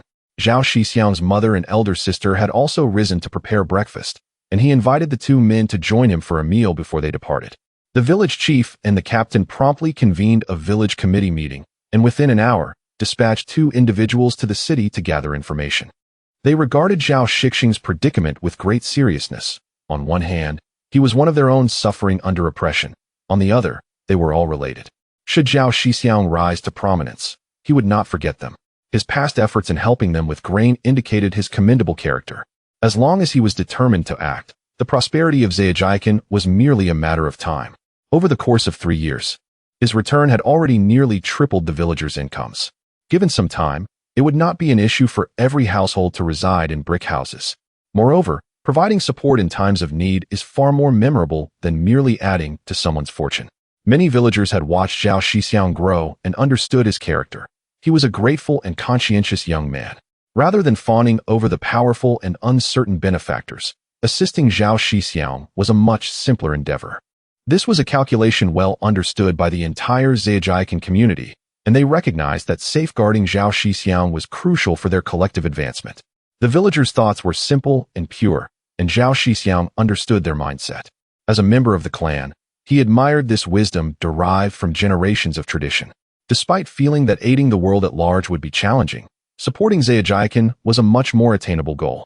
In Baoling City, within an office, Li Yutian paced restlessly. As the workday commenced, he still had not seen Wang Biao and the others, causing him to grow increasingly anxious and prompting him to seek them out. However, it was soon discovered that several individuals had not yet returned, and even the vehicles parked in the courtyard had diminished by 2. Li Yutian felt a surge of anger and immediately commenced an investigation. In a short span, no one could ascertain their whereabouts. It was only upon reaching their respective homes that the truth emerged. Several had received a call the previous night to undertake a mission and had yet to return. Upon hearing this, Li Yutian sensed that something was amiss. He promptly summoned his team, equipped themselves, and drove straight to Qingguan town. There, he first contacted the head of the local police station before proceeding to Zhejiang. By the time they arrived at Zhejiang, it was already noon. Li Yutian and his group headed directly to the village committee to ascertain the situation. At that moment, the village committee was deserted. Most were occupied with farming activities, and others had followed Zhao Shixiong's instructions to visit relatives. It seemed they had chosen their timing wisely, as the combination of farming and social visits left Li Yutian and his companions empty-handed. Not only did they fail to locate anyone, but their journey also proved fruitless. He thought to himself that he could address his subordinates' matters later. The pressing concern was to apprehend Zhao Shixiong. The companions accompanying him inquired with the villagers about Zhao Shixiong's whereabouts, but each of the 3 individuals they questioned provided a different direction. This infuriated Li Yutian, who could not help but curse the obstinate villagers. With no signs of life or death, and certainly no vehicles in sight, the group began to feel despondent. As darkness fell, there was still no sign of the missing individuals, and they had no choice but to depart in resignation. Meanwhile, Zhao Shixiong had already orchestrated a grand hunting plan within the county. As the saying goes, it is only polite to reciprocate when one receives a visit. Naturally, he intended to present a grand gift to these leaders. Chapter 62, Dreaming Back to the 70s. This morning, as Li Aiguo was engaged in chores at home, he overheard villagers discussing a recent incident. It was said that someone had come to Zhao Jiazhuang late last night to apprehend Zhao Shixiong. As Zhao Jia's prospective son-in-law, he rushed to Zhao Jiazhuang upon hearing the news. Inquiring about Zhao Shixiong's situation, he was relieved to learn it was merely a false alarm. Upon discovering that Zhao Shixiong intended to evade the situation for a while, he promptly invited him to stay at Li Jiazhuang, where an abandoned youth station awaited, requiring no expenditure. With the weather warming, it sufficed to bring a change of clothes. After having lunch, Zhao Shixiong set out with his elder brother and 2 cousins, carrying luggage towards Li Jiazhuang. Approximately half an hour later, they arrived at the youth station, choosing it as their refuge to weather the impending crisis. In the courtyard of the youth station, the 4 of them busied themselves for about half an hour, finally managing to prepare a room suitable for a temporary stay. After their labors, they settled down for casual conversation. About an hour later, village chief Zhao Dagua and militia leader Zhao Dajuan arrived, accompanied by 2 militia members for a meeting. The group gathered around the octagonal table as the 2 militia members presented their reports, detailing the intelligence they had gathered. They revealed that the large factory in the city had halted construction, with no definitive updates forthcoming. The news had seemingly vanished, as if it had never existed. To obtain more accurate information, they conducted an on-site investigation, only to find the construction team absent, leaving behind a pile of building materials. However, they observed a few individuals constructing a wall nearby, the purpose of which remained unclear. To secure further concrete intelligence, the 2 militia members reluctantly parted with 2 packs of cigarettes, finally uncovering the truth. The construction was merely a facade to build a wall, concealing the factory's status.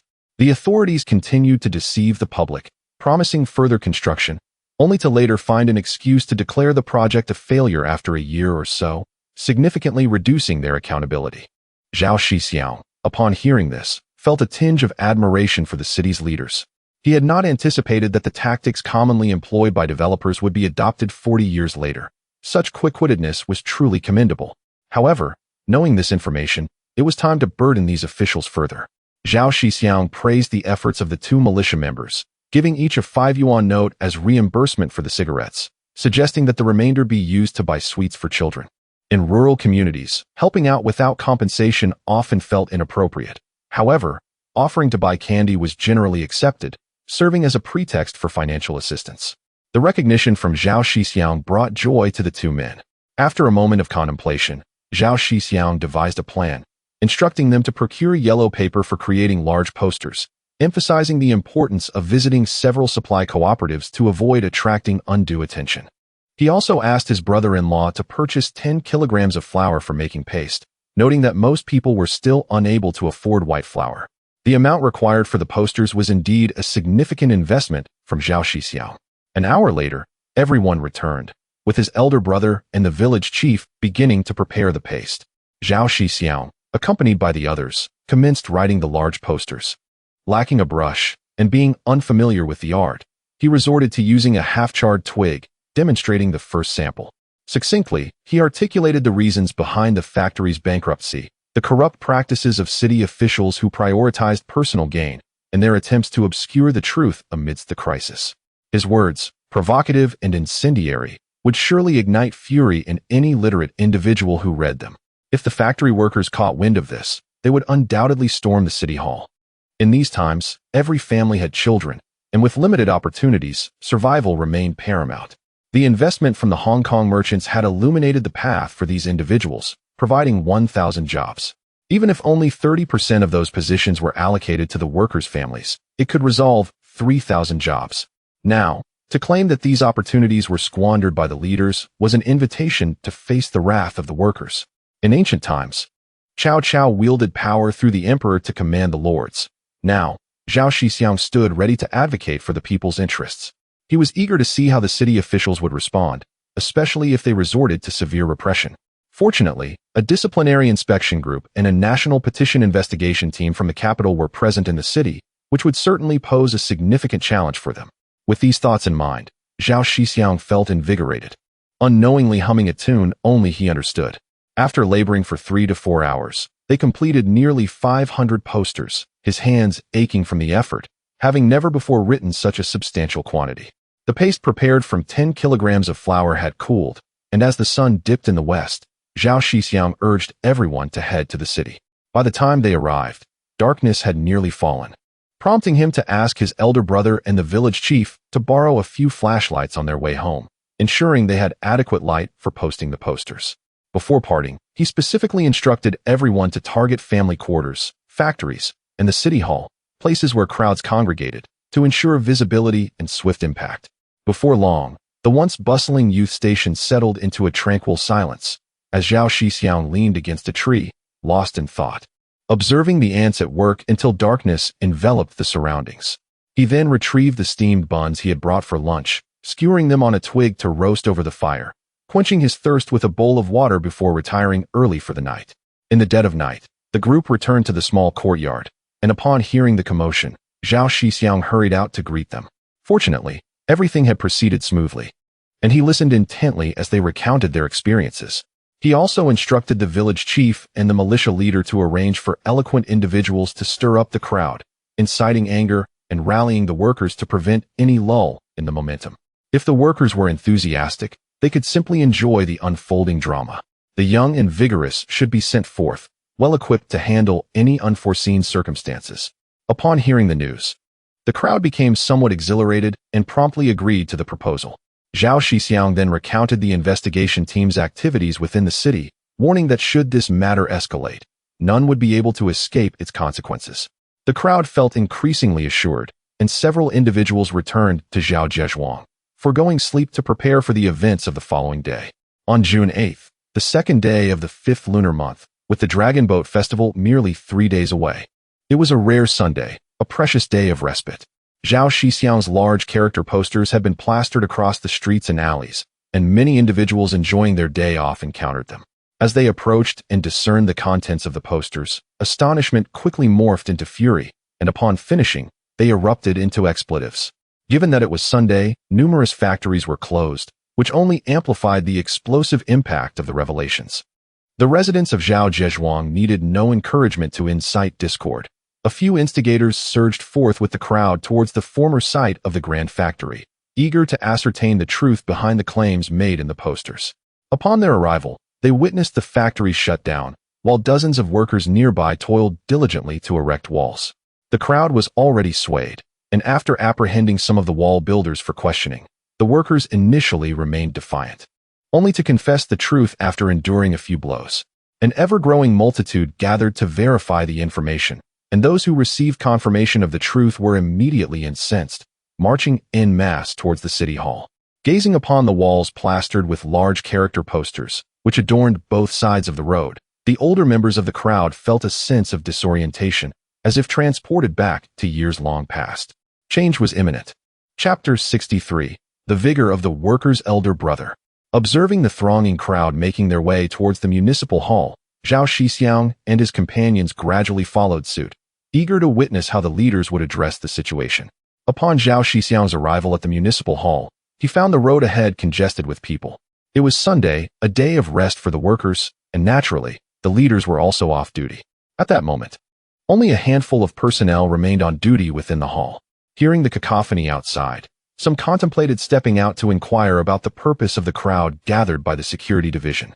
Before they could make their exit, several security personnel entered to report that a considerable number of individuals had amassed outside, estimated to be several hundred, surrounding the municipal hall to demand an explanation from Secretary Liu regarding the halt of operations at the Wanren factory, and questioning why. Even after the cessation of work, a high wall was being erected as a cover. The officials present were taken aback. At their level, they were only aware that operations had ceased, but the reasons remained undisclosed, and their superiors had instructed them not to inquire further. One individual opened a window and was met with a sea of dark figures outside, leaving him momentarily speechless. Faced with this predicament, they had no choice but to contact their superiors. After a prolonged half-hour of relaying messages and reports, Secretary Liu and his colleagues finally grasped the situation unfolding at the entrance of the municipal hall. Upon receiving the news, the leaders were left in a state of bewilderment. How had this information leaked? Hadn't it been contained? Was there a mole among them? Or was this an attempt to suppress dissent? Who could it be? Each leader harbored their own thoughts, but refrained from expressing them. The immediate priority was to address the crisis at hand. Should this escalate into a mass incident, their positions would be at stake. With this urgency in mind, they hastened to the municipal hall, their hearts racing at the sight of the dense crowd before them. As a few vehicles approached, the crowd parted to let them through. Zhao Shixiong recognized the gravity of the situation. Allowing the leaders to enter for discussions would be futile. He immediately advised his elder brother, who, having honed his performance skills during the ribbon-cutting ceremony at the Wanren factory, confidently approached the vehicles with two cousins in tow, calling out loudly, "We cannot let them in. They are the leaders, and entering now would surely lead to collusion. Stop them now and demand an explanation." "Yes, we demand an explanation, or they shall not leave," his elder brother Zhao Shixiong echoed, obstructing one vehicle and vigorously banging on the window, insisting that the occupants exit the car. "Hurry up and get out. We won't tolerate any excuses."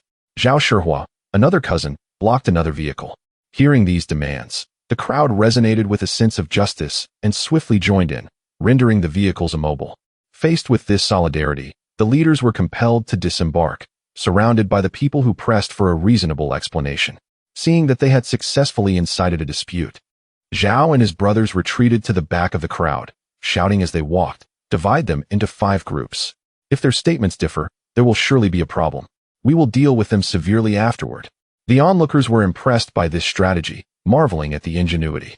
The leaders, initially believing they could merely dismiss the crowd with a few words, now found themselves in a precarious situation as the demand for accountability intensified. As the crowd began to separate the leaders for questioning, the few staff members on duty at the municipal hall recognized the gravity of the situation and promptly escalated the matter to their superiors. Within 10 minutes, Li Yutian arrived with a contingent to restore order and rescue the besieged leaders. Observing the approaching reinforcements, the encircled leaders decided to retreat rather than continue their futile attempts at explanation, seeking refuge from the turmoil. This action further incensed the crowd, who felt misled by the leaders' earlier promises of transparency and accountability. Several influential worker representatives, infuriated, demanded that the leaders provide an explanation or face the consequences of their inaction. Li Yutian, witnessing the escalating situation, felt his frustration mount. Having failed to apprehend suspects the day before and losing several capable aides, he was now confronted with this unruly assembly blocking the municipal hall. Anger surged within him as he climbed atop a vehicle, brandishing a megaphone and declaring, "Cease this at once. Disperse and return to your homes. We will pretend this incident did not occur. Anyone who disobeys will face severe consequences." His words, rather than quelling the crowd, ignited their fury, leading to a chorus of shouts. "If you dare not act, you are nothing but a coward," echoed through the assembled masses, culminating in a thunderous chant of "Coward! Coward!" The unified outcry reverberated loudly, drawing attention from several streets away, and the spectacle intensified, attracting even more onlookers, as the thrill of the crowd has always been a cherished pastime among the populace. Li Yudian, overwhelmed by the uproar, felt momentarily disoriented, his complexion paling as he grappled with the reality of the situation. It was impractical to detain the hundreds before him, yet failing to take decisive action would tarnish his standing in the city of Baoling. The prospect of being undermined by common citizens loomed large. Observing his leader's precarious position, one of his subordinates hastily returned to the vehicle with a suggestion.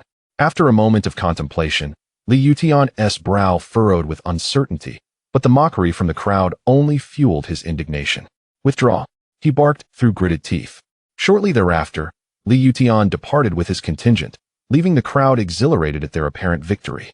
At present, the leaders are met with unrestrained criticism, as tensions escalate among the populace. If no action is taken soon, they risk inciting further violence. The leaders, aware of the adage that one must recognize the times to be considered wise, promptly laid bare the circumstances surrounding the situation.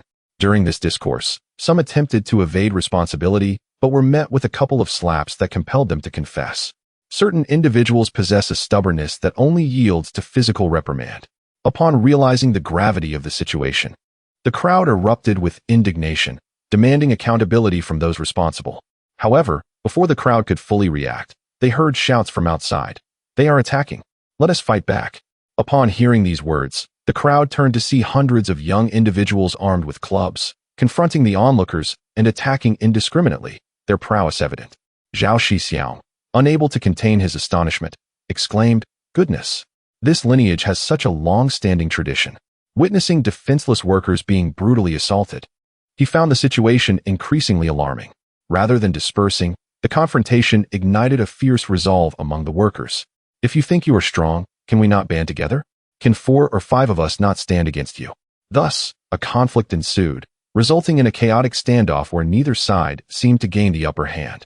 Seeing a few workers being beaten and scattering, Zhao Shixiong quickly shouted, "Brothers, hurry back to the factory and summon the security team. These people are part of a nefarious force. Gather more from other factories, bring whatever you can, and when the time comes, let us show them what happens to those who dare to harm our workers. With the nation backing you, who would still challenge us? This is an affront to our dignity." Chapter 64. Dongfang Ji Bai. After these individuals were expelled from the fray, they initially intended to rejoin the battle. However, upon hearing Zhao Shixiang's words, their eyes sparkled with newfound determination, and they swiftly borrowed bicycles from several onlookers to hasten their way to the factory.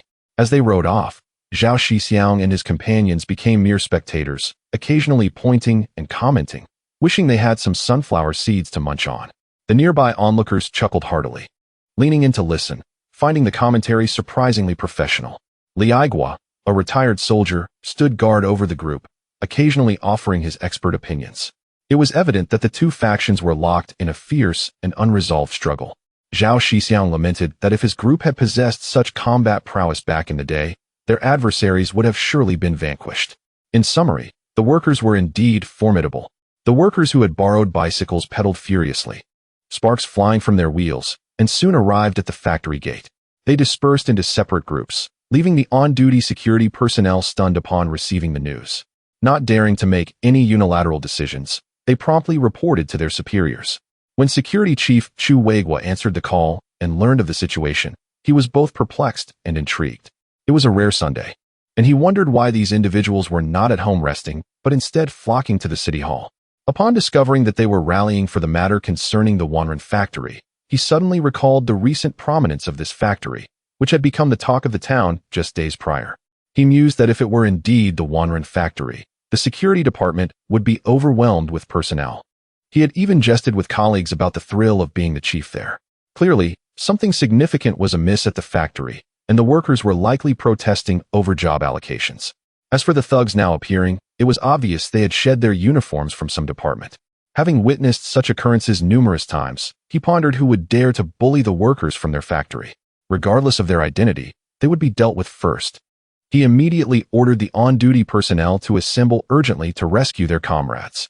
Such incidents were unfolding in many factories. It was imperative to respond. If they did not act, morale would falter, and the workforce would become unmanageable. Therefore, a visit was necessary for both face-saving and maintaining authority. If other factories sent representatives while they stayed behind, it would be utterly humiliating. Should the workers become aware of this, the heads of the security department would lose all standing. By the time the crowd arrived at the scene, nearly half an hour had elapsed, and the fighting had reached a fever pitch, with curses, shouts, and cries piercing the air. Observing the escalating situation, the security chiefs from various factories realized that mediation might not be effective. After a brief discussion, they decided to draw their weapons and fire warning shots to compel the combatants to cease hostilities. The sound of gunfire jolted many engaged in the brawl, prompting them to scatter in search of cover. Thanks to the era when every citizen was a soldier, many traditions remained intact. Once the opposing factions identified the source of the gunfire, one side felt the gravity of the situation, while the other rejoiced upon recognizing their factory's security personnel among them, especially for those workers who had been at a disadvantage in the fight. A newfound resolve surged within them, and they charged toward their assailants, retaliating with fists and feet, their cries echoing throughout Baoling City. As the thugs contemplated a counterattack, they were met with the barrels of the security personnel's guns, and anyone daring to make a move would face a bullet, sending dirt flying. This display of authority quelled further chaos, and the previously beleaguered workers were now filled with elation, rushing to continue their assault. Witnessing a few individuals being excessively beaten, one of the chiefs kindly advised caution to prevent any fatalities. Observing the dire plight of a particular individual, they eventually spared him, redirecting their aggression toward others. Approximately 10 minutes later, the group of over 100 hold on. We must not act hastily. Let us first grasp the situation before making a decision. It is unwise to report every little detail. For what purpose would the leader have for you otherwise? At the very least, we should filter the information and only speak when we have concrete news. The team leader's words resonate. Upon receiving the command from team leader Zhang, the two promptly exited the guest house, making their way directly to the municipal hall. Just as they had traversed halfway, they encountered the hurriedly returning Xiao Lu. Upon spotting team leader Zhang and his companion, Xiao Lu called out, "Team leader, Yinggu, why aren't you at the guest house? I just received a call, and the guest house informed me that you had left, so I rushed over to find you. There is a grave situation. A conflict has erupted over there. What? Quickly, let us hasten to intervene." Chapter 65. The truth revealed. When the three arrived at the municipal hall, the square in front was teeming with people. Hundreds were engaged in a chaotic melee. Zhang Jianmin was momentarily taken aback by the scene. This was no mere brawl. It was akin to a battleground. Where were the police? Why did they not intervene? Observing the overwhelming crowd, yet feeling utterly powerless, Zhang Jianmin realized that controlling such a multitude was beyond their capabilities. Who was fighting inside? A bystander interjected, bluntly revealing the truth. Zhang Jianmin paused, confused. Are you saying that everyone inside is? Indeed. What else could it be? The clarity of this response left Zhang Jianmin in a state of disarray. Were things truly this intense? In previous years, he would have believed that the stringent crackdowns were nearing their end. How could anyone dare to act with such audacity? Perplexed, Zhang Jianmin decided to offer a pack of Diqianmin cigarettes to those around him, sharing a few puffs with the man who had spoken up. He humbly sought wisdom from the crowd, for the insight of the people is boundless. The bystander, noticing Zhang Jianmin's courteous demeanor and the prestigious brand of cigarettes he offered, felt fortunate and eagerly began to share all he knew. The other onlookers, feeling slightly guilty for accepting the cigarettes, also stepped forward to contribute valuable information. Before long, they had pieced together the situation's intricacies. Zhang Jianmin was particularly incensed to learn that a significant reason for the failure of the Grand Factory project was the corruption of officials who had exploited their positions. The current international climate was precarious, and the nation faced both internal and external challenges, with conflicts still raging at the borders. The disciplinary committee had not anticipated that, in such an environment, so many corrupt officials would disregard national interests for personal gain. This was truly deserving of severe punishment. What shocked him further was that this was not an isolated incident. It was systemic throughout the city, with officials adept at facade projects while neglecting the welfare of the common people. They even dared to employ corrupt police as enforcers, demonstrating a blatant disregard for the law. Nearby, Xiao Lu and Xiao Yan were equally astonished. After 3 years of stringent enforcement, if this was the result, one could only imagine the plight of the common people without such measures. Those who could enter the disciplinary committee were undoubtedly committed to serving the public. Listening to the crowd's words, Zhang Jianmin felt an overwhelming urge to bring these offenders to justice. After exchanging a wealth of information, the three quickly convened, recognizing the urgent need for action. They concluded that Baoling City was rotten to the core and required a thorough cleansing. Lacking the authority to act alone, they resolved to request reinforcements, aiming to first secure the entire city before proceeding with interrogations. Zhang Jianmin promptly went to the post office to report the situation to his superiors and requested additional forces to control the current chaos, hoping to rescue the countless citizens trapped in turmoil. The disciplinary committee leader, upon hearing this, immediately ordered a thorough investigation to hold all responsible parties accountable. Anyone daring to extend their hand in corruption would face dire consequences. Furthermore, he emphasized the utmost secrecy of the operation, eager to uncover the depth of the corruption within the murky waters of the city. Especially alarming was the revelation of the ongoing violence, with the assailants being officials themselves, severely tarnishing the reputation of the entire force. The leader was astonished that such chaos could arise in a small city like Baoling. From impersonation to failed projects, and now the deployment of corrupt police to assault citizens, it was truly an intolerable situation. In a fit of righteous anger, he commanded Zhang Jianmin to arrest everyone involved in this scandal in Baoling City for questioning, eager to trace the connections of these nefarious characters. Their neglect of public service in favor of personal gain was unforgivable. Simultaneously, the leader expressed concern that Zhang Jianmin might struggle to manage the influential figures involved. Acknowledging that while most feared the disciplinary committee, there were always a few who were unyielding, he instructed, "Xiao Zhang, I will arrive in Baoling tomorrow. I will call comrades in Qin province to assist you in controlling the scene. Once secured, reassure the citizens that the party and the state stand behind them, so they need not fear." He advised Zhang Jianmin to compile evidence of wrongdoing and prepare for a public trial in 3 days, where those deserving of capital punishment would be executed on the spot, and those needing severe sentences would be dealt with accordingly. If the prisons in Baoling proved insufficient, they would be transported to Qin province and Mei province. Citizens seeking justice were to be welcomed, with preparations made for their materials and evidence. Additionally, those who had impersonated others should be apprehended as well, ensuring that all issues would be addressed. Upon receiving news of his leader's impending arrival, Zhang Jianmin felt a sense of gravity rather than excitement. The situation was evidently complex. A misstep could lead to dire consequences. It was clear preparations were necessary. After concluding the call, he rejoined Xiao Lu and, together with the crowd, awaited reinforcements. After a while, they noticed several hundred individuals arriving, all equipped for action. Judging by their attire, they appeared to be from the factory security department. Observing their movements, Zhang Jianmin chose to remain an onlooker, patiently awaiting backup. He surveyed the encircling crowd, and after firing a warning shot, the situation was swiftly brought under control. He nodded inwardly, recognizing that amidst the muck, there were indeed some promising individuals. However, the subsequent actions left him aghast. Once the security personnel established control, they began to threaten the corrupt police, warning them against any further provocation.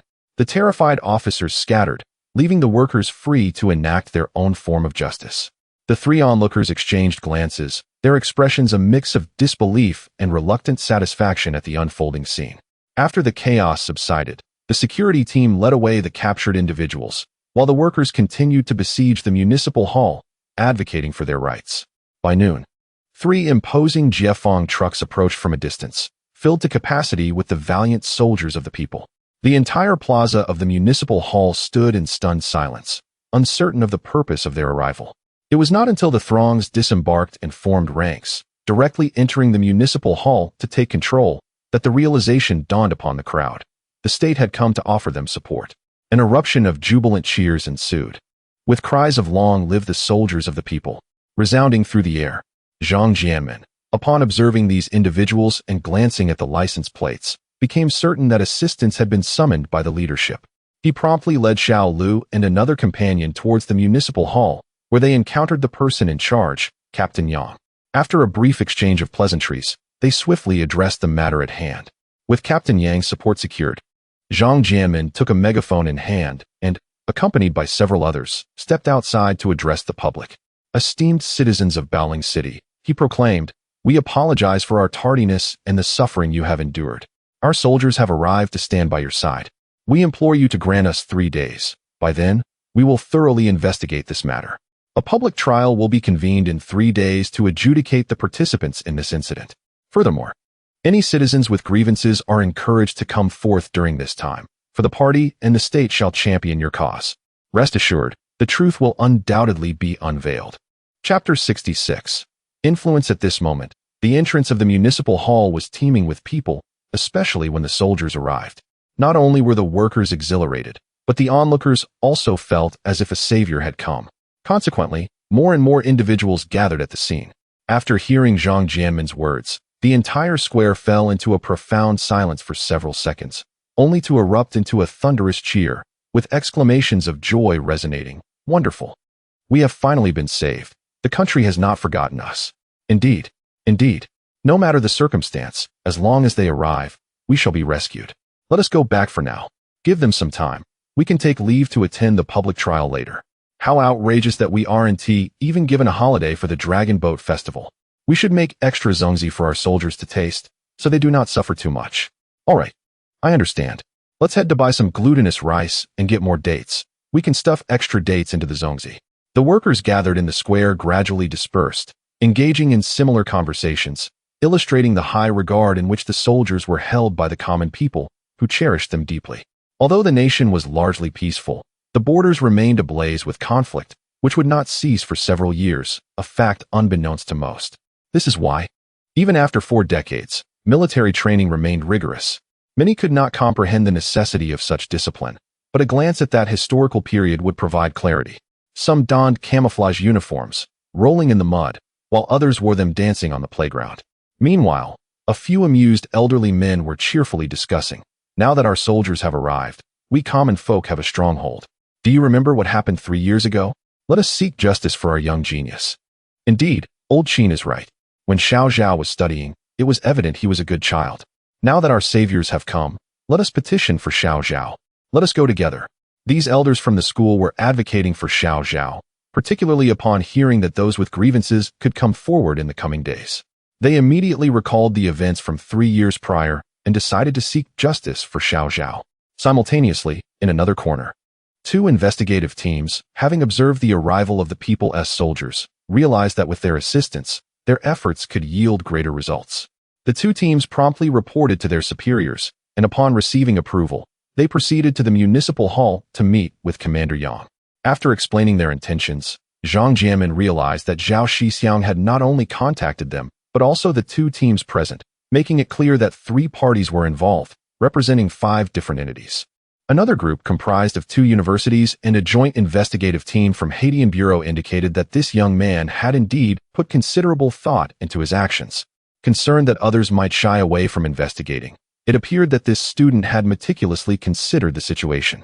The 3 parties exchanged information and finally clarified the matter's intricacies, marveling at Zhao's ingenuity. They felt a sense of relief. Had one party failed to show, the others would have been left to shoulder the blame if things went awry. With the facts clear and evidence abundant, the 5 entities swiftly established a cooperative alliance, forming a special joint action group. They planned to gather more detailed evidence over the next 2 days, while the discipline inspection comrades would be responsible for interrogating the officials. After the soldiers took control of the Baoling Municipal Hall, they dispatched personnel to apprehend those who had violated laws and regulations. Within a short span, all department-level officials in Baoling City were captured, and a detention center was specifically allocated to confine them. The soldiers showed no leniency towards those resisting, employing forceful suppression. Zhao Shixiong felt a surge of optimism upon the arrival of the soldiers. He called upon his elder brother, brother-in-law, and 2 cousins to dine at a nearby small restaurant before heading home. The family had toiled late into the night, and they were exhausted. They purchased 10 pounds of glutinous rice, along with 2 pounds each of dates and red dates for making zongzi. As for the bamboo leaves needed for wrapping, there was no shortage in the village's small river. They could easily be gathered. With just 3 days until the Dragon Boat Festival and no official holiday in sight, the workers would still need to labor.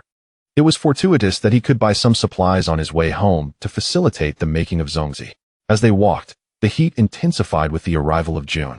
Halfway through their journey, they could no longer bear the heat and decided to jump into the river for a refreshing soak before continuing. By the time they returned home, the sun had begun its descent in the west. The family gathered beneath the large locust tree at the village entrance for some respite. This year, the Zhao family experienced a relatively relaxed farming season. After removing the straw from the green wheat a few days earlier, the land was now left to dry. Other than tending to chickens and checking on the watermelon patch, they had little to do, a stark contrast to previous years. Upon seeing Zhao Shixiong and his companions return, the local villagers, who were chatting outside, gathered around to inquire about the happenings. Before Zhao could speak, his elder brother and 2 cousins animatedly shared their experiences in the city, gesturing enthusiastically and brimming with excitement. Observing their joy, Zhao encouraged them to share their stories with the villagers and refrained from interrupting their revelry. He took out the dates and red dates he had purchased in the city to share with the villagers, giving extra dates to the children. After returning the items to his sister-in-law, Zhao Shixiong carried the glutinous rice and dates home, placing them in the kitchen. He then stepped out again, heading straight to the village committee, only to find no one there. Upon visiting the village chief's home, he learned that he had previously instructed them to delay matters for a few days. To his surprise, the officials had taken the initiative to visit relatives during the busy farming season. Unaware observers might mistakenly think they were shirking their duties. However, it appeared they were genuinely helping their relatives. Recently, in Zhuang, the sale of wheat kernels yielded an average of 6 fendi per person. Unlike previous years, where the laborious farming tasks would extend over 10 days to half a month, this year they could be completed in merely 3 to 4 days. Compared to the past, this has significantly lightened their workload. And they have also earned a considerable sum of money. Naturally, there is no rush to engage in farming, allowing the wheat to mature a few extra days. Zhao Shixiong inquired with his aunt about the possibility of contacting the village chief, to which she responded that individuals from above had come, and the matter was resolved. We have hope now. Upon hearing this, Wang Dafan, the village chief's wife, was overwhelmed with joy and eagerly pressed Zhao Shixiong for details.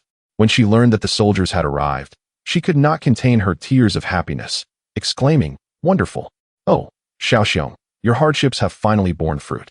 I shall immediately contact the village committee to call your uncle back." Chapter 67. I advised the heavens to rejuvenate. After conversing with my aunt for a while and discussing matters, I decided to wait for the village chief's return before visiting. Zhao Shixiong then returned home, where he found his family gathered in the courtyard, engaged in lively conversation. Upon entering, he joined in their chatter until dusk, when his mother and elder sister went to the kitchen to prepare dinner. Soon, an array of sumptuous dishes emerged from the kitchen, marking one of the most relaxed meals the family had enjoyed in recent years. Since his elder brother had recounted the events occurring in the city to the villagers, the weight that had pressed upon everyone's hearts had finally lifted. Tonight's dinner was quite lavish, albeit lacking in meat. With the rising temperatures, any purchased meat would spoil if not consumed promptly. Instead, numerous dishes featuring eggs were prepared, including egg custard and fried egg flowers, both of which were beloved by the children.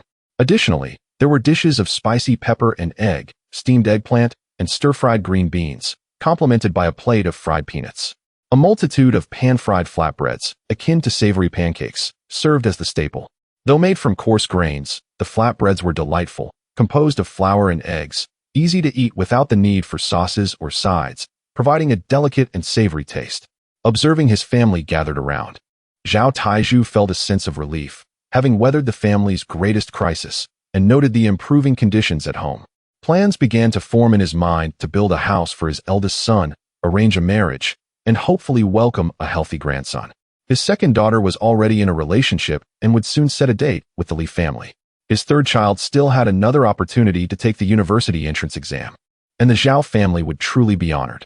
The younger two were still quite young, and there was no rush. As these thoughts crossed his mind, a smile involuntarily crept across Zhao Tieju's weathered face, revealing a long-lost joy. It is said that joy uplifts the spirit, and Zhao was the living embodiment of this truth. He instructed his youngest son to fetch a treasured bottle of fine wine, and shortly thereafter, Zhao Shihai entered, carrying a jar. His elder brother, surprised, exclaimed, "Father, is this not your prized possession? Why has it been brought out today? Are we in for a treat? Enough of your chatter. Go fetch some cups for your brother-in-law and younger brother. Tonight, we shall indulge and celebrate." Zhao Taiju laughed, chiding him. Meanwhile, his mother, elder sister, younger sister, and youngest brother enjoyed a drink of malted milk. As darkness enveloped the sky, the warm glow of the lights cast a unique radiance, enhancing the family's jubilant atmosphere as they raised their cups and shared laughter. As the merriment flowed, even the mother and elder sister partook in a couple of drinks. The sounds of joy and laughter spilled out through the windows, reaching far and wide. Nearby, the uncle watched Zhao Shixiong's family with a contented smile. As night deepened, the mother took the younger siblings to rest early. The elder sister kept an eye on them, reassured that the homemade wine was of low alcohol content, although its after-effects could be strong. After the revelry, as night fell, Li Aigua chose to remain with the three men rather than return home. They drifted into slumber beneath a sky full of stars. Not long after, Zhao Taiju's rhythmic snoring added a unique sound to the tranquil night. Meanwhile, in the capitals for major newspapers, several journalists were burning the midnight oil in their offices, eager to review the next day's edition before finally calling it a night. They sought to ensure everything was flawless, as this was crucial for their reputations and futures. A successful publication could lead to boundless opportunities, but failure at this juncture could be disastrous, rendering weeks of labor futile and jeopardizing their careers. Hence, they could not afford to be careless. Since their departure back to the capital on the 6th of June, they had deliberately chosen an auspicious date, and fortunately, everything went smoothly. After transferring from the provincial city, they arrived in the capital on the evening of the 7th. After a night of rest, they reconvened the following day for a brief meeting. Given the significance of the four major newspapers, it was imperative that they did not all report the same story. Naturally, each would focus on different aspects. Thus, today's gathering was essential for determining their respective angles, allowing them to avoid competition while maximizing their benefits. The Guangming Daily primarily targeted intellectuals, with Zhao Shixiong, as a university student, fitting perfectly into this demographic. Their focus would be on the issue of identity fraud affecting students, aiming to express a stance that demanded accountability for all intellectuals. The Faji Daily would address legal matters, scrutinizing the local education bureau, courts, and police regarding the legal procedures that led to such a miscarriage of justice. The Daidu Youth Daily and Huaxia Youth Daily would adopt perspectives relevant to contemporary youth, the former analyzing issues from a capital-centric viewpoint, while the latter would take a nationwide stance, posing profound questions. After agreeing on their respective directions, they wasted no time, seizing the moment as no major incidents had recently occurred, aided by fortune to ignite a fervor against corruption. After their meeting, they selected photographs and videos captured by their colleagues to accompany their articles.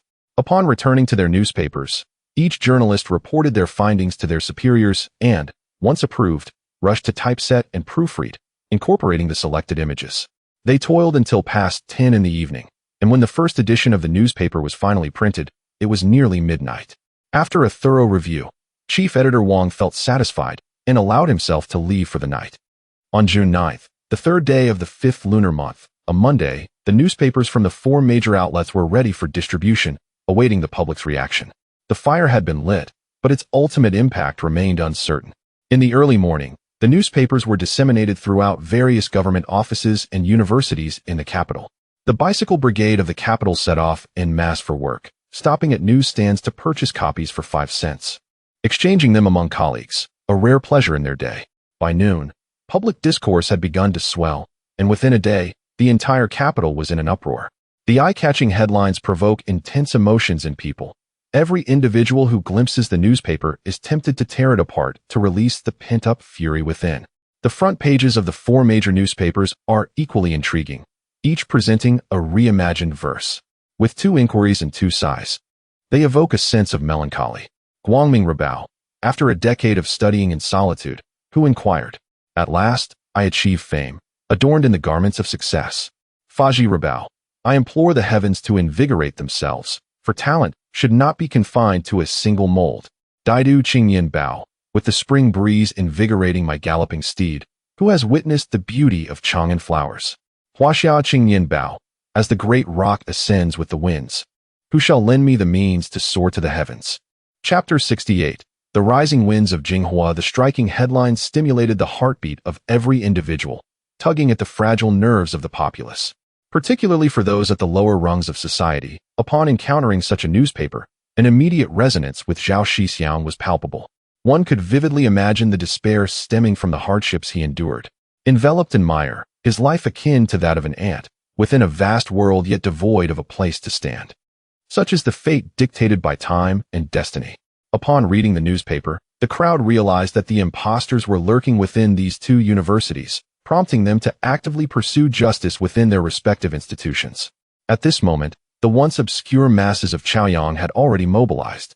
In truth, they had always existed, but it was the advent of the internet that brought them into the public consciousness, becoming increasingly formidable in their endeavors against adversaries. In this era, apprehending so-called celebrities would surely become a trivial task. In the land of righteousness, such injustice could not go unchallenged. The crowd swiftly gathered, demanding accountability from the 2 universities. At the entrance of these institutions, more and more citizens convened, and the universities, wary of potential unrest, hastily resolved the matter by expelling the impostors and handing them over to the police. Previously, they had refrained from action to avoid alarming the culprits, but with the newspaper coverage, it would be unwise to oppose the public. Moreover, they had received news from the investigation team just yesterday, planning to address it in a couple of days. The unexpected gathering of the masses forced their hand, and since the impostors had lost their value, they decided to utilize the situation to enhance the reputation of the schools. The official in charge remarked that Zhao Shixiong had indeed considered various angles, as he unexpectedly gathered a coalition of forces. And now several newspapers had become involved. It appeared that his ambitions were substantial. Before long, the Haitian police station dispatched personnel to maintain order while simultaneously apprehending the 2 impostors for interrogation. Curious students, upon hearing the news, rushed to the library to find the day's newspaper. After perusing the articles, they grasped the full scope of events. As students of prestigious universities, they understood that those who gained admission possessed considerable talent. Especially upon seeing the accompanying image of Zhao Shixiong standing resolutely at the entrance of a humble clay house, smiling radiantly despite his arduous circumstances. They were deeply impressed by his ability to face life with a smile, even in such dire conditions. When Lu Shuwen encountered the newspaper, he felt genuine happiness for Zhao Shixiong. He admired Zhao for making the front page of 4 major newspapers, a feat worthy of envy. After contemplating this, Lu promptly contacted the dormitory administration to reach Zhao's village. When the village committee received a call from the capital, they were momentarily bewildered, as Zhao Shixiong had indeed mentioned visiting the capital once. However, they hesitated to confirm, merely advising him to call back later while summoning people. Upon arriving at Zhao's home, they found it empty. After searching, they eventually located the family in the watermelon field, busy with chores. After calling out a few times, Zhao Shixiong inquired about the reason for the visit. Upon learning of the call from a friend in the capital, his first instinct was to think of Lu Shuwen, with whom he had shared a wonderful rapport during his time in the city. With this thought, Zhao Shixiong wasted no time informing his family and hurried to the village committee. After a brief wait, the phone finally rang. Zhao Shixiong quickly answered, greeting Lu Shuwen on the other end with enthusiasm. Lu expressed delight, asking what Zhao had been up to lately, noting that he had not been able to reach him earlier. Zhao apologized, explaining he had been busy in the fields as the farming season was approaching. The committee members had difficulty locating him, which caused the delay. Lu assured him it was no trouble and added that the 4 major newspapers had reported on Zhao's situation. The citizens of the capital were rallying for his justice, and the police had already apprehended the 2 impostors. Zhao need not worry. With the matter in the news, the state would surely provide a resolution. Zhao expressed his heartfelt gratitude, acknowledging that he would have remained unaware of the developments in the capital had it not been for Lu. They agreed to dispense with formalities, as Zhao looked forward to Lu's arrival in the capital for studies. He was eager to see if Liu could indeed rise to greatness after 3 years of silence, akin to the legendary King Zhuang of Chu. Liu encouraged him to keep his eyes open. After exchanging pleasantries, they concluded the call. With the knowledge that the news had spread in the capital, Zhao Shixiong felt a sense of optimism swell within him. At the Baoling City Detention Center, in a dimly lit interrogation room, Secretary Liu sat in a chair, alongside Zhang Jianmin and Xiao Lu from the disciplinary committee. Their questioning had persisted for an entire day. Secretary Liu had arrived at the municipal hall only to be surrounded by disgruntled workers, necessitating his departure from the vehicle. He had faced repercussions for his duplicitous remarks, leading to a chaotic confrontation where he became a human shield for the workers. Initially, he believed that reinforcements would provide relief, but instead, he found himself confined within the detention center. Having now surpassed 24 hours of confinement, his mental state was fraying, longing for a swift conclusion to his ordeal, and his thoughts were becoming increasingly muddled. Secretary Liu recognized that he had become a pawn. Otherwise, he would have been rescued by now. While regulations typically prohibit detaining individuals for more than 24 hours, when dealing with ordinary citizens, the authorities exercised their discretion to detain them indefinitely. Now, the tables had turned, and he found himself at their mercy. If he were a local tyrant, those interrogating him would be the true imperial envoys. They could interrogate him for days on end, and he would have no choice but to endure. The so-called rules were merely for the subordinates. He was evidently an exception. In the capital, the reports from the 4 major newspapers garnered the attention of relevant authorities, prompting various departments to contact the newspapers for more accurate information, leading to an urgent meeting. At 2 p.m., the Disciplinary Committee and the National Petition Office publicly announced that they had received Zhao Shixiong's complaints and reports, and a task force had been dispatched to thoroughly investigate the matter. At 3 o'clock in the afternoon, a spokesperson from the Ministry of Public Security announced that Zhao Shixiong had reported the case to the Haitian General Bureau, and the Special Investigation Team was currently in Baoling City, probing into the matter. By 3:30, Daida University and Daida Normal University had also uncovered the truth behind the impersonation case, expelling the imposter from their roles and handing them over to the authorities, while simultaneously seeking to recover the financial allowances lost over the years. By 4 o'clock, both the Political and Legal Affairs Committee and the Ministry of Education made public statements, vowing to conduct a thorough investigation into the matter and hold the relevant individuals accountable, imposing severe penalties. In an instant, the winds of change swept through the capital. Chapter 69, Undercurrents Roiling. With the simultaneous statements from 5 departments and 2 major universities, the reports from the 4 major newspapers were propelled to a peak of public discourse. The entire capital was engulfed in a fervent sea of excitement, as various universities promptly declared their intent to rigorously investigate cases of impersonation. Scholars and literati were quick to respond to the unfolding events. That evening, reporters and interview teams from the capital set off for Baoling City, initially taking a train to Shanmeng City before transferring to reach Baoling. They anticipated arriving by noon the next day, ready to conduct interviews and follow up on the developments of the situation. Chen Shanha, the head of the Discipline Inspection Commission, had originally planned to fly to Qin Province and then head to Baoling. Unexpectedly, the reports from the newspapers caught him off guard. After contacting Zhang Jianmin in Baoling City, Chen Shanha decisively announced the need for a thorough investigation into the matter. He arranged for a direct flight to Baoling, feeling an urgency to establish a presence there, as the revelations would undoubtedly attract a myriad of dubious characters. Simultaneously, Wu Chang'an, the director of the Central Plains office in the capital, turned pale upon seeing the delivered newspapers. Trembling, he realized the gravity of the situation. As the head of the office, his primary task was to prevent negative publicity for the local government. Yet he found himself blindsided by such a significant blunder. Had the newspapers not reported the issue, he could have claimed ignorance. But now that the capital was abuzz with the news, failing to report it would amount to severe dereliction of duty. Resolving to act, Wu Chang'an immediately called the provincial government to report the situation. Upon receiving the information, the provincial office recognized the complexity of the issue and understood that inaction was not an option. Otherwise, they would become easy prey.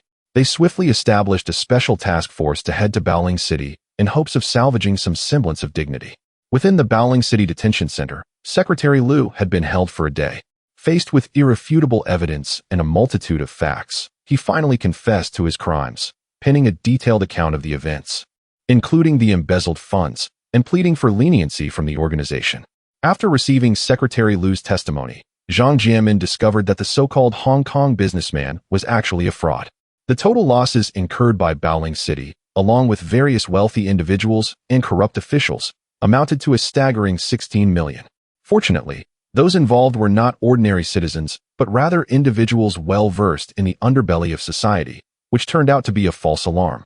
The absence of common people among the victims made matters easier to handle. As for those who had been deceived, aside from a collective condemnation of their folly, there was little sympathy to be found. While the everyday populace struggled to make ends meet, these individuals had amassed considerable wealth. The province's GDP was meager in comparison, and if their fortunes had been acquired through legitimate means, it would have been different. However, it was evident that they were involved in unsavory dealings, and the extent of the corruption remained unknown. It was clear to him that the situation was deeply entrenched, and resolution would have to await the arrival of higher authorities. In Zheng County, within the Wang family's ancestral home, a sprightly elderly man, leaning on a cane and dressed in a Zhongshan suit, sat regally in a grand chair, exuding an air of daunting authority. Before him stood a throng of people, among whom a young man knelt, repeatedly bowing and pleading, "Grandfather, I was wrong. I truly understand my mistake. I shouldn't have invested all our family's money into that factory. Who could have known that scoundrel was a fraud?" Upon hearing this, the elder raised his cane and struck the young man, who cried out in agony and rolled on the ground, too fearful to evade the punishment. This was the weight of the elder's long-established authority, deeply ingrained in the minds of those present. After delivering several blows, the old man surveyed the crowd with piercing eyes, prompting them to lower their heads. Satisfied, he finally spoke. "Foolishness! Do you think I am pained by the loss of money? You, who have learned nothing, should have been suffocated at birth to spare the Wang family from disgrace. I have enjoyed a lifetime of glory, only to be brought low by you, my ungrateful grandson. Enough. Let your descendants find their own fortunes. You may disperse." At these words, the crowd cautiously exited the room. Similar events unfolded in other households, though the narratives varied. Rewinding to the previous night, Baoling City was uncharacteristically sweltering. In a living room, a somewhat plump middle-aged woman knelt before an elderly matriarch, weeping. "Father, mother, you must save Xuejuan. How can I live without him? Cai Qiang and Cai Jun do not wish to grow up without a father." Alas, despite all calculations, they had not anticipated that the arrival of the Hong Kong businessman would inadvertently aid that unsophisticated fellow. Were it not for the businessman's involvement, such calamities would not have transpired, and Xuejuan would not be in this predicament. "Father, do you have any solutions?" The elderly woman, seeing her daughter in distress, offered comfort while also lamenting to her husband seated nearby. "It seems that the lad is simply fortunate. Fate has been kind to him. I wish to save Xuejuan too. You know, since I retired a few years ago, Xuejuan has remained in the same position without any advancement. This is the nature of life. People come and go." After hearing the words of his wife and daughter, Yang Laotu felt a surge of anger, but also a sense of helplessness. In Baoling City, he could still swallow his pride to seek assistance, but he felt powerless against those in authority. Upon realizing that their seemingly omnipotent father also had limitations, the middle-aged woman was taken aback and quickly inquired, "Father, what shall we do then? Is there truly no other way?" "There is one option, but..." As despair crept into the hearts of the mother and daughter, a glimmer of hope flickered as they eagerly pressed for details. "What is it?" Yang Laotu, seeing their urgency, decided not to keep them in suspense and immediately replied, "You both prepare yourselves and gather your belongings. We are going to visit the Zhou family." Upon hearing this, their eyes brightened. Both families shared a common plight, yet the Zhou family's connections were far more formidable. After the previous incident came to light, the Wang family had intended to make substantial reparations, but the Zhou family proved to be formidable, not only escaping unscathed but also imprisoning the principal for several months, ultimately driving him to madness. Truly impressive. With the reminder from her father, the middle-aged woman ceased her weeping and promptly washed her face, meticulously adorning herself before heading straight to the Zhou family's ancestral home with lavish gifts in hand. Upon entering the Zhou residence, they observed that Zhou's daughter-in-law, Guan Xiaolan, remained composed and unflustered, as if her husband's predicament did not concern her at all. She guided the three of them to a room to sit down, while the elderly patriarch of the Zhou family quickly rose to greet Yang Laotu, and the two men proceeded to the tea table to sip their tea, engaging in a tacit conversation. Meanwhile, Yang's mother and daughter followed Guan Xiaolan to the side hall, allowing space for the two gentlemen. The three seated themselves, indulging in casual conversation about trivial matters, as it was more prudent for the heads of the family to discuss significant issues.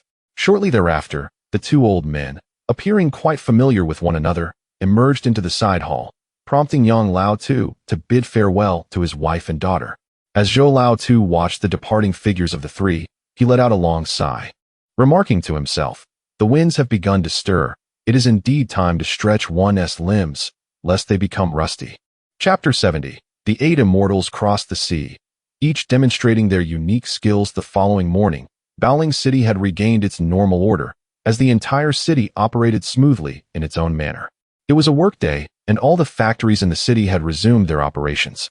The large posters had been cleared away, leaving no trace of the previous day's tumult.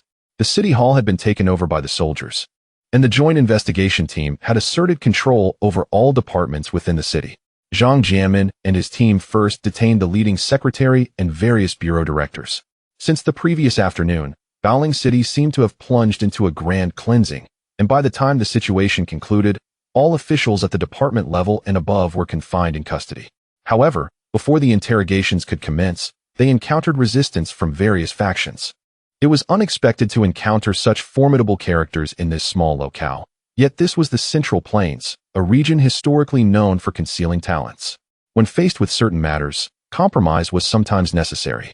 With the higher-ups still absent, and being merely a team leader, it was prudent to endure for a while. If the pressure became too great, releasing some individuals could be a temporary solution, with the option to apprehend them later. By afternoon, it was evident that the 8 immortals were crossing the sea, each displaying their own remarkable abilities. Aside from the discarded Lu secretary, who had already been cast aside, a few powerless individuals remained detained, while the majority had utilized various connections to swagger out of custody. Zhang Jianmin, aware of his own limitations, remained unhurried and opted to investigate the situation at the Wanren factory first. He brought the detained Lu secretary into the interrogation room for questioning. Lu secretary realized that remaining in custody signified his status as a mere pawn. After all, he had caused significant financial losses to the powerful, and it was already generous of them to merely discard him as a scapegoat. Naturally, Lu secretary was unwilling to accept his fate and chose to remain silent in defiance. Zhang Jianmin and Xiao Lu sat opposite him, with Zhang Jianmin instructing Xiao Lu to take notes. Given Lu secretary's refusal to speak, Zhang Jianmin presented irrefutable evidence. The incriminating evidence was undeniable. Nevertheless, Lu secretary continued to remain silent, yet it mattered little. The evidence was sufficient to ensure his lengthy imprisonment. Lu Kuan Yu sat in his chair, lost in thought, before finally sighing and asking, "Comrade, could you spare me a cigarette?" Hearing Lu secretary's voice, Zhang Jianmin initially believed there would be no significant progress that day. But he was intrigued by what might lead such a passionate cadre down this path. He had reviewed Lu Kuan Yu's file, and was well aware of his past accomplishments as a dedicated servant of the people. Zhang Jianmin promptly retrieved a cigarette from his pocket and offered it to Lu's secretary, lighting it for him while also lighting one for himself. For a moment, the three men sat in silence, smoke swirling in the air as they shared a cigarette. Eventually, Lu's secretary spoke softly. "I, Lu Kuan Yu, have always considered myself a person of merit, diligent and self-sacrificing, solely dedicated to serving the people. I believe that such dedication would lead me to greater heights. Yet upon entering this realm, I discovered that everything was but an illusion. Despite my considerable talents, I found no one to mentor me. How long must I endure before I can emerge? Life is fleeting. After so many years without promotion, what have I endured this for?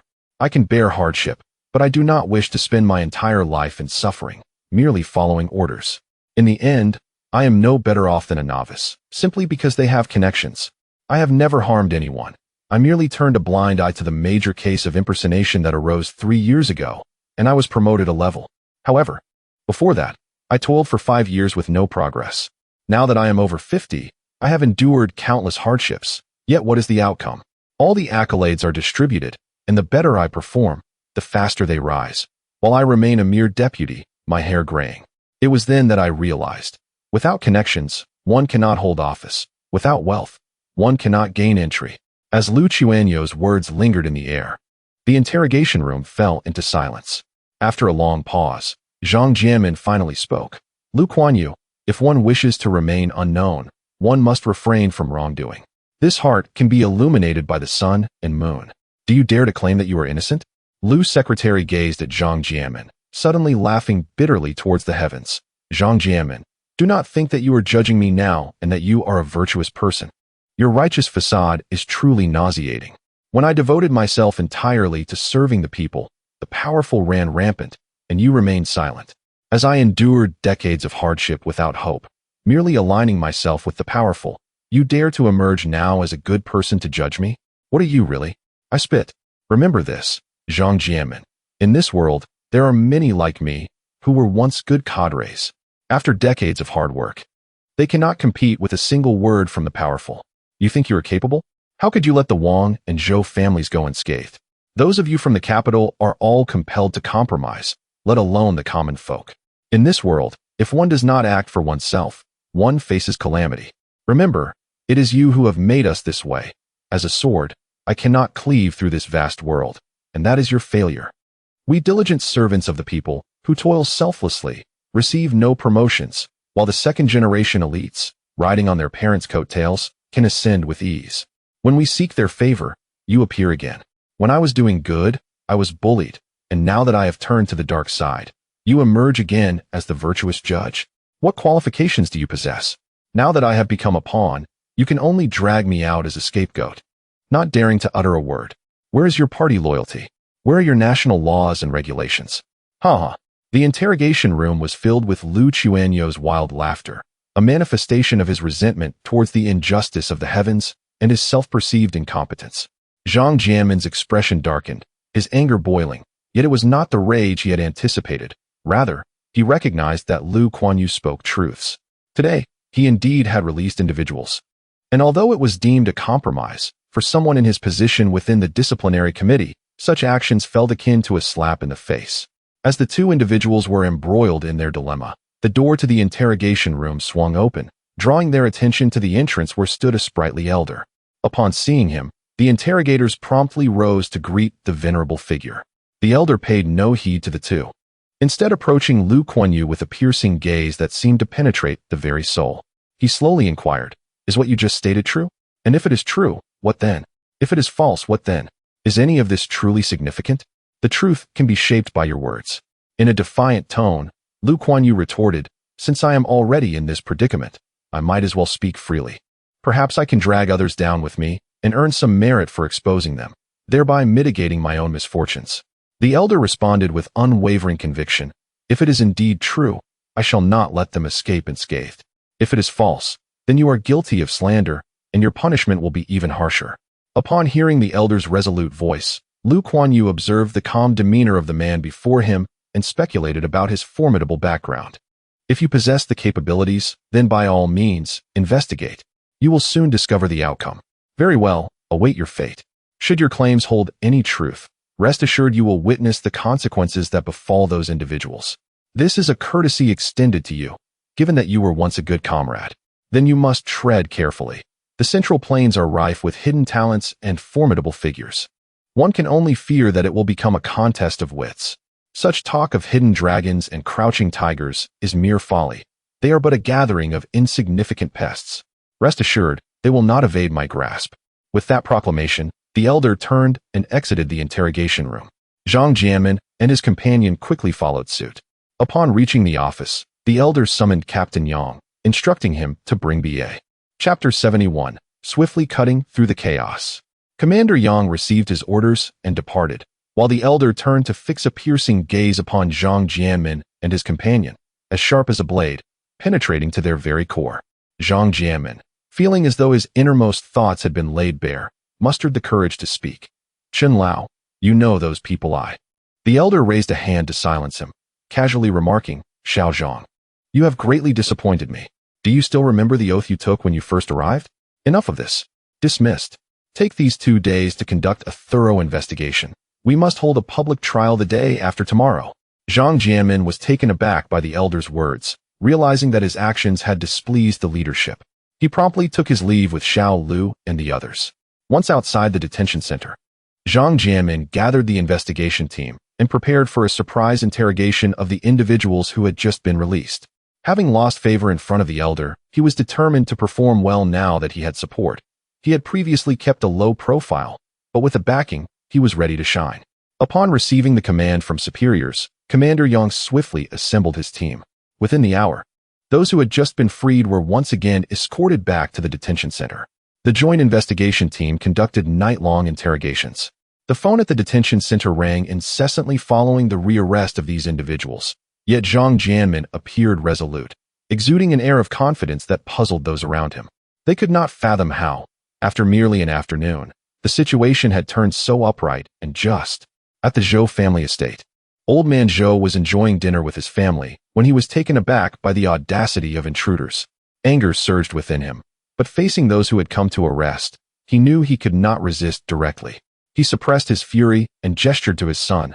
"Go ahead. You go first. I will follow shortly. I want to see who dares to disrespect the Zhou family." Upon hearing his father's words, Zhou Qingshan confidently followed the group of soldiers, assured that with his father around, he would encounter no trouble and that the soldiers would pay for their actions. Watching his son being led away, old man Zhou lost his appetite for dinner. He quickly tidied up, called for a driver, and headed straight to the detention center. In less than half an hour, he arrived at the detention center and immediately confronted Zhang Jianmin with a barrage of accusations. "Zhang Jianmin, is this what you have done? You spoke with me so nicely in the afternoon, and within a night, you have arrested my son. Have you lost your senses?" Faced with the furious old man Zhou, Zhang Jianmin was too intimidated to respond, stammering, "Zhou Lao, it is not that I disregard you. It is simply that your son has gone too far, and this matter is no longer under my jurisdiction. I have been relieved of my duties." "Oh, who is now responsible for releasing him and providing me with an explanation? You may need to inquire with him directly, unless you wish for me to escort you." "Humph, such arrogance. Let us see who dares to act so brazenly." Zhang Jianmin cautiously led old man Zhou to Elder Chen's office. Just as he intended to knock, the impatient old man Zhou kicked the door open and strode in, prompting Zhang Jianmin to hurriedly follow to prevent any mishaps. Inside the office, Chen Shanha was poring over the case files, his brow furrowing deeper as he realized the extent of the mess at hand. Just as he was about to summon someone to interrogate these corrupt elements, a loud crash echoed as the office door swung open. Chen Shanha was somewhat amused. It appeared that this place truly was lawless. Upon seeing the two enter, one an elderly man and the other his subordinate, he immediately surmised who had kicked the door in without needing to think. Old man Zhou entered and noticed a slightly older gentleman, whom he found somewhat familiar. Upon closer inspection, he hesitantly inquired, "Chen Shanha? Indeed, and you are?" "Zhou Dabiao. Not familiar. What brings you here in such a heated manner?" "I come on behalf of my son Qingshan, hoping you might show leniency and spare him this once." "Oh, what crime has he committed?" Zhou Dabiao fell silent at this, knowing that if he spoke, it would only solidify the evidence against his son, making it difficult to exonerate him later. Thus, both elders remained silent, the atmosphere steeped in an eerie stillness, while Zhang Jianmin stood awkwardly in the middle, lamenting how the clash of these titans was dragging him, an ordinary man, into their fray.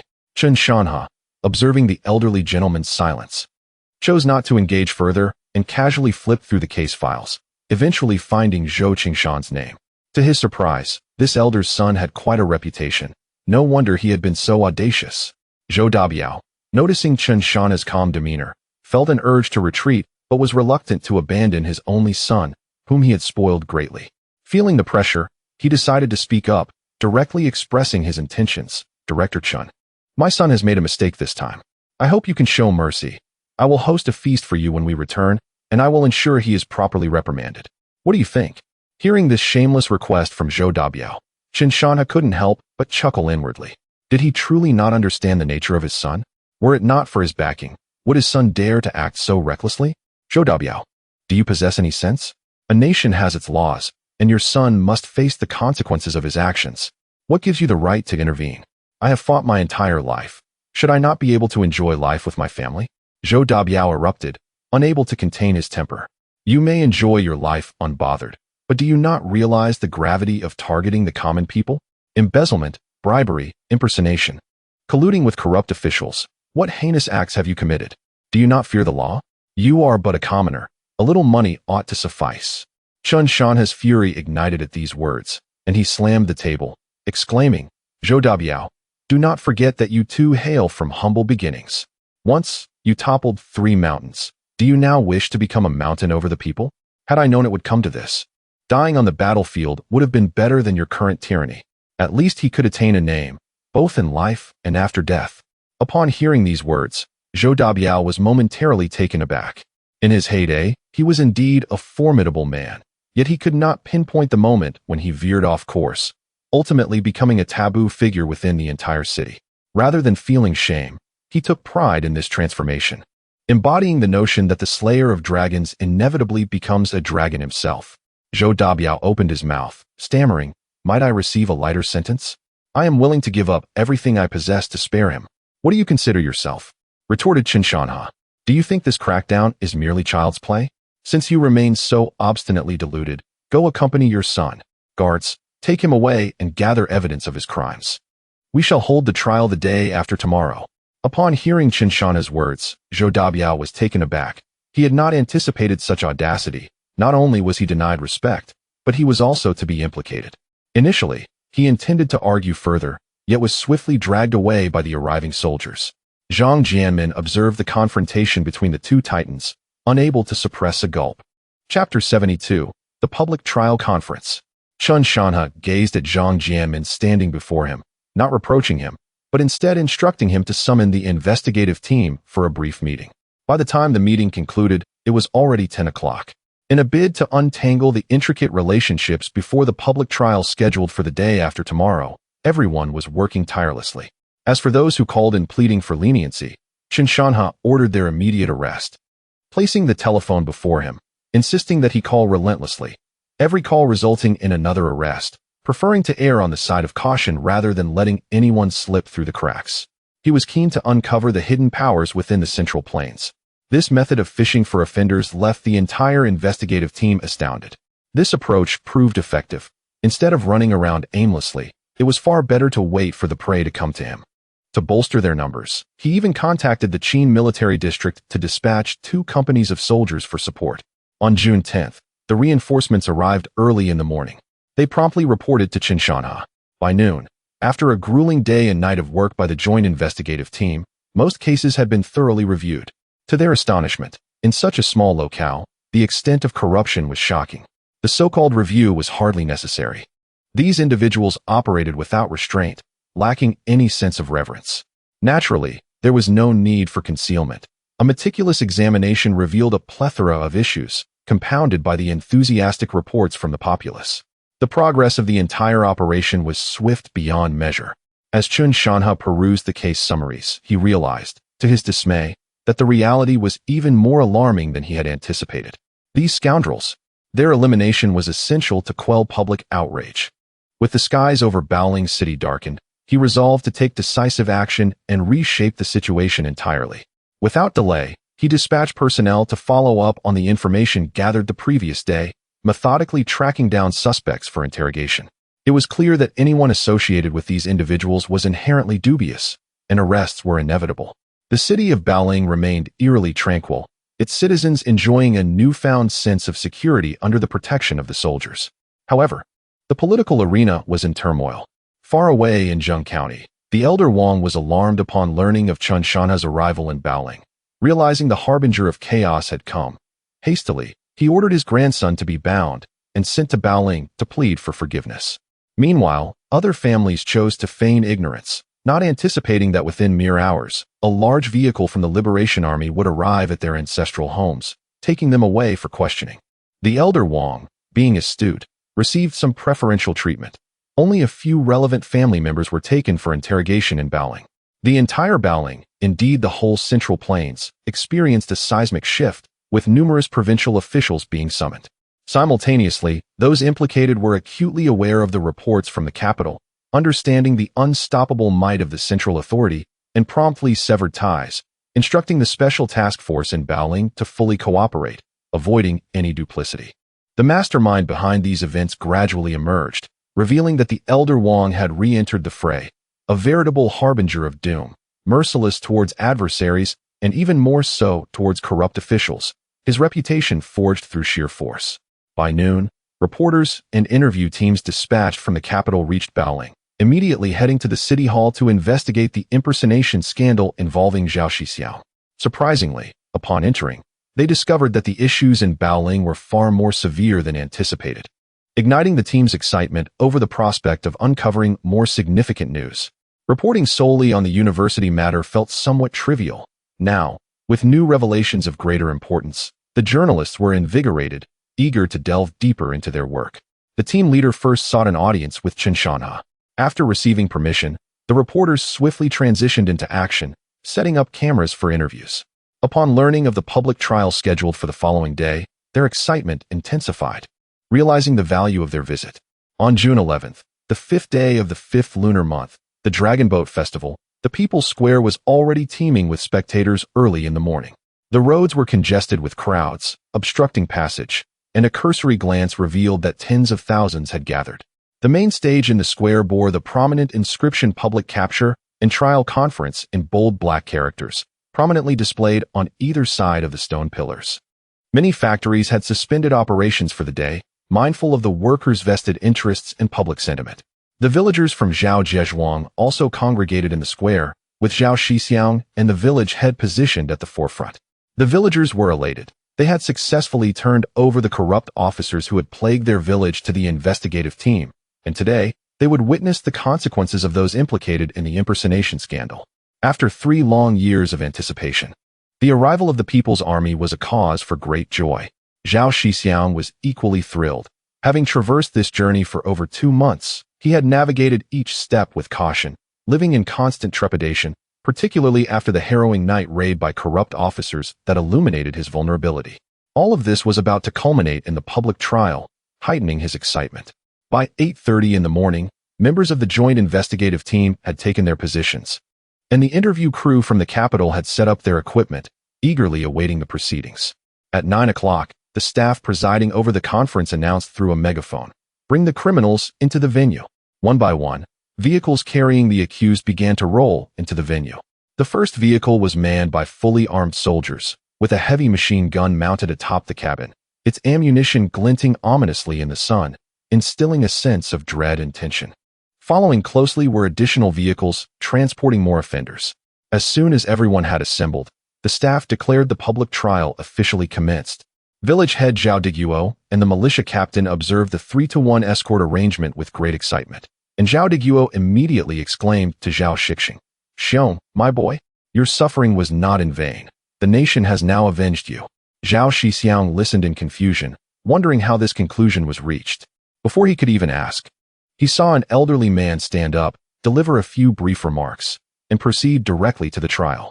The verdict was delivered with decisive clarity. The suspects Zhou Qingshan, Wang Xuejuan, and Li Yutian are guilty of corruption, abuse of power, establishing illegal prisons, persecuting national pillars, and openly ordering police to assault the people. As public servants who knowingly broke the law, their crimes are further aggravated. The sentence is execution by firing squad, to be carried out immediately. Chapter 73, The Dust Settles. As Chen Shanhe's resounding words echoed through the air, the crowd erupted in a fervor. What a sensational spectacle to behold. The 3 individuals, upon hearing the verdict, were left utterly stunned. Was it not a principle that no severe punishment should befall a physician? What had happened to the privilege of criminal immunity? Not only were they not granted leniency, but their transgressions were being compounded. As the verdict continued to unfold, they cried out in protest, "Injustice!" Zhou Qingshan's face turned ashen, desperately wishing for his father's grand entrance to rescue him. Yet, as he found himself in the crosshairs, he realized that he was not above the law.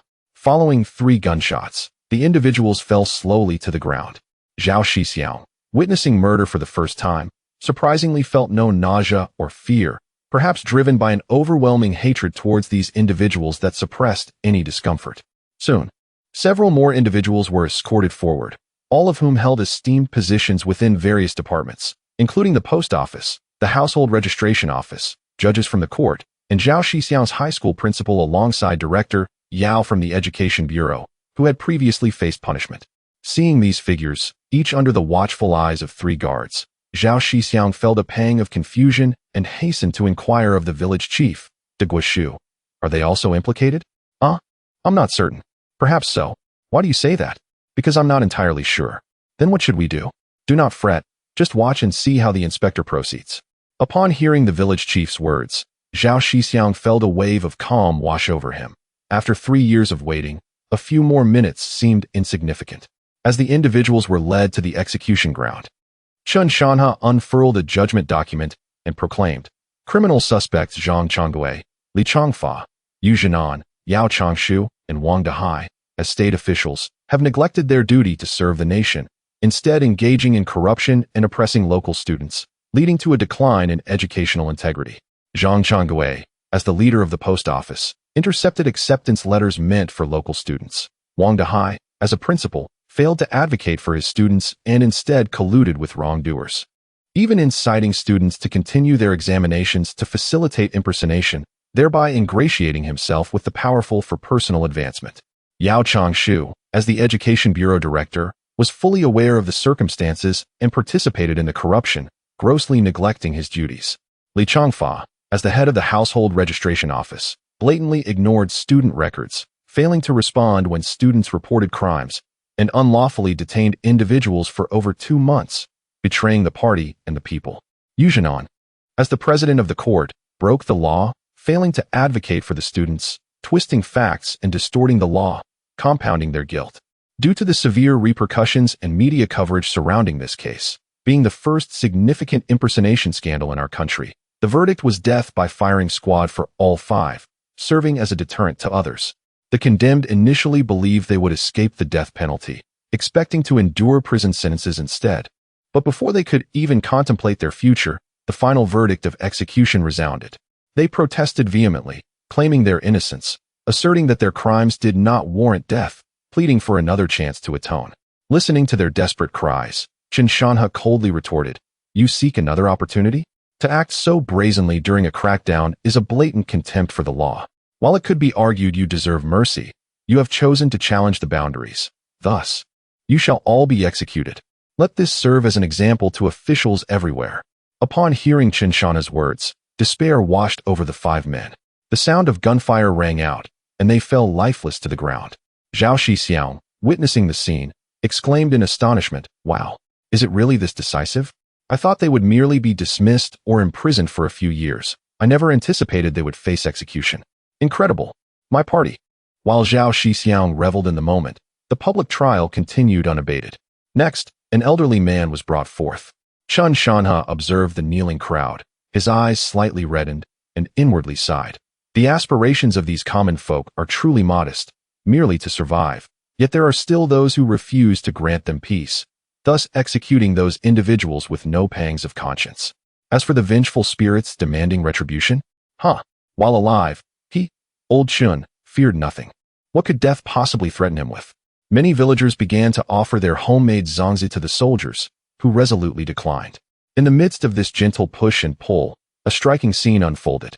Witnessing the soldiers' refusal, some took the initiative to hurl the zongzi onto the liberation truck, and before long, the entire vehicle was brimming with these delicacies. Zhao Shixiong received the final verdict, bursting into tears of joy, overwhelmed with excitement. The promise made to Xiao Zhao had finally been fulfilled. He had truly fallen in love with this era. From now on, he would be the staunchest supporter of the party and the government. The leaders of this age exemplified the spirit of selfless dedication. Errors were to be corrected, crimes punished, and those deserving of death met with decisive action. In such an era, who would not cherish it? The frustrations that once lingered in his heart had long since dissipated, replaced by a fervent zeal to contribute to his country and his people. You treat me as a national hero, and I shall repay you as such. Chapter 74. Aftermath. When the public trial concluded, it was nearly 11 o'clock. Journalists from the capital meticulously documented the proceedings, subsequently interviewing Chen Shanha. Addressing the eager gaze of the thousands gathered below, Chen Shanha spoke into the camera, stating that during his investigation in Baoling, he uncovered severe dereliction of duty among local officials, leaving the populace in dire straits. "We are here to advocate for the people," he declared, urging his colleagues to take heed, warning that otherwise, these officials would serve as cautionary examples. His resolute words drew thunderous applause from the crowd. Zhao Shixiong observed the elderly man on stage, somewhat perplexed by his formidable presence. The decisive nature of this elder suggested that the Central Plains would soon witness considerable upheaval. While the details of such matters were often beyond the comprehension of ordinary citizens, any semblance of change was welcomed. After years of stagnation, plagued by corruption, public service, and fraudulent banking practices, it was evident to him the caliber of these officials. Just 2 years prior, a mere inquiry by an investigative journalist had led to a 10-year imprisonment, becoming a landmark case in the nation. That journalist, a director of some standing, indicated that these issues had long been entrenched. With the arrival of this venerable elder, Zhao Shixiong pondered whether the nefarious figures would face reckoning. Regrettably, he would not witness such tumultuous scenes firsthand. At this moment, Zhao Shixiong earnestly hoped for the elder's well-being and longevity, recognizing the need for such individuals to safeguard the state. Following the acquisition of news material, reporters began interviewing local citizens. The gathered data would be synthesized and disseminated, serving to quell public discontent and provide accountability to the people. Simultaneously, it would serve as a warning to officials nationwide.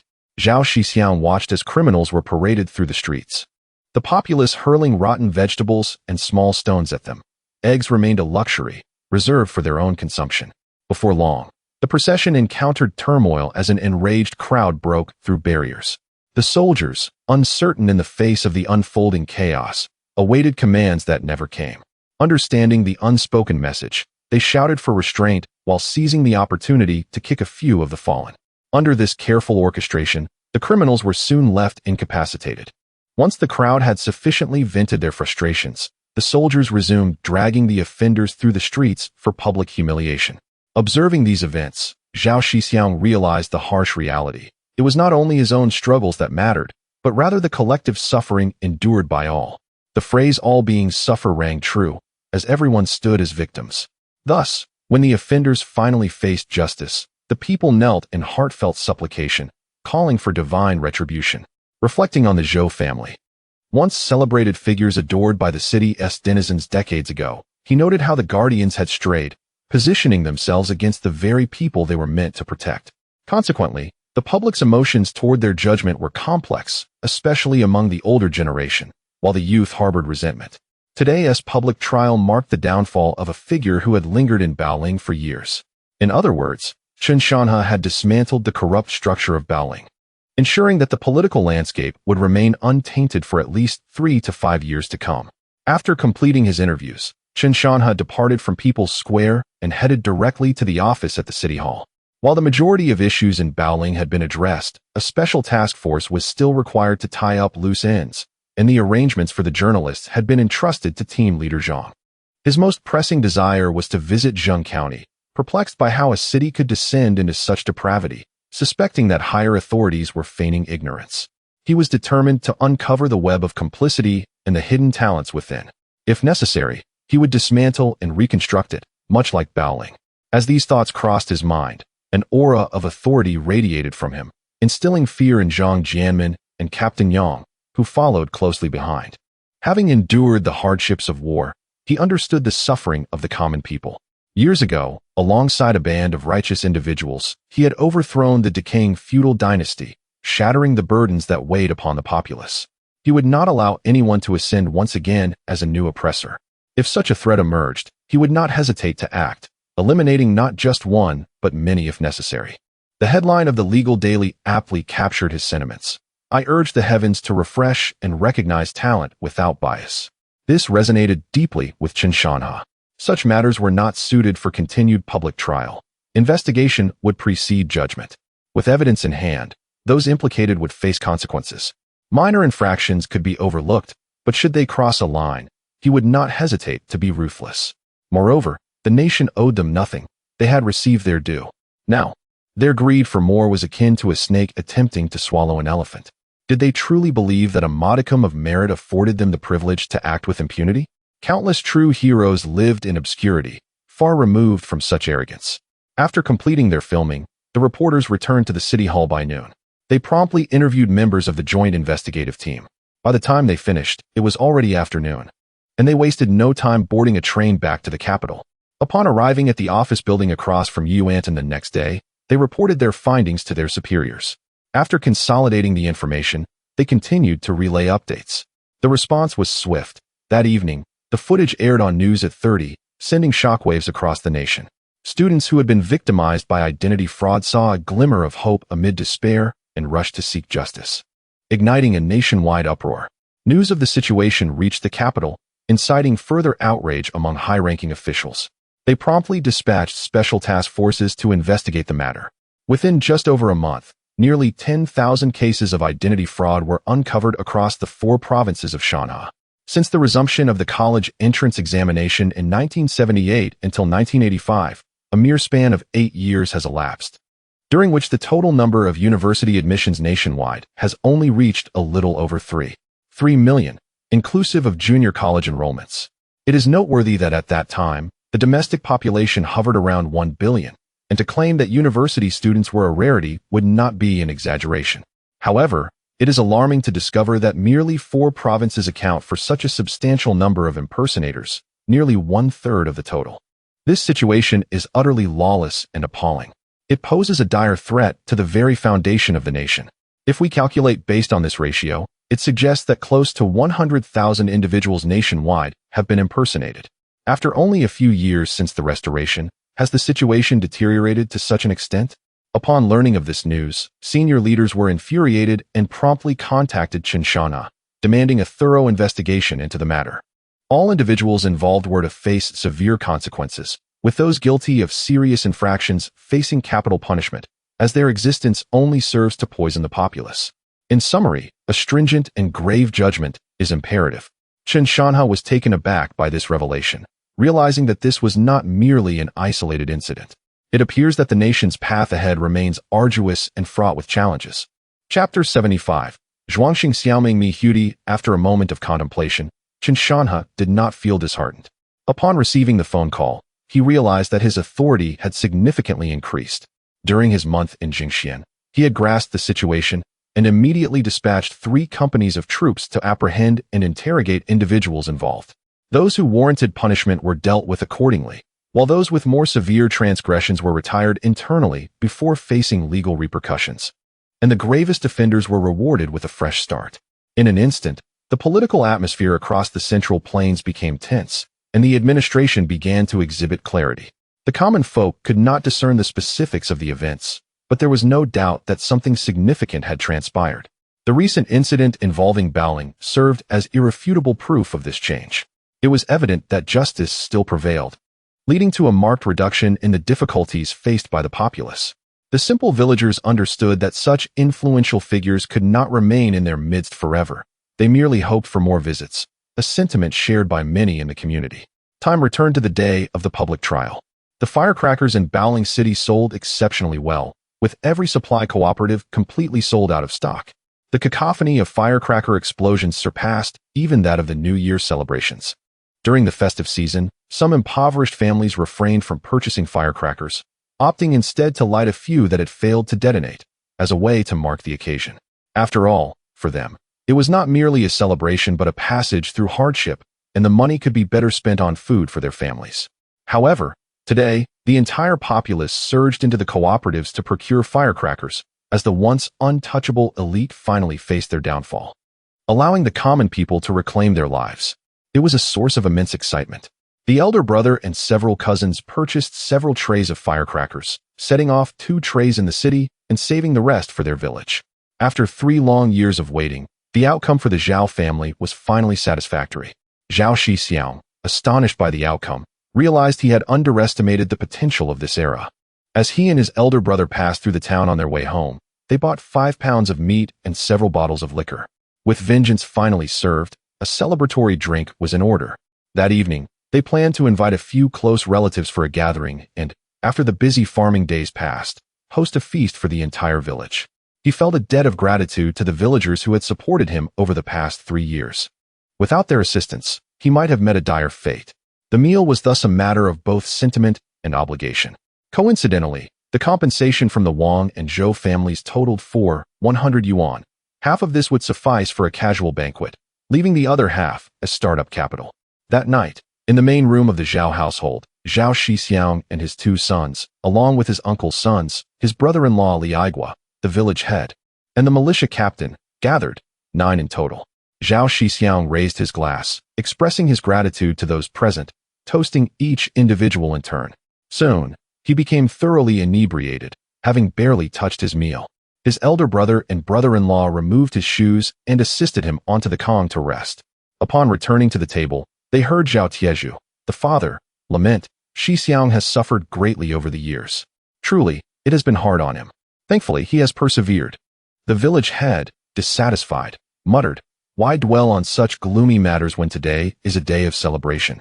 The uncle chimed in, "Indeed. Why fret error? We've avenged ourselves today. Let us drink until we can no longer stand." Before long, several others succumbed to intoxication, leaving only a few younger relatives still drinking. The pressures faced by the older generation were far greater than those of the younger. The alcohol purchased that day was not excessive. As the saying goes, one may not be drunk, but can still feel the effects. As the hour grew late, Zhao's mother hurried from the kitchen, instructing Zhao Shiji and Li Aigua to take the village head and militia captain home, while Shilong and Shirhu assisted their second uncle to the kong before finally escorting their father home. After Zhao Shixiong collapsed, he was laid on the kong and soon fell asleep, the sound of his snoring filling the room. After days of exhaustion, and with all matters settled, he felt a lightness in his heart, leading him to succumb to slumber. In the deep of night, Zhao Shixiong seemed to enter a dream, finding himself in a confined space, engulfed in darkness. Before him stood a figure with their back turned, their features obscured. Rubbing his drowsy eyes, he squinted to see more clearly, yearning to discern the identity of this person. Yet, after much effort, he realized it was futile. Just as he was about to give up, the figure suddenly turned around, and Zhao Shixiong gasped in shock at the sight before him, an uncanny resemblance to himself. What could this mean? He pondered. Is it indeed Zhuangxing Xiaoming Mi Hudi? Who can provide an explanation? The figure facing him spoke. "You seem quite afraid of me. Who are you? How can we look so identical?" Unexpectedly, the elder Zhao, with decades of memories, was equally startled. "What does this mean? Are you Xiao Zhao?" "It is I. I have come today specifically to thank you. Were it not for your careful maneuvering, my grievances would still linger. I am profoundly grateful for your assistance in vindicating me. No, it is no trouble. Without you, I would not have this second chance at life. Perhaps I owe you my gratitude. You need not fear. I have departed. This is merely my lingering obsession. Now resolved, I have come only to see you and to bid farewell to my family." "Ah, I understand. Do you have any unfulfilled wishes? If there is anything I can assist you with, do not hesitate to ask. We are brothers, after all. Your glory is my glory, and I shall do my utmost to fulfill your requests." Hearing this, Zhao Shixiong felt a palpable sense of relief. If the other posed no threat, he might as well assist him, considering he had taken over his life. In truth, there are few unfulfilled wishes. "You have done remarkably well. I hope you treat my parents and family kindly. Additionally, if possible, please lend a hand to the villagers of Zhejiazhuang.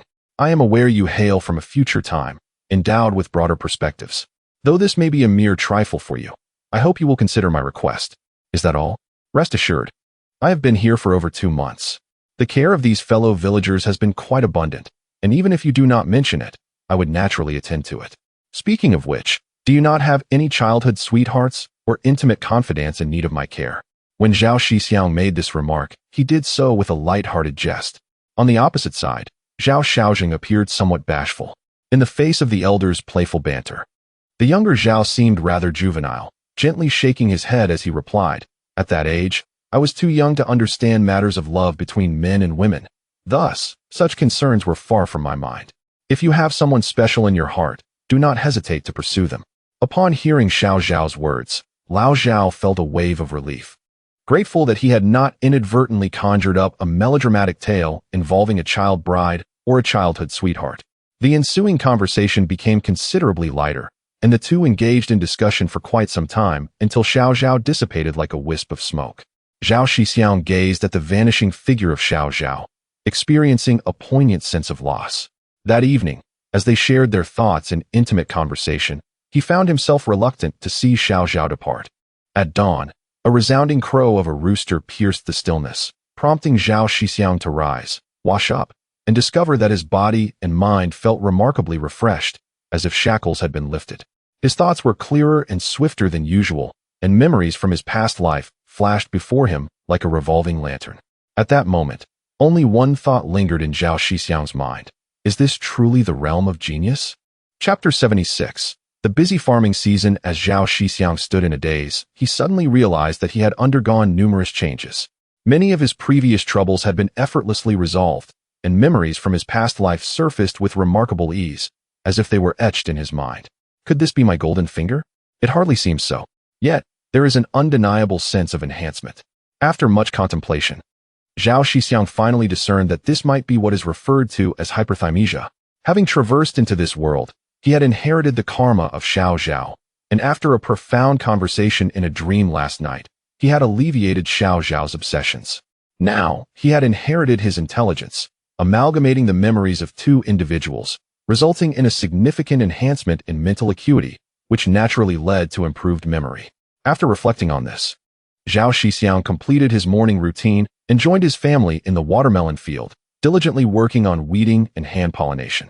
Previously, during the pollination phase, some watermelons had failed to bear fruit, so they returned today to continue the hand pollination.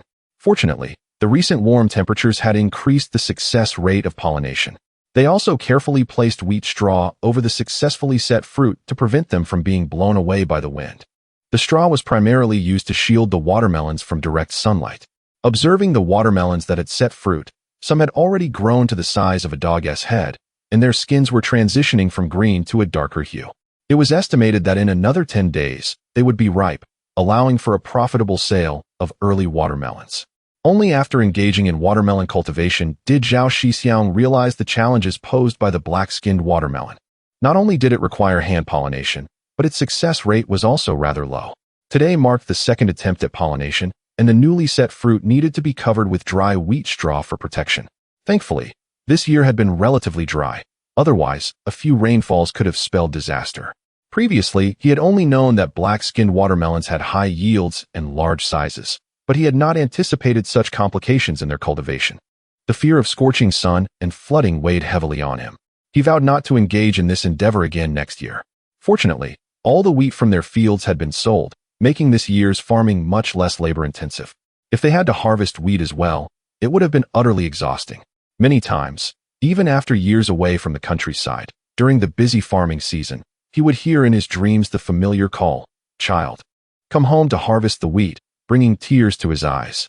Sometimes, what we long for is not the era itself, but the people and experiences of that time, when our parents were still youthful, and we held many dreams.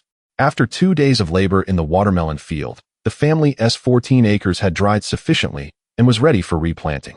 The Zhao family convened a small family meeting and promptly decided to plant 10 acres of corn. Zhao Shixiong suggested intercropping with soybeans. Soybean plants, being relatively low and having a deep taproot, could absorb nutrients from deeper soil layers, while corn, which grows tall and has a fibrous root system, primarily absorbs nutrients from the upper soil layers.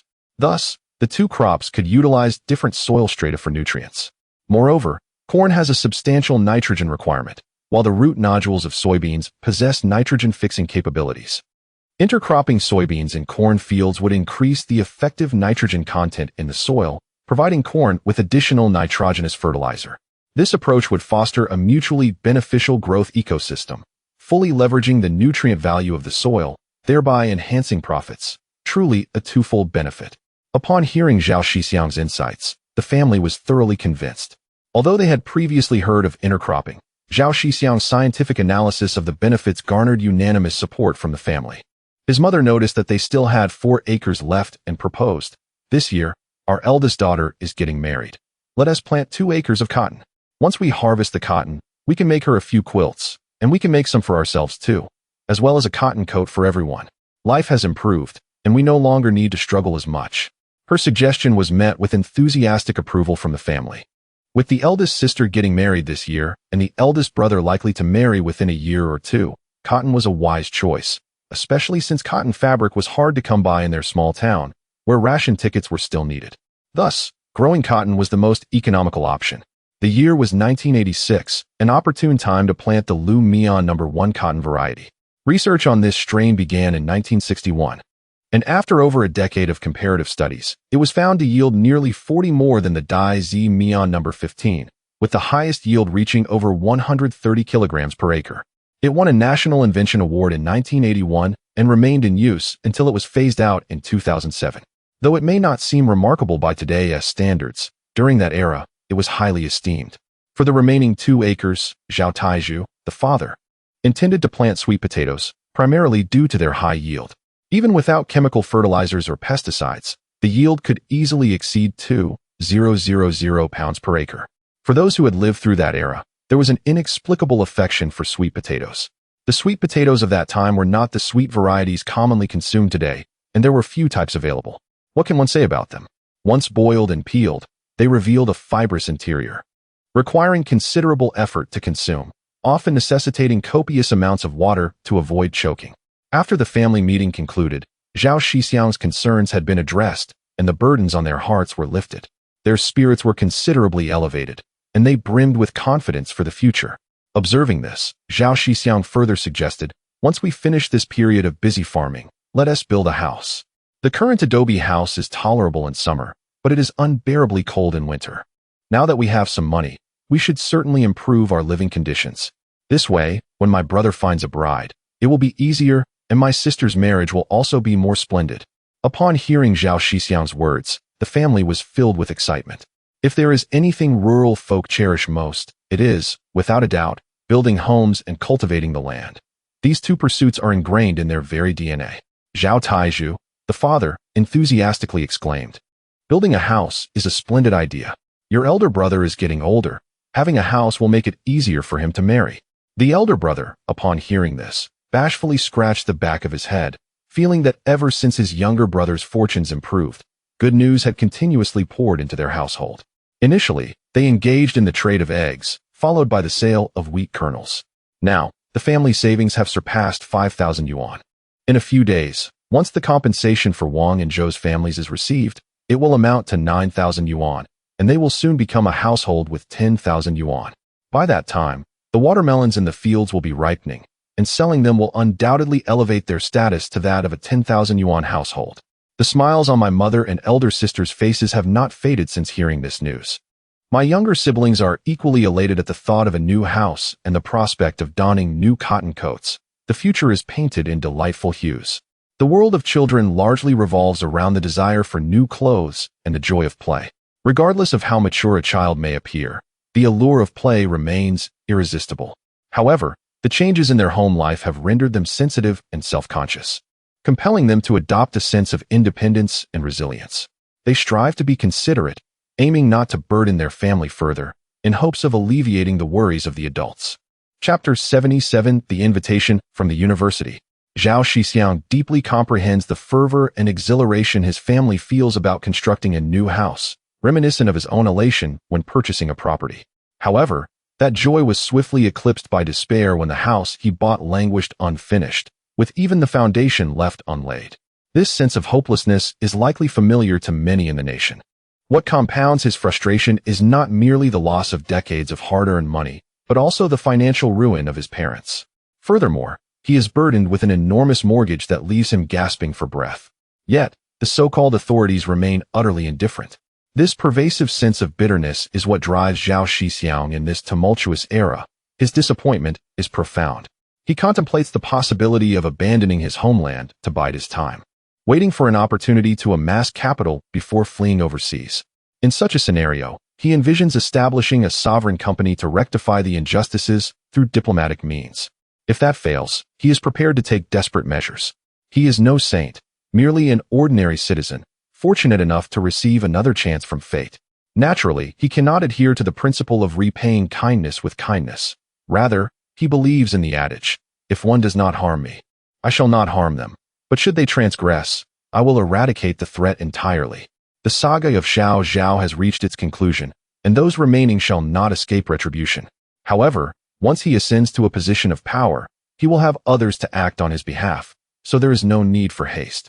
Life unfolds in such a manner.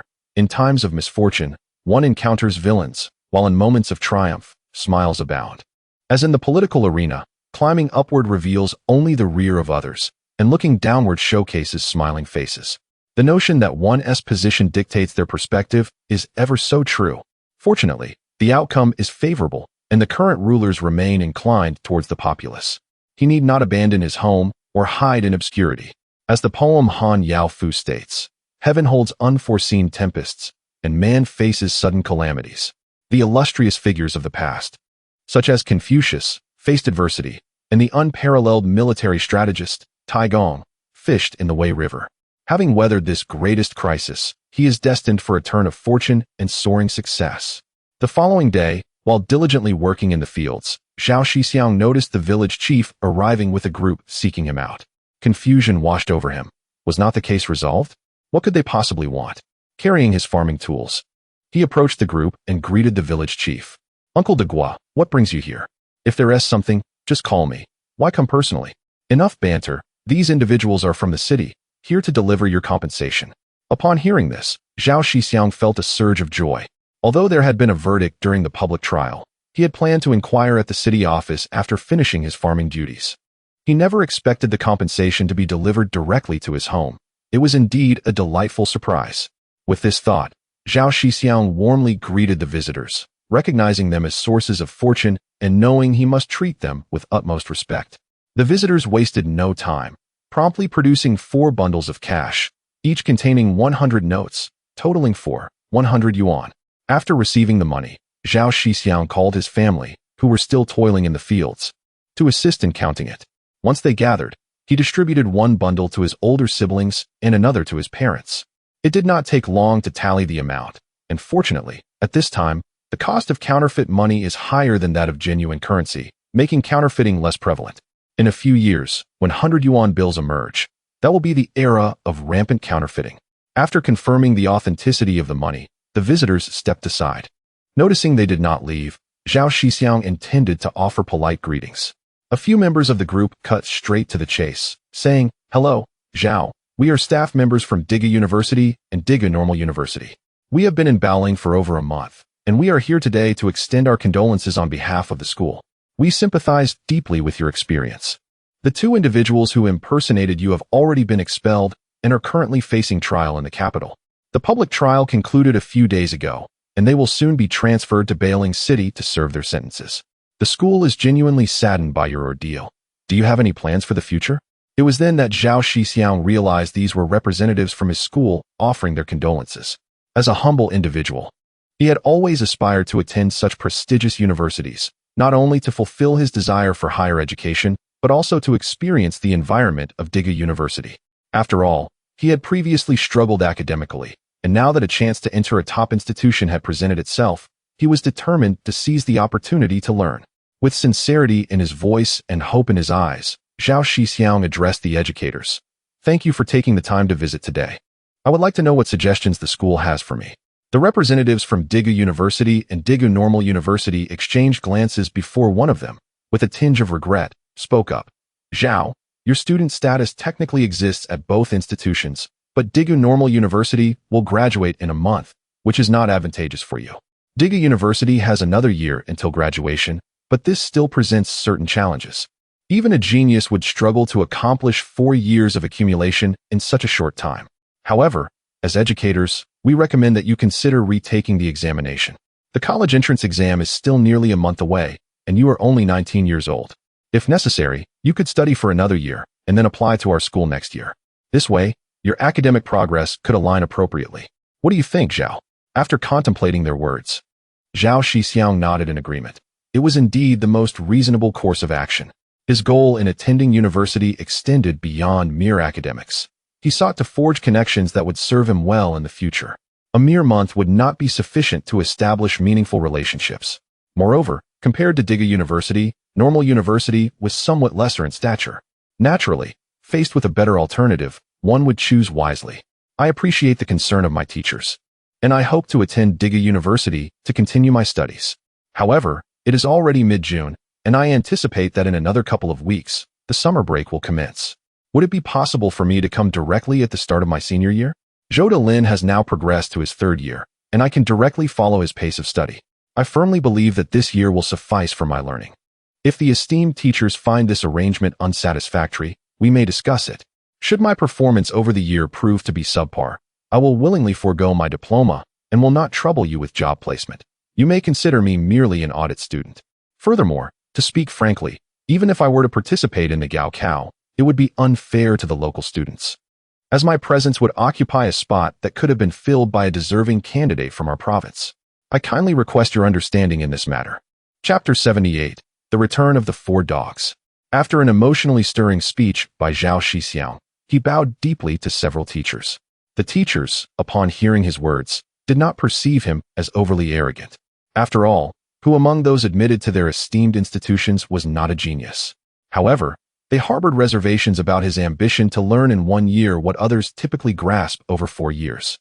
The village head, witnessing this exchange, quickly interjected, "Esteemed teachers, please do not think that Shixiong is boasting. He is indeed quite clever. Just over half a month ago, he led our villagers to sell green wheat kernels. Typically, when the harvest comes in, a moo of land yields only 50 to 60 yuan.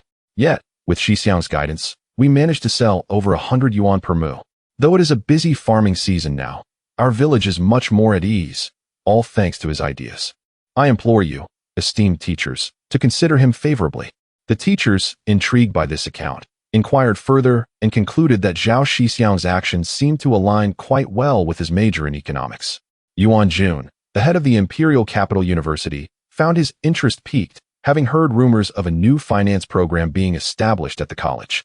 After a brief discussion among themselves, the university officials decided to make a call to report back, promising to provide Zhao Shixiong with a response the following day. The village head, relieved, remarked, "There is no need for haste, esteemed teachers. Our village committee has a phone. You can use ours, which will save you the trouble of traveling back and forth." Yuan Jun, appreciating the convenience, followed the village head to the committee office, with Zhao Shixiong's family trailing behind. Upon arriving at the committee office, the official made the call while the others awaited in the courtyard. Zhao Shixiong and his family exchanged pleasantries with the visitors, while his younger brother and sister craned their necks, eagerly anticipating the outcome. Time passed, perhaps half an hour or an hour, before someone emerged. As Yuan Jun stepped into the courtyard, the village head and the Zhao family held their breath, fearful of missing a single word. Observing their anxiousness, Yuan Jun directly conveyed the outcome to Zhao Shixiong. The school had tentatively agreed. However, should he struggle to keep up with the academic pace, he would be advised to withdraw. "Do you still wish to proceed?" he inquired. "Rest assured, teacher, if my grades are truly poor, I will leave of my own accord," Zhao Shixiong replied confidently. "Very well, I hope your confidence matches your talent." Yuan Jun responded, "Do not worry, the hardest part is behind me. I shall surely make a remarkable impression," Zhao Shixiong declared with assurance. "I look forward to it. See you in September in the capital." "Thank you, teacher. Safe travels." After bidding farewell to the teachers, the village head and the Zhao family returned home. In the afternoon, upon returning from the fields, Zhao Shixiong took his younger siblings to Uncle Zhang and Uncle Pan's house to bring the dogs home. This time, De Huang recognized them and did not bark as they approached. Uncle Zhang greeted them warmly, knowing that the puppies were now over a month old. He refrained from pressuring Zhao Shixiong, who had been preoccupied with his studies. Kneeling down, Zhao Shixiong called out to the 3 puppies, "Squeak, squeak, squeak." The sound was irresistible to every dog in the village. Before long, he found himself surrounded by dogs, including De Huang, who came running with a wagging tail. The adorable puppies melted his heart, and the other 2 children were equally enchanted. Each of them picked up a puppy, one a small yellow dog, another a 4-eyed black and gold one, while Zhao Shixiong took the little black one. He flipped the puppy over, playfully teasing it while chatting with Uncle Zhang and spending some time with De Huang before standing up. Observing Zhao Shixiong's affection for dogs, Uncle Zhang felt delighted. For hunters, dogs hold a significance far beyond that of ordinary pets. In comparison, they are akin to family. As time passed, Uncle Zhang suggested they visit Uncle Pan's house, where the white dog had grown robust since their last visit. Upon entering, Uncle Pan ushered them into the yard and called for his dogs. The 3 little ones barked excitedly at the sight of the white dog, filling the quiet courtyard with noise. The larger dog, concerned for its young, stepped out from the house and positioned itself protectively behind the white dog, silencing the trio. Zhao Shixiong chuckled, realizing that these dogs possessed a keen intelligence, understanding when to yield. His younger sister, seeing the dogs quiet down, rushed over to pick up the fluffy white puppy, resembling a Samoyed, which easily captured the hearts of girls.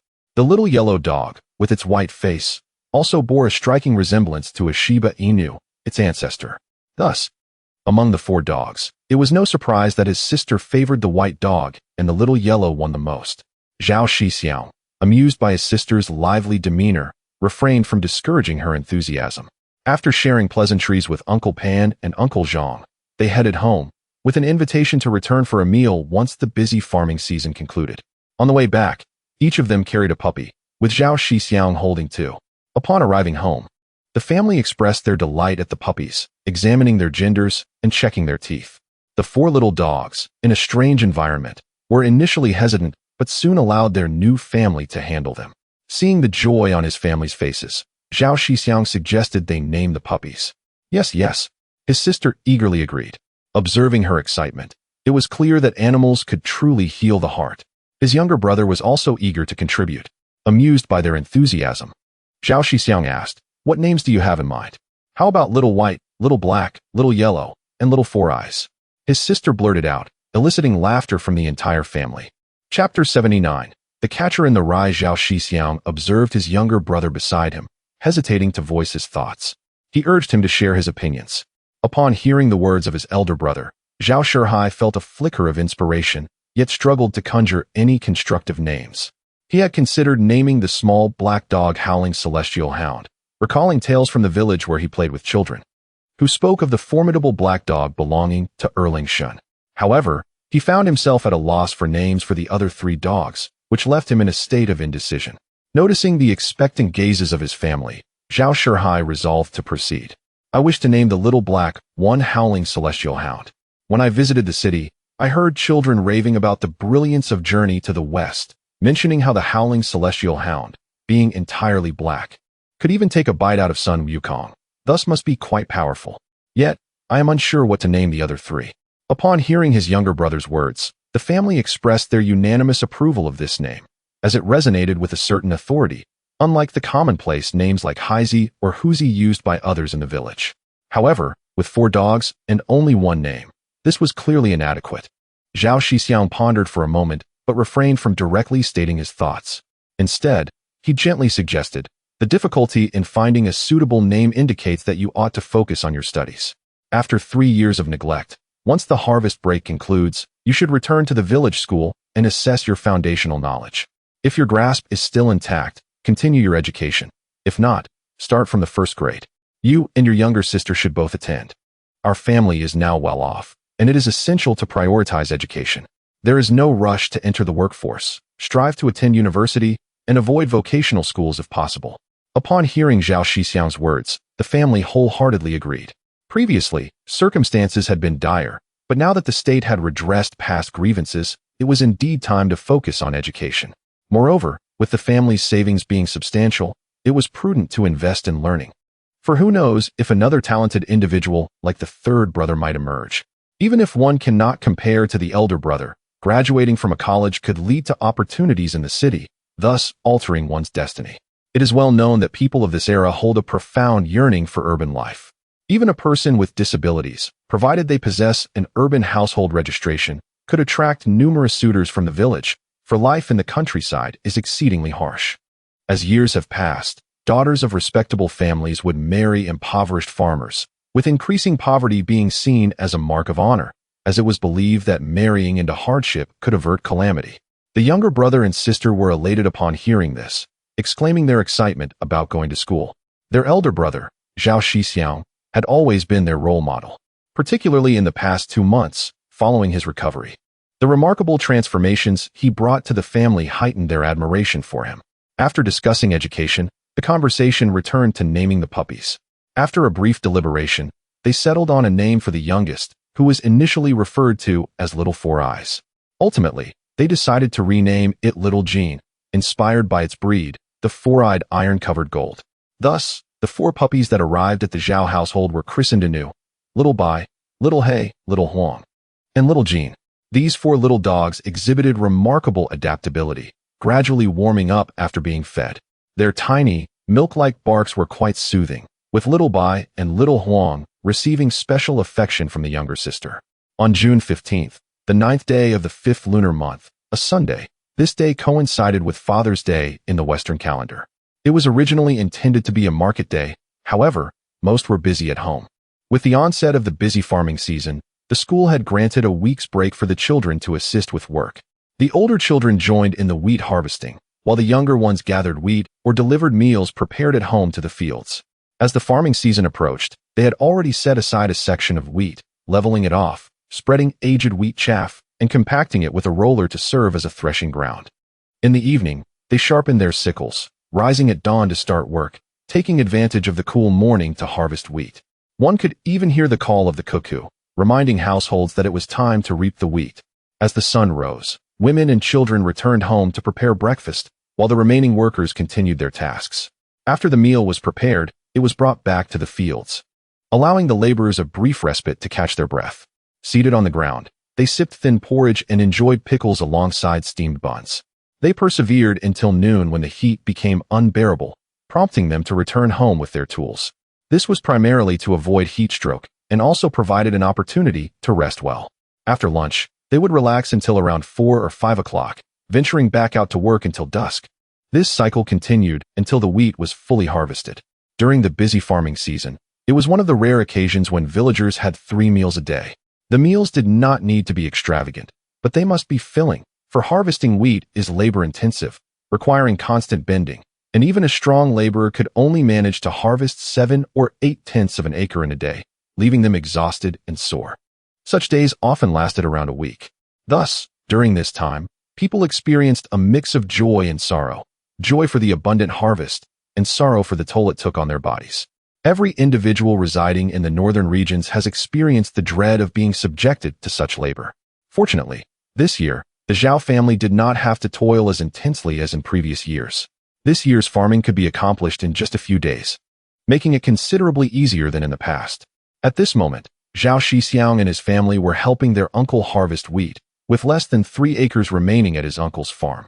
With 3 strong men from his uncle's family, along with Zhao Shixiong and his elder brother, 5 robust laborers could complete the work in a single day, while the younger children gathered wheat. To prevent wear on their clothes from constant bending, the 5 farmers removed their shirts, revealing physiques reminiscent of skeletal specimens, their bone structures visible through their skin. No need for a CT scan. With bronze-toned skin, they had no need to spend money at a gym. A few acres of land were sufficient for their fitness. Zhao Shixiong and his elder brother fared slightly better, having enjoyed decent meals in recent months, which had added some flesh to their frames and made them appear more robust. As Zhao Shixiong gazed at the golden waves of wheat before him, he found himself momentarily entranced. After a brief reverie, noticing that his brother and the others had already begun working, he too decided to join in. With his left hand grasping the wheat stalks and his right hand wielding the sickle, he meticulously cut the crops, one stroke after another. The harvested wheat was gathered in handfuls and placed upon the ground. Once the bundles accumulated to a sufficient quantity, they were firmly tied together, thus creating a stack of wheat. Zhao Shixiong, having toiled for merely a short while, was already drenched in sweat, the scorching sun beating down upon him, while the warm winds rose from the wheat fields. The heat from the ground enveloped him, and the blazing sunlight bore down mercilessly. Exhausted yet unwilling to squander the precious summer daylight, he persevered. Bai Ji's poem Guan Qiaomai vividly depicts the scene of the entire family working together during the busy harvest season. After laboring until the afternoon, the family's wheat was finally gathered, and the stacks were transported to the threshing ground. A few of them returned home first for a meal. The ancient tree beside the threshing area seemed to bear witness to the cycle of years. It stood as a vigilant guardian, observing this expanse of wheat fields year after year, having watched over them for centuries. Chapter 80. Harvesting wheat after returning home with his uncle's family, Zhao Shixiong enjoyed a relatively sumptuous dinner before heading back with his elder brother. Starting tomorrow, they would begin the wheat threshing process, and it would be their father and uncle who would undertake the heavy labor, while the 2 of them would merely assist. After all, this was a skilled task that was beyond the capabilities of the average person. Upon arriving home, Zhao Shixiong filled an enamel basin with cool water, adding it to some boiling water to soak his feet. Although he was a native of the countryside, the labor was undeniably exhausting. The fatigue made his steps feel somewhat unsteady, but after soaking his feet, he felt considerably better. Fortunately, he only needed to endure the work for today. Tomorrow he could indulge in leisure. Sitting in the courtyard, he daydreamed while observing his family engaged in casual conversation. Suddenly, he found himself appreciating this simple yet fulfilling life. His attention was drawn to 4 playful puppies frolicking with his younger siblings. Feeling playful, he began to tease the little dogs. Before long, the 4 puppies, curious about him, scampered over to his feet, some even sipping the water he had used to wash them. Their playful licks on his toes were ticklish and amusing. Upon seeing this, his younger sister quickly scooped up the little white and yellow puppies, preventing them from engaging in such unsanitary behavior, and scolded her second brother for seemingly teasing the puppies, which made Zhao Shixiong double over with laughter. After a brief frolic with the puppies, nightfall descended. Zhao Shixiong promptly rose, disposed of the foot-soaking water, freshened up, and retired to bed. The following day, at the break of dawn, he was called by his father to drink a bowl of thin soup before heading to the wheat threshing ground. The first step in the wheat threshing process was to dry the wheat, also known as the drying ground. This involved spreading the wheat, which had been transported from the fields, across the threshing area to dry. A three-pronged wooden fork was used to mix and gather the wheat, ensuring that the stalks were sufficiently spaced apart to allow for thorough drying. Every half hour, the wheat needed to be turned over, typically requiring 3 to 4 turns from around 10 in the morning until 3 or 4 in the afternoon. Only then would the wheat be adequately dried for threshing. Upon arrival at the threshing ground, Zhao Shixiong and his father noticed that his uncle's family had already arrived. After exchanging pleasantries, they set to work, and soon the entire threshing area was covered with wheat. The remaining task was simply to turn the wheat over every hour or so, preparing for the actual threshing in the afternoon. After assisting his uncle in laying out the wheat, the family returned to help plant cotton. A few days prior, during a market visit, Zhao Shixiang's mother had purchased cotton seeds, and they had successfully germinated. The primary objective today was to transplant the cotton into the fields. Since cotton is a sun-loving plant, the optimal planting period is between April and May, making it somewhat late for planting now. This delay could affect the quality of the cotton. However, the Zhao family was not cultivating cotton for profit. Rather, it was for personal use, especially since their daughter was soon to marry. Having waited over a year already, another year of waiting would risk her becoming an old maid. This urgency was why, following his mother's decision to plant cotton, they had hurriedly purchased the seeds and begun germination, only beginning the transplanting process today. By the afternoon, they had successfully transplanted cotton across 2 acres, and the wheat had also dried sufficiently. Zhao Shixiang's father took a handful of wheat from the drying area, examined it closely, and, finding it satisfactory, called his elder brother over. Hearing this, his uncle led the ox from the barn to the grinding stone to commence the threshing. The process of using an ox to pull the grinding stone may seem simple, merely guiding the ox in circles across the threshing ground, yet it conceals intricate techniques. The person operating the grinding stone must continuously move from one side to the other, repeating this process 3 times before pausing to allow others to turn the wheat. Turning involves flipping the wheat stalks that have already been pressed several times before continuing the grinding process. After his uncle had worked for a while, he handed over the task to his younger brother, Zhao Taizhu, while he took a moment to rest and enjoy some tea, as the heat was quite oppressive. Once the wheat grains had been sufficiently separated from their husks after 3 to 4 rounds of grinding, the threshing concluded. The next step involved gathering the threshed wheat stalks into piles for storage. Once the first round of threshing was complete, they would begin the second round to ensure every grain was collected. After the second round, the stalks would become straw, which would be piled up for the oxen to consume during winter. The straw mounds resembled mushrooms, topped with a cap of mud to preserve them through the winter, potentially lasting for several years. As darkness fell, they finally completed the day's labor, having successfully separated the wheat grains from their shells. That evening, dinner was enjoyed at Zhao Shixiang's home, as his uncle had come to assist with the farming, naturally warranting reciprocal hospitality. After the meal, everyone, feeling quite fatigued, exchanged few words, tended to the household livestock, and then retired for the night. The next morning, Zhao Shixiong was relieved of his duties. The primary task now was winnowing, which involved using wind to separate the wheat husks from the grains with a wooden shovel. This task could be swiftly completed by his uncle's family. Once winnowing was finished, the weather warmed up, providing the perfect opportunity to dry the wheat thoroughly in the summer sun, preparing it for storage until it was needed for tax payments or milling into flour. After assisting his uncle for 2 days, Zhao Shixiang's family began planting sweet potatoes. After loosening the soil across their 2 acres, they formed raised beds approximately 10 centimeters high. They then planted the sweet potato slips, initially covering them with soil, leaving just 1 or 2 leaves exposed. As they were planting summer sweet potatoes, it was crucial to choose overcast days or afternoons for planting to ensure a high survival rate. The tops needed to remain above the soil with 3 leaves visible to protect the vital mother leaves. Planting during the intense sunlight of summer could lead to wilting, as excessive heat would cause moisture loss, potentially resulting in plant death. Thus, when planting on overcast days or in the afternoon, it was essential to keep the seedlings upright in the soil. The relative surface temperature in the air is relatively low, resulting in diminished transpiration on the leaf surfaces, which is beneficial for safeguarding the seedlings. After a few days, the sweet potato sprouts took root, and by gently loosening the soil, their growth accelerated significantly. Once the household chores were completed, it was already late June, and the black-skinned watermelons cultivated at home were ready for harvest. Seizing the opportunity on a sweltering afternoon, Zhao Shixiong took his younger siblings to the watermelon field. Chapter 81. The Watermelon Vendor. Upon hearing that they were to visit the watermelon field to observe the growth of the watermelons, the younger brother and sister eagerly followed their second brother out the door, neglecting even the adorable little puppy. As the trio arrived at the watermelon patch, Zhao Shixiong first allowed them to choose their watermelons while he inspected the fruits, covering the exposed small watermelons with straw. These watermelons had successfully set fruit only after a second pollination, and being a late-maturing variety, their taste would undoubtedly be somewhat inferior.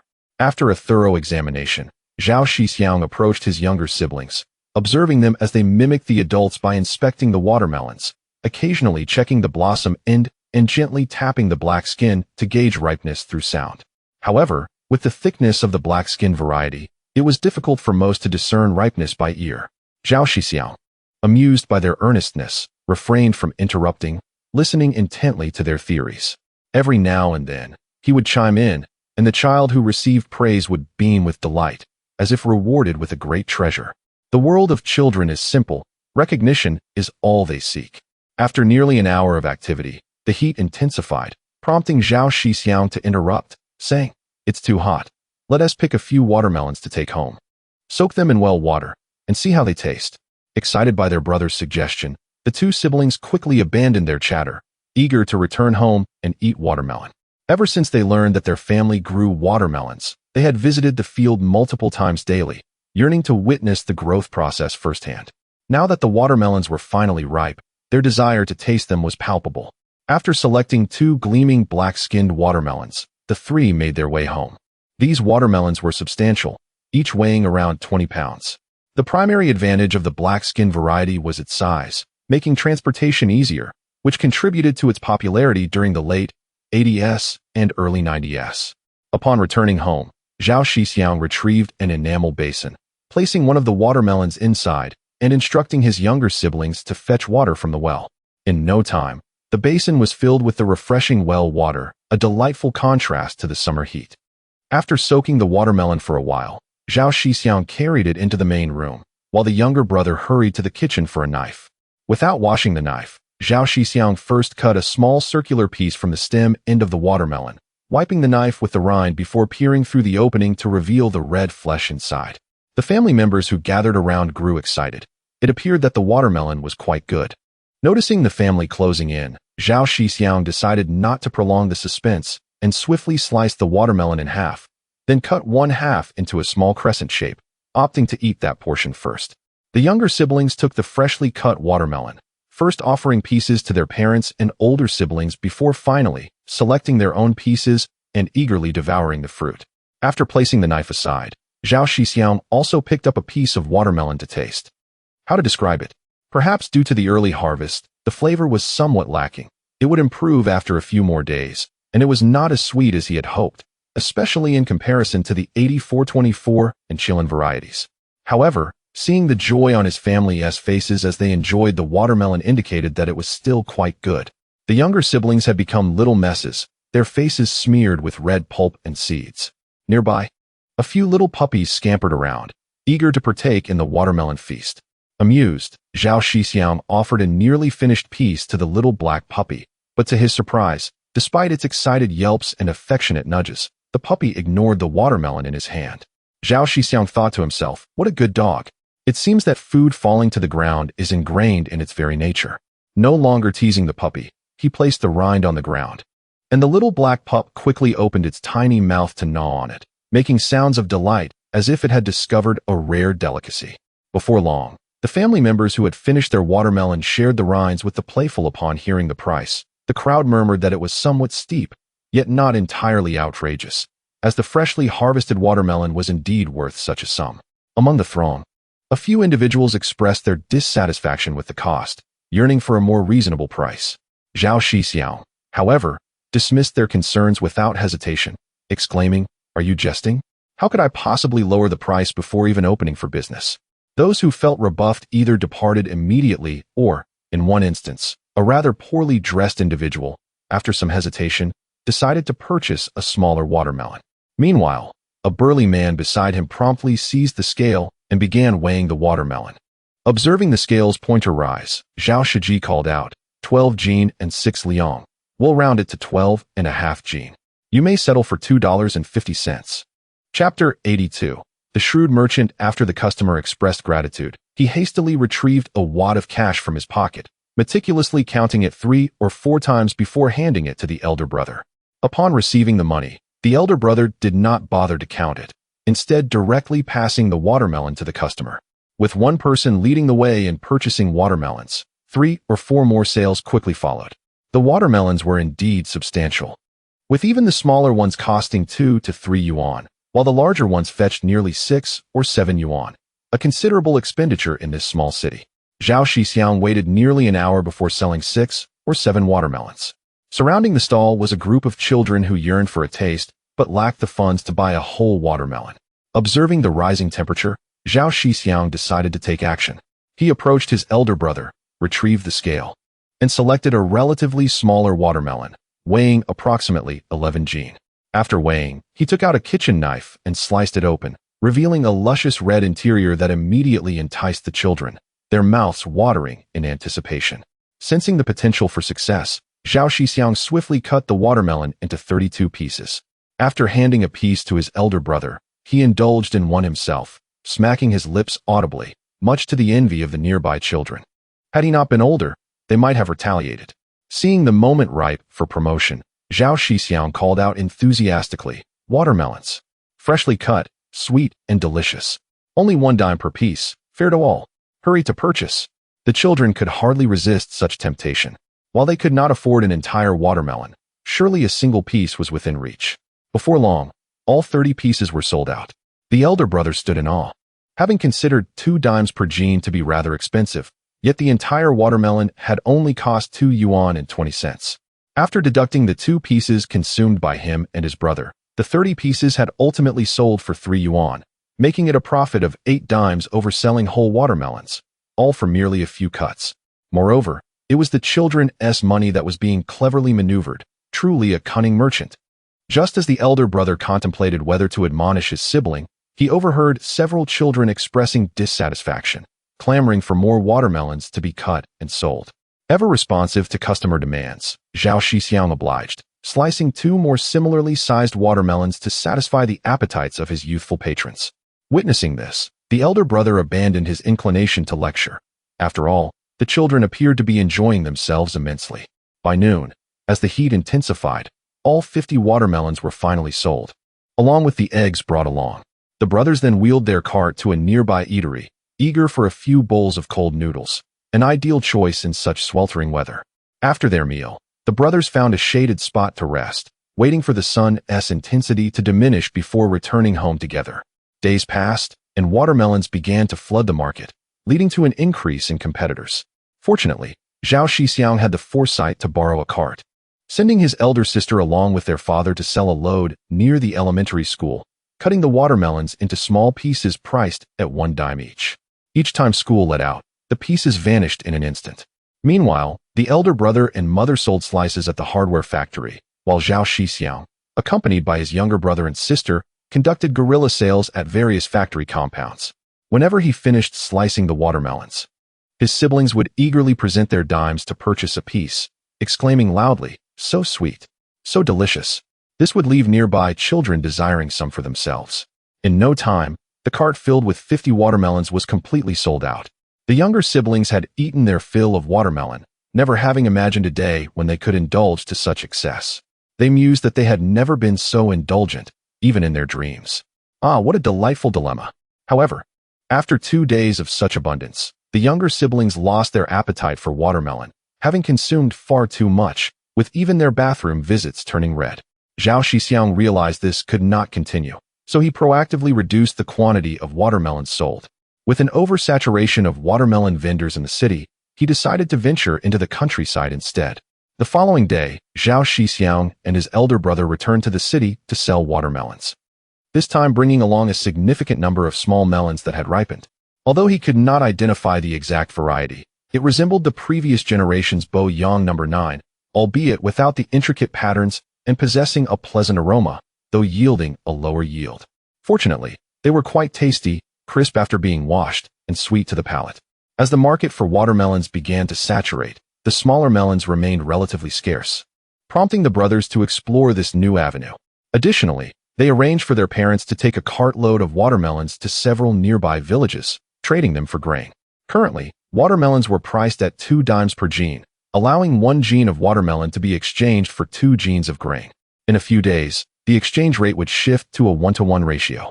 This year, their family's grain had been sold as green wheat kernels, and the grain they obtained could later be used to pay taxes. Any surplus could be ground into flour for personal use, and the excess bran could be utilized to feed chickens, epitomizing the principle of making the most of resources. Seeing that the busy season had concluded for their uncle's family, Zhao Shixiong extended credit to his 2 cousins, allowing them to take a cartload of watermelons to sell in the county or village, promising to settle accounts afterward. Simultaneously, the local villagers, having finished their agricultural duties, began to engage in small businesses, particularly the young men, some borrowing watermelons to sell, while others procured ice cream from factories to peddle in neighboring villages. Those with bicycles ventured further afield, while those without would utilize their family carts to traverse the nearby areas, preemptively dividing territories to maintain harmony. Ice cream was sold at very affordable prices, ranging from 1 cent, 2 cents, to 5 cents per serving. As it is aimed at the villagers, the exorbitantly priced ice cream would not sell well. Therefore, the focus remains on these 3 varieties. A small wooden box is crafted, lined with various straw, and covered with a layer of quilt for insulation. The exterior of the wooden box is further wrapped in a quilt to prevent the ice cream from melting prematurely. Whenever the vendor calls out to sell ice cream, the joy of the children is unmistakable. In such moments, the farmers are no longer frugal. With just a few cents, they can purchase a day's worth of happiness for the entire family. Life may be arduous, but it cannot be perpetually so. Thus, the days of wheat harvesting are among their rare occasions of generosity. Since the wheat from Zhao is sold relatively early, the villagers complete their farming tasks sooner and embark on new avenues for earning. Even if the ice cream market becomes saturated, they can barter for watermelons to exchange for grain, settling accounts with Zhao later, thereby earning several dozen pounds of grain in a single day. This is indeed a considerable gain. Chapter 83. The Contradictory Individual. In the tranquil month of May, the Tian family finds itself bustling with activity. Fortunately, the Zhao family has already completed the wheat harvest, and for the next few days, their focus will merely be on drying the grains. Meanwhile, the inhabitants of neighboring villages continue their diligent labor, while many from Zhao family village traverse the surrounding countryside. Seizing this rare opportunity, they engage in the sale of ice creams, watermelons, and beer, refreshing commodities for the sweltering heat. Having experienced poverty, they cherish this hard-won chance. Just a month ago, Zhao Shixiong and his fellow villagers amassed significant profits. A few fortunate souls, like Zhao Dezhu, who sold 15 acres of land, reaped substantial rewards. Yet, many others only managed to sell a portion, and although their earnings were considerable, how many families in the village remain untouched by hunger? The influx of this money has indeed transformed the villagers' circumstances. Yet little remains after addressing the lingering famine. Thus, they embark on their ventures to sell ice creams, watermelons, and beer, aiming to secure some modest income. Ice cream boasts the lowest cost, yielding a profit margin of approximately 40%. As long as they sell around 60% daily, they will not incur losses, and the price of ice cream is quite reasonable, making it relatively easy to sell. In terms of watermelons, they may initially seek credit from the Zhao family, but the Zhao family's watermelon yield is limited, with less than 5 acres planted, 2 acres of sweet melons included. The Zhao family has already sold about 1.5 acres worth, leaving insufficient stock for everyone to haul a cart. Thus, each individual receives a modest allocation of 10 or so watermelons, weighing around 1 to 200 pounds, accompanied by a small wooden crate wrapped in a quilt for the ice cream. This arrangement offers buyers additional choices. As for beer, it remains a rarity, with typical rural households reluctant to indulge. Priced around 50 cents per bottle, it rivals the cost of meat. Fortunately, the volume of each beer bottle is substantial, holding 650 milliliters. Consequently, the popular watermelon and ice cream are the most favored in the countryside. Nevertheless, beer is not without its merits. Empty bottles can be exchanged for ice cream, while those adorned with letters can be traded for higher quality ice cream. Amidst the laborers in the fields, the sound of the ice cream vendor often goes unheard until spotted by the keen eyes of children. Riding bicycles, the vendor weaves through the golden waves of wheat, calling out in the local dialect, "Ice cream, ice cream." Upon hearing this, children find it impossible to resist the allure of a cold treat on a scorching summer day. In the village, the most valuable commodity is not necessarily money. Rather, grain holds the utmost significance, functioning within its own monetary system. For instance, 1 pound of wheat can be exchanged for 1 pound of watermelon, and similarly, 1 pound of wheat can procure 2 5-cent ice creams. Children, well aware of this, will often pilfer a handful of wheat, roll it into grains, and seek out the ice cream vendor in exchange for a cool delight. After 4 or 5 days of bustling activity, the family has nearly sold all their watermelons, with the remaining stock deemed second-rate and priced modestly. In a few days, as they ripen, they might fetch 8 or 10 cents per pound, quite satisfactory. Over the past few days, the family has sold nearly 10,000 pounds of watermelons and sweet melons, with 7,000 pounds sold for cash, 2,000 pounds sold at an average price of 20 cents per pound, while 3,000 pounds fetched 15 cents. Additionally, 3,000 pounds of watermelon were exchanged for nearly 4,500 pounds of wheat. The sweet melons, totaling 2,000 pounds, were sold at the same price of 20 cents per pound. The total cash income amounts to 1,250 yuan, alongside 4,500 pounds of wheat. The family also extended credit to their uncle for 4 carts of watermelon, approximately 3,000 pounds in total. The first cart was priced at 10 cents, while subsequent carts, as prices fell to 15 cents, were sold at 8 cents per pound to their cousin. The total income from this venture reached 260 yuan. Assuming a 100 profit margin, the uncle's earnings would mirror this, although due to the predominance of grain, the cash collected was relatively modest, totaling 5,200 pounds of grain. Furthermore, they extended credit for nearly 15,000 pounds of watermelon to the villagers, priced slightly higher at 9 cents per pound, not for profit, but to maintain familial ties. If the uncle were to discover that the prices were the same, it would surely cause discomfort, even if unspoken. Therefore, this extra penny mitigates risk, allowing for an additional profit of 150 yuan from the 15,000 pounds. The outstanding balance from the watermelon sales stands at 1,350 yuan. With 4.5 acres of watermelon, assuming an average yield of 8,000 pounds per acre, over half has already been sold, leaving approximately 10,000 pounds of second-rate melons, which are less sweet and unlikely to command a high price. Selling for 8 to 10 cents per pound would be a considerable achievement. The total revenue thus far is 2,860 yuan, alongside 4,500 pounds of wheat, culminating in a grand total of 3,310 yuan. There remains about 10,000 pounds of second-rate melons in the fields, potentially fetching another 500 yuan at wholesale prices of 5 cents, while the sweet melons might yield an additional 4,000 pounds, translating to another 200 yuan. The cumulative revenue from the 8.5 acres of barren land reaches an astonishing 3,910 yuan, with an average yield of nearly 500 yuan per acre, more profitable than selling green wheat kernels. Coupled with the compensation of 4,100 yuan and the proceeds from green wheat kernels and eggs, the family's savings have officially surpassed 14,000 yuan. Strolling down the street, Zhao Shixiong can proudly declare, "We are now affluent."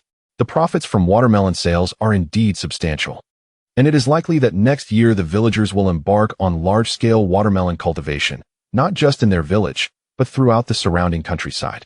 In such isolated locales, once a lucrative venture is discovered, it will not be long before it spreads like wildfire. The green wheat kernels stand as testament to this phenomenon. However, this also bodes well, as next year will bring an abundance of affordable watermelons. Yet, one must not turn a blind eye to the plight of fellow villagers. Reminders must be issued, lest those who ignore them bear the consequences. After dinner, The family gathers in the small courtyard to enjoy the evening breeze, with the younger siblings playfully teasing the dog. Zhao Shixiong converses with his parents and older siblings about the family's financial achievements during this period. The family, upon hearing the news, is astounded. Never did they imagine accumulating such wealth. Elder brother Zhao Shiji was particularly exhilarated as he contemplated the future. Next year, let us cultivate a few more acres. Although growing watermelons can be rather troublesome, it is indeed quite profitable. A little inconvenience is nothing. His mother chimed in with her agreement. Meanwhile, their father, puffing on his pipe, remained silent, yet the tremor in his hand betrayed his inner unease. The eldest sister also shared in the joy of the moment. Perhaps we should refrain from planting next year. I suspect that the entire region will be inundated with watermelon crops, and it might lead to losses. She cautioned, reminiscent of the recent misadventure with the green wheat kernels. Zhao Shixiong quickly interjected to halt his family's spiraling thoughts. Upon hearing Zhao Shixiong's words, the family came to their senses, especially recalling how the Zhao family had made a considerable profit from selling green wheat kernels, only for others in the village to follow suit and ultimately suffer losses. Thus, after a moment's reflection, they understood Zhao Shixiong's prudent intervention. Once he saw his family had regained their composure, Zhao Shixiong finally spoke. Father, mother, elder brother, and elder sister, I am considering hosting a feast for the entire village in a few days. We shall arrange a banquet. Upon hearing this, the elder brother was momentarily taken aback, ever since his younger brother's recovery. He seemed to have developed a penchant for extravagance. The goods he sold were tailored to the market, so why was he now so generously inviting the entire village to dine? This apparent contradiction left him puzzled. Chapter 84. The feast at Zhao family village. Eldest brother Zhao Shiji found his younger brother's intentions rather perplexing. Especially during their ventures selling goods together, he had witnessed his brother raise prices multiple times. For instance, when eggs were generally priced at 5 mao per jean in the city, his brother dared to sell them for 5 mao 5. In the family compound, he boldly charged 6 mao per jean, leaving Zhao Shiji utterly astonished. Later, at the same family compound, they sold green wheat kernels for 2 mao 8 per jean, but the very next day, his brother had the audacity to sell them at 4 mao per jean during a grand opening ceremony, even though he ultimately lowered the price by 2 cents. Recently, while selling watermelons, his brother cut them open for sale, surprisingly earning an extra yuan compared to selling them whole. With Zhao Shiji's limited education, he simply could not fathom how his brother had suddenly become so generous, considering that hosting a feast for the entire village would cost at least 1,000 yuan. How could his usually penny-pinching brother be so extravagant? Had he perhaps experienced some form of stimulation? The eldest brother's mind raced, yet he refrained from voicing any objections, having long known that his brother possessed strong willpower. He decided to listen to what his brother had to say. Upon Zhao Shixiong's declaration, he did not receive the anticipated opposition. Instead, his family appeared curious about his motivations. Zhao Shixiong did not keep them waiting and promptly explained his reasoning. After the events that transpired in my life, I have greatly relied on the support of our fellow villagers. Over the years, our family has received considerable assistance from them. When the village head and the militia defended my honor, even though the culprits ultimately escaped. We must acknowledge this kindness. After my recovery, I went to the capital to seek justice. Journalists visited our village to interview us, and the villagers escorted them to the town, only returning home after seeing them off. When the corrupt police broke into our home to arrest me, Uncle Dajuan, the militia leader, and the villagers came to our aid. Without their support, I might have been captured long ago. I remember each and every one of these events. Listening to Zhao Shixiong's words, the atmosphere in the household grew somber. After hearing his analysis, the family unanimously felt that the feast must be held, and it should be a grand affair. These past 3 years had nearly led the Zhao family to ruin, and now that they had finally cleared their name, Zhao Shixiong could even attend university in the capital, all thanks to the villagers' support. It was only fitting to celebrate. This feast would honor the entire village while also commemorating the Zhao family's first university student. This was a moment of great pride. Both emotionally and logically, a meal of this significance was essential. Zhao Taizhu, the father, was deeply moved by his son's words. Excellent, excellent. Shixiong, I am content with your thoughts. We must remember that this place will always be our roots. Since you wish to host a feast, we will do it properly. Now that the busy farming season has concluded, let us wait a few days and then discuss it with the village head. Once their father finished speaking, their mother, as well as the elder brother and sister, expressed their support. The younger siblings, although unaware of the specifics, were nonetheless excited at the prospect of a grand meal. Zhao Taizhu led his two sons directly to the home of village head Zhao Dagua. It was nighttime, and the village head's family was enjoying the cool evening air in their courtyard. Upon seeing Zhao Taizhu and his sons approach, the village head quickly rose to greet them. The three men took their seats in the main room, and after Zhao Dafan, the village head's wife, poured 4 bowls of tea, she stepped outside to chat, leaving the space for the men. Once his wife had exited, Zhao Dagua spoke. Taizhu, what brings you here? You've made quite an effort. If there is something you need, just say it, and I will do my best to assist you. Zhao Taizhu felt grateful for the village head's words and replied, Brother Diguo, we've come about Shixiong. What is wrong with Shixiong? Has someone bullied him again? Speak up, and I'll have Zhao Dajuan bring people to apprehend them. They dare to bully our Zhao family, thinking we are powerless? Hearing the village head's words warmed Zhao Shixiong's heart. He felt fortunate to have grown up in such a supportive village. Noticing the village head's rising agitation, their father quickly interjected to clarify their purpose. Brother Dagua, you misunderstand. No one is bullying us. It is Shixiong who wishes to invite the entire village for a meal to express gratitude for the care we have received over the past 3 years. Earning money is not easy. Why flaunt it? Save it for your household. Everyone has it tough, and missing one meal is no big deal. If you insist on treating everyone, you'll end up spending the little money you've managed to save. Just eat at home. Taizhu, listen to me. Save that money for your children to build houses and marry.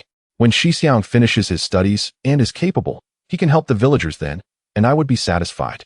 The village head's firm refusal only deepened the Zhao family's sense of indebtedness to their fellow villagers.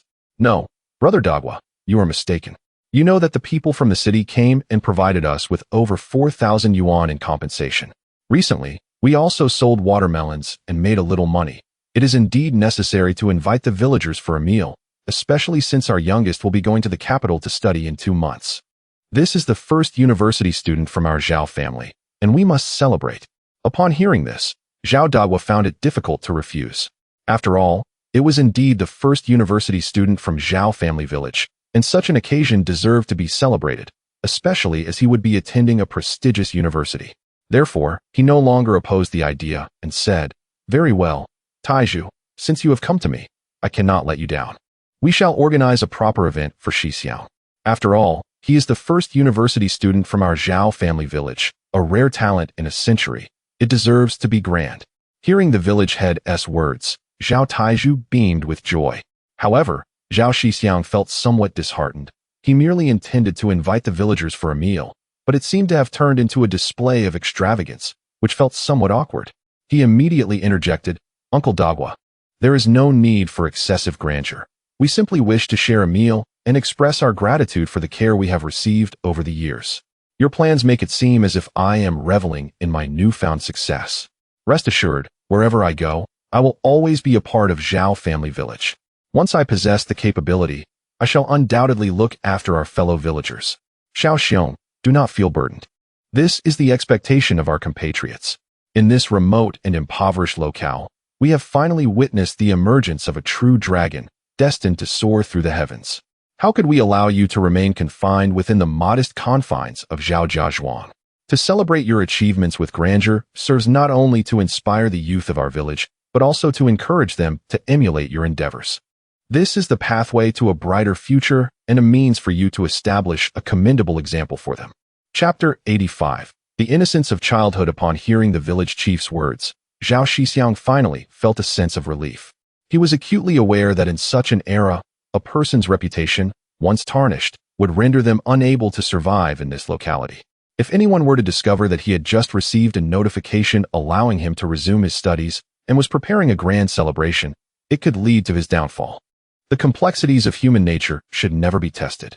Thus, when he discussed the idea of hosting a feast for the villagers at home with his father, this concern did not cross his mind. Fortunately, the entire city had recently undergone a significant turnover, and it was unlikely that anyone would seek to undermine him. After all, that elder was probably still in the provincial capital, tracing leads.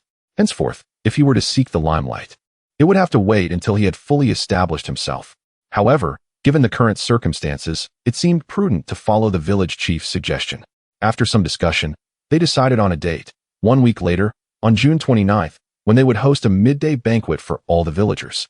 Once the date was set, the three of them took their leave. Wang Dafeng, having seen off the Zhao family, hurriedly approached her husband, asking, "What was the matter with Tai Zhu and the others?"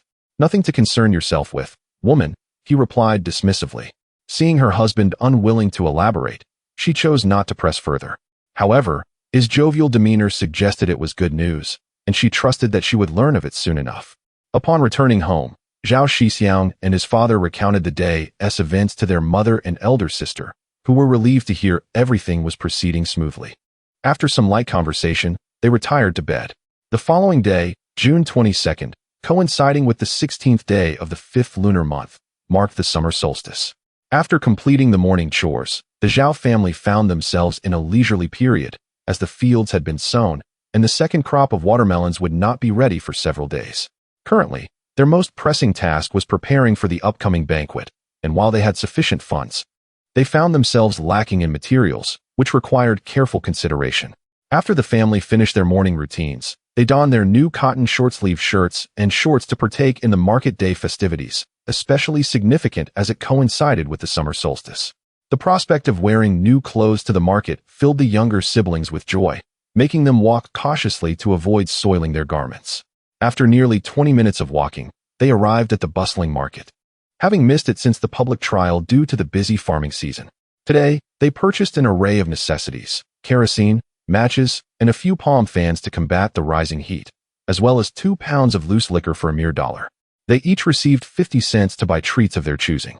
After agreeing on a meeting point, the family dispersed to explore their respective interests. The younger siblings eagerly headed to a stall selling sweet rice cakes, a beloved delicacy among children. Meanwhile, their mother and elder sister sought out inexpensive cloth that did not require ration coupons. Their father remained seated, smoking, indifferent to the clamor of the market, only occasionally eyeing the liquor in his lap with mild longing. By the time they returned from their shopping, it was noon, and the heat had left everyone listless. Their mother prepared a large bowl of cold noodles, which revived their appetites. It was not until after 6 o'clock that the oppressive sunlight began to wane. The younger siblings, armed with hoes and accompanied by 4 playful puppies, ventured out of the yard. Zhao Shixiong observed them leaving with tools, wondering if they intended to engage in mischief. He quickly followed, noting that they seemed blissfully absorbed in the joy of the morning, oblivious to his presence. As they reached the grove at the western edge of the village, Zhao Shixiong saw them digging energetically. Surrounding them were several adults and children, and the puppies were joining in the fun with great enthusiasm, which made him chuckle. Approaching closer, he discovered his younger sister pulling a cicada nymph from a burrow. This larva would emerge at dusk and climb onto a tree or tall grass, eventually shedding its shell to become a cicada by around 10 o'clock, ready to take flight soon after. The cicada nymph, scientifically known as a nymph, was locally referred to as pacha. Realizing that they were digging for this delicacy, Zhao Shixiong understood that the season for harvesting cicada nymphs had arrived. The nymphs, once caught, would be cleaned and placed in a large salt jar, then cooked with oil the following day. The resulting dish was crispy and delectable, rich in protein and highly nutritious. This delicacy was the only insect he could stomach, despite his general pickiness about food. However, the wild cicada nymphs had become rare. Most were now farmed, costing $1 each, far beyond his means. In the original habitat, prices would likely be even higher in the southern regions. Engrossed in their joyful task, the younger siblings were delighted to see their older brother approach, and they eagerly presented their haul to him. Within a short time, they had caught 5 or 6 nymphs, prompting Zhao Shixiong to commend them, which further motivated their efforts. Observing their enthusiasm, he inquired, "Are you hoping to cook the cicada nymphs?" The younger brother paused his digging and replied, "Not just for eating, brother. We plan to sell some. They go for a penny each, and we could make $2 to $3 in a day." Upon hearing this, Zhao Shixiong exclaimed, "Is it truly so inexpensive? Just a penny each. How delightful it would be to collect them and savor them at leisure." The price difference is a staggering 100-fold.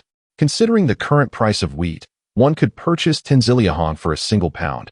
Yet, over 3 decades later, a single zilliahong equates to a pound of wheat? Zhao Shixiong meticulously calculated and gasped in astonishment. Indeed, it is utterly terrifying. Chapter 86. The arrival of the brother-in-law. After reflecting on the toil and sweetness of life, Zhao Shixiong could only resolve to gather the cicadas with all his might. Seizing the opportunity while they were still plentiful, he decided to transform his sorrow into appetite and indulge in a few more. Upon seeing such a bounty of cicadas, a thought struck him. He would host a banquet for his fellow villagers, and these cicadas would serve as the perfect ingredient. A platter adorned with 30 or 40 cicadas would cost no more than a few cents, proving far more economical than purchasing meat. Moreover, in his previous life, cicadas were indeed a delicacy at banquets, though he was uncertain if they were still featured in contemporary gatherings. After contemplating for a while, Zhao Shixiong became increasingly convinced of the feasibility of his plan. He promptly instructed his younger siblings not to sell the cicadas, but to gather them for their own use, aiming to collect 10,000 at a penny each. However, with 6 days remaining, he realized that collecting too many at once could lead to spoilage, especially without a refrigerator, so he decided to wait 3 or 4 days before gathering more. During this time, he encouraged his siblings to save the cicadas they caught for their own enjoyment. Upon hearing that their elder brother also wished to partake in cicadas, his younger siblings were filled with excitement, chattering animatedly. They reasoned that while cicadas were indeed delicious, they required oil for cooking. If it were just the two of them, their mother would surely restrict their consumption due to the expense of oil. However, with their elder brother's interest, their mother would not need to worry about the oil cost. As dusk descended, cicadas began to emerge from their burrows, seeking flowers and trees to climb, eagerly awaiting the moment of their metamorphosis into flight. Unfortunately, many would encounter the human harvesters, leading to their inevitable fate in the frying pan. Zhao Shixiong joined his younger siblings in the gathering, but perhaps due to his inexperience, he managed to catch only a handful, while his siblings had already amassed over 100. After some time, their basket was nearly half full, and as darkness enveloped the land, the trio made their way home. Upon their return, their mother was not surprised to see the abundance of cicadas. After washing them in a basin and then salting them in a large ceramic jar filled with coarse salt, she planned to let them marinate overnight, anticipating a delightful dish the following day. The next morning, Zhao Shixiong rose to inspect the growth of his second crop of melons, pondering that in just a few days, they would ripen. Given the current scarcity of resources, having his own watermelons would allow him to create a delightful dessert, bringing satisfaction to his fellow villagers while simultaneously clearing his inventory. After strolling through the melon fields, he picked a sweet melon, washed it in the nearby stream, and savored its sweetness. As he enjoyed his snack while heading home, he greeted the villagers he encountered with enthusiasm. Approaching his home, he heard the sounds of laughter and joy emanating from the courtyard. Curious about the source of such merriment, he entered to discover that his brother-in-law had arrived. Zhao Shixiong promptly greeted him, "Brother-in-law, you are here. Let us enjoy a drink together. Do not worry about overindulging, for there is ample space to rest at home. I just purchased some wine yesterday." Li Aigua, reassured by Zhao Shixiong's warm demeanor, had come to check on his father-in-law after finishing his own household chores. He had heard rumors circulating in the village regarding Zhao Shixiong's situation being resolved, suggesting a bright future ahead and making him an attractive match for many families. Although Li Aigua was skeptical, he could not ignore the incessant chatter of the village women. After completing his errands, Li Aigua had purchased 2 pounds of pork from the butcher and made his way to his father-in-law's home.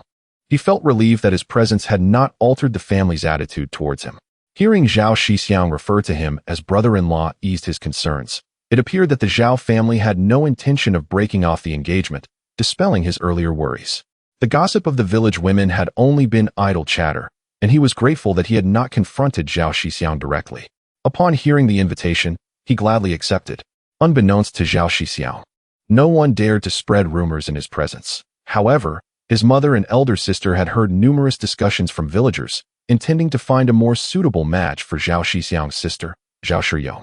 Yet, both women firmly rejected such notions, recognizing the loyalty of the Li family during their hardships and understanding that abandoning them now would be unwise.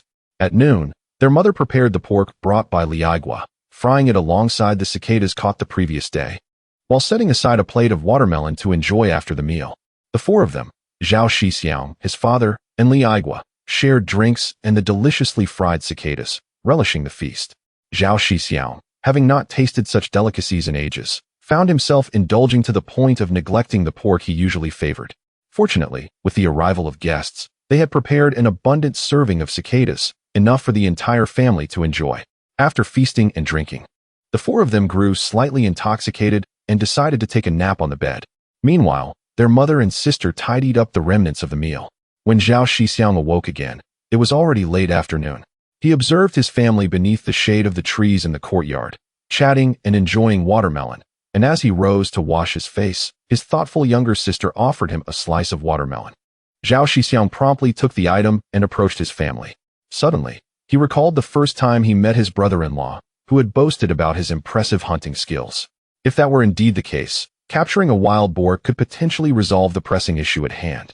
With this thought in mind, Zhao Shixiong decided to refrain from any further hesitation and directly inquired, "Brother-in-law, I remember when we first met, you mentioned your prowess in hunting. Is that true?" Chapter 87. Where is the promised benefit for newcomers? The marksmanship is decent, but what about you, Shixiong?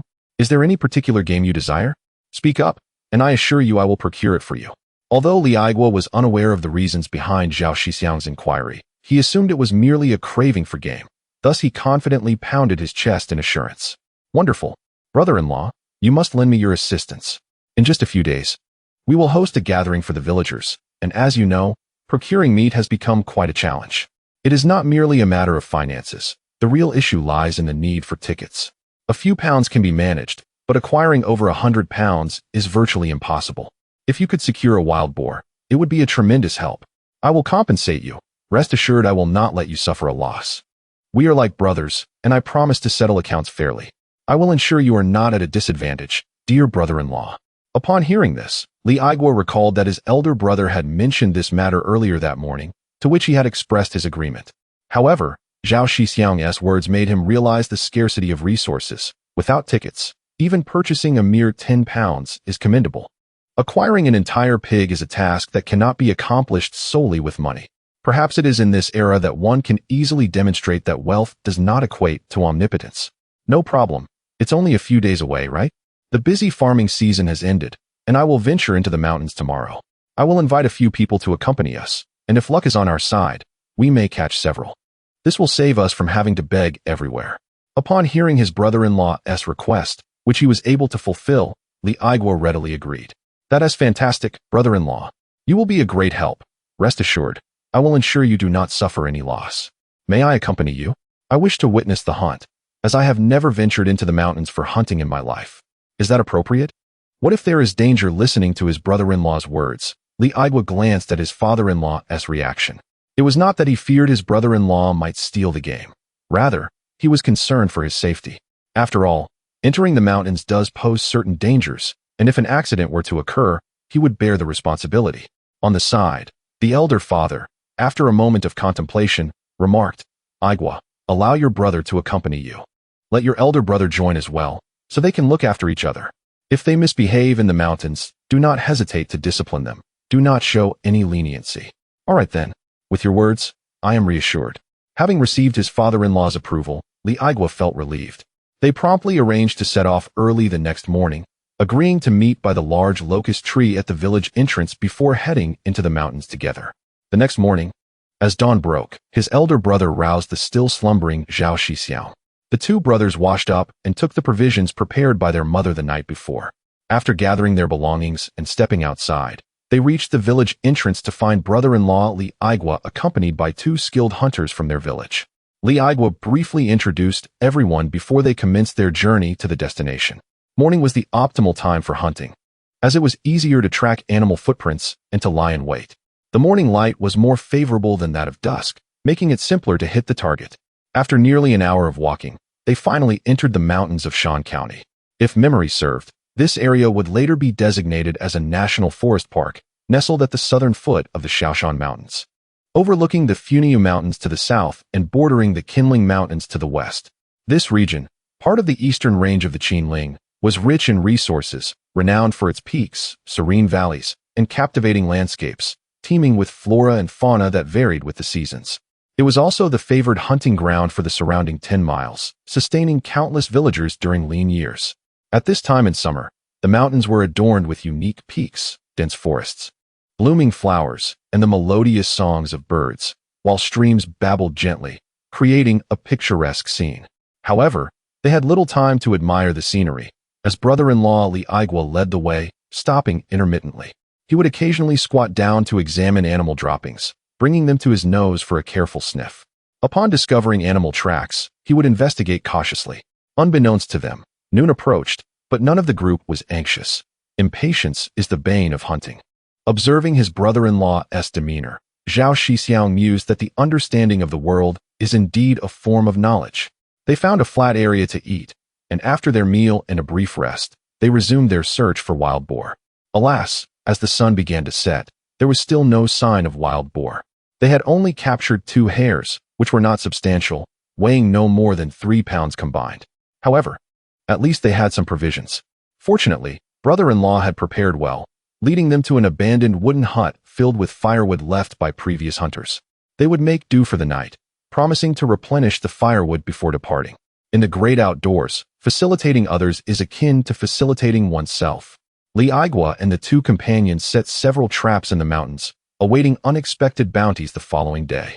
After setting the traps, they returned to the hut to rest. The next morning, they set out once more, first checking the traps from the previous night, yielding a satisfactory catch of 1 hare and 1 wild chicken.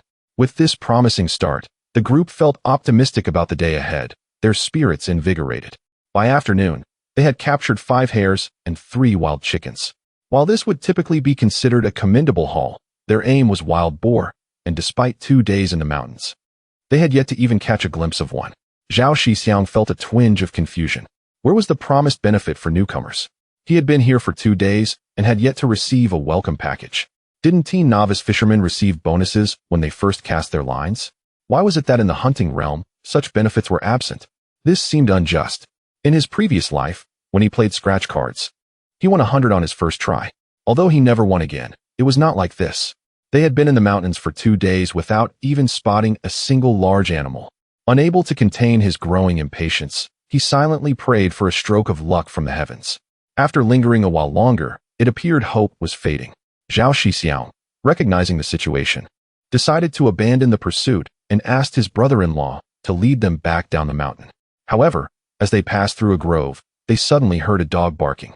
At first, Zhao Shixiong did not pay much attention, but as several individuals approached, the sounds grew increasingly urgent.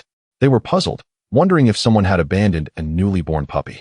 After all, in these times when people struggle to feed themselves, who could afford to care for a dog? Yet, the location of this abandonment seemed rather excessive, deep within the heart of the mountains. Zhao Shixiong mused that he already had 4 puppies at home. Perhaps bringing another one back would complete a quartet, reminiscent of the legendary 4 great bodhisattvas, which, as is well known, actually number 5. As he followed the sound, his brother-in-law made no effort to stop him, considering it merely a small puppy, and for the Zhao family, taking it in would not significantly burden their food supplies. Upon reaching the woods, Zhao Shixiong finally beheld the creature in question, a fluffy white bundle, seemingly preoccupied with some task. He mused to himself about his good fortune, recognizing it as a white tujia. However, before he could fully appreciate his luck, the fluffy mass turned around, revealing a black and white face, complete with dark eye patches and small ears. In that instant, Zhao Shixiong was left speechless, exclaiming in astonishment, and his mind was consumed by a singular thought. Is this my new beginner's fortune? Chapter 88. A punch for the EE monster, oh my heavens. This is simply extraordinary. Zhao Shixiong exclaimed in excitement, uttering multiple exclamations in disbelief, startling the creature before him, which began barking furiously, attempting to intimidate its adversary. However, the black and white creature lay prostrate on the ground, its small eyes wide open in a round gaze, rendering it irresistibly adorable. Out of respect, Zhao Shixiong hastily withdrew from the grove, prompting his companions to inquire about the commotion. After calming his exhilaration, Zhao Shixiong slowly recounted his encounter in the forest. His elder brother and brother-in-law were somewhat perplexed. After all, it was merely a bamboo bear. Was such excitement truly warranted? How trivial. Observing their expressions, Zhao Shixiong realized that it was now 1986, 2 years before the giant panda would be designated as a first-class protected animal, and 4 years prior to its recognition as a national treasure. With this thought, a silly grin spread across his face. Having encountered the creature was a stroke of fate, and it had appeared rather dirty. He resolved to take it home for a wash. Seizing the moment, he envisioned establishing a small zoo in his village, where he could rear pandas openly. Even if legislation were enacted later, it would be a historical oversight. He recalled the envy he felt when witnessing the inhabitants of the Sichuan Basin possessing such creatures. And now he too had the opportunity. How could one not feel elated? Moreover, this panda would be uniquely his. Truly exhilarating. Legend has it that this creature was once the steed of Qiyu, who suffered defeat due to a misstep in battle.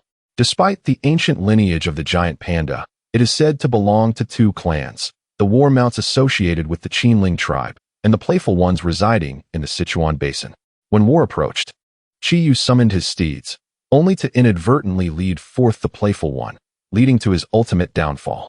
After his defeat, the two clans diverged, one heading south and the other north.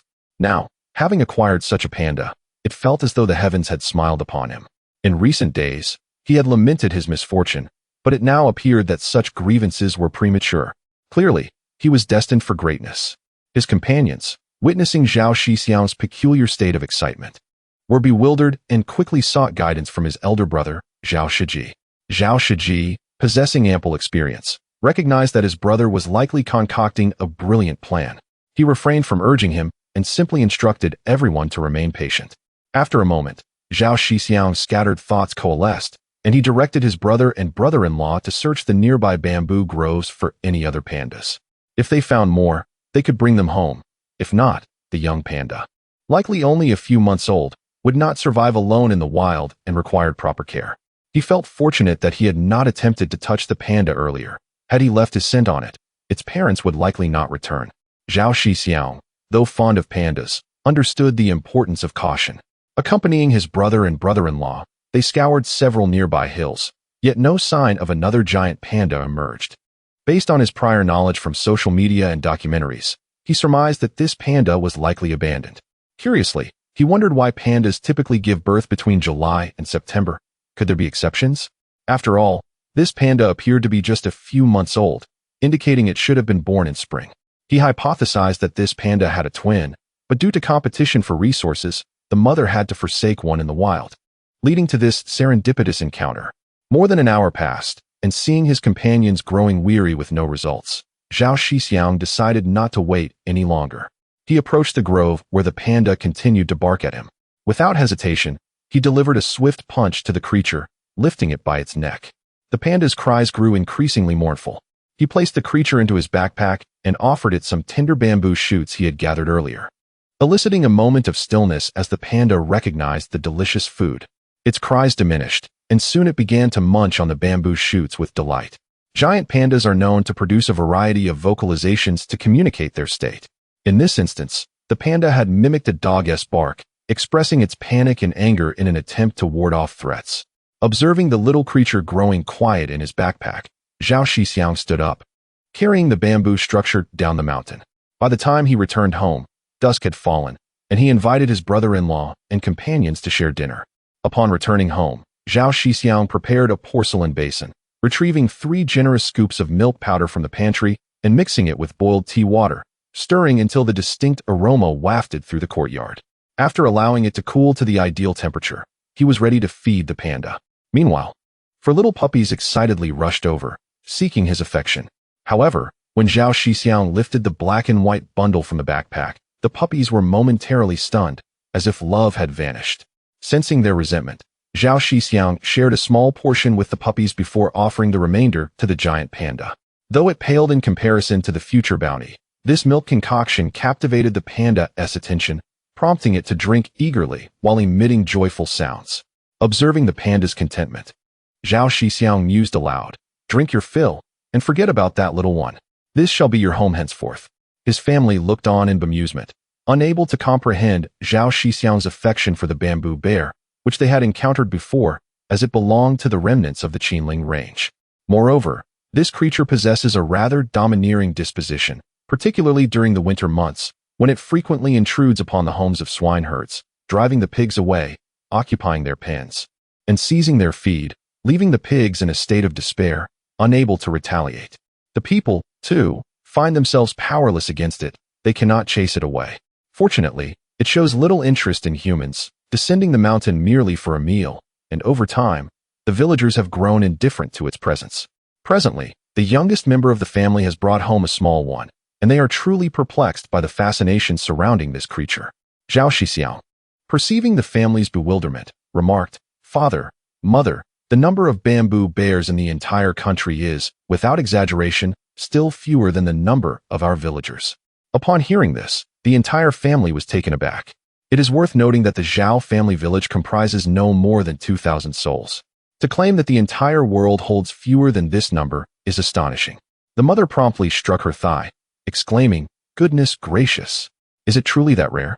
Li Aigua and the others began to comprehend Zhao Shixiong's earlier outburst, silently marveling at his knowledge as a university student.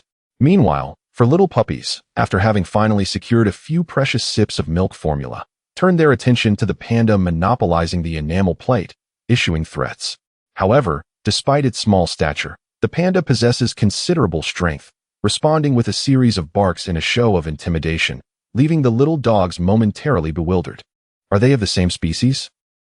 Chapter 89. The Little Overlord of the Qinling Mountains.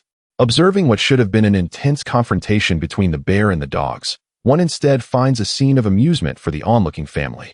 The younger siblings hurriedly rushed over to soothe the little dogs, preventing any potential skirmishes, while seizing the opportunity to pet the panda. From the very first glance at this fluffy little creature, the two children were utterly captivated by the adorable ball of fur cradled by their second elder brother. With an opportunity at hand, how could they resist?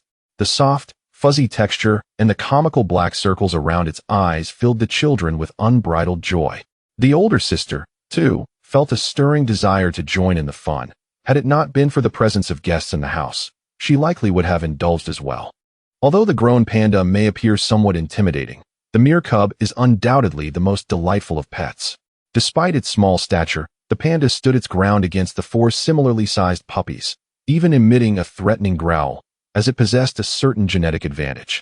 Furthermore, originating from the Qinling lineage, it was a trivial matter for it to handle a few little pups, with no fear whatsoever. After amusing themselves with the panda for a while, the younger siblings attended to the 5 animals, ensuring they did not engage in any tussles. Meanwhile, their mother and older sister hurried off to the kitchen to prepare a meal, as the family had been in the mountains for 2 days and were likely quite famished. After catching a wild chicken and a hare, they decided to save the remainder of their catch for the brothers-in-law to take back home. As wild game was not particularly favored among the villagers nowadays, it was all red meat, lacking the richness that the locals cherished. To make it palatable, one would need to use plenty of oil, which was precisely what the villagers were reluctant to part with. After a short wait, the meal was finally ready. Father Zhao Taizhu beckoned the brothers-in-law to sit in the main room. Mother and the older sister divided a portion of chicken and rabbit meat for the younger siblings, who remained in the kitchen while the men dined in the main area. The sight of the delicious food awakened their appetites after 2 days of inadequate sustenance in the mountains. Observing their enthusiasm, Father Zhao noted their eagerness and, eschewing further pleasantries, filled their glasses with wine, exclaiming, "Shaoli, I appreciate your help over the past few days. Allow me to toast you first in gratitude for your care of Shiji and Shixiao." Li Aigua and his companions were somewhat taken aback by the gesture. Li Aigua quickly seized the bottle to pour wine for his father-in-law, then for his 2 brothers-in-law, and finally for the 2 villagers from the same community. After pouring the wine, he promptly stood to toast his father-in-law. It would have been a breach of etiquette to have his father-in-law toast him. Seeing this, Zhao Taizhu also dispensed with formality. After they shared a toast, they began to eat. Having not savored a proper meal in nearly 2 days, the men ate with great gusto, creating quite the scene before they gradually settled into a more leisurely pace, returning to their wine and engaging in lively conversation, creating a delightful atmosphere among hosts and guests alike. Once they had feasted and the evening began to wane, Zhao Shixiong and his elder brother passed along the remaining game to the guests for their return journey, bidding them farewell. Despite the 2-day hunt yielding no desired game, Zhao Shixiong refrained from offering any payment. It was not that he was unwilling. Rather, the guests would not accept anything for a hunt that had not succeeded. Should they have captured a wild boar, they would have gladly accepted compensation at market rates. However, failing to fulfill their task meant they could not accept payment, as word of such a failure would tarnish their reputation, making it unlikely for anyone to seek their assistance in hunting in the future. After all, charging for unfulfilled work would only lead to ridicule. Zhao Shixiong held a profound respect for these individuals. Though they were not affluent, they lived with dignity. As for the game they had caught that Zhao Shixiong did not want, he intended to return it, ensuring they had something to report back to their families. In time, These creatures could bring in a modest sum at the market, thus ensuring the brothers-in-law's efforts were not in vain. After bidding farewell to his brothers-in-law, Zhao Shixiong washed up with a basin of water in the yard and cleaned himself, given that 2 days in the mountains had rendered him rather odorous. After rinsing off, he felt rejuvenated. He then observed the little puppies frolicking with the young panda. His younger siblings were thoroughly enjoying themselves, while the older sister cradled the cub and carefully peeled bamboo shoots from the basket, offering them piece by piece to the panda cub, her eyes sparkling with maternal warmth. At that moment, the panda cub lay contentedly on the older sister's lap, making soft noises of delight, seemingly relishing the attention and enjoying the moment. Perhaps it felt no inclination to resist, and thus surrendered to the joy of the experience. Zhao Shixiong, witnessing this harmonious scene, chose not to intrude, but instead wandered off to play with Xiaohei, the family dog, who was not particularly favored by the children. Only boys seemed to appreciate this sleek black canine, which exuded an aura of majesty and instilled a sense of security, making it ideal for guarding the home, particularly at night. It blended seamlessly into the darkness, ready to pounce on any intruder caught unawares. As Xiaohei noticed his master approaching, he immediately trotted over. Being a notable breed among the rural dogs of China, he possessed remarkable intelligence and a keen understanding of human emotions. After a playful interlude with Xiaohei, the night deepened and the air cooled, prompting the family to retire for the night. When they awoke the following morning, the sun had risen brightly. Zhao Shixiong took his younger siblings to a small hill behind the village, where they harvested some bamboo to transplant at their home, intending to create a dining area for the panda. He also brought fresh bamboo shoots and prepared a large bowl of malted milk drink. This time, Zhao Shixiong ensured fairness, dividing the provisions equally between the panda cub and the 4 little puppies. After a night of acclimatization, the panda cub had begun to adjust to life at Zhao's home, although it exhibited an abundance of energy. Early in the morning, it playfully squabbled with the 4 puppies. Fortunately, the young chicks had already been moved to the back mountain for rearing. Otherwise, it would have been a chaotic scene indeed. Observing the lively demeanor of the panda cub, Zhao Shixiong found himself somewhat troubled. Why was it that the panda cubs he had seen on Douyin were always indulging in a cycle of eating and sleeping, remaining utterly motionless? This particular one was rather peculiar. Could it truly be that the environment shapes the nature of the pandas? This thought inevitably reminded him of the panda sent to the land of the combatants. It was indeed a quintessential kung fu panda, gazing down at the energetic cub by his feet. Zhao Shixiong felt a mix of amusement and exasperation. Given its exuberant spirit, it was certain that the tactile experience of petting it would be delightful. How could such an entertaining panda simply be known as panda? It certainly deserved a name of its own. This time, Zhao Shixiong opted against a democratic approach to naming, and instead, he decided to call it Kinling Xiaobawang, affectionately nicknamed Xiaobawang. He hoped that one day it would rise to dominance over the Kinling Mountains. Chapter 90. Purchasing fish. After Zhao Shixiong bestowed a name upon the panda, he spent some time attempting to help it gradually accept this new identity. However, the little creature was entirely preoccupied with frolicking with the 4 dogs, showing little interest in the 4-legged being that had rescued it from the depths of the mountains. Observing this, Zhao Shixiong felt no sorrow. There were many days ahead to nurture their bond. Coincidentally, today marked the day of the market. Occurring every 3 days, Zhao Shixiong planned to venture into the bustling marketplace, hoping to test his luck. While pork might prove elusive, he was optimistic about acquiring a sufficient quantity of fish. He required only a modest amount, around 3 to 5 pounds, which would suffice for a banquet. As Zhao Shixiong and his elder brother strolled along the street, they spotted a vendor selling fish. Zhao Shixiong urged his brother to approach the stall and inquire about the current market prices. Given that they were in a small inland city, the fish market was not particularly thriving. Typically, they would catch fish themselves in the nearby river, thus rendering purchases unnecessary. The prices remained low, primarily serving as meager earnings for the vendors, who did not require extensive skills to catch fish.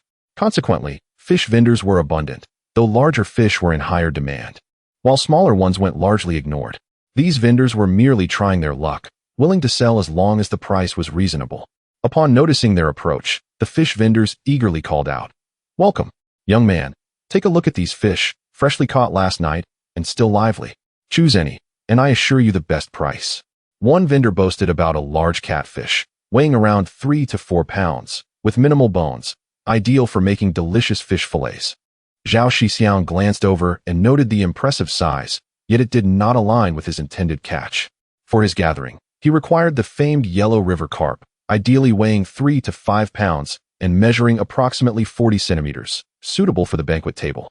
After inspecting several stalls, Zhao Shixiong and his brother found that although they encountered multiple vendors offering the desired fish, the quantities were limited, and the price remained consistent at 2 dimes per pound. Each fish ranged from 60 cents to $1, necessitating a purchase of at least 200 fish. Zhao Shixiong then conferred with his brother and approached one of the vendors, inquiring about the availability of carp measuring around 1 foot in length and whether the price was negotiable, as he intended to buy in bulk. He extended 2 fingers, indicating his request. The vendor, misinterpreting the gesture, assumed he meant 20 fish and responded eagerly. "Ah, a significant order. Congratulations. If you take 20, I can offer you a price of 1 dime and 8 cents per pound. When do you need them?" The other vendors, eavesdropping on this exchange, chimed in with their own offers, eager to attract the business. "I can do 1 dime and 7 cents. I'll deliver right to your door." Zhao Shixiong observed the fervor among the vendors and reflected on the nature of commerce. However, he understood their perspective. After all, a customer ordering 20 fish was a rare occurrence, and given the abundance of fish in the river, these vendors were simply trying to capitalize on the opportunity.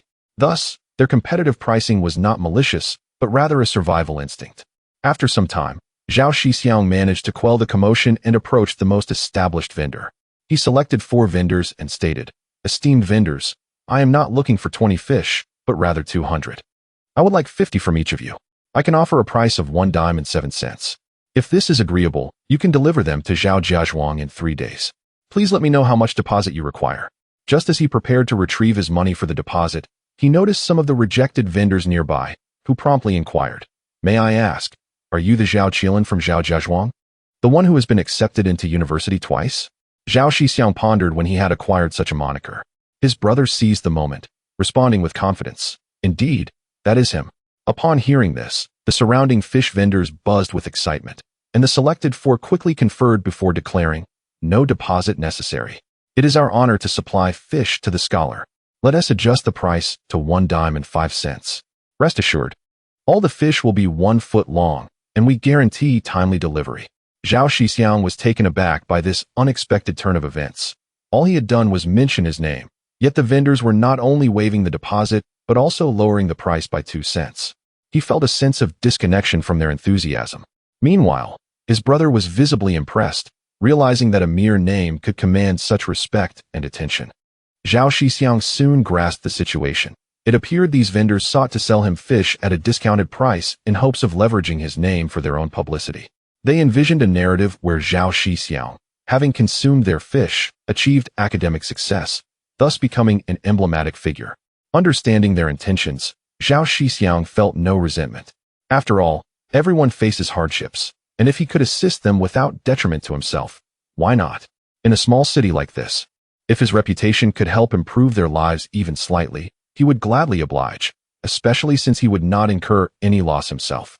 Nevertheless, Zhao Shixiong had no intention of capitalizing on their goodwill. He maintained the agreed price of 1 dime and 7 cents, feeling that with his modest capital, he need not be overly frugal as he had been upon first arriving in this world. Moreover, with newfound confidence in his financial prospects, he believed he could multiply his savings before the school term commenced. After some discussion with the 4 vendors, Zhao Shixiong assured them, "Rest assured, you will not suffer any loss. The agreed amount will remain unchanged. Payment will be exchanged for fish at the time of delivery." As the 2 brothers gradually faded from view, the onlookers praised Zhao Shixiong, extolling his virtue and predicting that he would undoubtedly achieve great things in the future. Chapter 91. The people who had flourishes the fishmongers, while marveling at Zhao Shixiong's benevolence, were also curious about the purpose behind his acquisition of so many fish. It is well known that 200 fish, each weighing around 3 to 5 jin, would cost more than 100 to 200 yuan. What kind of grand feast could this be for? Was there a momentous event on the horizon? The 4 vendors who received Zhao Shixiong's order lost all interest in their stalls. An order for 50 fish meant a profit of over 30 yuan, an amount they typically would take 2 months to earn through their regular sales. The realization of such a swift gain in merely 3 days was clear to them, and before long, they all packed up their stalls and headed home to prepare for fishing. observing the departing figures of their peers. The remaining vendors could not deny their envy. Soon enough, the news of Zhao Shixiong's plans for a feast spread throughout the entire market, igniting a flurry of excitement among the townspeople. Within a day, it was likely that word would reach the surrounding villages, and discussions surrounding this event would become even more fervent. After all, there was a genius emerging from Zhao Jiazhuang. Initially, when Zhao Shixiong faced adversity, many felt pity for him. But they had not anticipated that years later, not only would he recover, but he would also gain support from high-ranking officials from the capital. Those corrupt officials who had oppressed him were all executed, while the rest faced lengthy prison sentences. Zhao Shixiong had truly turned his fortunes around, bringing the entire Zhao Jiazhuang along with him. Recently, when selling green wheat kernels, while others suffered losses, Zhao Jiazhuang reaped substantial profits. Many looked upon Zhao Jiazhuang with envy and jealousy, lamenting the absence of such talent in their own villages. However, with envy came resentment, as some wished for Zhao Shixiong's misfortune. After all, he had caused significant losses for those who entered the market late to sell green wheat kernels, and it was a miracle they did not openly curse him. People often act according to their personal preferences and are reluctant to heed the advice of others. Yet when misfortune strikes, they are quick to regret their decisions. This may encapsulate the notion that while people cannot be taught by others, they learn through experience, often after the fact. History, which is meant to impart wisdom and prevent missteps, has shown that humanity seldom learns from its past. Individuals persist in their ways. Upon returning from the fishmongers, Zhao Shixiong and his brother intended to procure 2 pigs from the local butcher, but unsurprisingly, they were turned away. Such matters were pre-planned, and the butcher could not fulfill their request without consequence. A reality Zhao Shixiong understood well. This only intensified his resolve to venture south after hosting the feast for his fellow villagers, intending to acquire dozens of white pigs to establish his own pig farm. Raising pigs until the new year would yield a modest profit, but financial gain was not his primary motivation. If he truly sought wealth, trading electronic products in the south would be far more lucrative than pig farming. His endeavor to raise pigs was also to provide an avenue for his fellow villagers. When his elder sister and brother married, there would be ample pork available, sparing him the embarrassment of being indebted for a mere couple of pigs. It would be quite humiliating to owe someone such a trivial favor. With a pig farm in the village, the overall standard of living would improve, at the very least alleviating the meat scarcity. Moreover, pig farming would remain a viable industry for the coming decades. After returning home, Zhao Shixiong and his brother worried over how to resolve the pork situation, even eating sparingly at lunch. After much contemplation, as a second-generation farmer, he considered seeking assistance from the village chief, Uncle Zhang, Uncle Pan, or perhaps even his brother-in-law, and venture into the mountains once more. If all else failed, he would have to mobilize his extensive Zhao family network, employing a collective effort to procure the necessary supplies. If each person bought 2 pigs or 10 to 20 jin of meat, it would suffice. With his family of 7, his uncle's family also comprising 7 or 8 members, and 2 aunts' families, they could easily gather over 20 people, with each purchasing 10 jin. Over 200 jin of meat would be barely adequate. If no other options were available, this would have to suffice. After all, he was still a penniless student, lacking power and influence. Perhaps once he graduated and secured a position, he would attract attention and respect. With this in mind, Zhao Shixiong wasted no time and headed straight to the village chief's residence with his brother. It was midday, and the heat was palpable. The village chief was dozing at the entrance of his hall when he heard their approach. Upon seeing the 2 brothers, he grumbled, "What are you 2 doing wandering about instead of resting in the heat of the day?" "Uncle Dagua, we come with a request," they replied. The village chief, Zhao Dagua, responded lazily, "The door is not high, just step inside." As the brothers approached, he asked, "What is it?" "We have no meat for the feast." "Is that all? You 2 seem rather anxious. With me around, can this matter truly trouble you?" "It is a trivial issue. I spoke to the pig farmers in our village the day before yesterday. There are still a few days left. The weather is warm, and pork does not keep well. We can slaughter the pigs a day early. Just make sure to settle the payment at market prices, understood?" Is that feasible?" "It is neither a festival nor a holiday. Selling now would incur significant losses, wouldn't it? Ordinary folks would certainly struggle, but if I vouch for you, they will agree. You are our village's first college student. Using their pigs would honor them." "Uncle Dagua, please do not say such things. It embarrasses me. What is there to fear? This is your rightful due, and you are not receiving it for free. You will pay for it." The world outside is vast. You should not confine yourself to this small Zhao Jiazhuang. While we are still around, we shall clear the obstacles for you. We cannot offer you too much assistance, but as you face an uncertain future, you must contemplate your path wisely. Uncle Dagua, you and the villagers have already aided me tremendously. To be born in such a village is indeed a blessing beyond measure. Indeed, with your words, I feel reassured. I have not seen you these past few days. Did your parents mention that you ventured into the mountains? At this juncture, the village chief's tone turned somewhat stern. Zhao Shixiong was perplexed, but could only speak the truth. Upon hearing his response, the village chief's anger intensified. What am I to say about you? The times have changed. One must act with careful consideration. Is it appropriate for a fragile scholar such as yourself to traverse the dense mountains? Are you not aware that the sons of wealthy families do not wander aimlessly? You are correct. I shall not dare to do so again. Upon receiving the chief's reprimand, Zhao Shixiong contemplated for a moment and quickly bowed his head in contrition, expressing his remorse. Dare I consider the future? I shall not transgress again. You scoundrel, be gone. Very well. The two brothers exited the village chief's home, both exhaling a sigh of relief. Upon returning home, Zhao Shixiong observed the sweltering heat and found little to occupy his time, so he decided to take a nap. When he awoke, the sun had already begun its descent, and judging by the light, it was likely 4 or 5 o'clock. He was stirred from his slumber by the sounds outside. Rising, he wiped his face and was astonished to see a considerable number of people gathered in the courtyard, leaving him bewildered. What is this situation? Why are there suddenly so many people? Seeing Zhao Shixiong awake, his elder sister hurriedly approached to explain the visitor's intentions. It was then that Zhao Shixiong comprehended that these individuals had heard of the banquet his family was hosting that morning. The crowd consisted of renowned masters from the surrounding villages, as well as vendors eager to sell their wares. Upon learning of the event at Zhao Shixiong's home, they rushed over, for it mattered not whether they would profit. What was significant was the opportunity to associate with a college student and bask in the good fortune. Who knows, perhaps they too might have a future scholar in their midst. One must dare to dream, for what if it were to come true? Naturally, Zhao Shixiong welcomed this development with open arms. People should not live with austere desires. Rather than that, it is better to attain a state of tranquility and retreat into simplicity. However, as he was not well versed in these matters, he entrusted the decision-making to his parents. Noticing the village chief and his uncle present, he promptly greeted them and delegated these affairs to his father, uncle, and the village chief to handle entirely. Chapter 92. Ah, those little bandits stealing watermelons. After all, one cannot suspect the intentions of elders such as father, uncle, and the village head. As a younger generation, he remains oblivious to the intricacies of social interactions, content to serve as a mere auspicious symbol.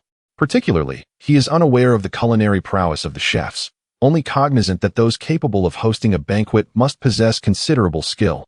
Yet, he cannot discern what truly constitutes exceptional cuisine. Zhao Shixiong greeted the visitors with polite courtesies, subsequently falling silent, allowing the opinions of the three elders to take precedence. With an abundance of food secured and masters of the culinary arts arriving, the most challenging tasks were behind him, lifting Zhao Shixiong's spirits. Upon observing the vendors who had come to sell their goods, he noted that those with comparable prices had mostly been retained.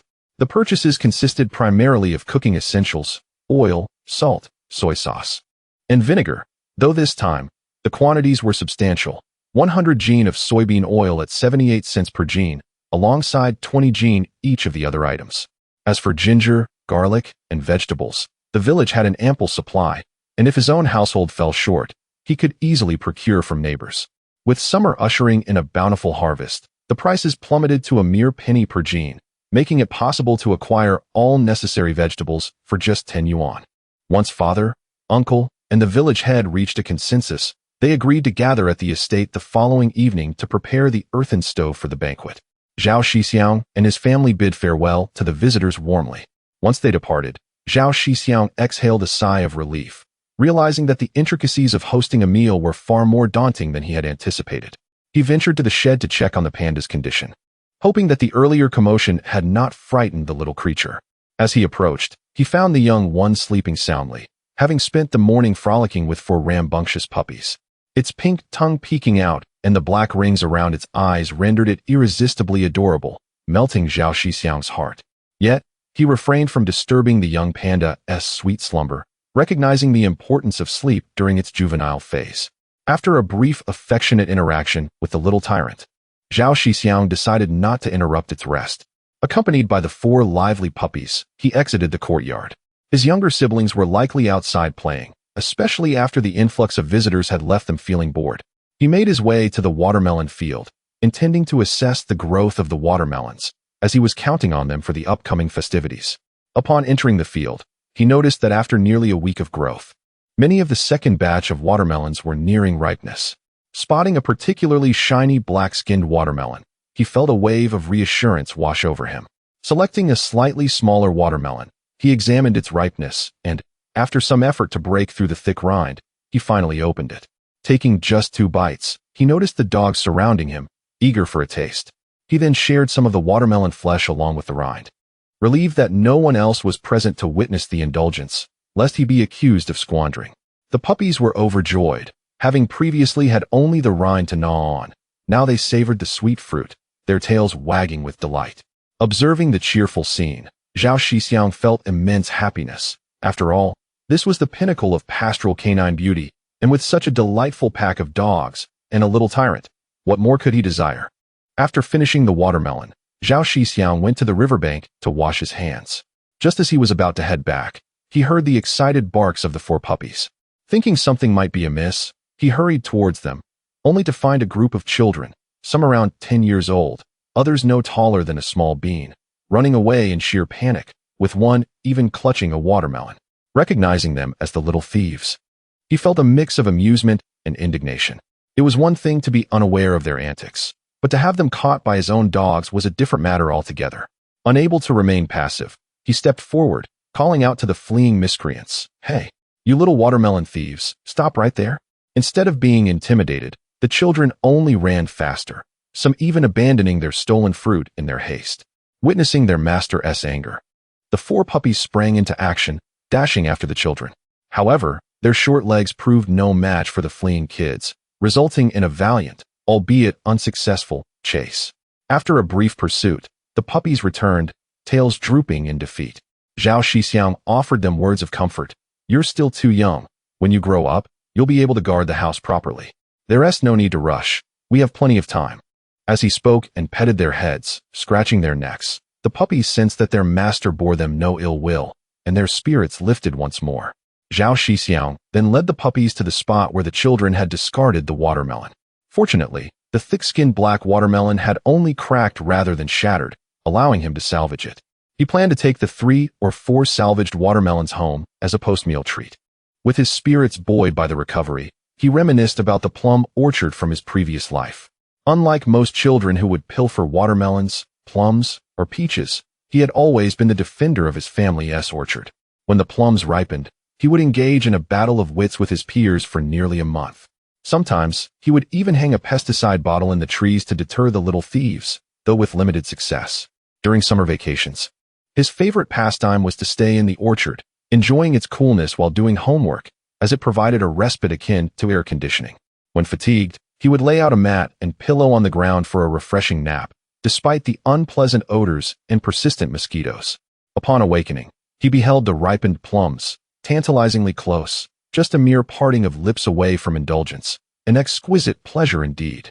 Yet, as time passed and he matured, Zhao Shixiong frequented the village less and less. His grandfather once called to lament, "Since your departure, the little ones who used to pilfer plums have ceased their visits." He understood that this was his grandfather's way of expressing longing, yet he found himself unable to return. The intricacies of life. It is replete with myriad regrets. He has grown, and those little thieves have matured as well, each engrossed in their own pursuits for survival. The plums and watermelons alike now remain untouched by the hands of mischievous youths. How easily the affections of old friends wane. Yet it is often said that the hearts of old friends are fickle.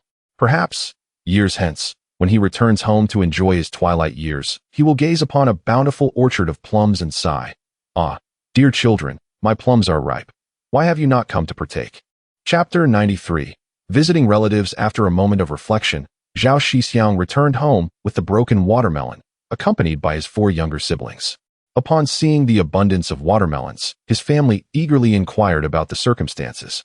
Zhao Shixiong briefly recounted the events in the melon field. His family, finding it amusing, chose not to delve deeper into the matter, as such occurrences were rather commonplace. After washing the watermelon, Zhao Shixiong placed it on a stool. During dinner, his father requested that he visit his two aunts the following day to notify them of the family gathering schedule. Zhao Shixiong promptly agreed, noting that visiting two families in one day would be rather rushed. It was generally more effective to inform them a few days in advance. Moreover, it was customary to extend invitations 3 days prior, with 2 days for acknowledgement and 1 day for reminders. To approach the matter at the last minute would convey a sense of disregard and suggest that the host held themselves in high esteem. After dinner, his father took Zhao Shixiong and his elder brother to visit their uncle, where they explained their purpose and spent some time before bidding farewell. Subsequently, they visited several households, taking over 2 hours to inform everyone in the village. Most of the villagers were gathered outside in the cool evening air, and had they gone door to door, it would have taken them 5 or 6 hours to notify everyone, even if they spent only a minute at each house. Fortunately, Zhao Shixiong was relieved that it was summer, sparing them from such inconvenience. Just the day before, the pig farmers had mentioned that Zhao Shixiong intended to purchase pigs from them and would treat everyone to a meal. Initially met with skepticism, the villagers were soon reassured when Zhao Shixiong and his father personally delivered the news, causing the entire Zhao family village to erupt in joy. The children were particularly excited at the prospect of a grand feast, especially since it was rumored there would be 2 large pigs, a delicacy typically reserved for the New Year celebrations. Early the next morning, Zhao Shixiong set off with his elder brother, sister, and younger siblings to visit their relatives. They first stopped at the local supply and marketing cooperative to purchase 4 bags of brown sugar, and selected 4 large watermelons to load onto their cart before heading to their eldest aunt's house. The journey to their aunt's home, located about 12 or 13 li from Zhao family village, was comparable to the distance to the county town, albeit one being urban and the other rural. After walking for approximately an hour, they arrived at Sudazhuang, a village predominantly inhabited by the Su clan, which boasted a much larger population than Zhao family village, hence its designation as a big village. As they passed the village entrance, a group of locals engaged in conversation noticed the newcomers and curiously watched Zhao Shixiong and his companions. After a brief moment, some recognized them as residents of Zhao family village, for Zhao Shixiong was quite well known in the vicinity. Upon seeing Zhao Shixiong, a boisterous woman called out, "Shixiong, have you come to see your aunt?" "Yes, I'm here to visit my aunt." "Is she at home?" "Yes, she is." "Go right in." "Thank you." Zhao Shixiong, cautious not to misaddress anyone, promptly guided the cart with his family straight to his aunt's home. Upon approaching, they were greeted by the sound of barking dogs. Zhao Shixiong halted at the entrance and called out, "Aunt, uncle, I have come to see you." "Who is it?" Aunt Zhao Tailan, recognizing the familiar voice, quickly instructed her son to check who was calling. Su Xingwen emerged and, upon recognizing his cousin, warmly ushered them into the courtyard. "Mother, come quickly. It's Shiji, Shixiong, and Shixin visiting us." "Aunt," the 5 siblings chorused in unison. Upon hearing her son's announcement and recognizing Zhao Shixiong's voice, Aunt Zhao Tailan hurried out of the house. She grasped Zhao Shixiong's hand, inspecting him closely before exclaiming, "Wonderful! The heavens have finally smiled upon us. We attended the public trial, and now justice has been served. From here on out, may all go smoothly." Listening to his aunt's heartfelt words, Zhao Shixiong quickly replied, "That is all in the past. I am fortunate to be heading to the capital for my studies. I am here to share some good news. 4 days from now, we will host a banquet in our village. I hope you, uncle, and cousins Xingwen, Xingwu, Xingyue, and Xingrui can join us for the celebration." Aunt Zhao Tailan was overjoyed, exclaiming, "Oh, marvelous! My little bear is truly thriving. We will definitely come to support you." Noticing his mother's excitement, Su Xingwen momentarily forgot to invite his cousins inside to sit, prompting him to remind her. Realizing her exuberance, Aunt Zhao Tailan quickly led Zhao Shixiong and his siblings into the main room, with the younger ones trailing behind. Once seated, Zhao Shixiong's younger siblings presented the 2 bags of brown sugar to their cousins, while the elder siblings brought in 2 large watermelons. Uncle and cousin Xingwu had yet to return from the village, so Aunt Zhao Tailan called for her daughter, Su Xingrui, to fetch them back. She also asked her eldest daughter to prepare tea and instructed her eldest son to retrieve a knife to cut the watermelon. As the 4 cousins settled in, they engaged in light conversation with their aunt and cousin. Before long, Xingwu and uncle returned, and the group continued their friendly banter. Zhao Shixiong then produced 4 crisp bills, smoothing them out before placing them on the table. He announced, "Aunt, Uncle, we are immensely grateful for your support over the years, which has enabled our family to persevere. Today, I have come to repay you. No need for that. Just consider it a contribution toward your university tuition." Uncle insisted. "Moreover, if it weren't for you, we wouldn't have earned as much this year. The entire Su Dazhuang envies our family." "Aunt, you truly don't need to refuse," added Zhao Shiji, the elder brother. "Your assistance has been invaluable. Otherwise, our family might have fallen apart. Thankfully, we are thriving now. Today, we come not only to visit, but also to settle our debts. Please accept it, and if it falls short, do not hesitate to come to our home for more." Very well, very well. Our esteemed Zhao family has finally emerged from adversity. Upon hearing her 2 nephews speak, my aunt expressed her heartfelt sentiments. Zhao Shixiong was well aware of the care his aunt had bestowed upon their family since childhood. After all, his father was the youngest, and Zhao Tailan, being the eldest sister, had always shouldered the burdens of the family. To put it bluntly, she was akin to a benevolent supporter of her brothers. Fortunately, her younger brother's family has shown commendable diligence, and her own nephew from her maternal side has successfully gained admission to university, which fills her with a sense of joy akin to witnessing the clouds parting to reveal the moon. Chapter 94. The Feast Begins. It was a rare occurrence for the family of Yao Di to produce a university student, and they had expected to enjoy a life of comfort. However, unforeseen events transpired, plunging not only the younger brother's entire family into hardship, but leaving their own household in a precarious situation as well. Despite their own struggles, she still sent a substantial amount of food and 40 yuan to help. Surprisingly, her uncle refrained from arguing with her this time and offered his full support. Consequently, the family was living quite frugally. These matters had been discussed with her elder sister, which is why, upon discovering a path to prosperity, he decided to bring along his 2 aunts. As the saying goes, one good turn deserves another. Every action has its consequences. Father had 3 siblings, the eldest uncle, the second aunt, and the third aunt, with the father being the youngest. Originally, there were 6 siblings, but the eldest passed away at a young age due to the immense burden of raising his 5 siblings. The father had another younger brother, who unfortunately succumbed to malnutrition in infancy. Though the remaining 4 siblings faced many hardships, they had all benefited from the kindness of the villagers. Thus, they had supported each other through those tough times, leading to an unbreakable bond. Zhao Shixiong engaged in casual conversation with his aunt inside the house. As the time approached for him to leave, he planned to bid farewell, intending to visit his younger aunt afterward. He decided to let his elder brother, elder sister, and younger brother stay behind, allowing them to return home after lunch, while he took his younger sister to have a meal at the younger aunt's house before heading back. His aunt attempted to persuade him to stay a little longer, but eventually acquiesced, recognizing that it would be inappropriate to visit after lunch. Fortunately, 3 of them remained behind. After leaving his aunt's house, Zhao Shixiong determined the direction and proceeded towards his younger aunt's home. The distance from Zhao's village to his younger aunt's residence was approximately 20 li, but it was significantly shorter from his elder aunt's house, about 10 li. Zhao Shixiong quickened his pace, and upon entering Lu Xiaozhuang, it was still before noon. Upon arriving at his younger aunt's house, feeling somewhat fatigued, he instructed his younger sister to disembark from the vehicle and knock on the door. His younger sister hopped out of the vehicle and ran to the gate, calling out, "Younger aunt, is anyone home? We've come to see you." "Who is it?" "Is that Xiao Rong?" Zhao Taihong, his younger aunt, replied as she walked towards the courtyard. Upon seeing the young lad standing outside, she quickly opened the courtyard gate, welcoming them inside. Once inside, Zhao Taihong examined his younger sister, gesturing in admiration. "Wow, Xiao Rong has blossomed into a young lady and has grown quite a bit." Hearing this, his younger sister beamed with joy, chattering away excitedly with her aunt. Noticing that her elder brother had parked the vehicle in the yard, she hurriedly fetched the brown sugar for her aunt. Zhao Shixiong then carried the watermelons from the vehicle into the main room. Upon seeing the siblings, his 2 cousins, Lu Aijuan and Lu Aigua, quickly took the watermelons and ushered them to sit in the main room. His younger cousin, Lu Aiying, prepared a bowl of brown sugar tea with eggs for the 2 of them, while his elder cousin went to fetch a knife to cut the watermelon. Zhao Taihong assessed Zhao Shixiong and remarked, "Not bad. Zhao Xiong has grown up. He has become tanned, taller, and more robust. Dear aunt, I came here this time."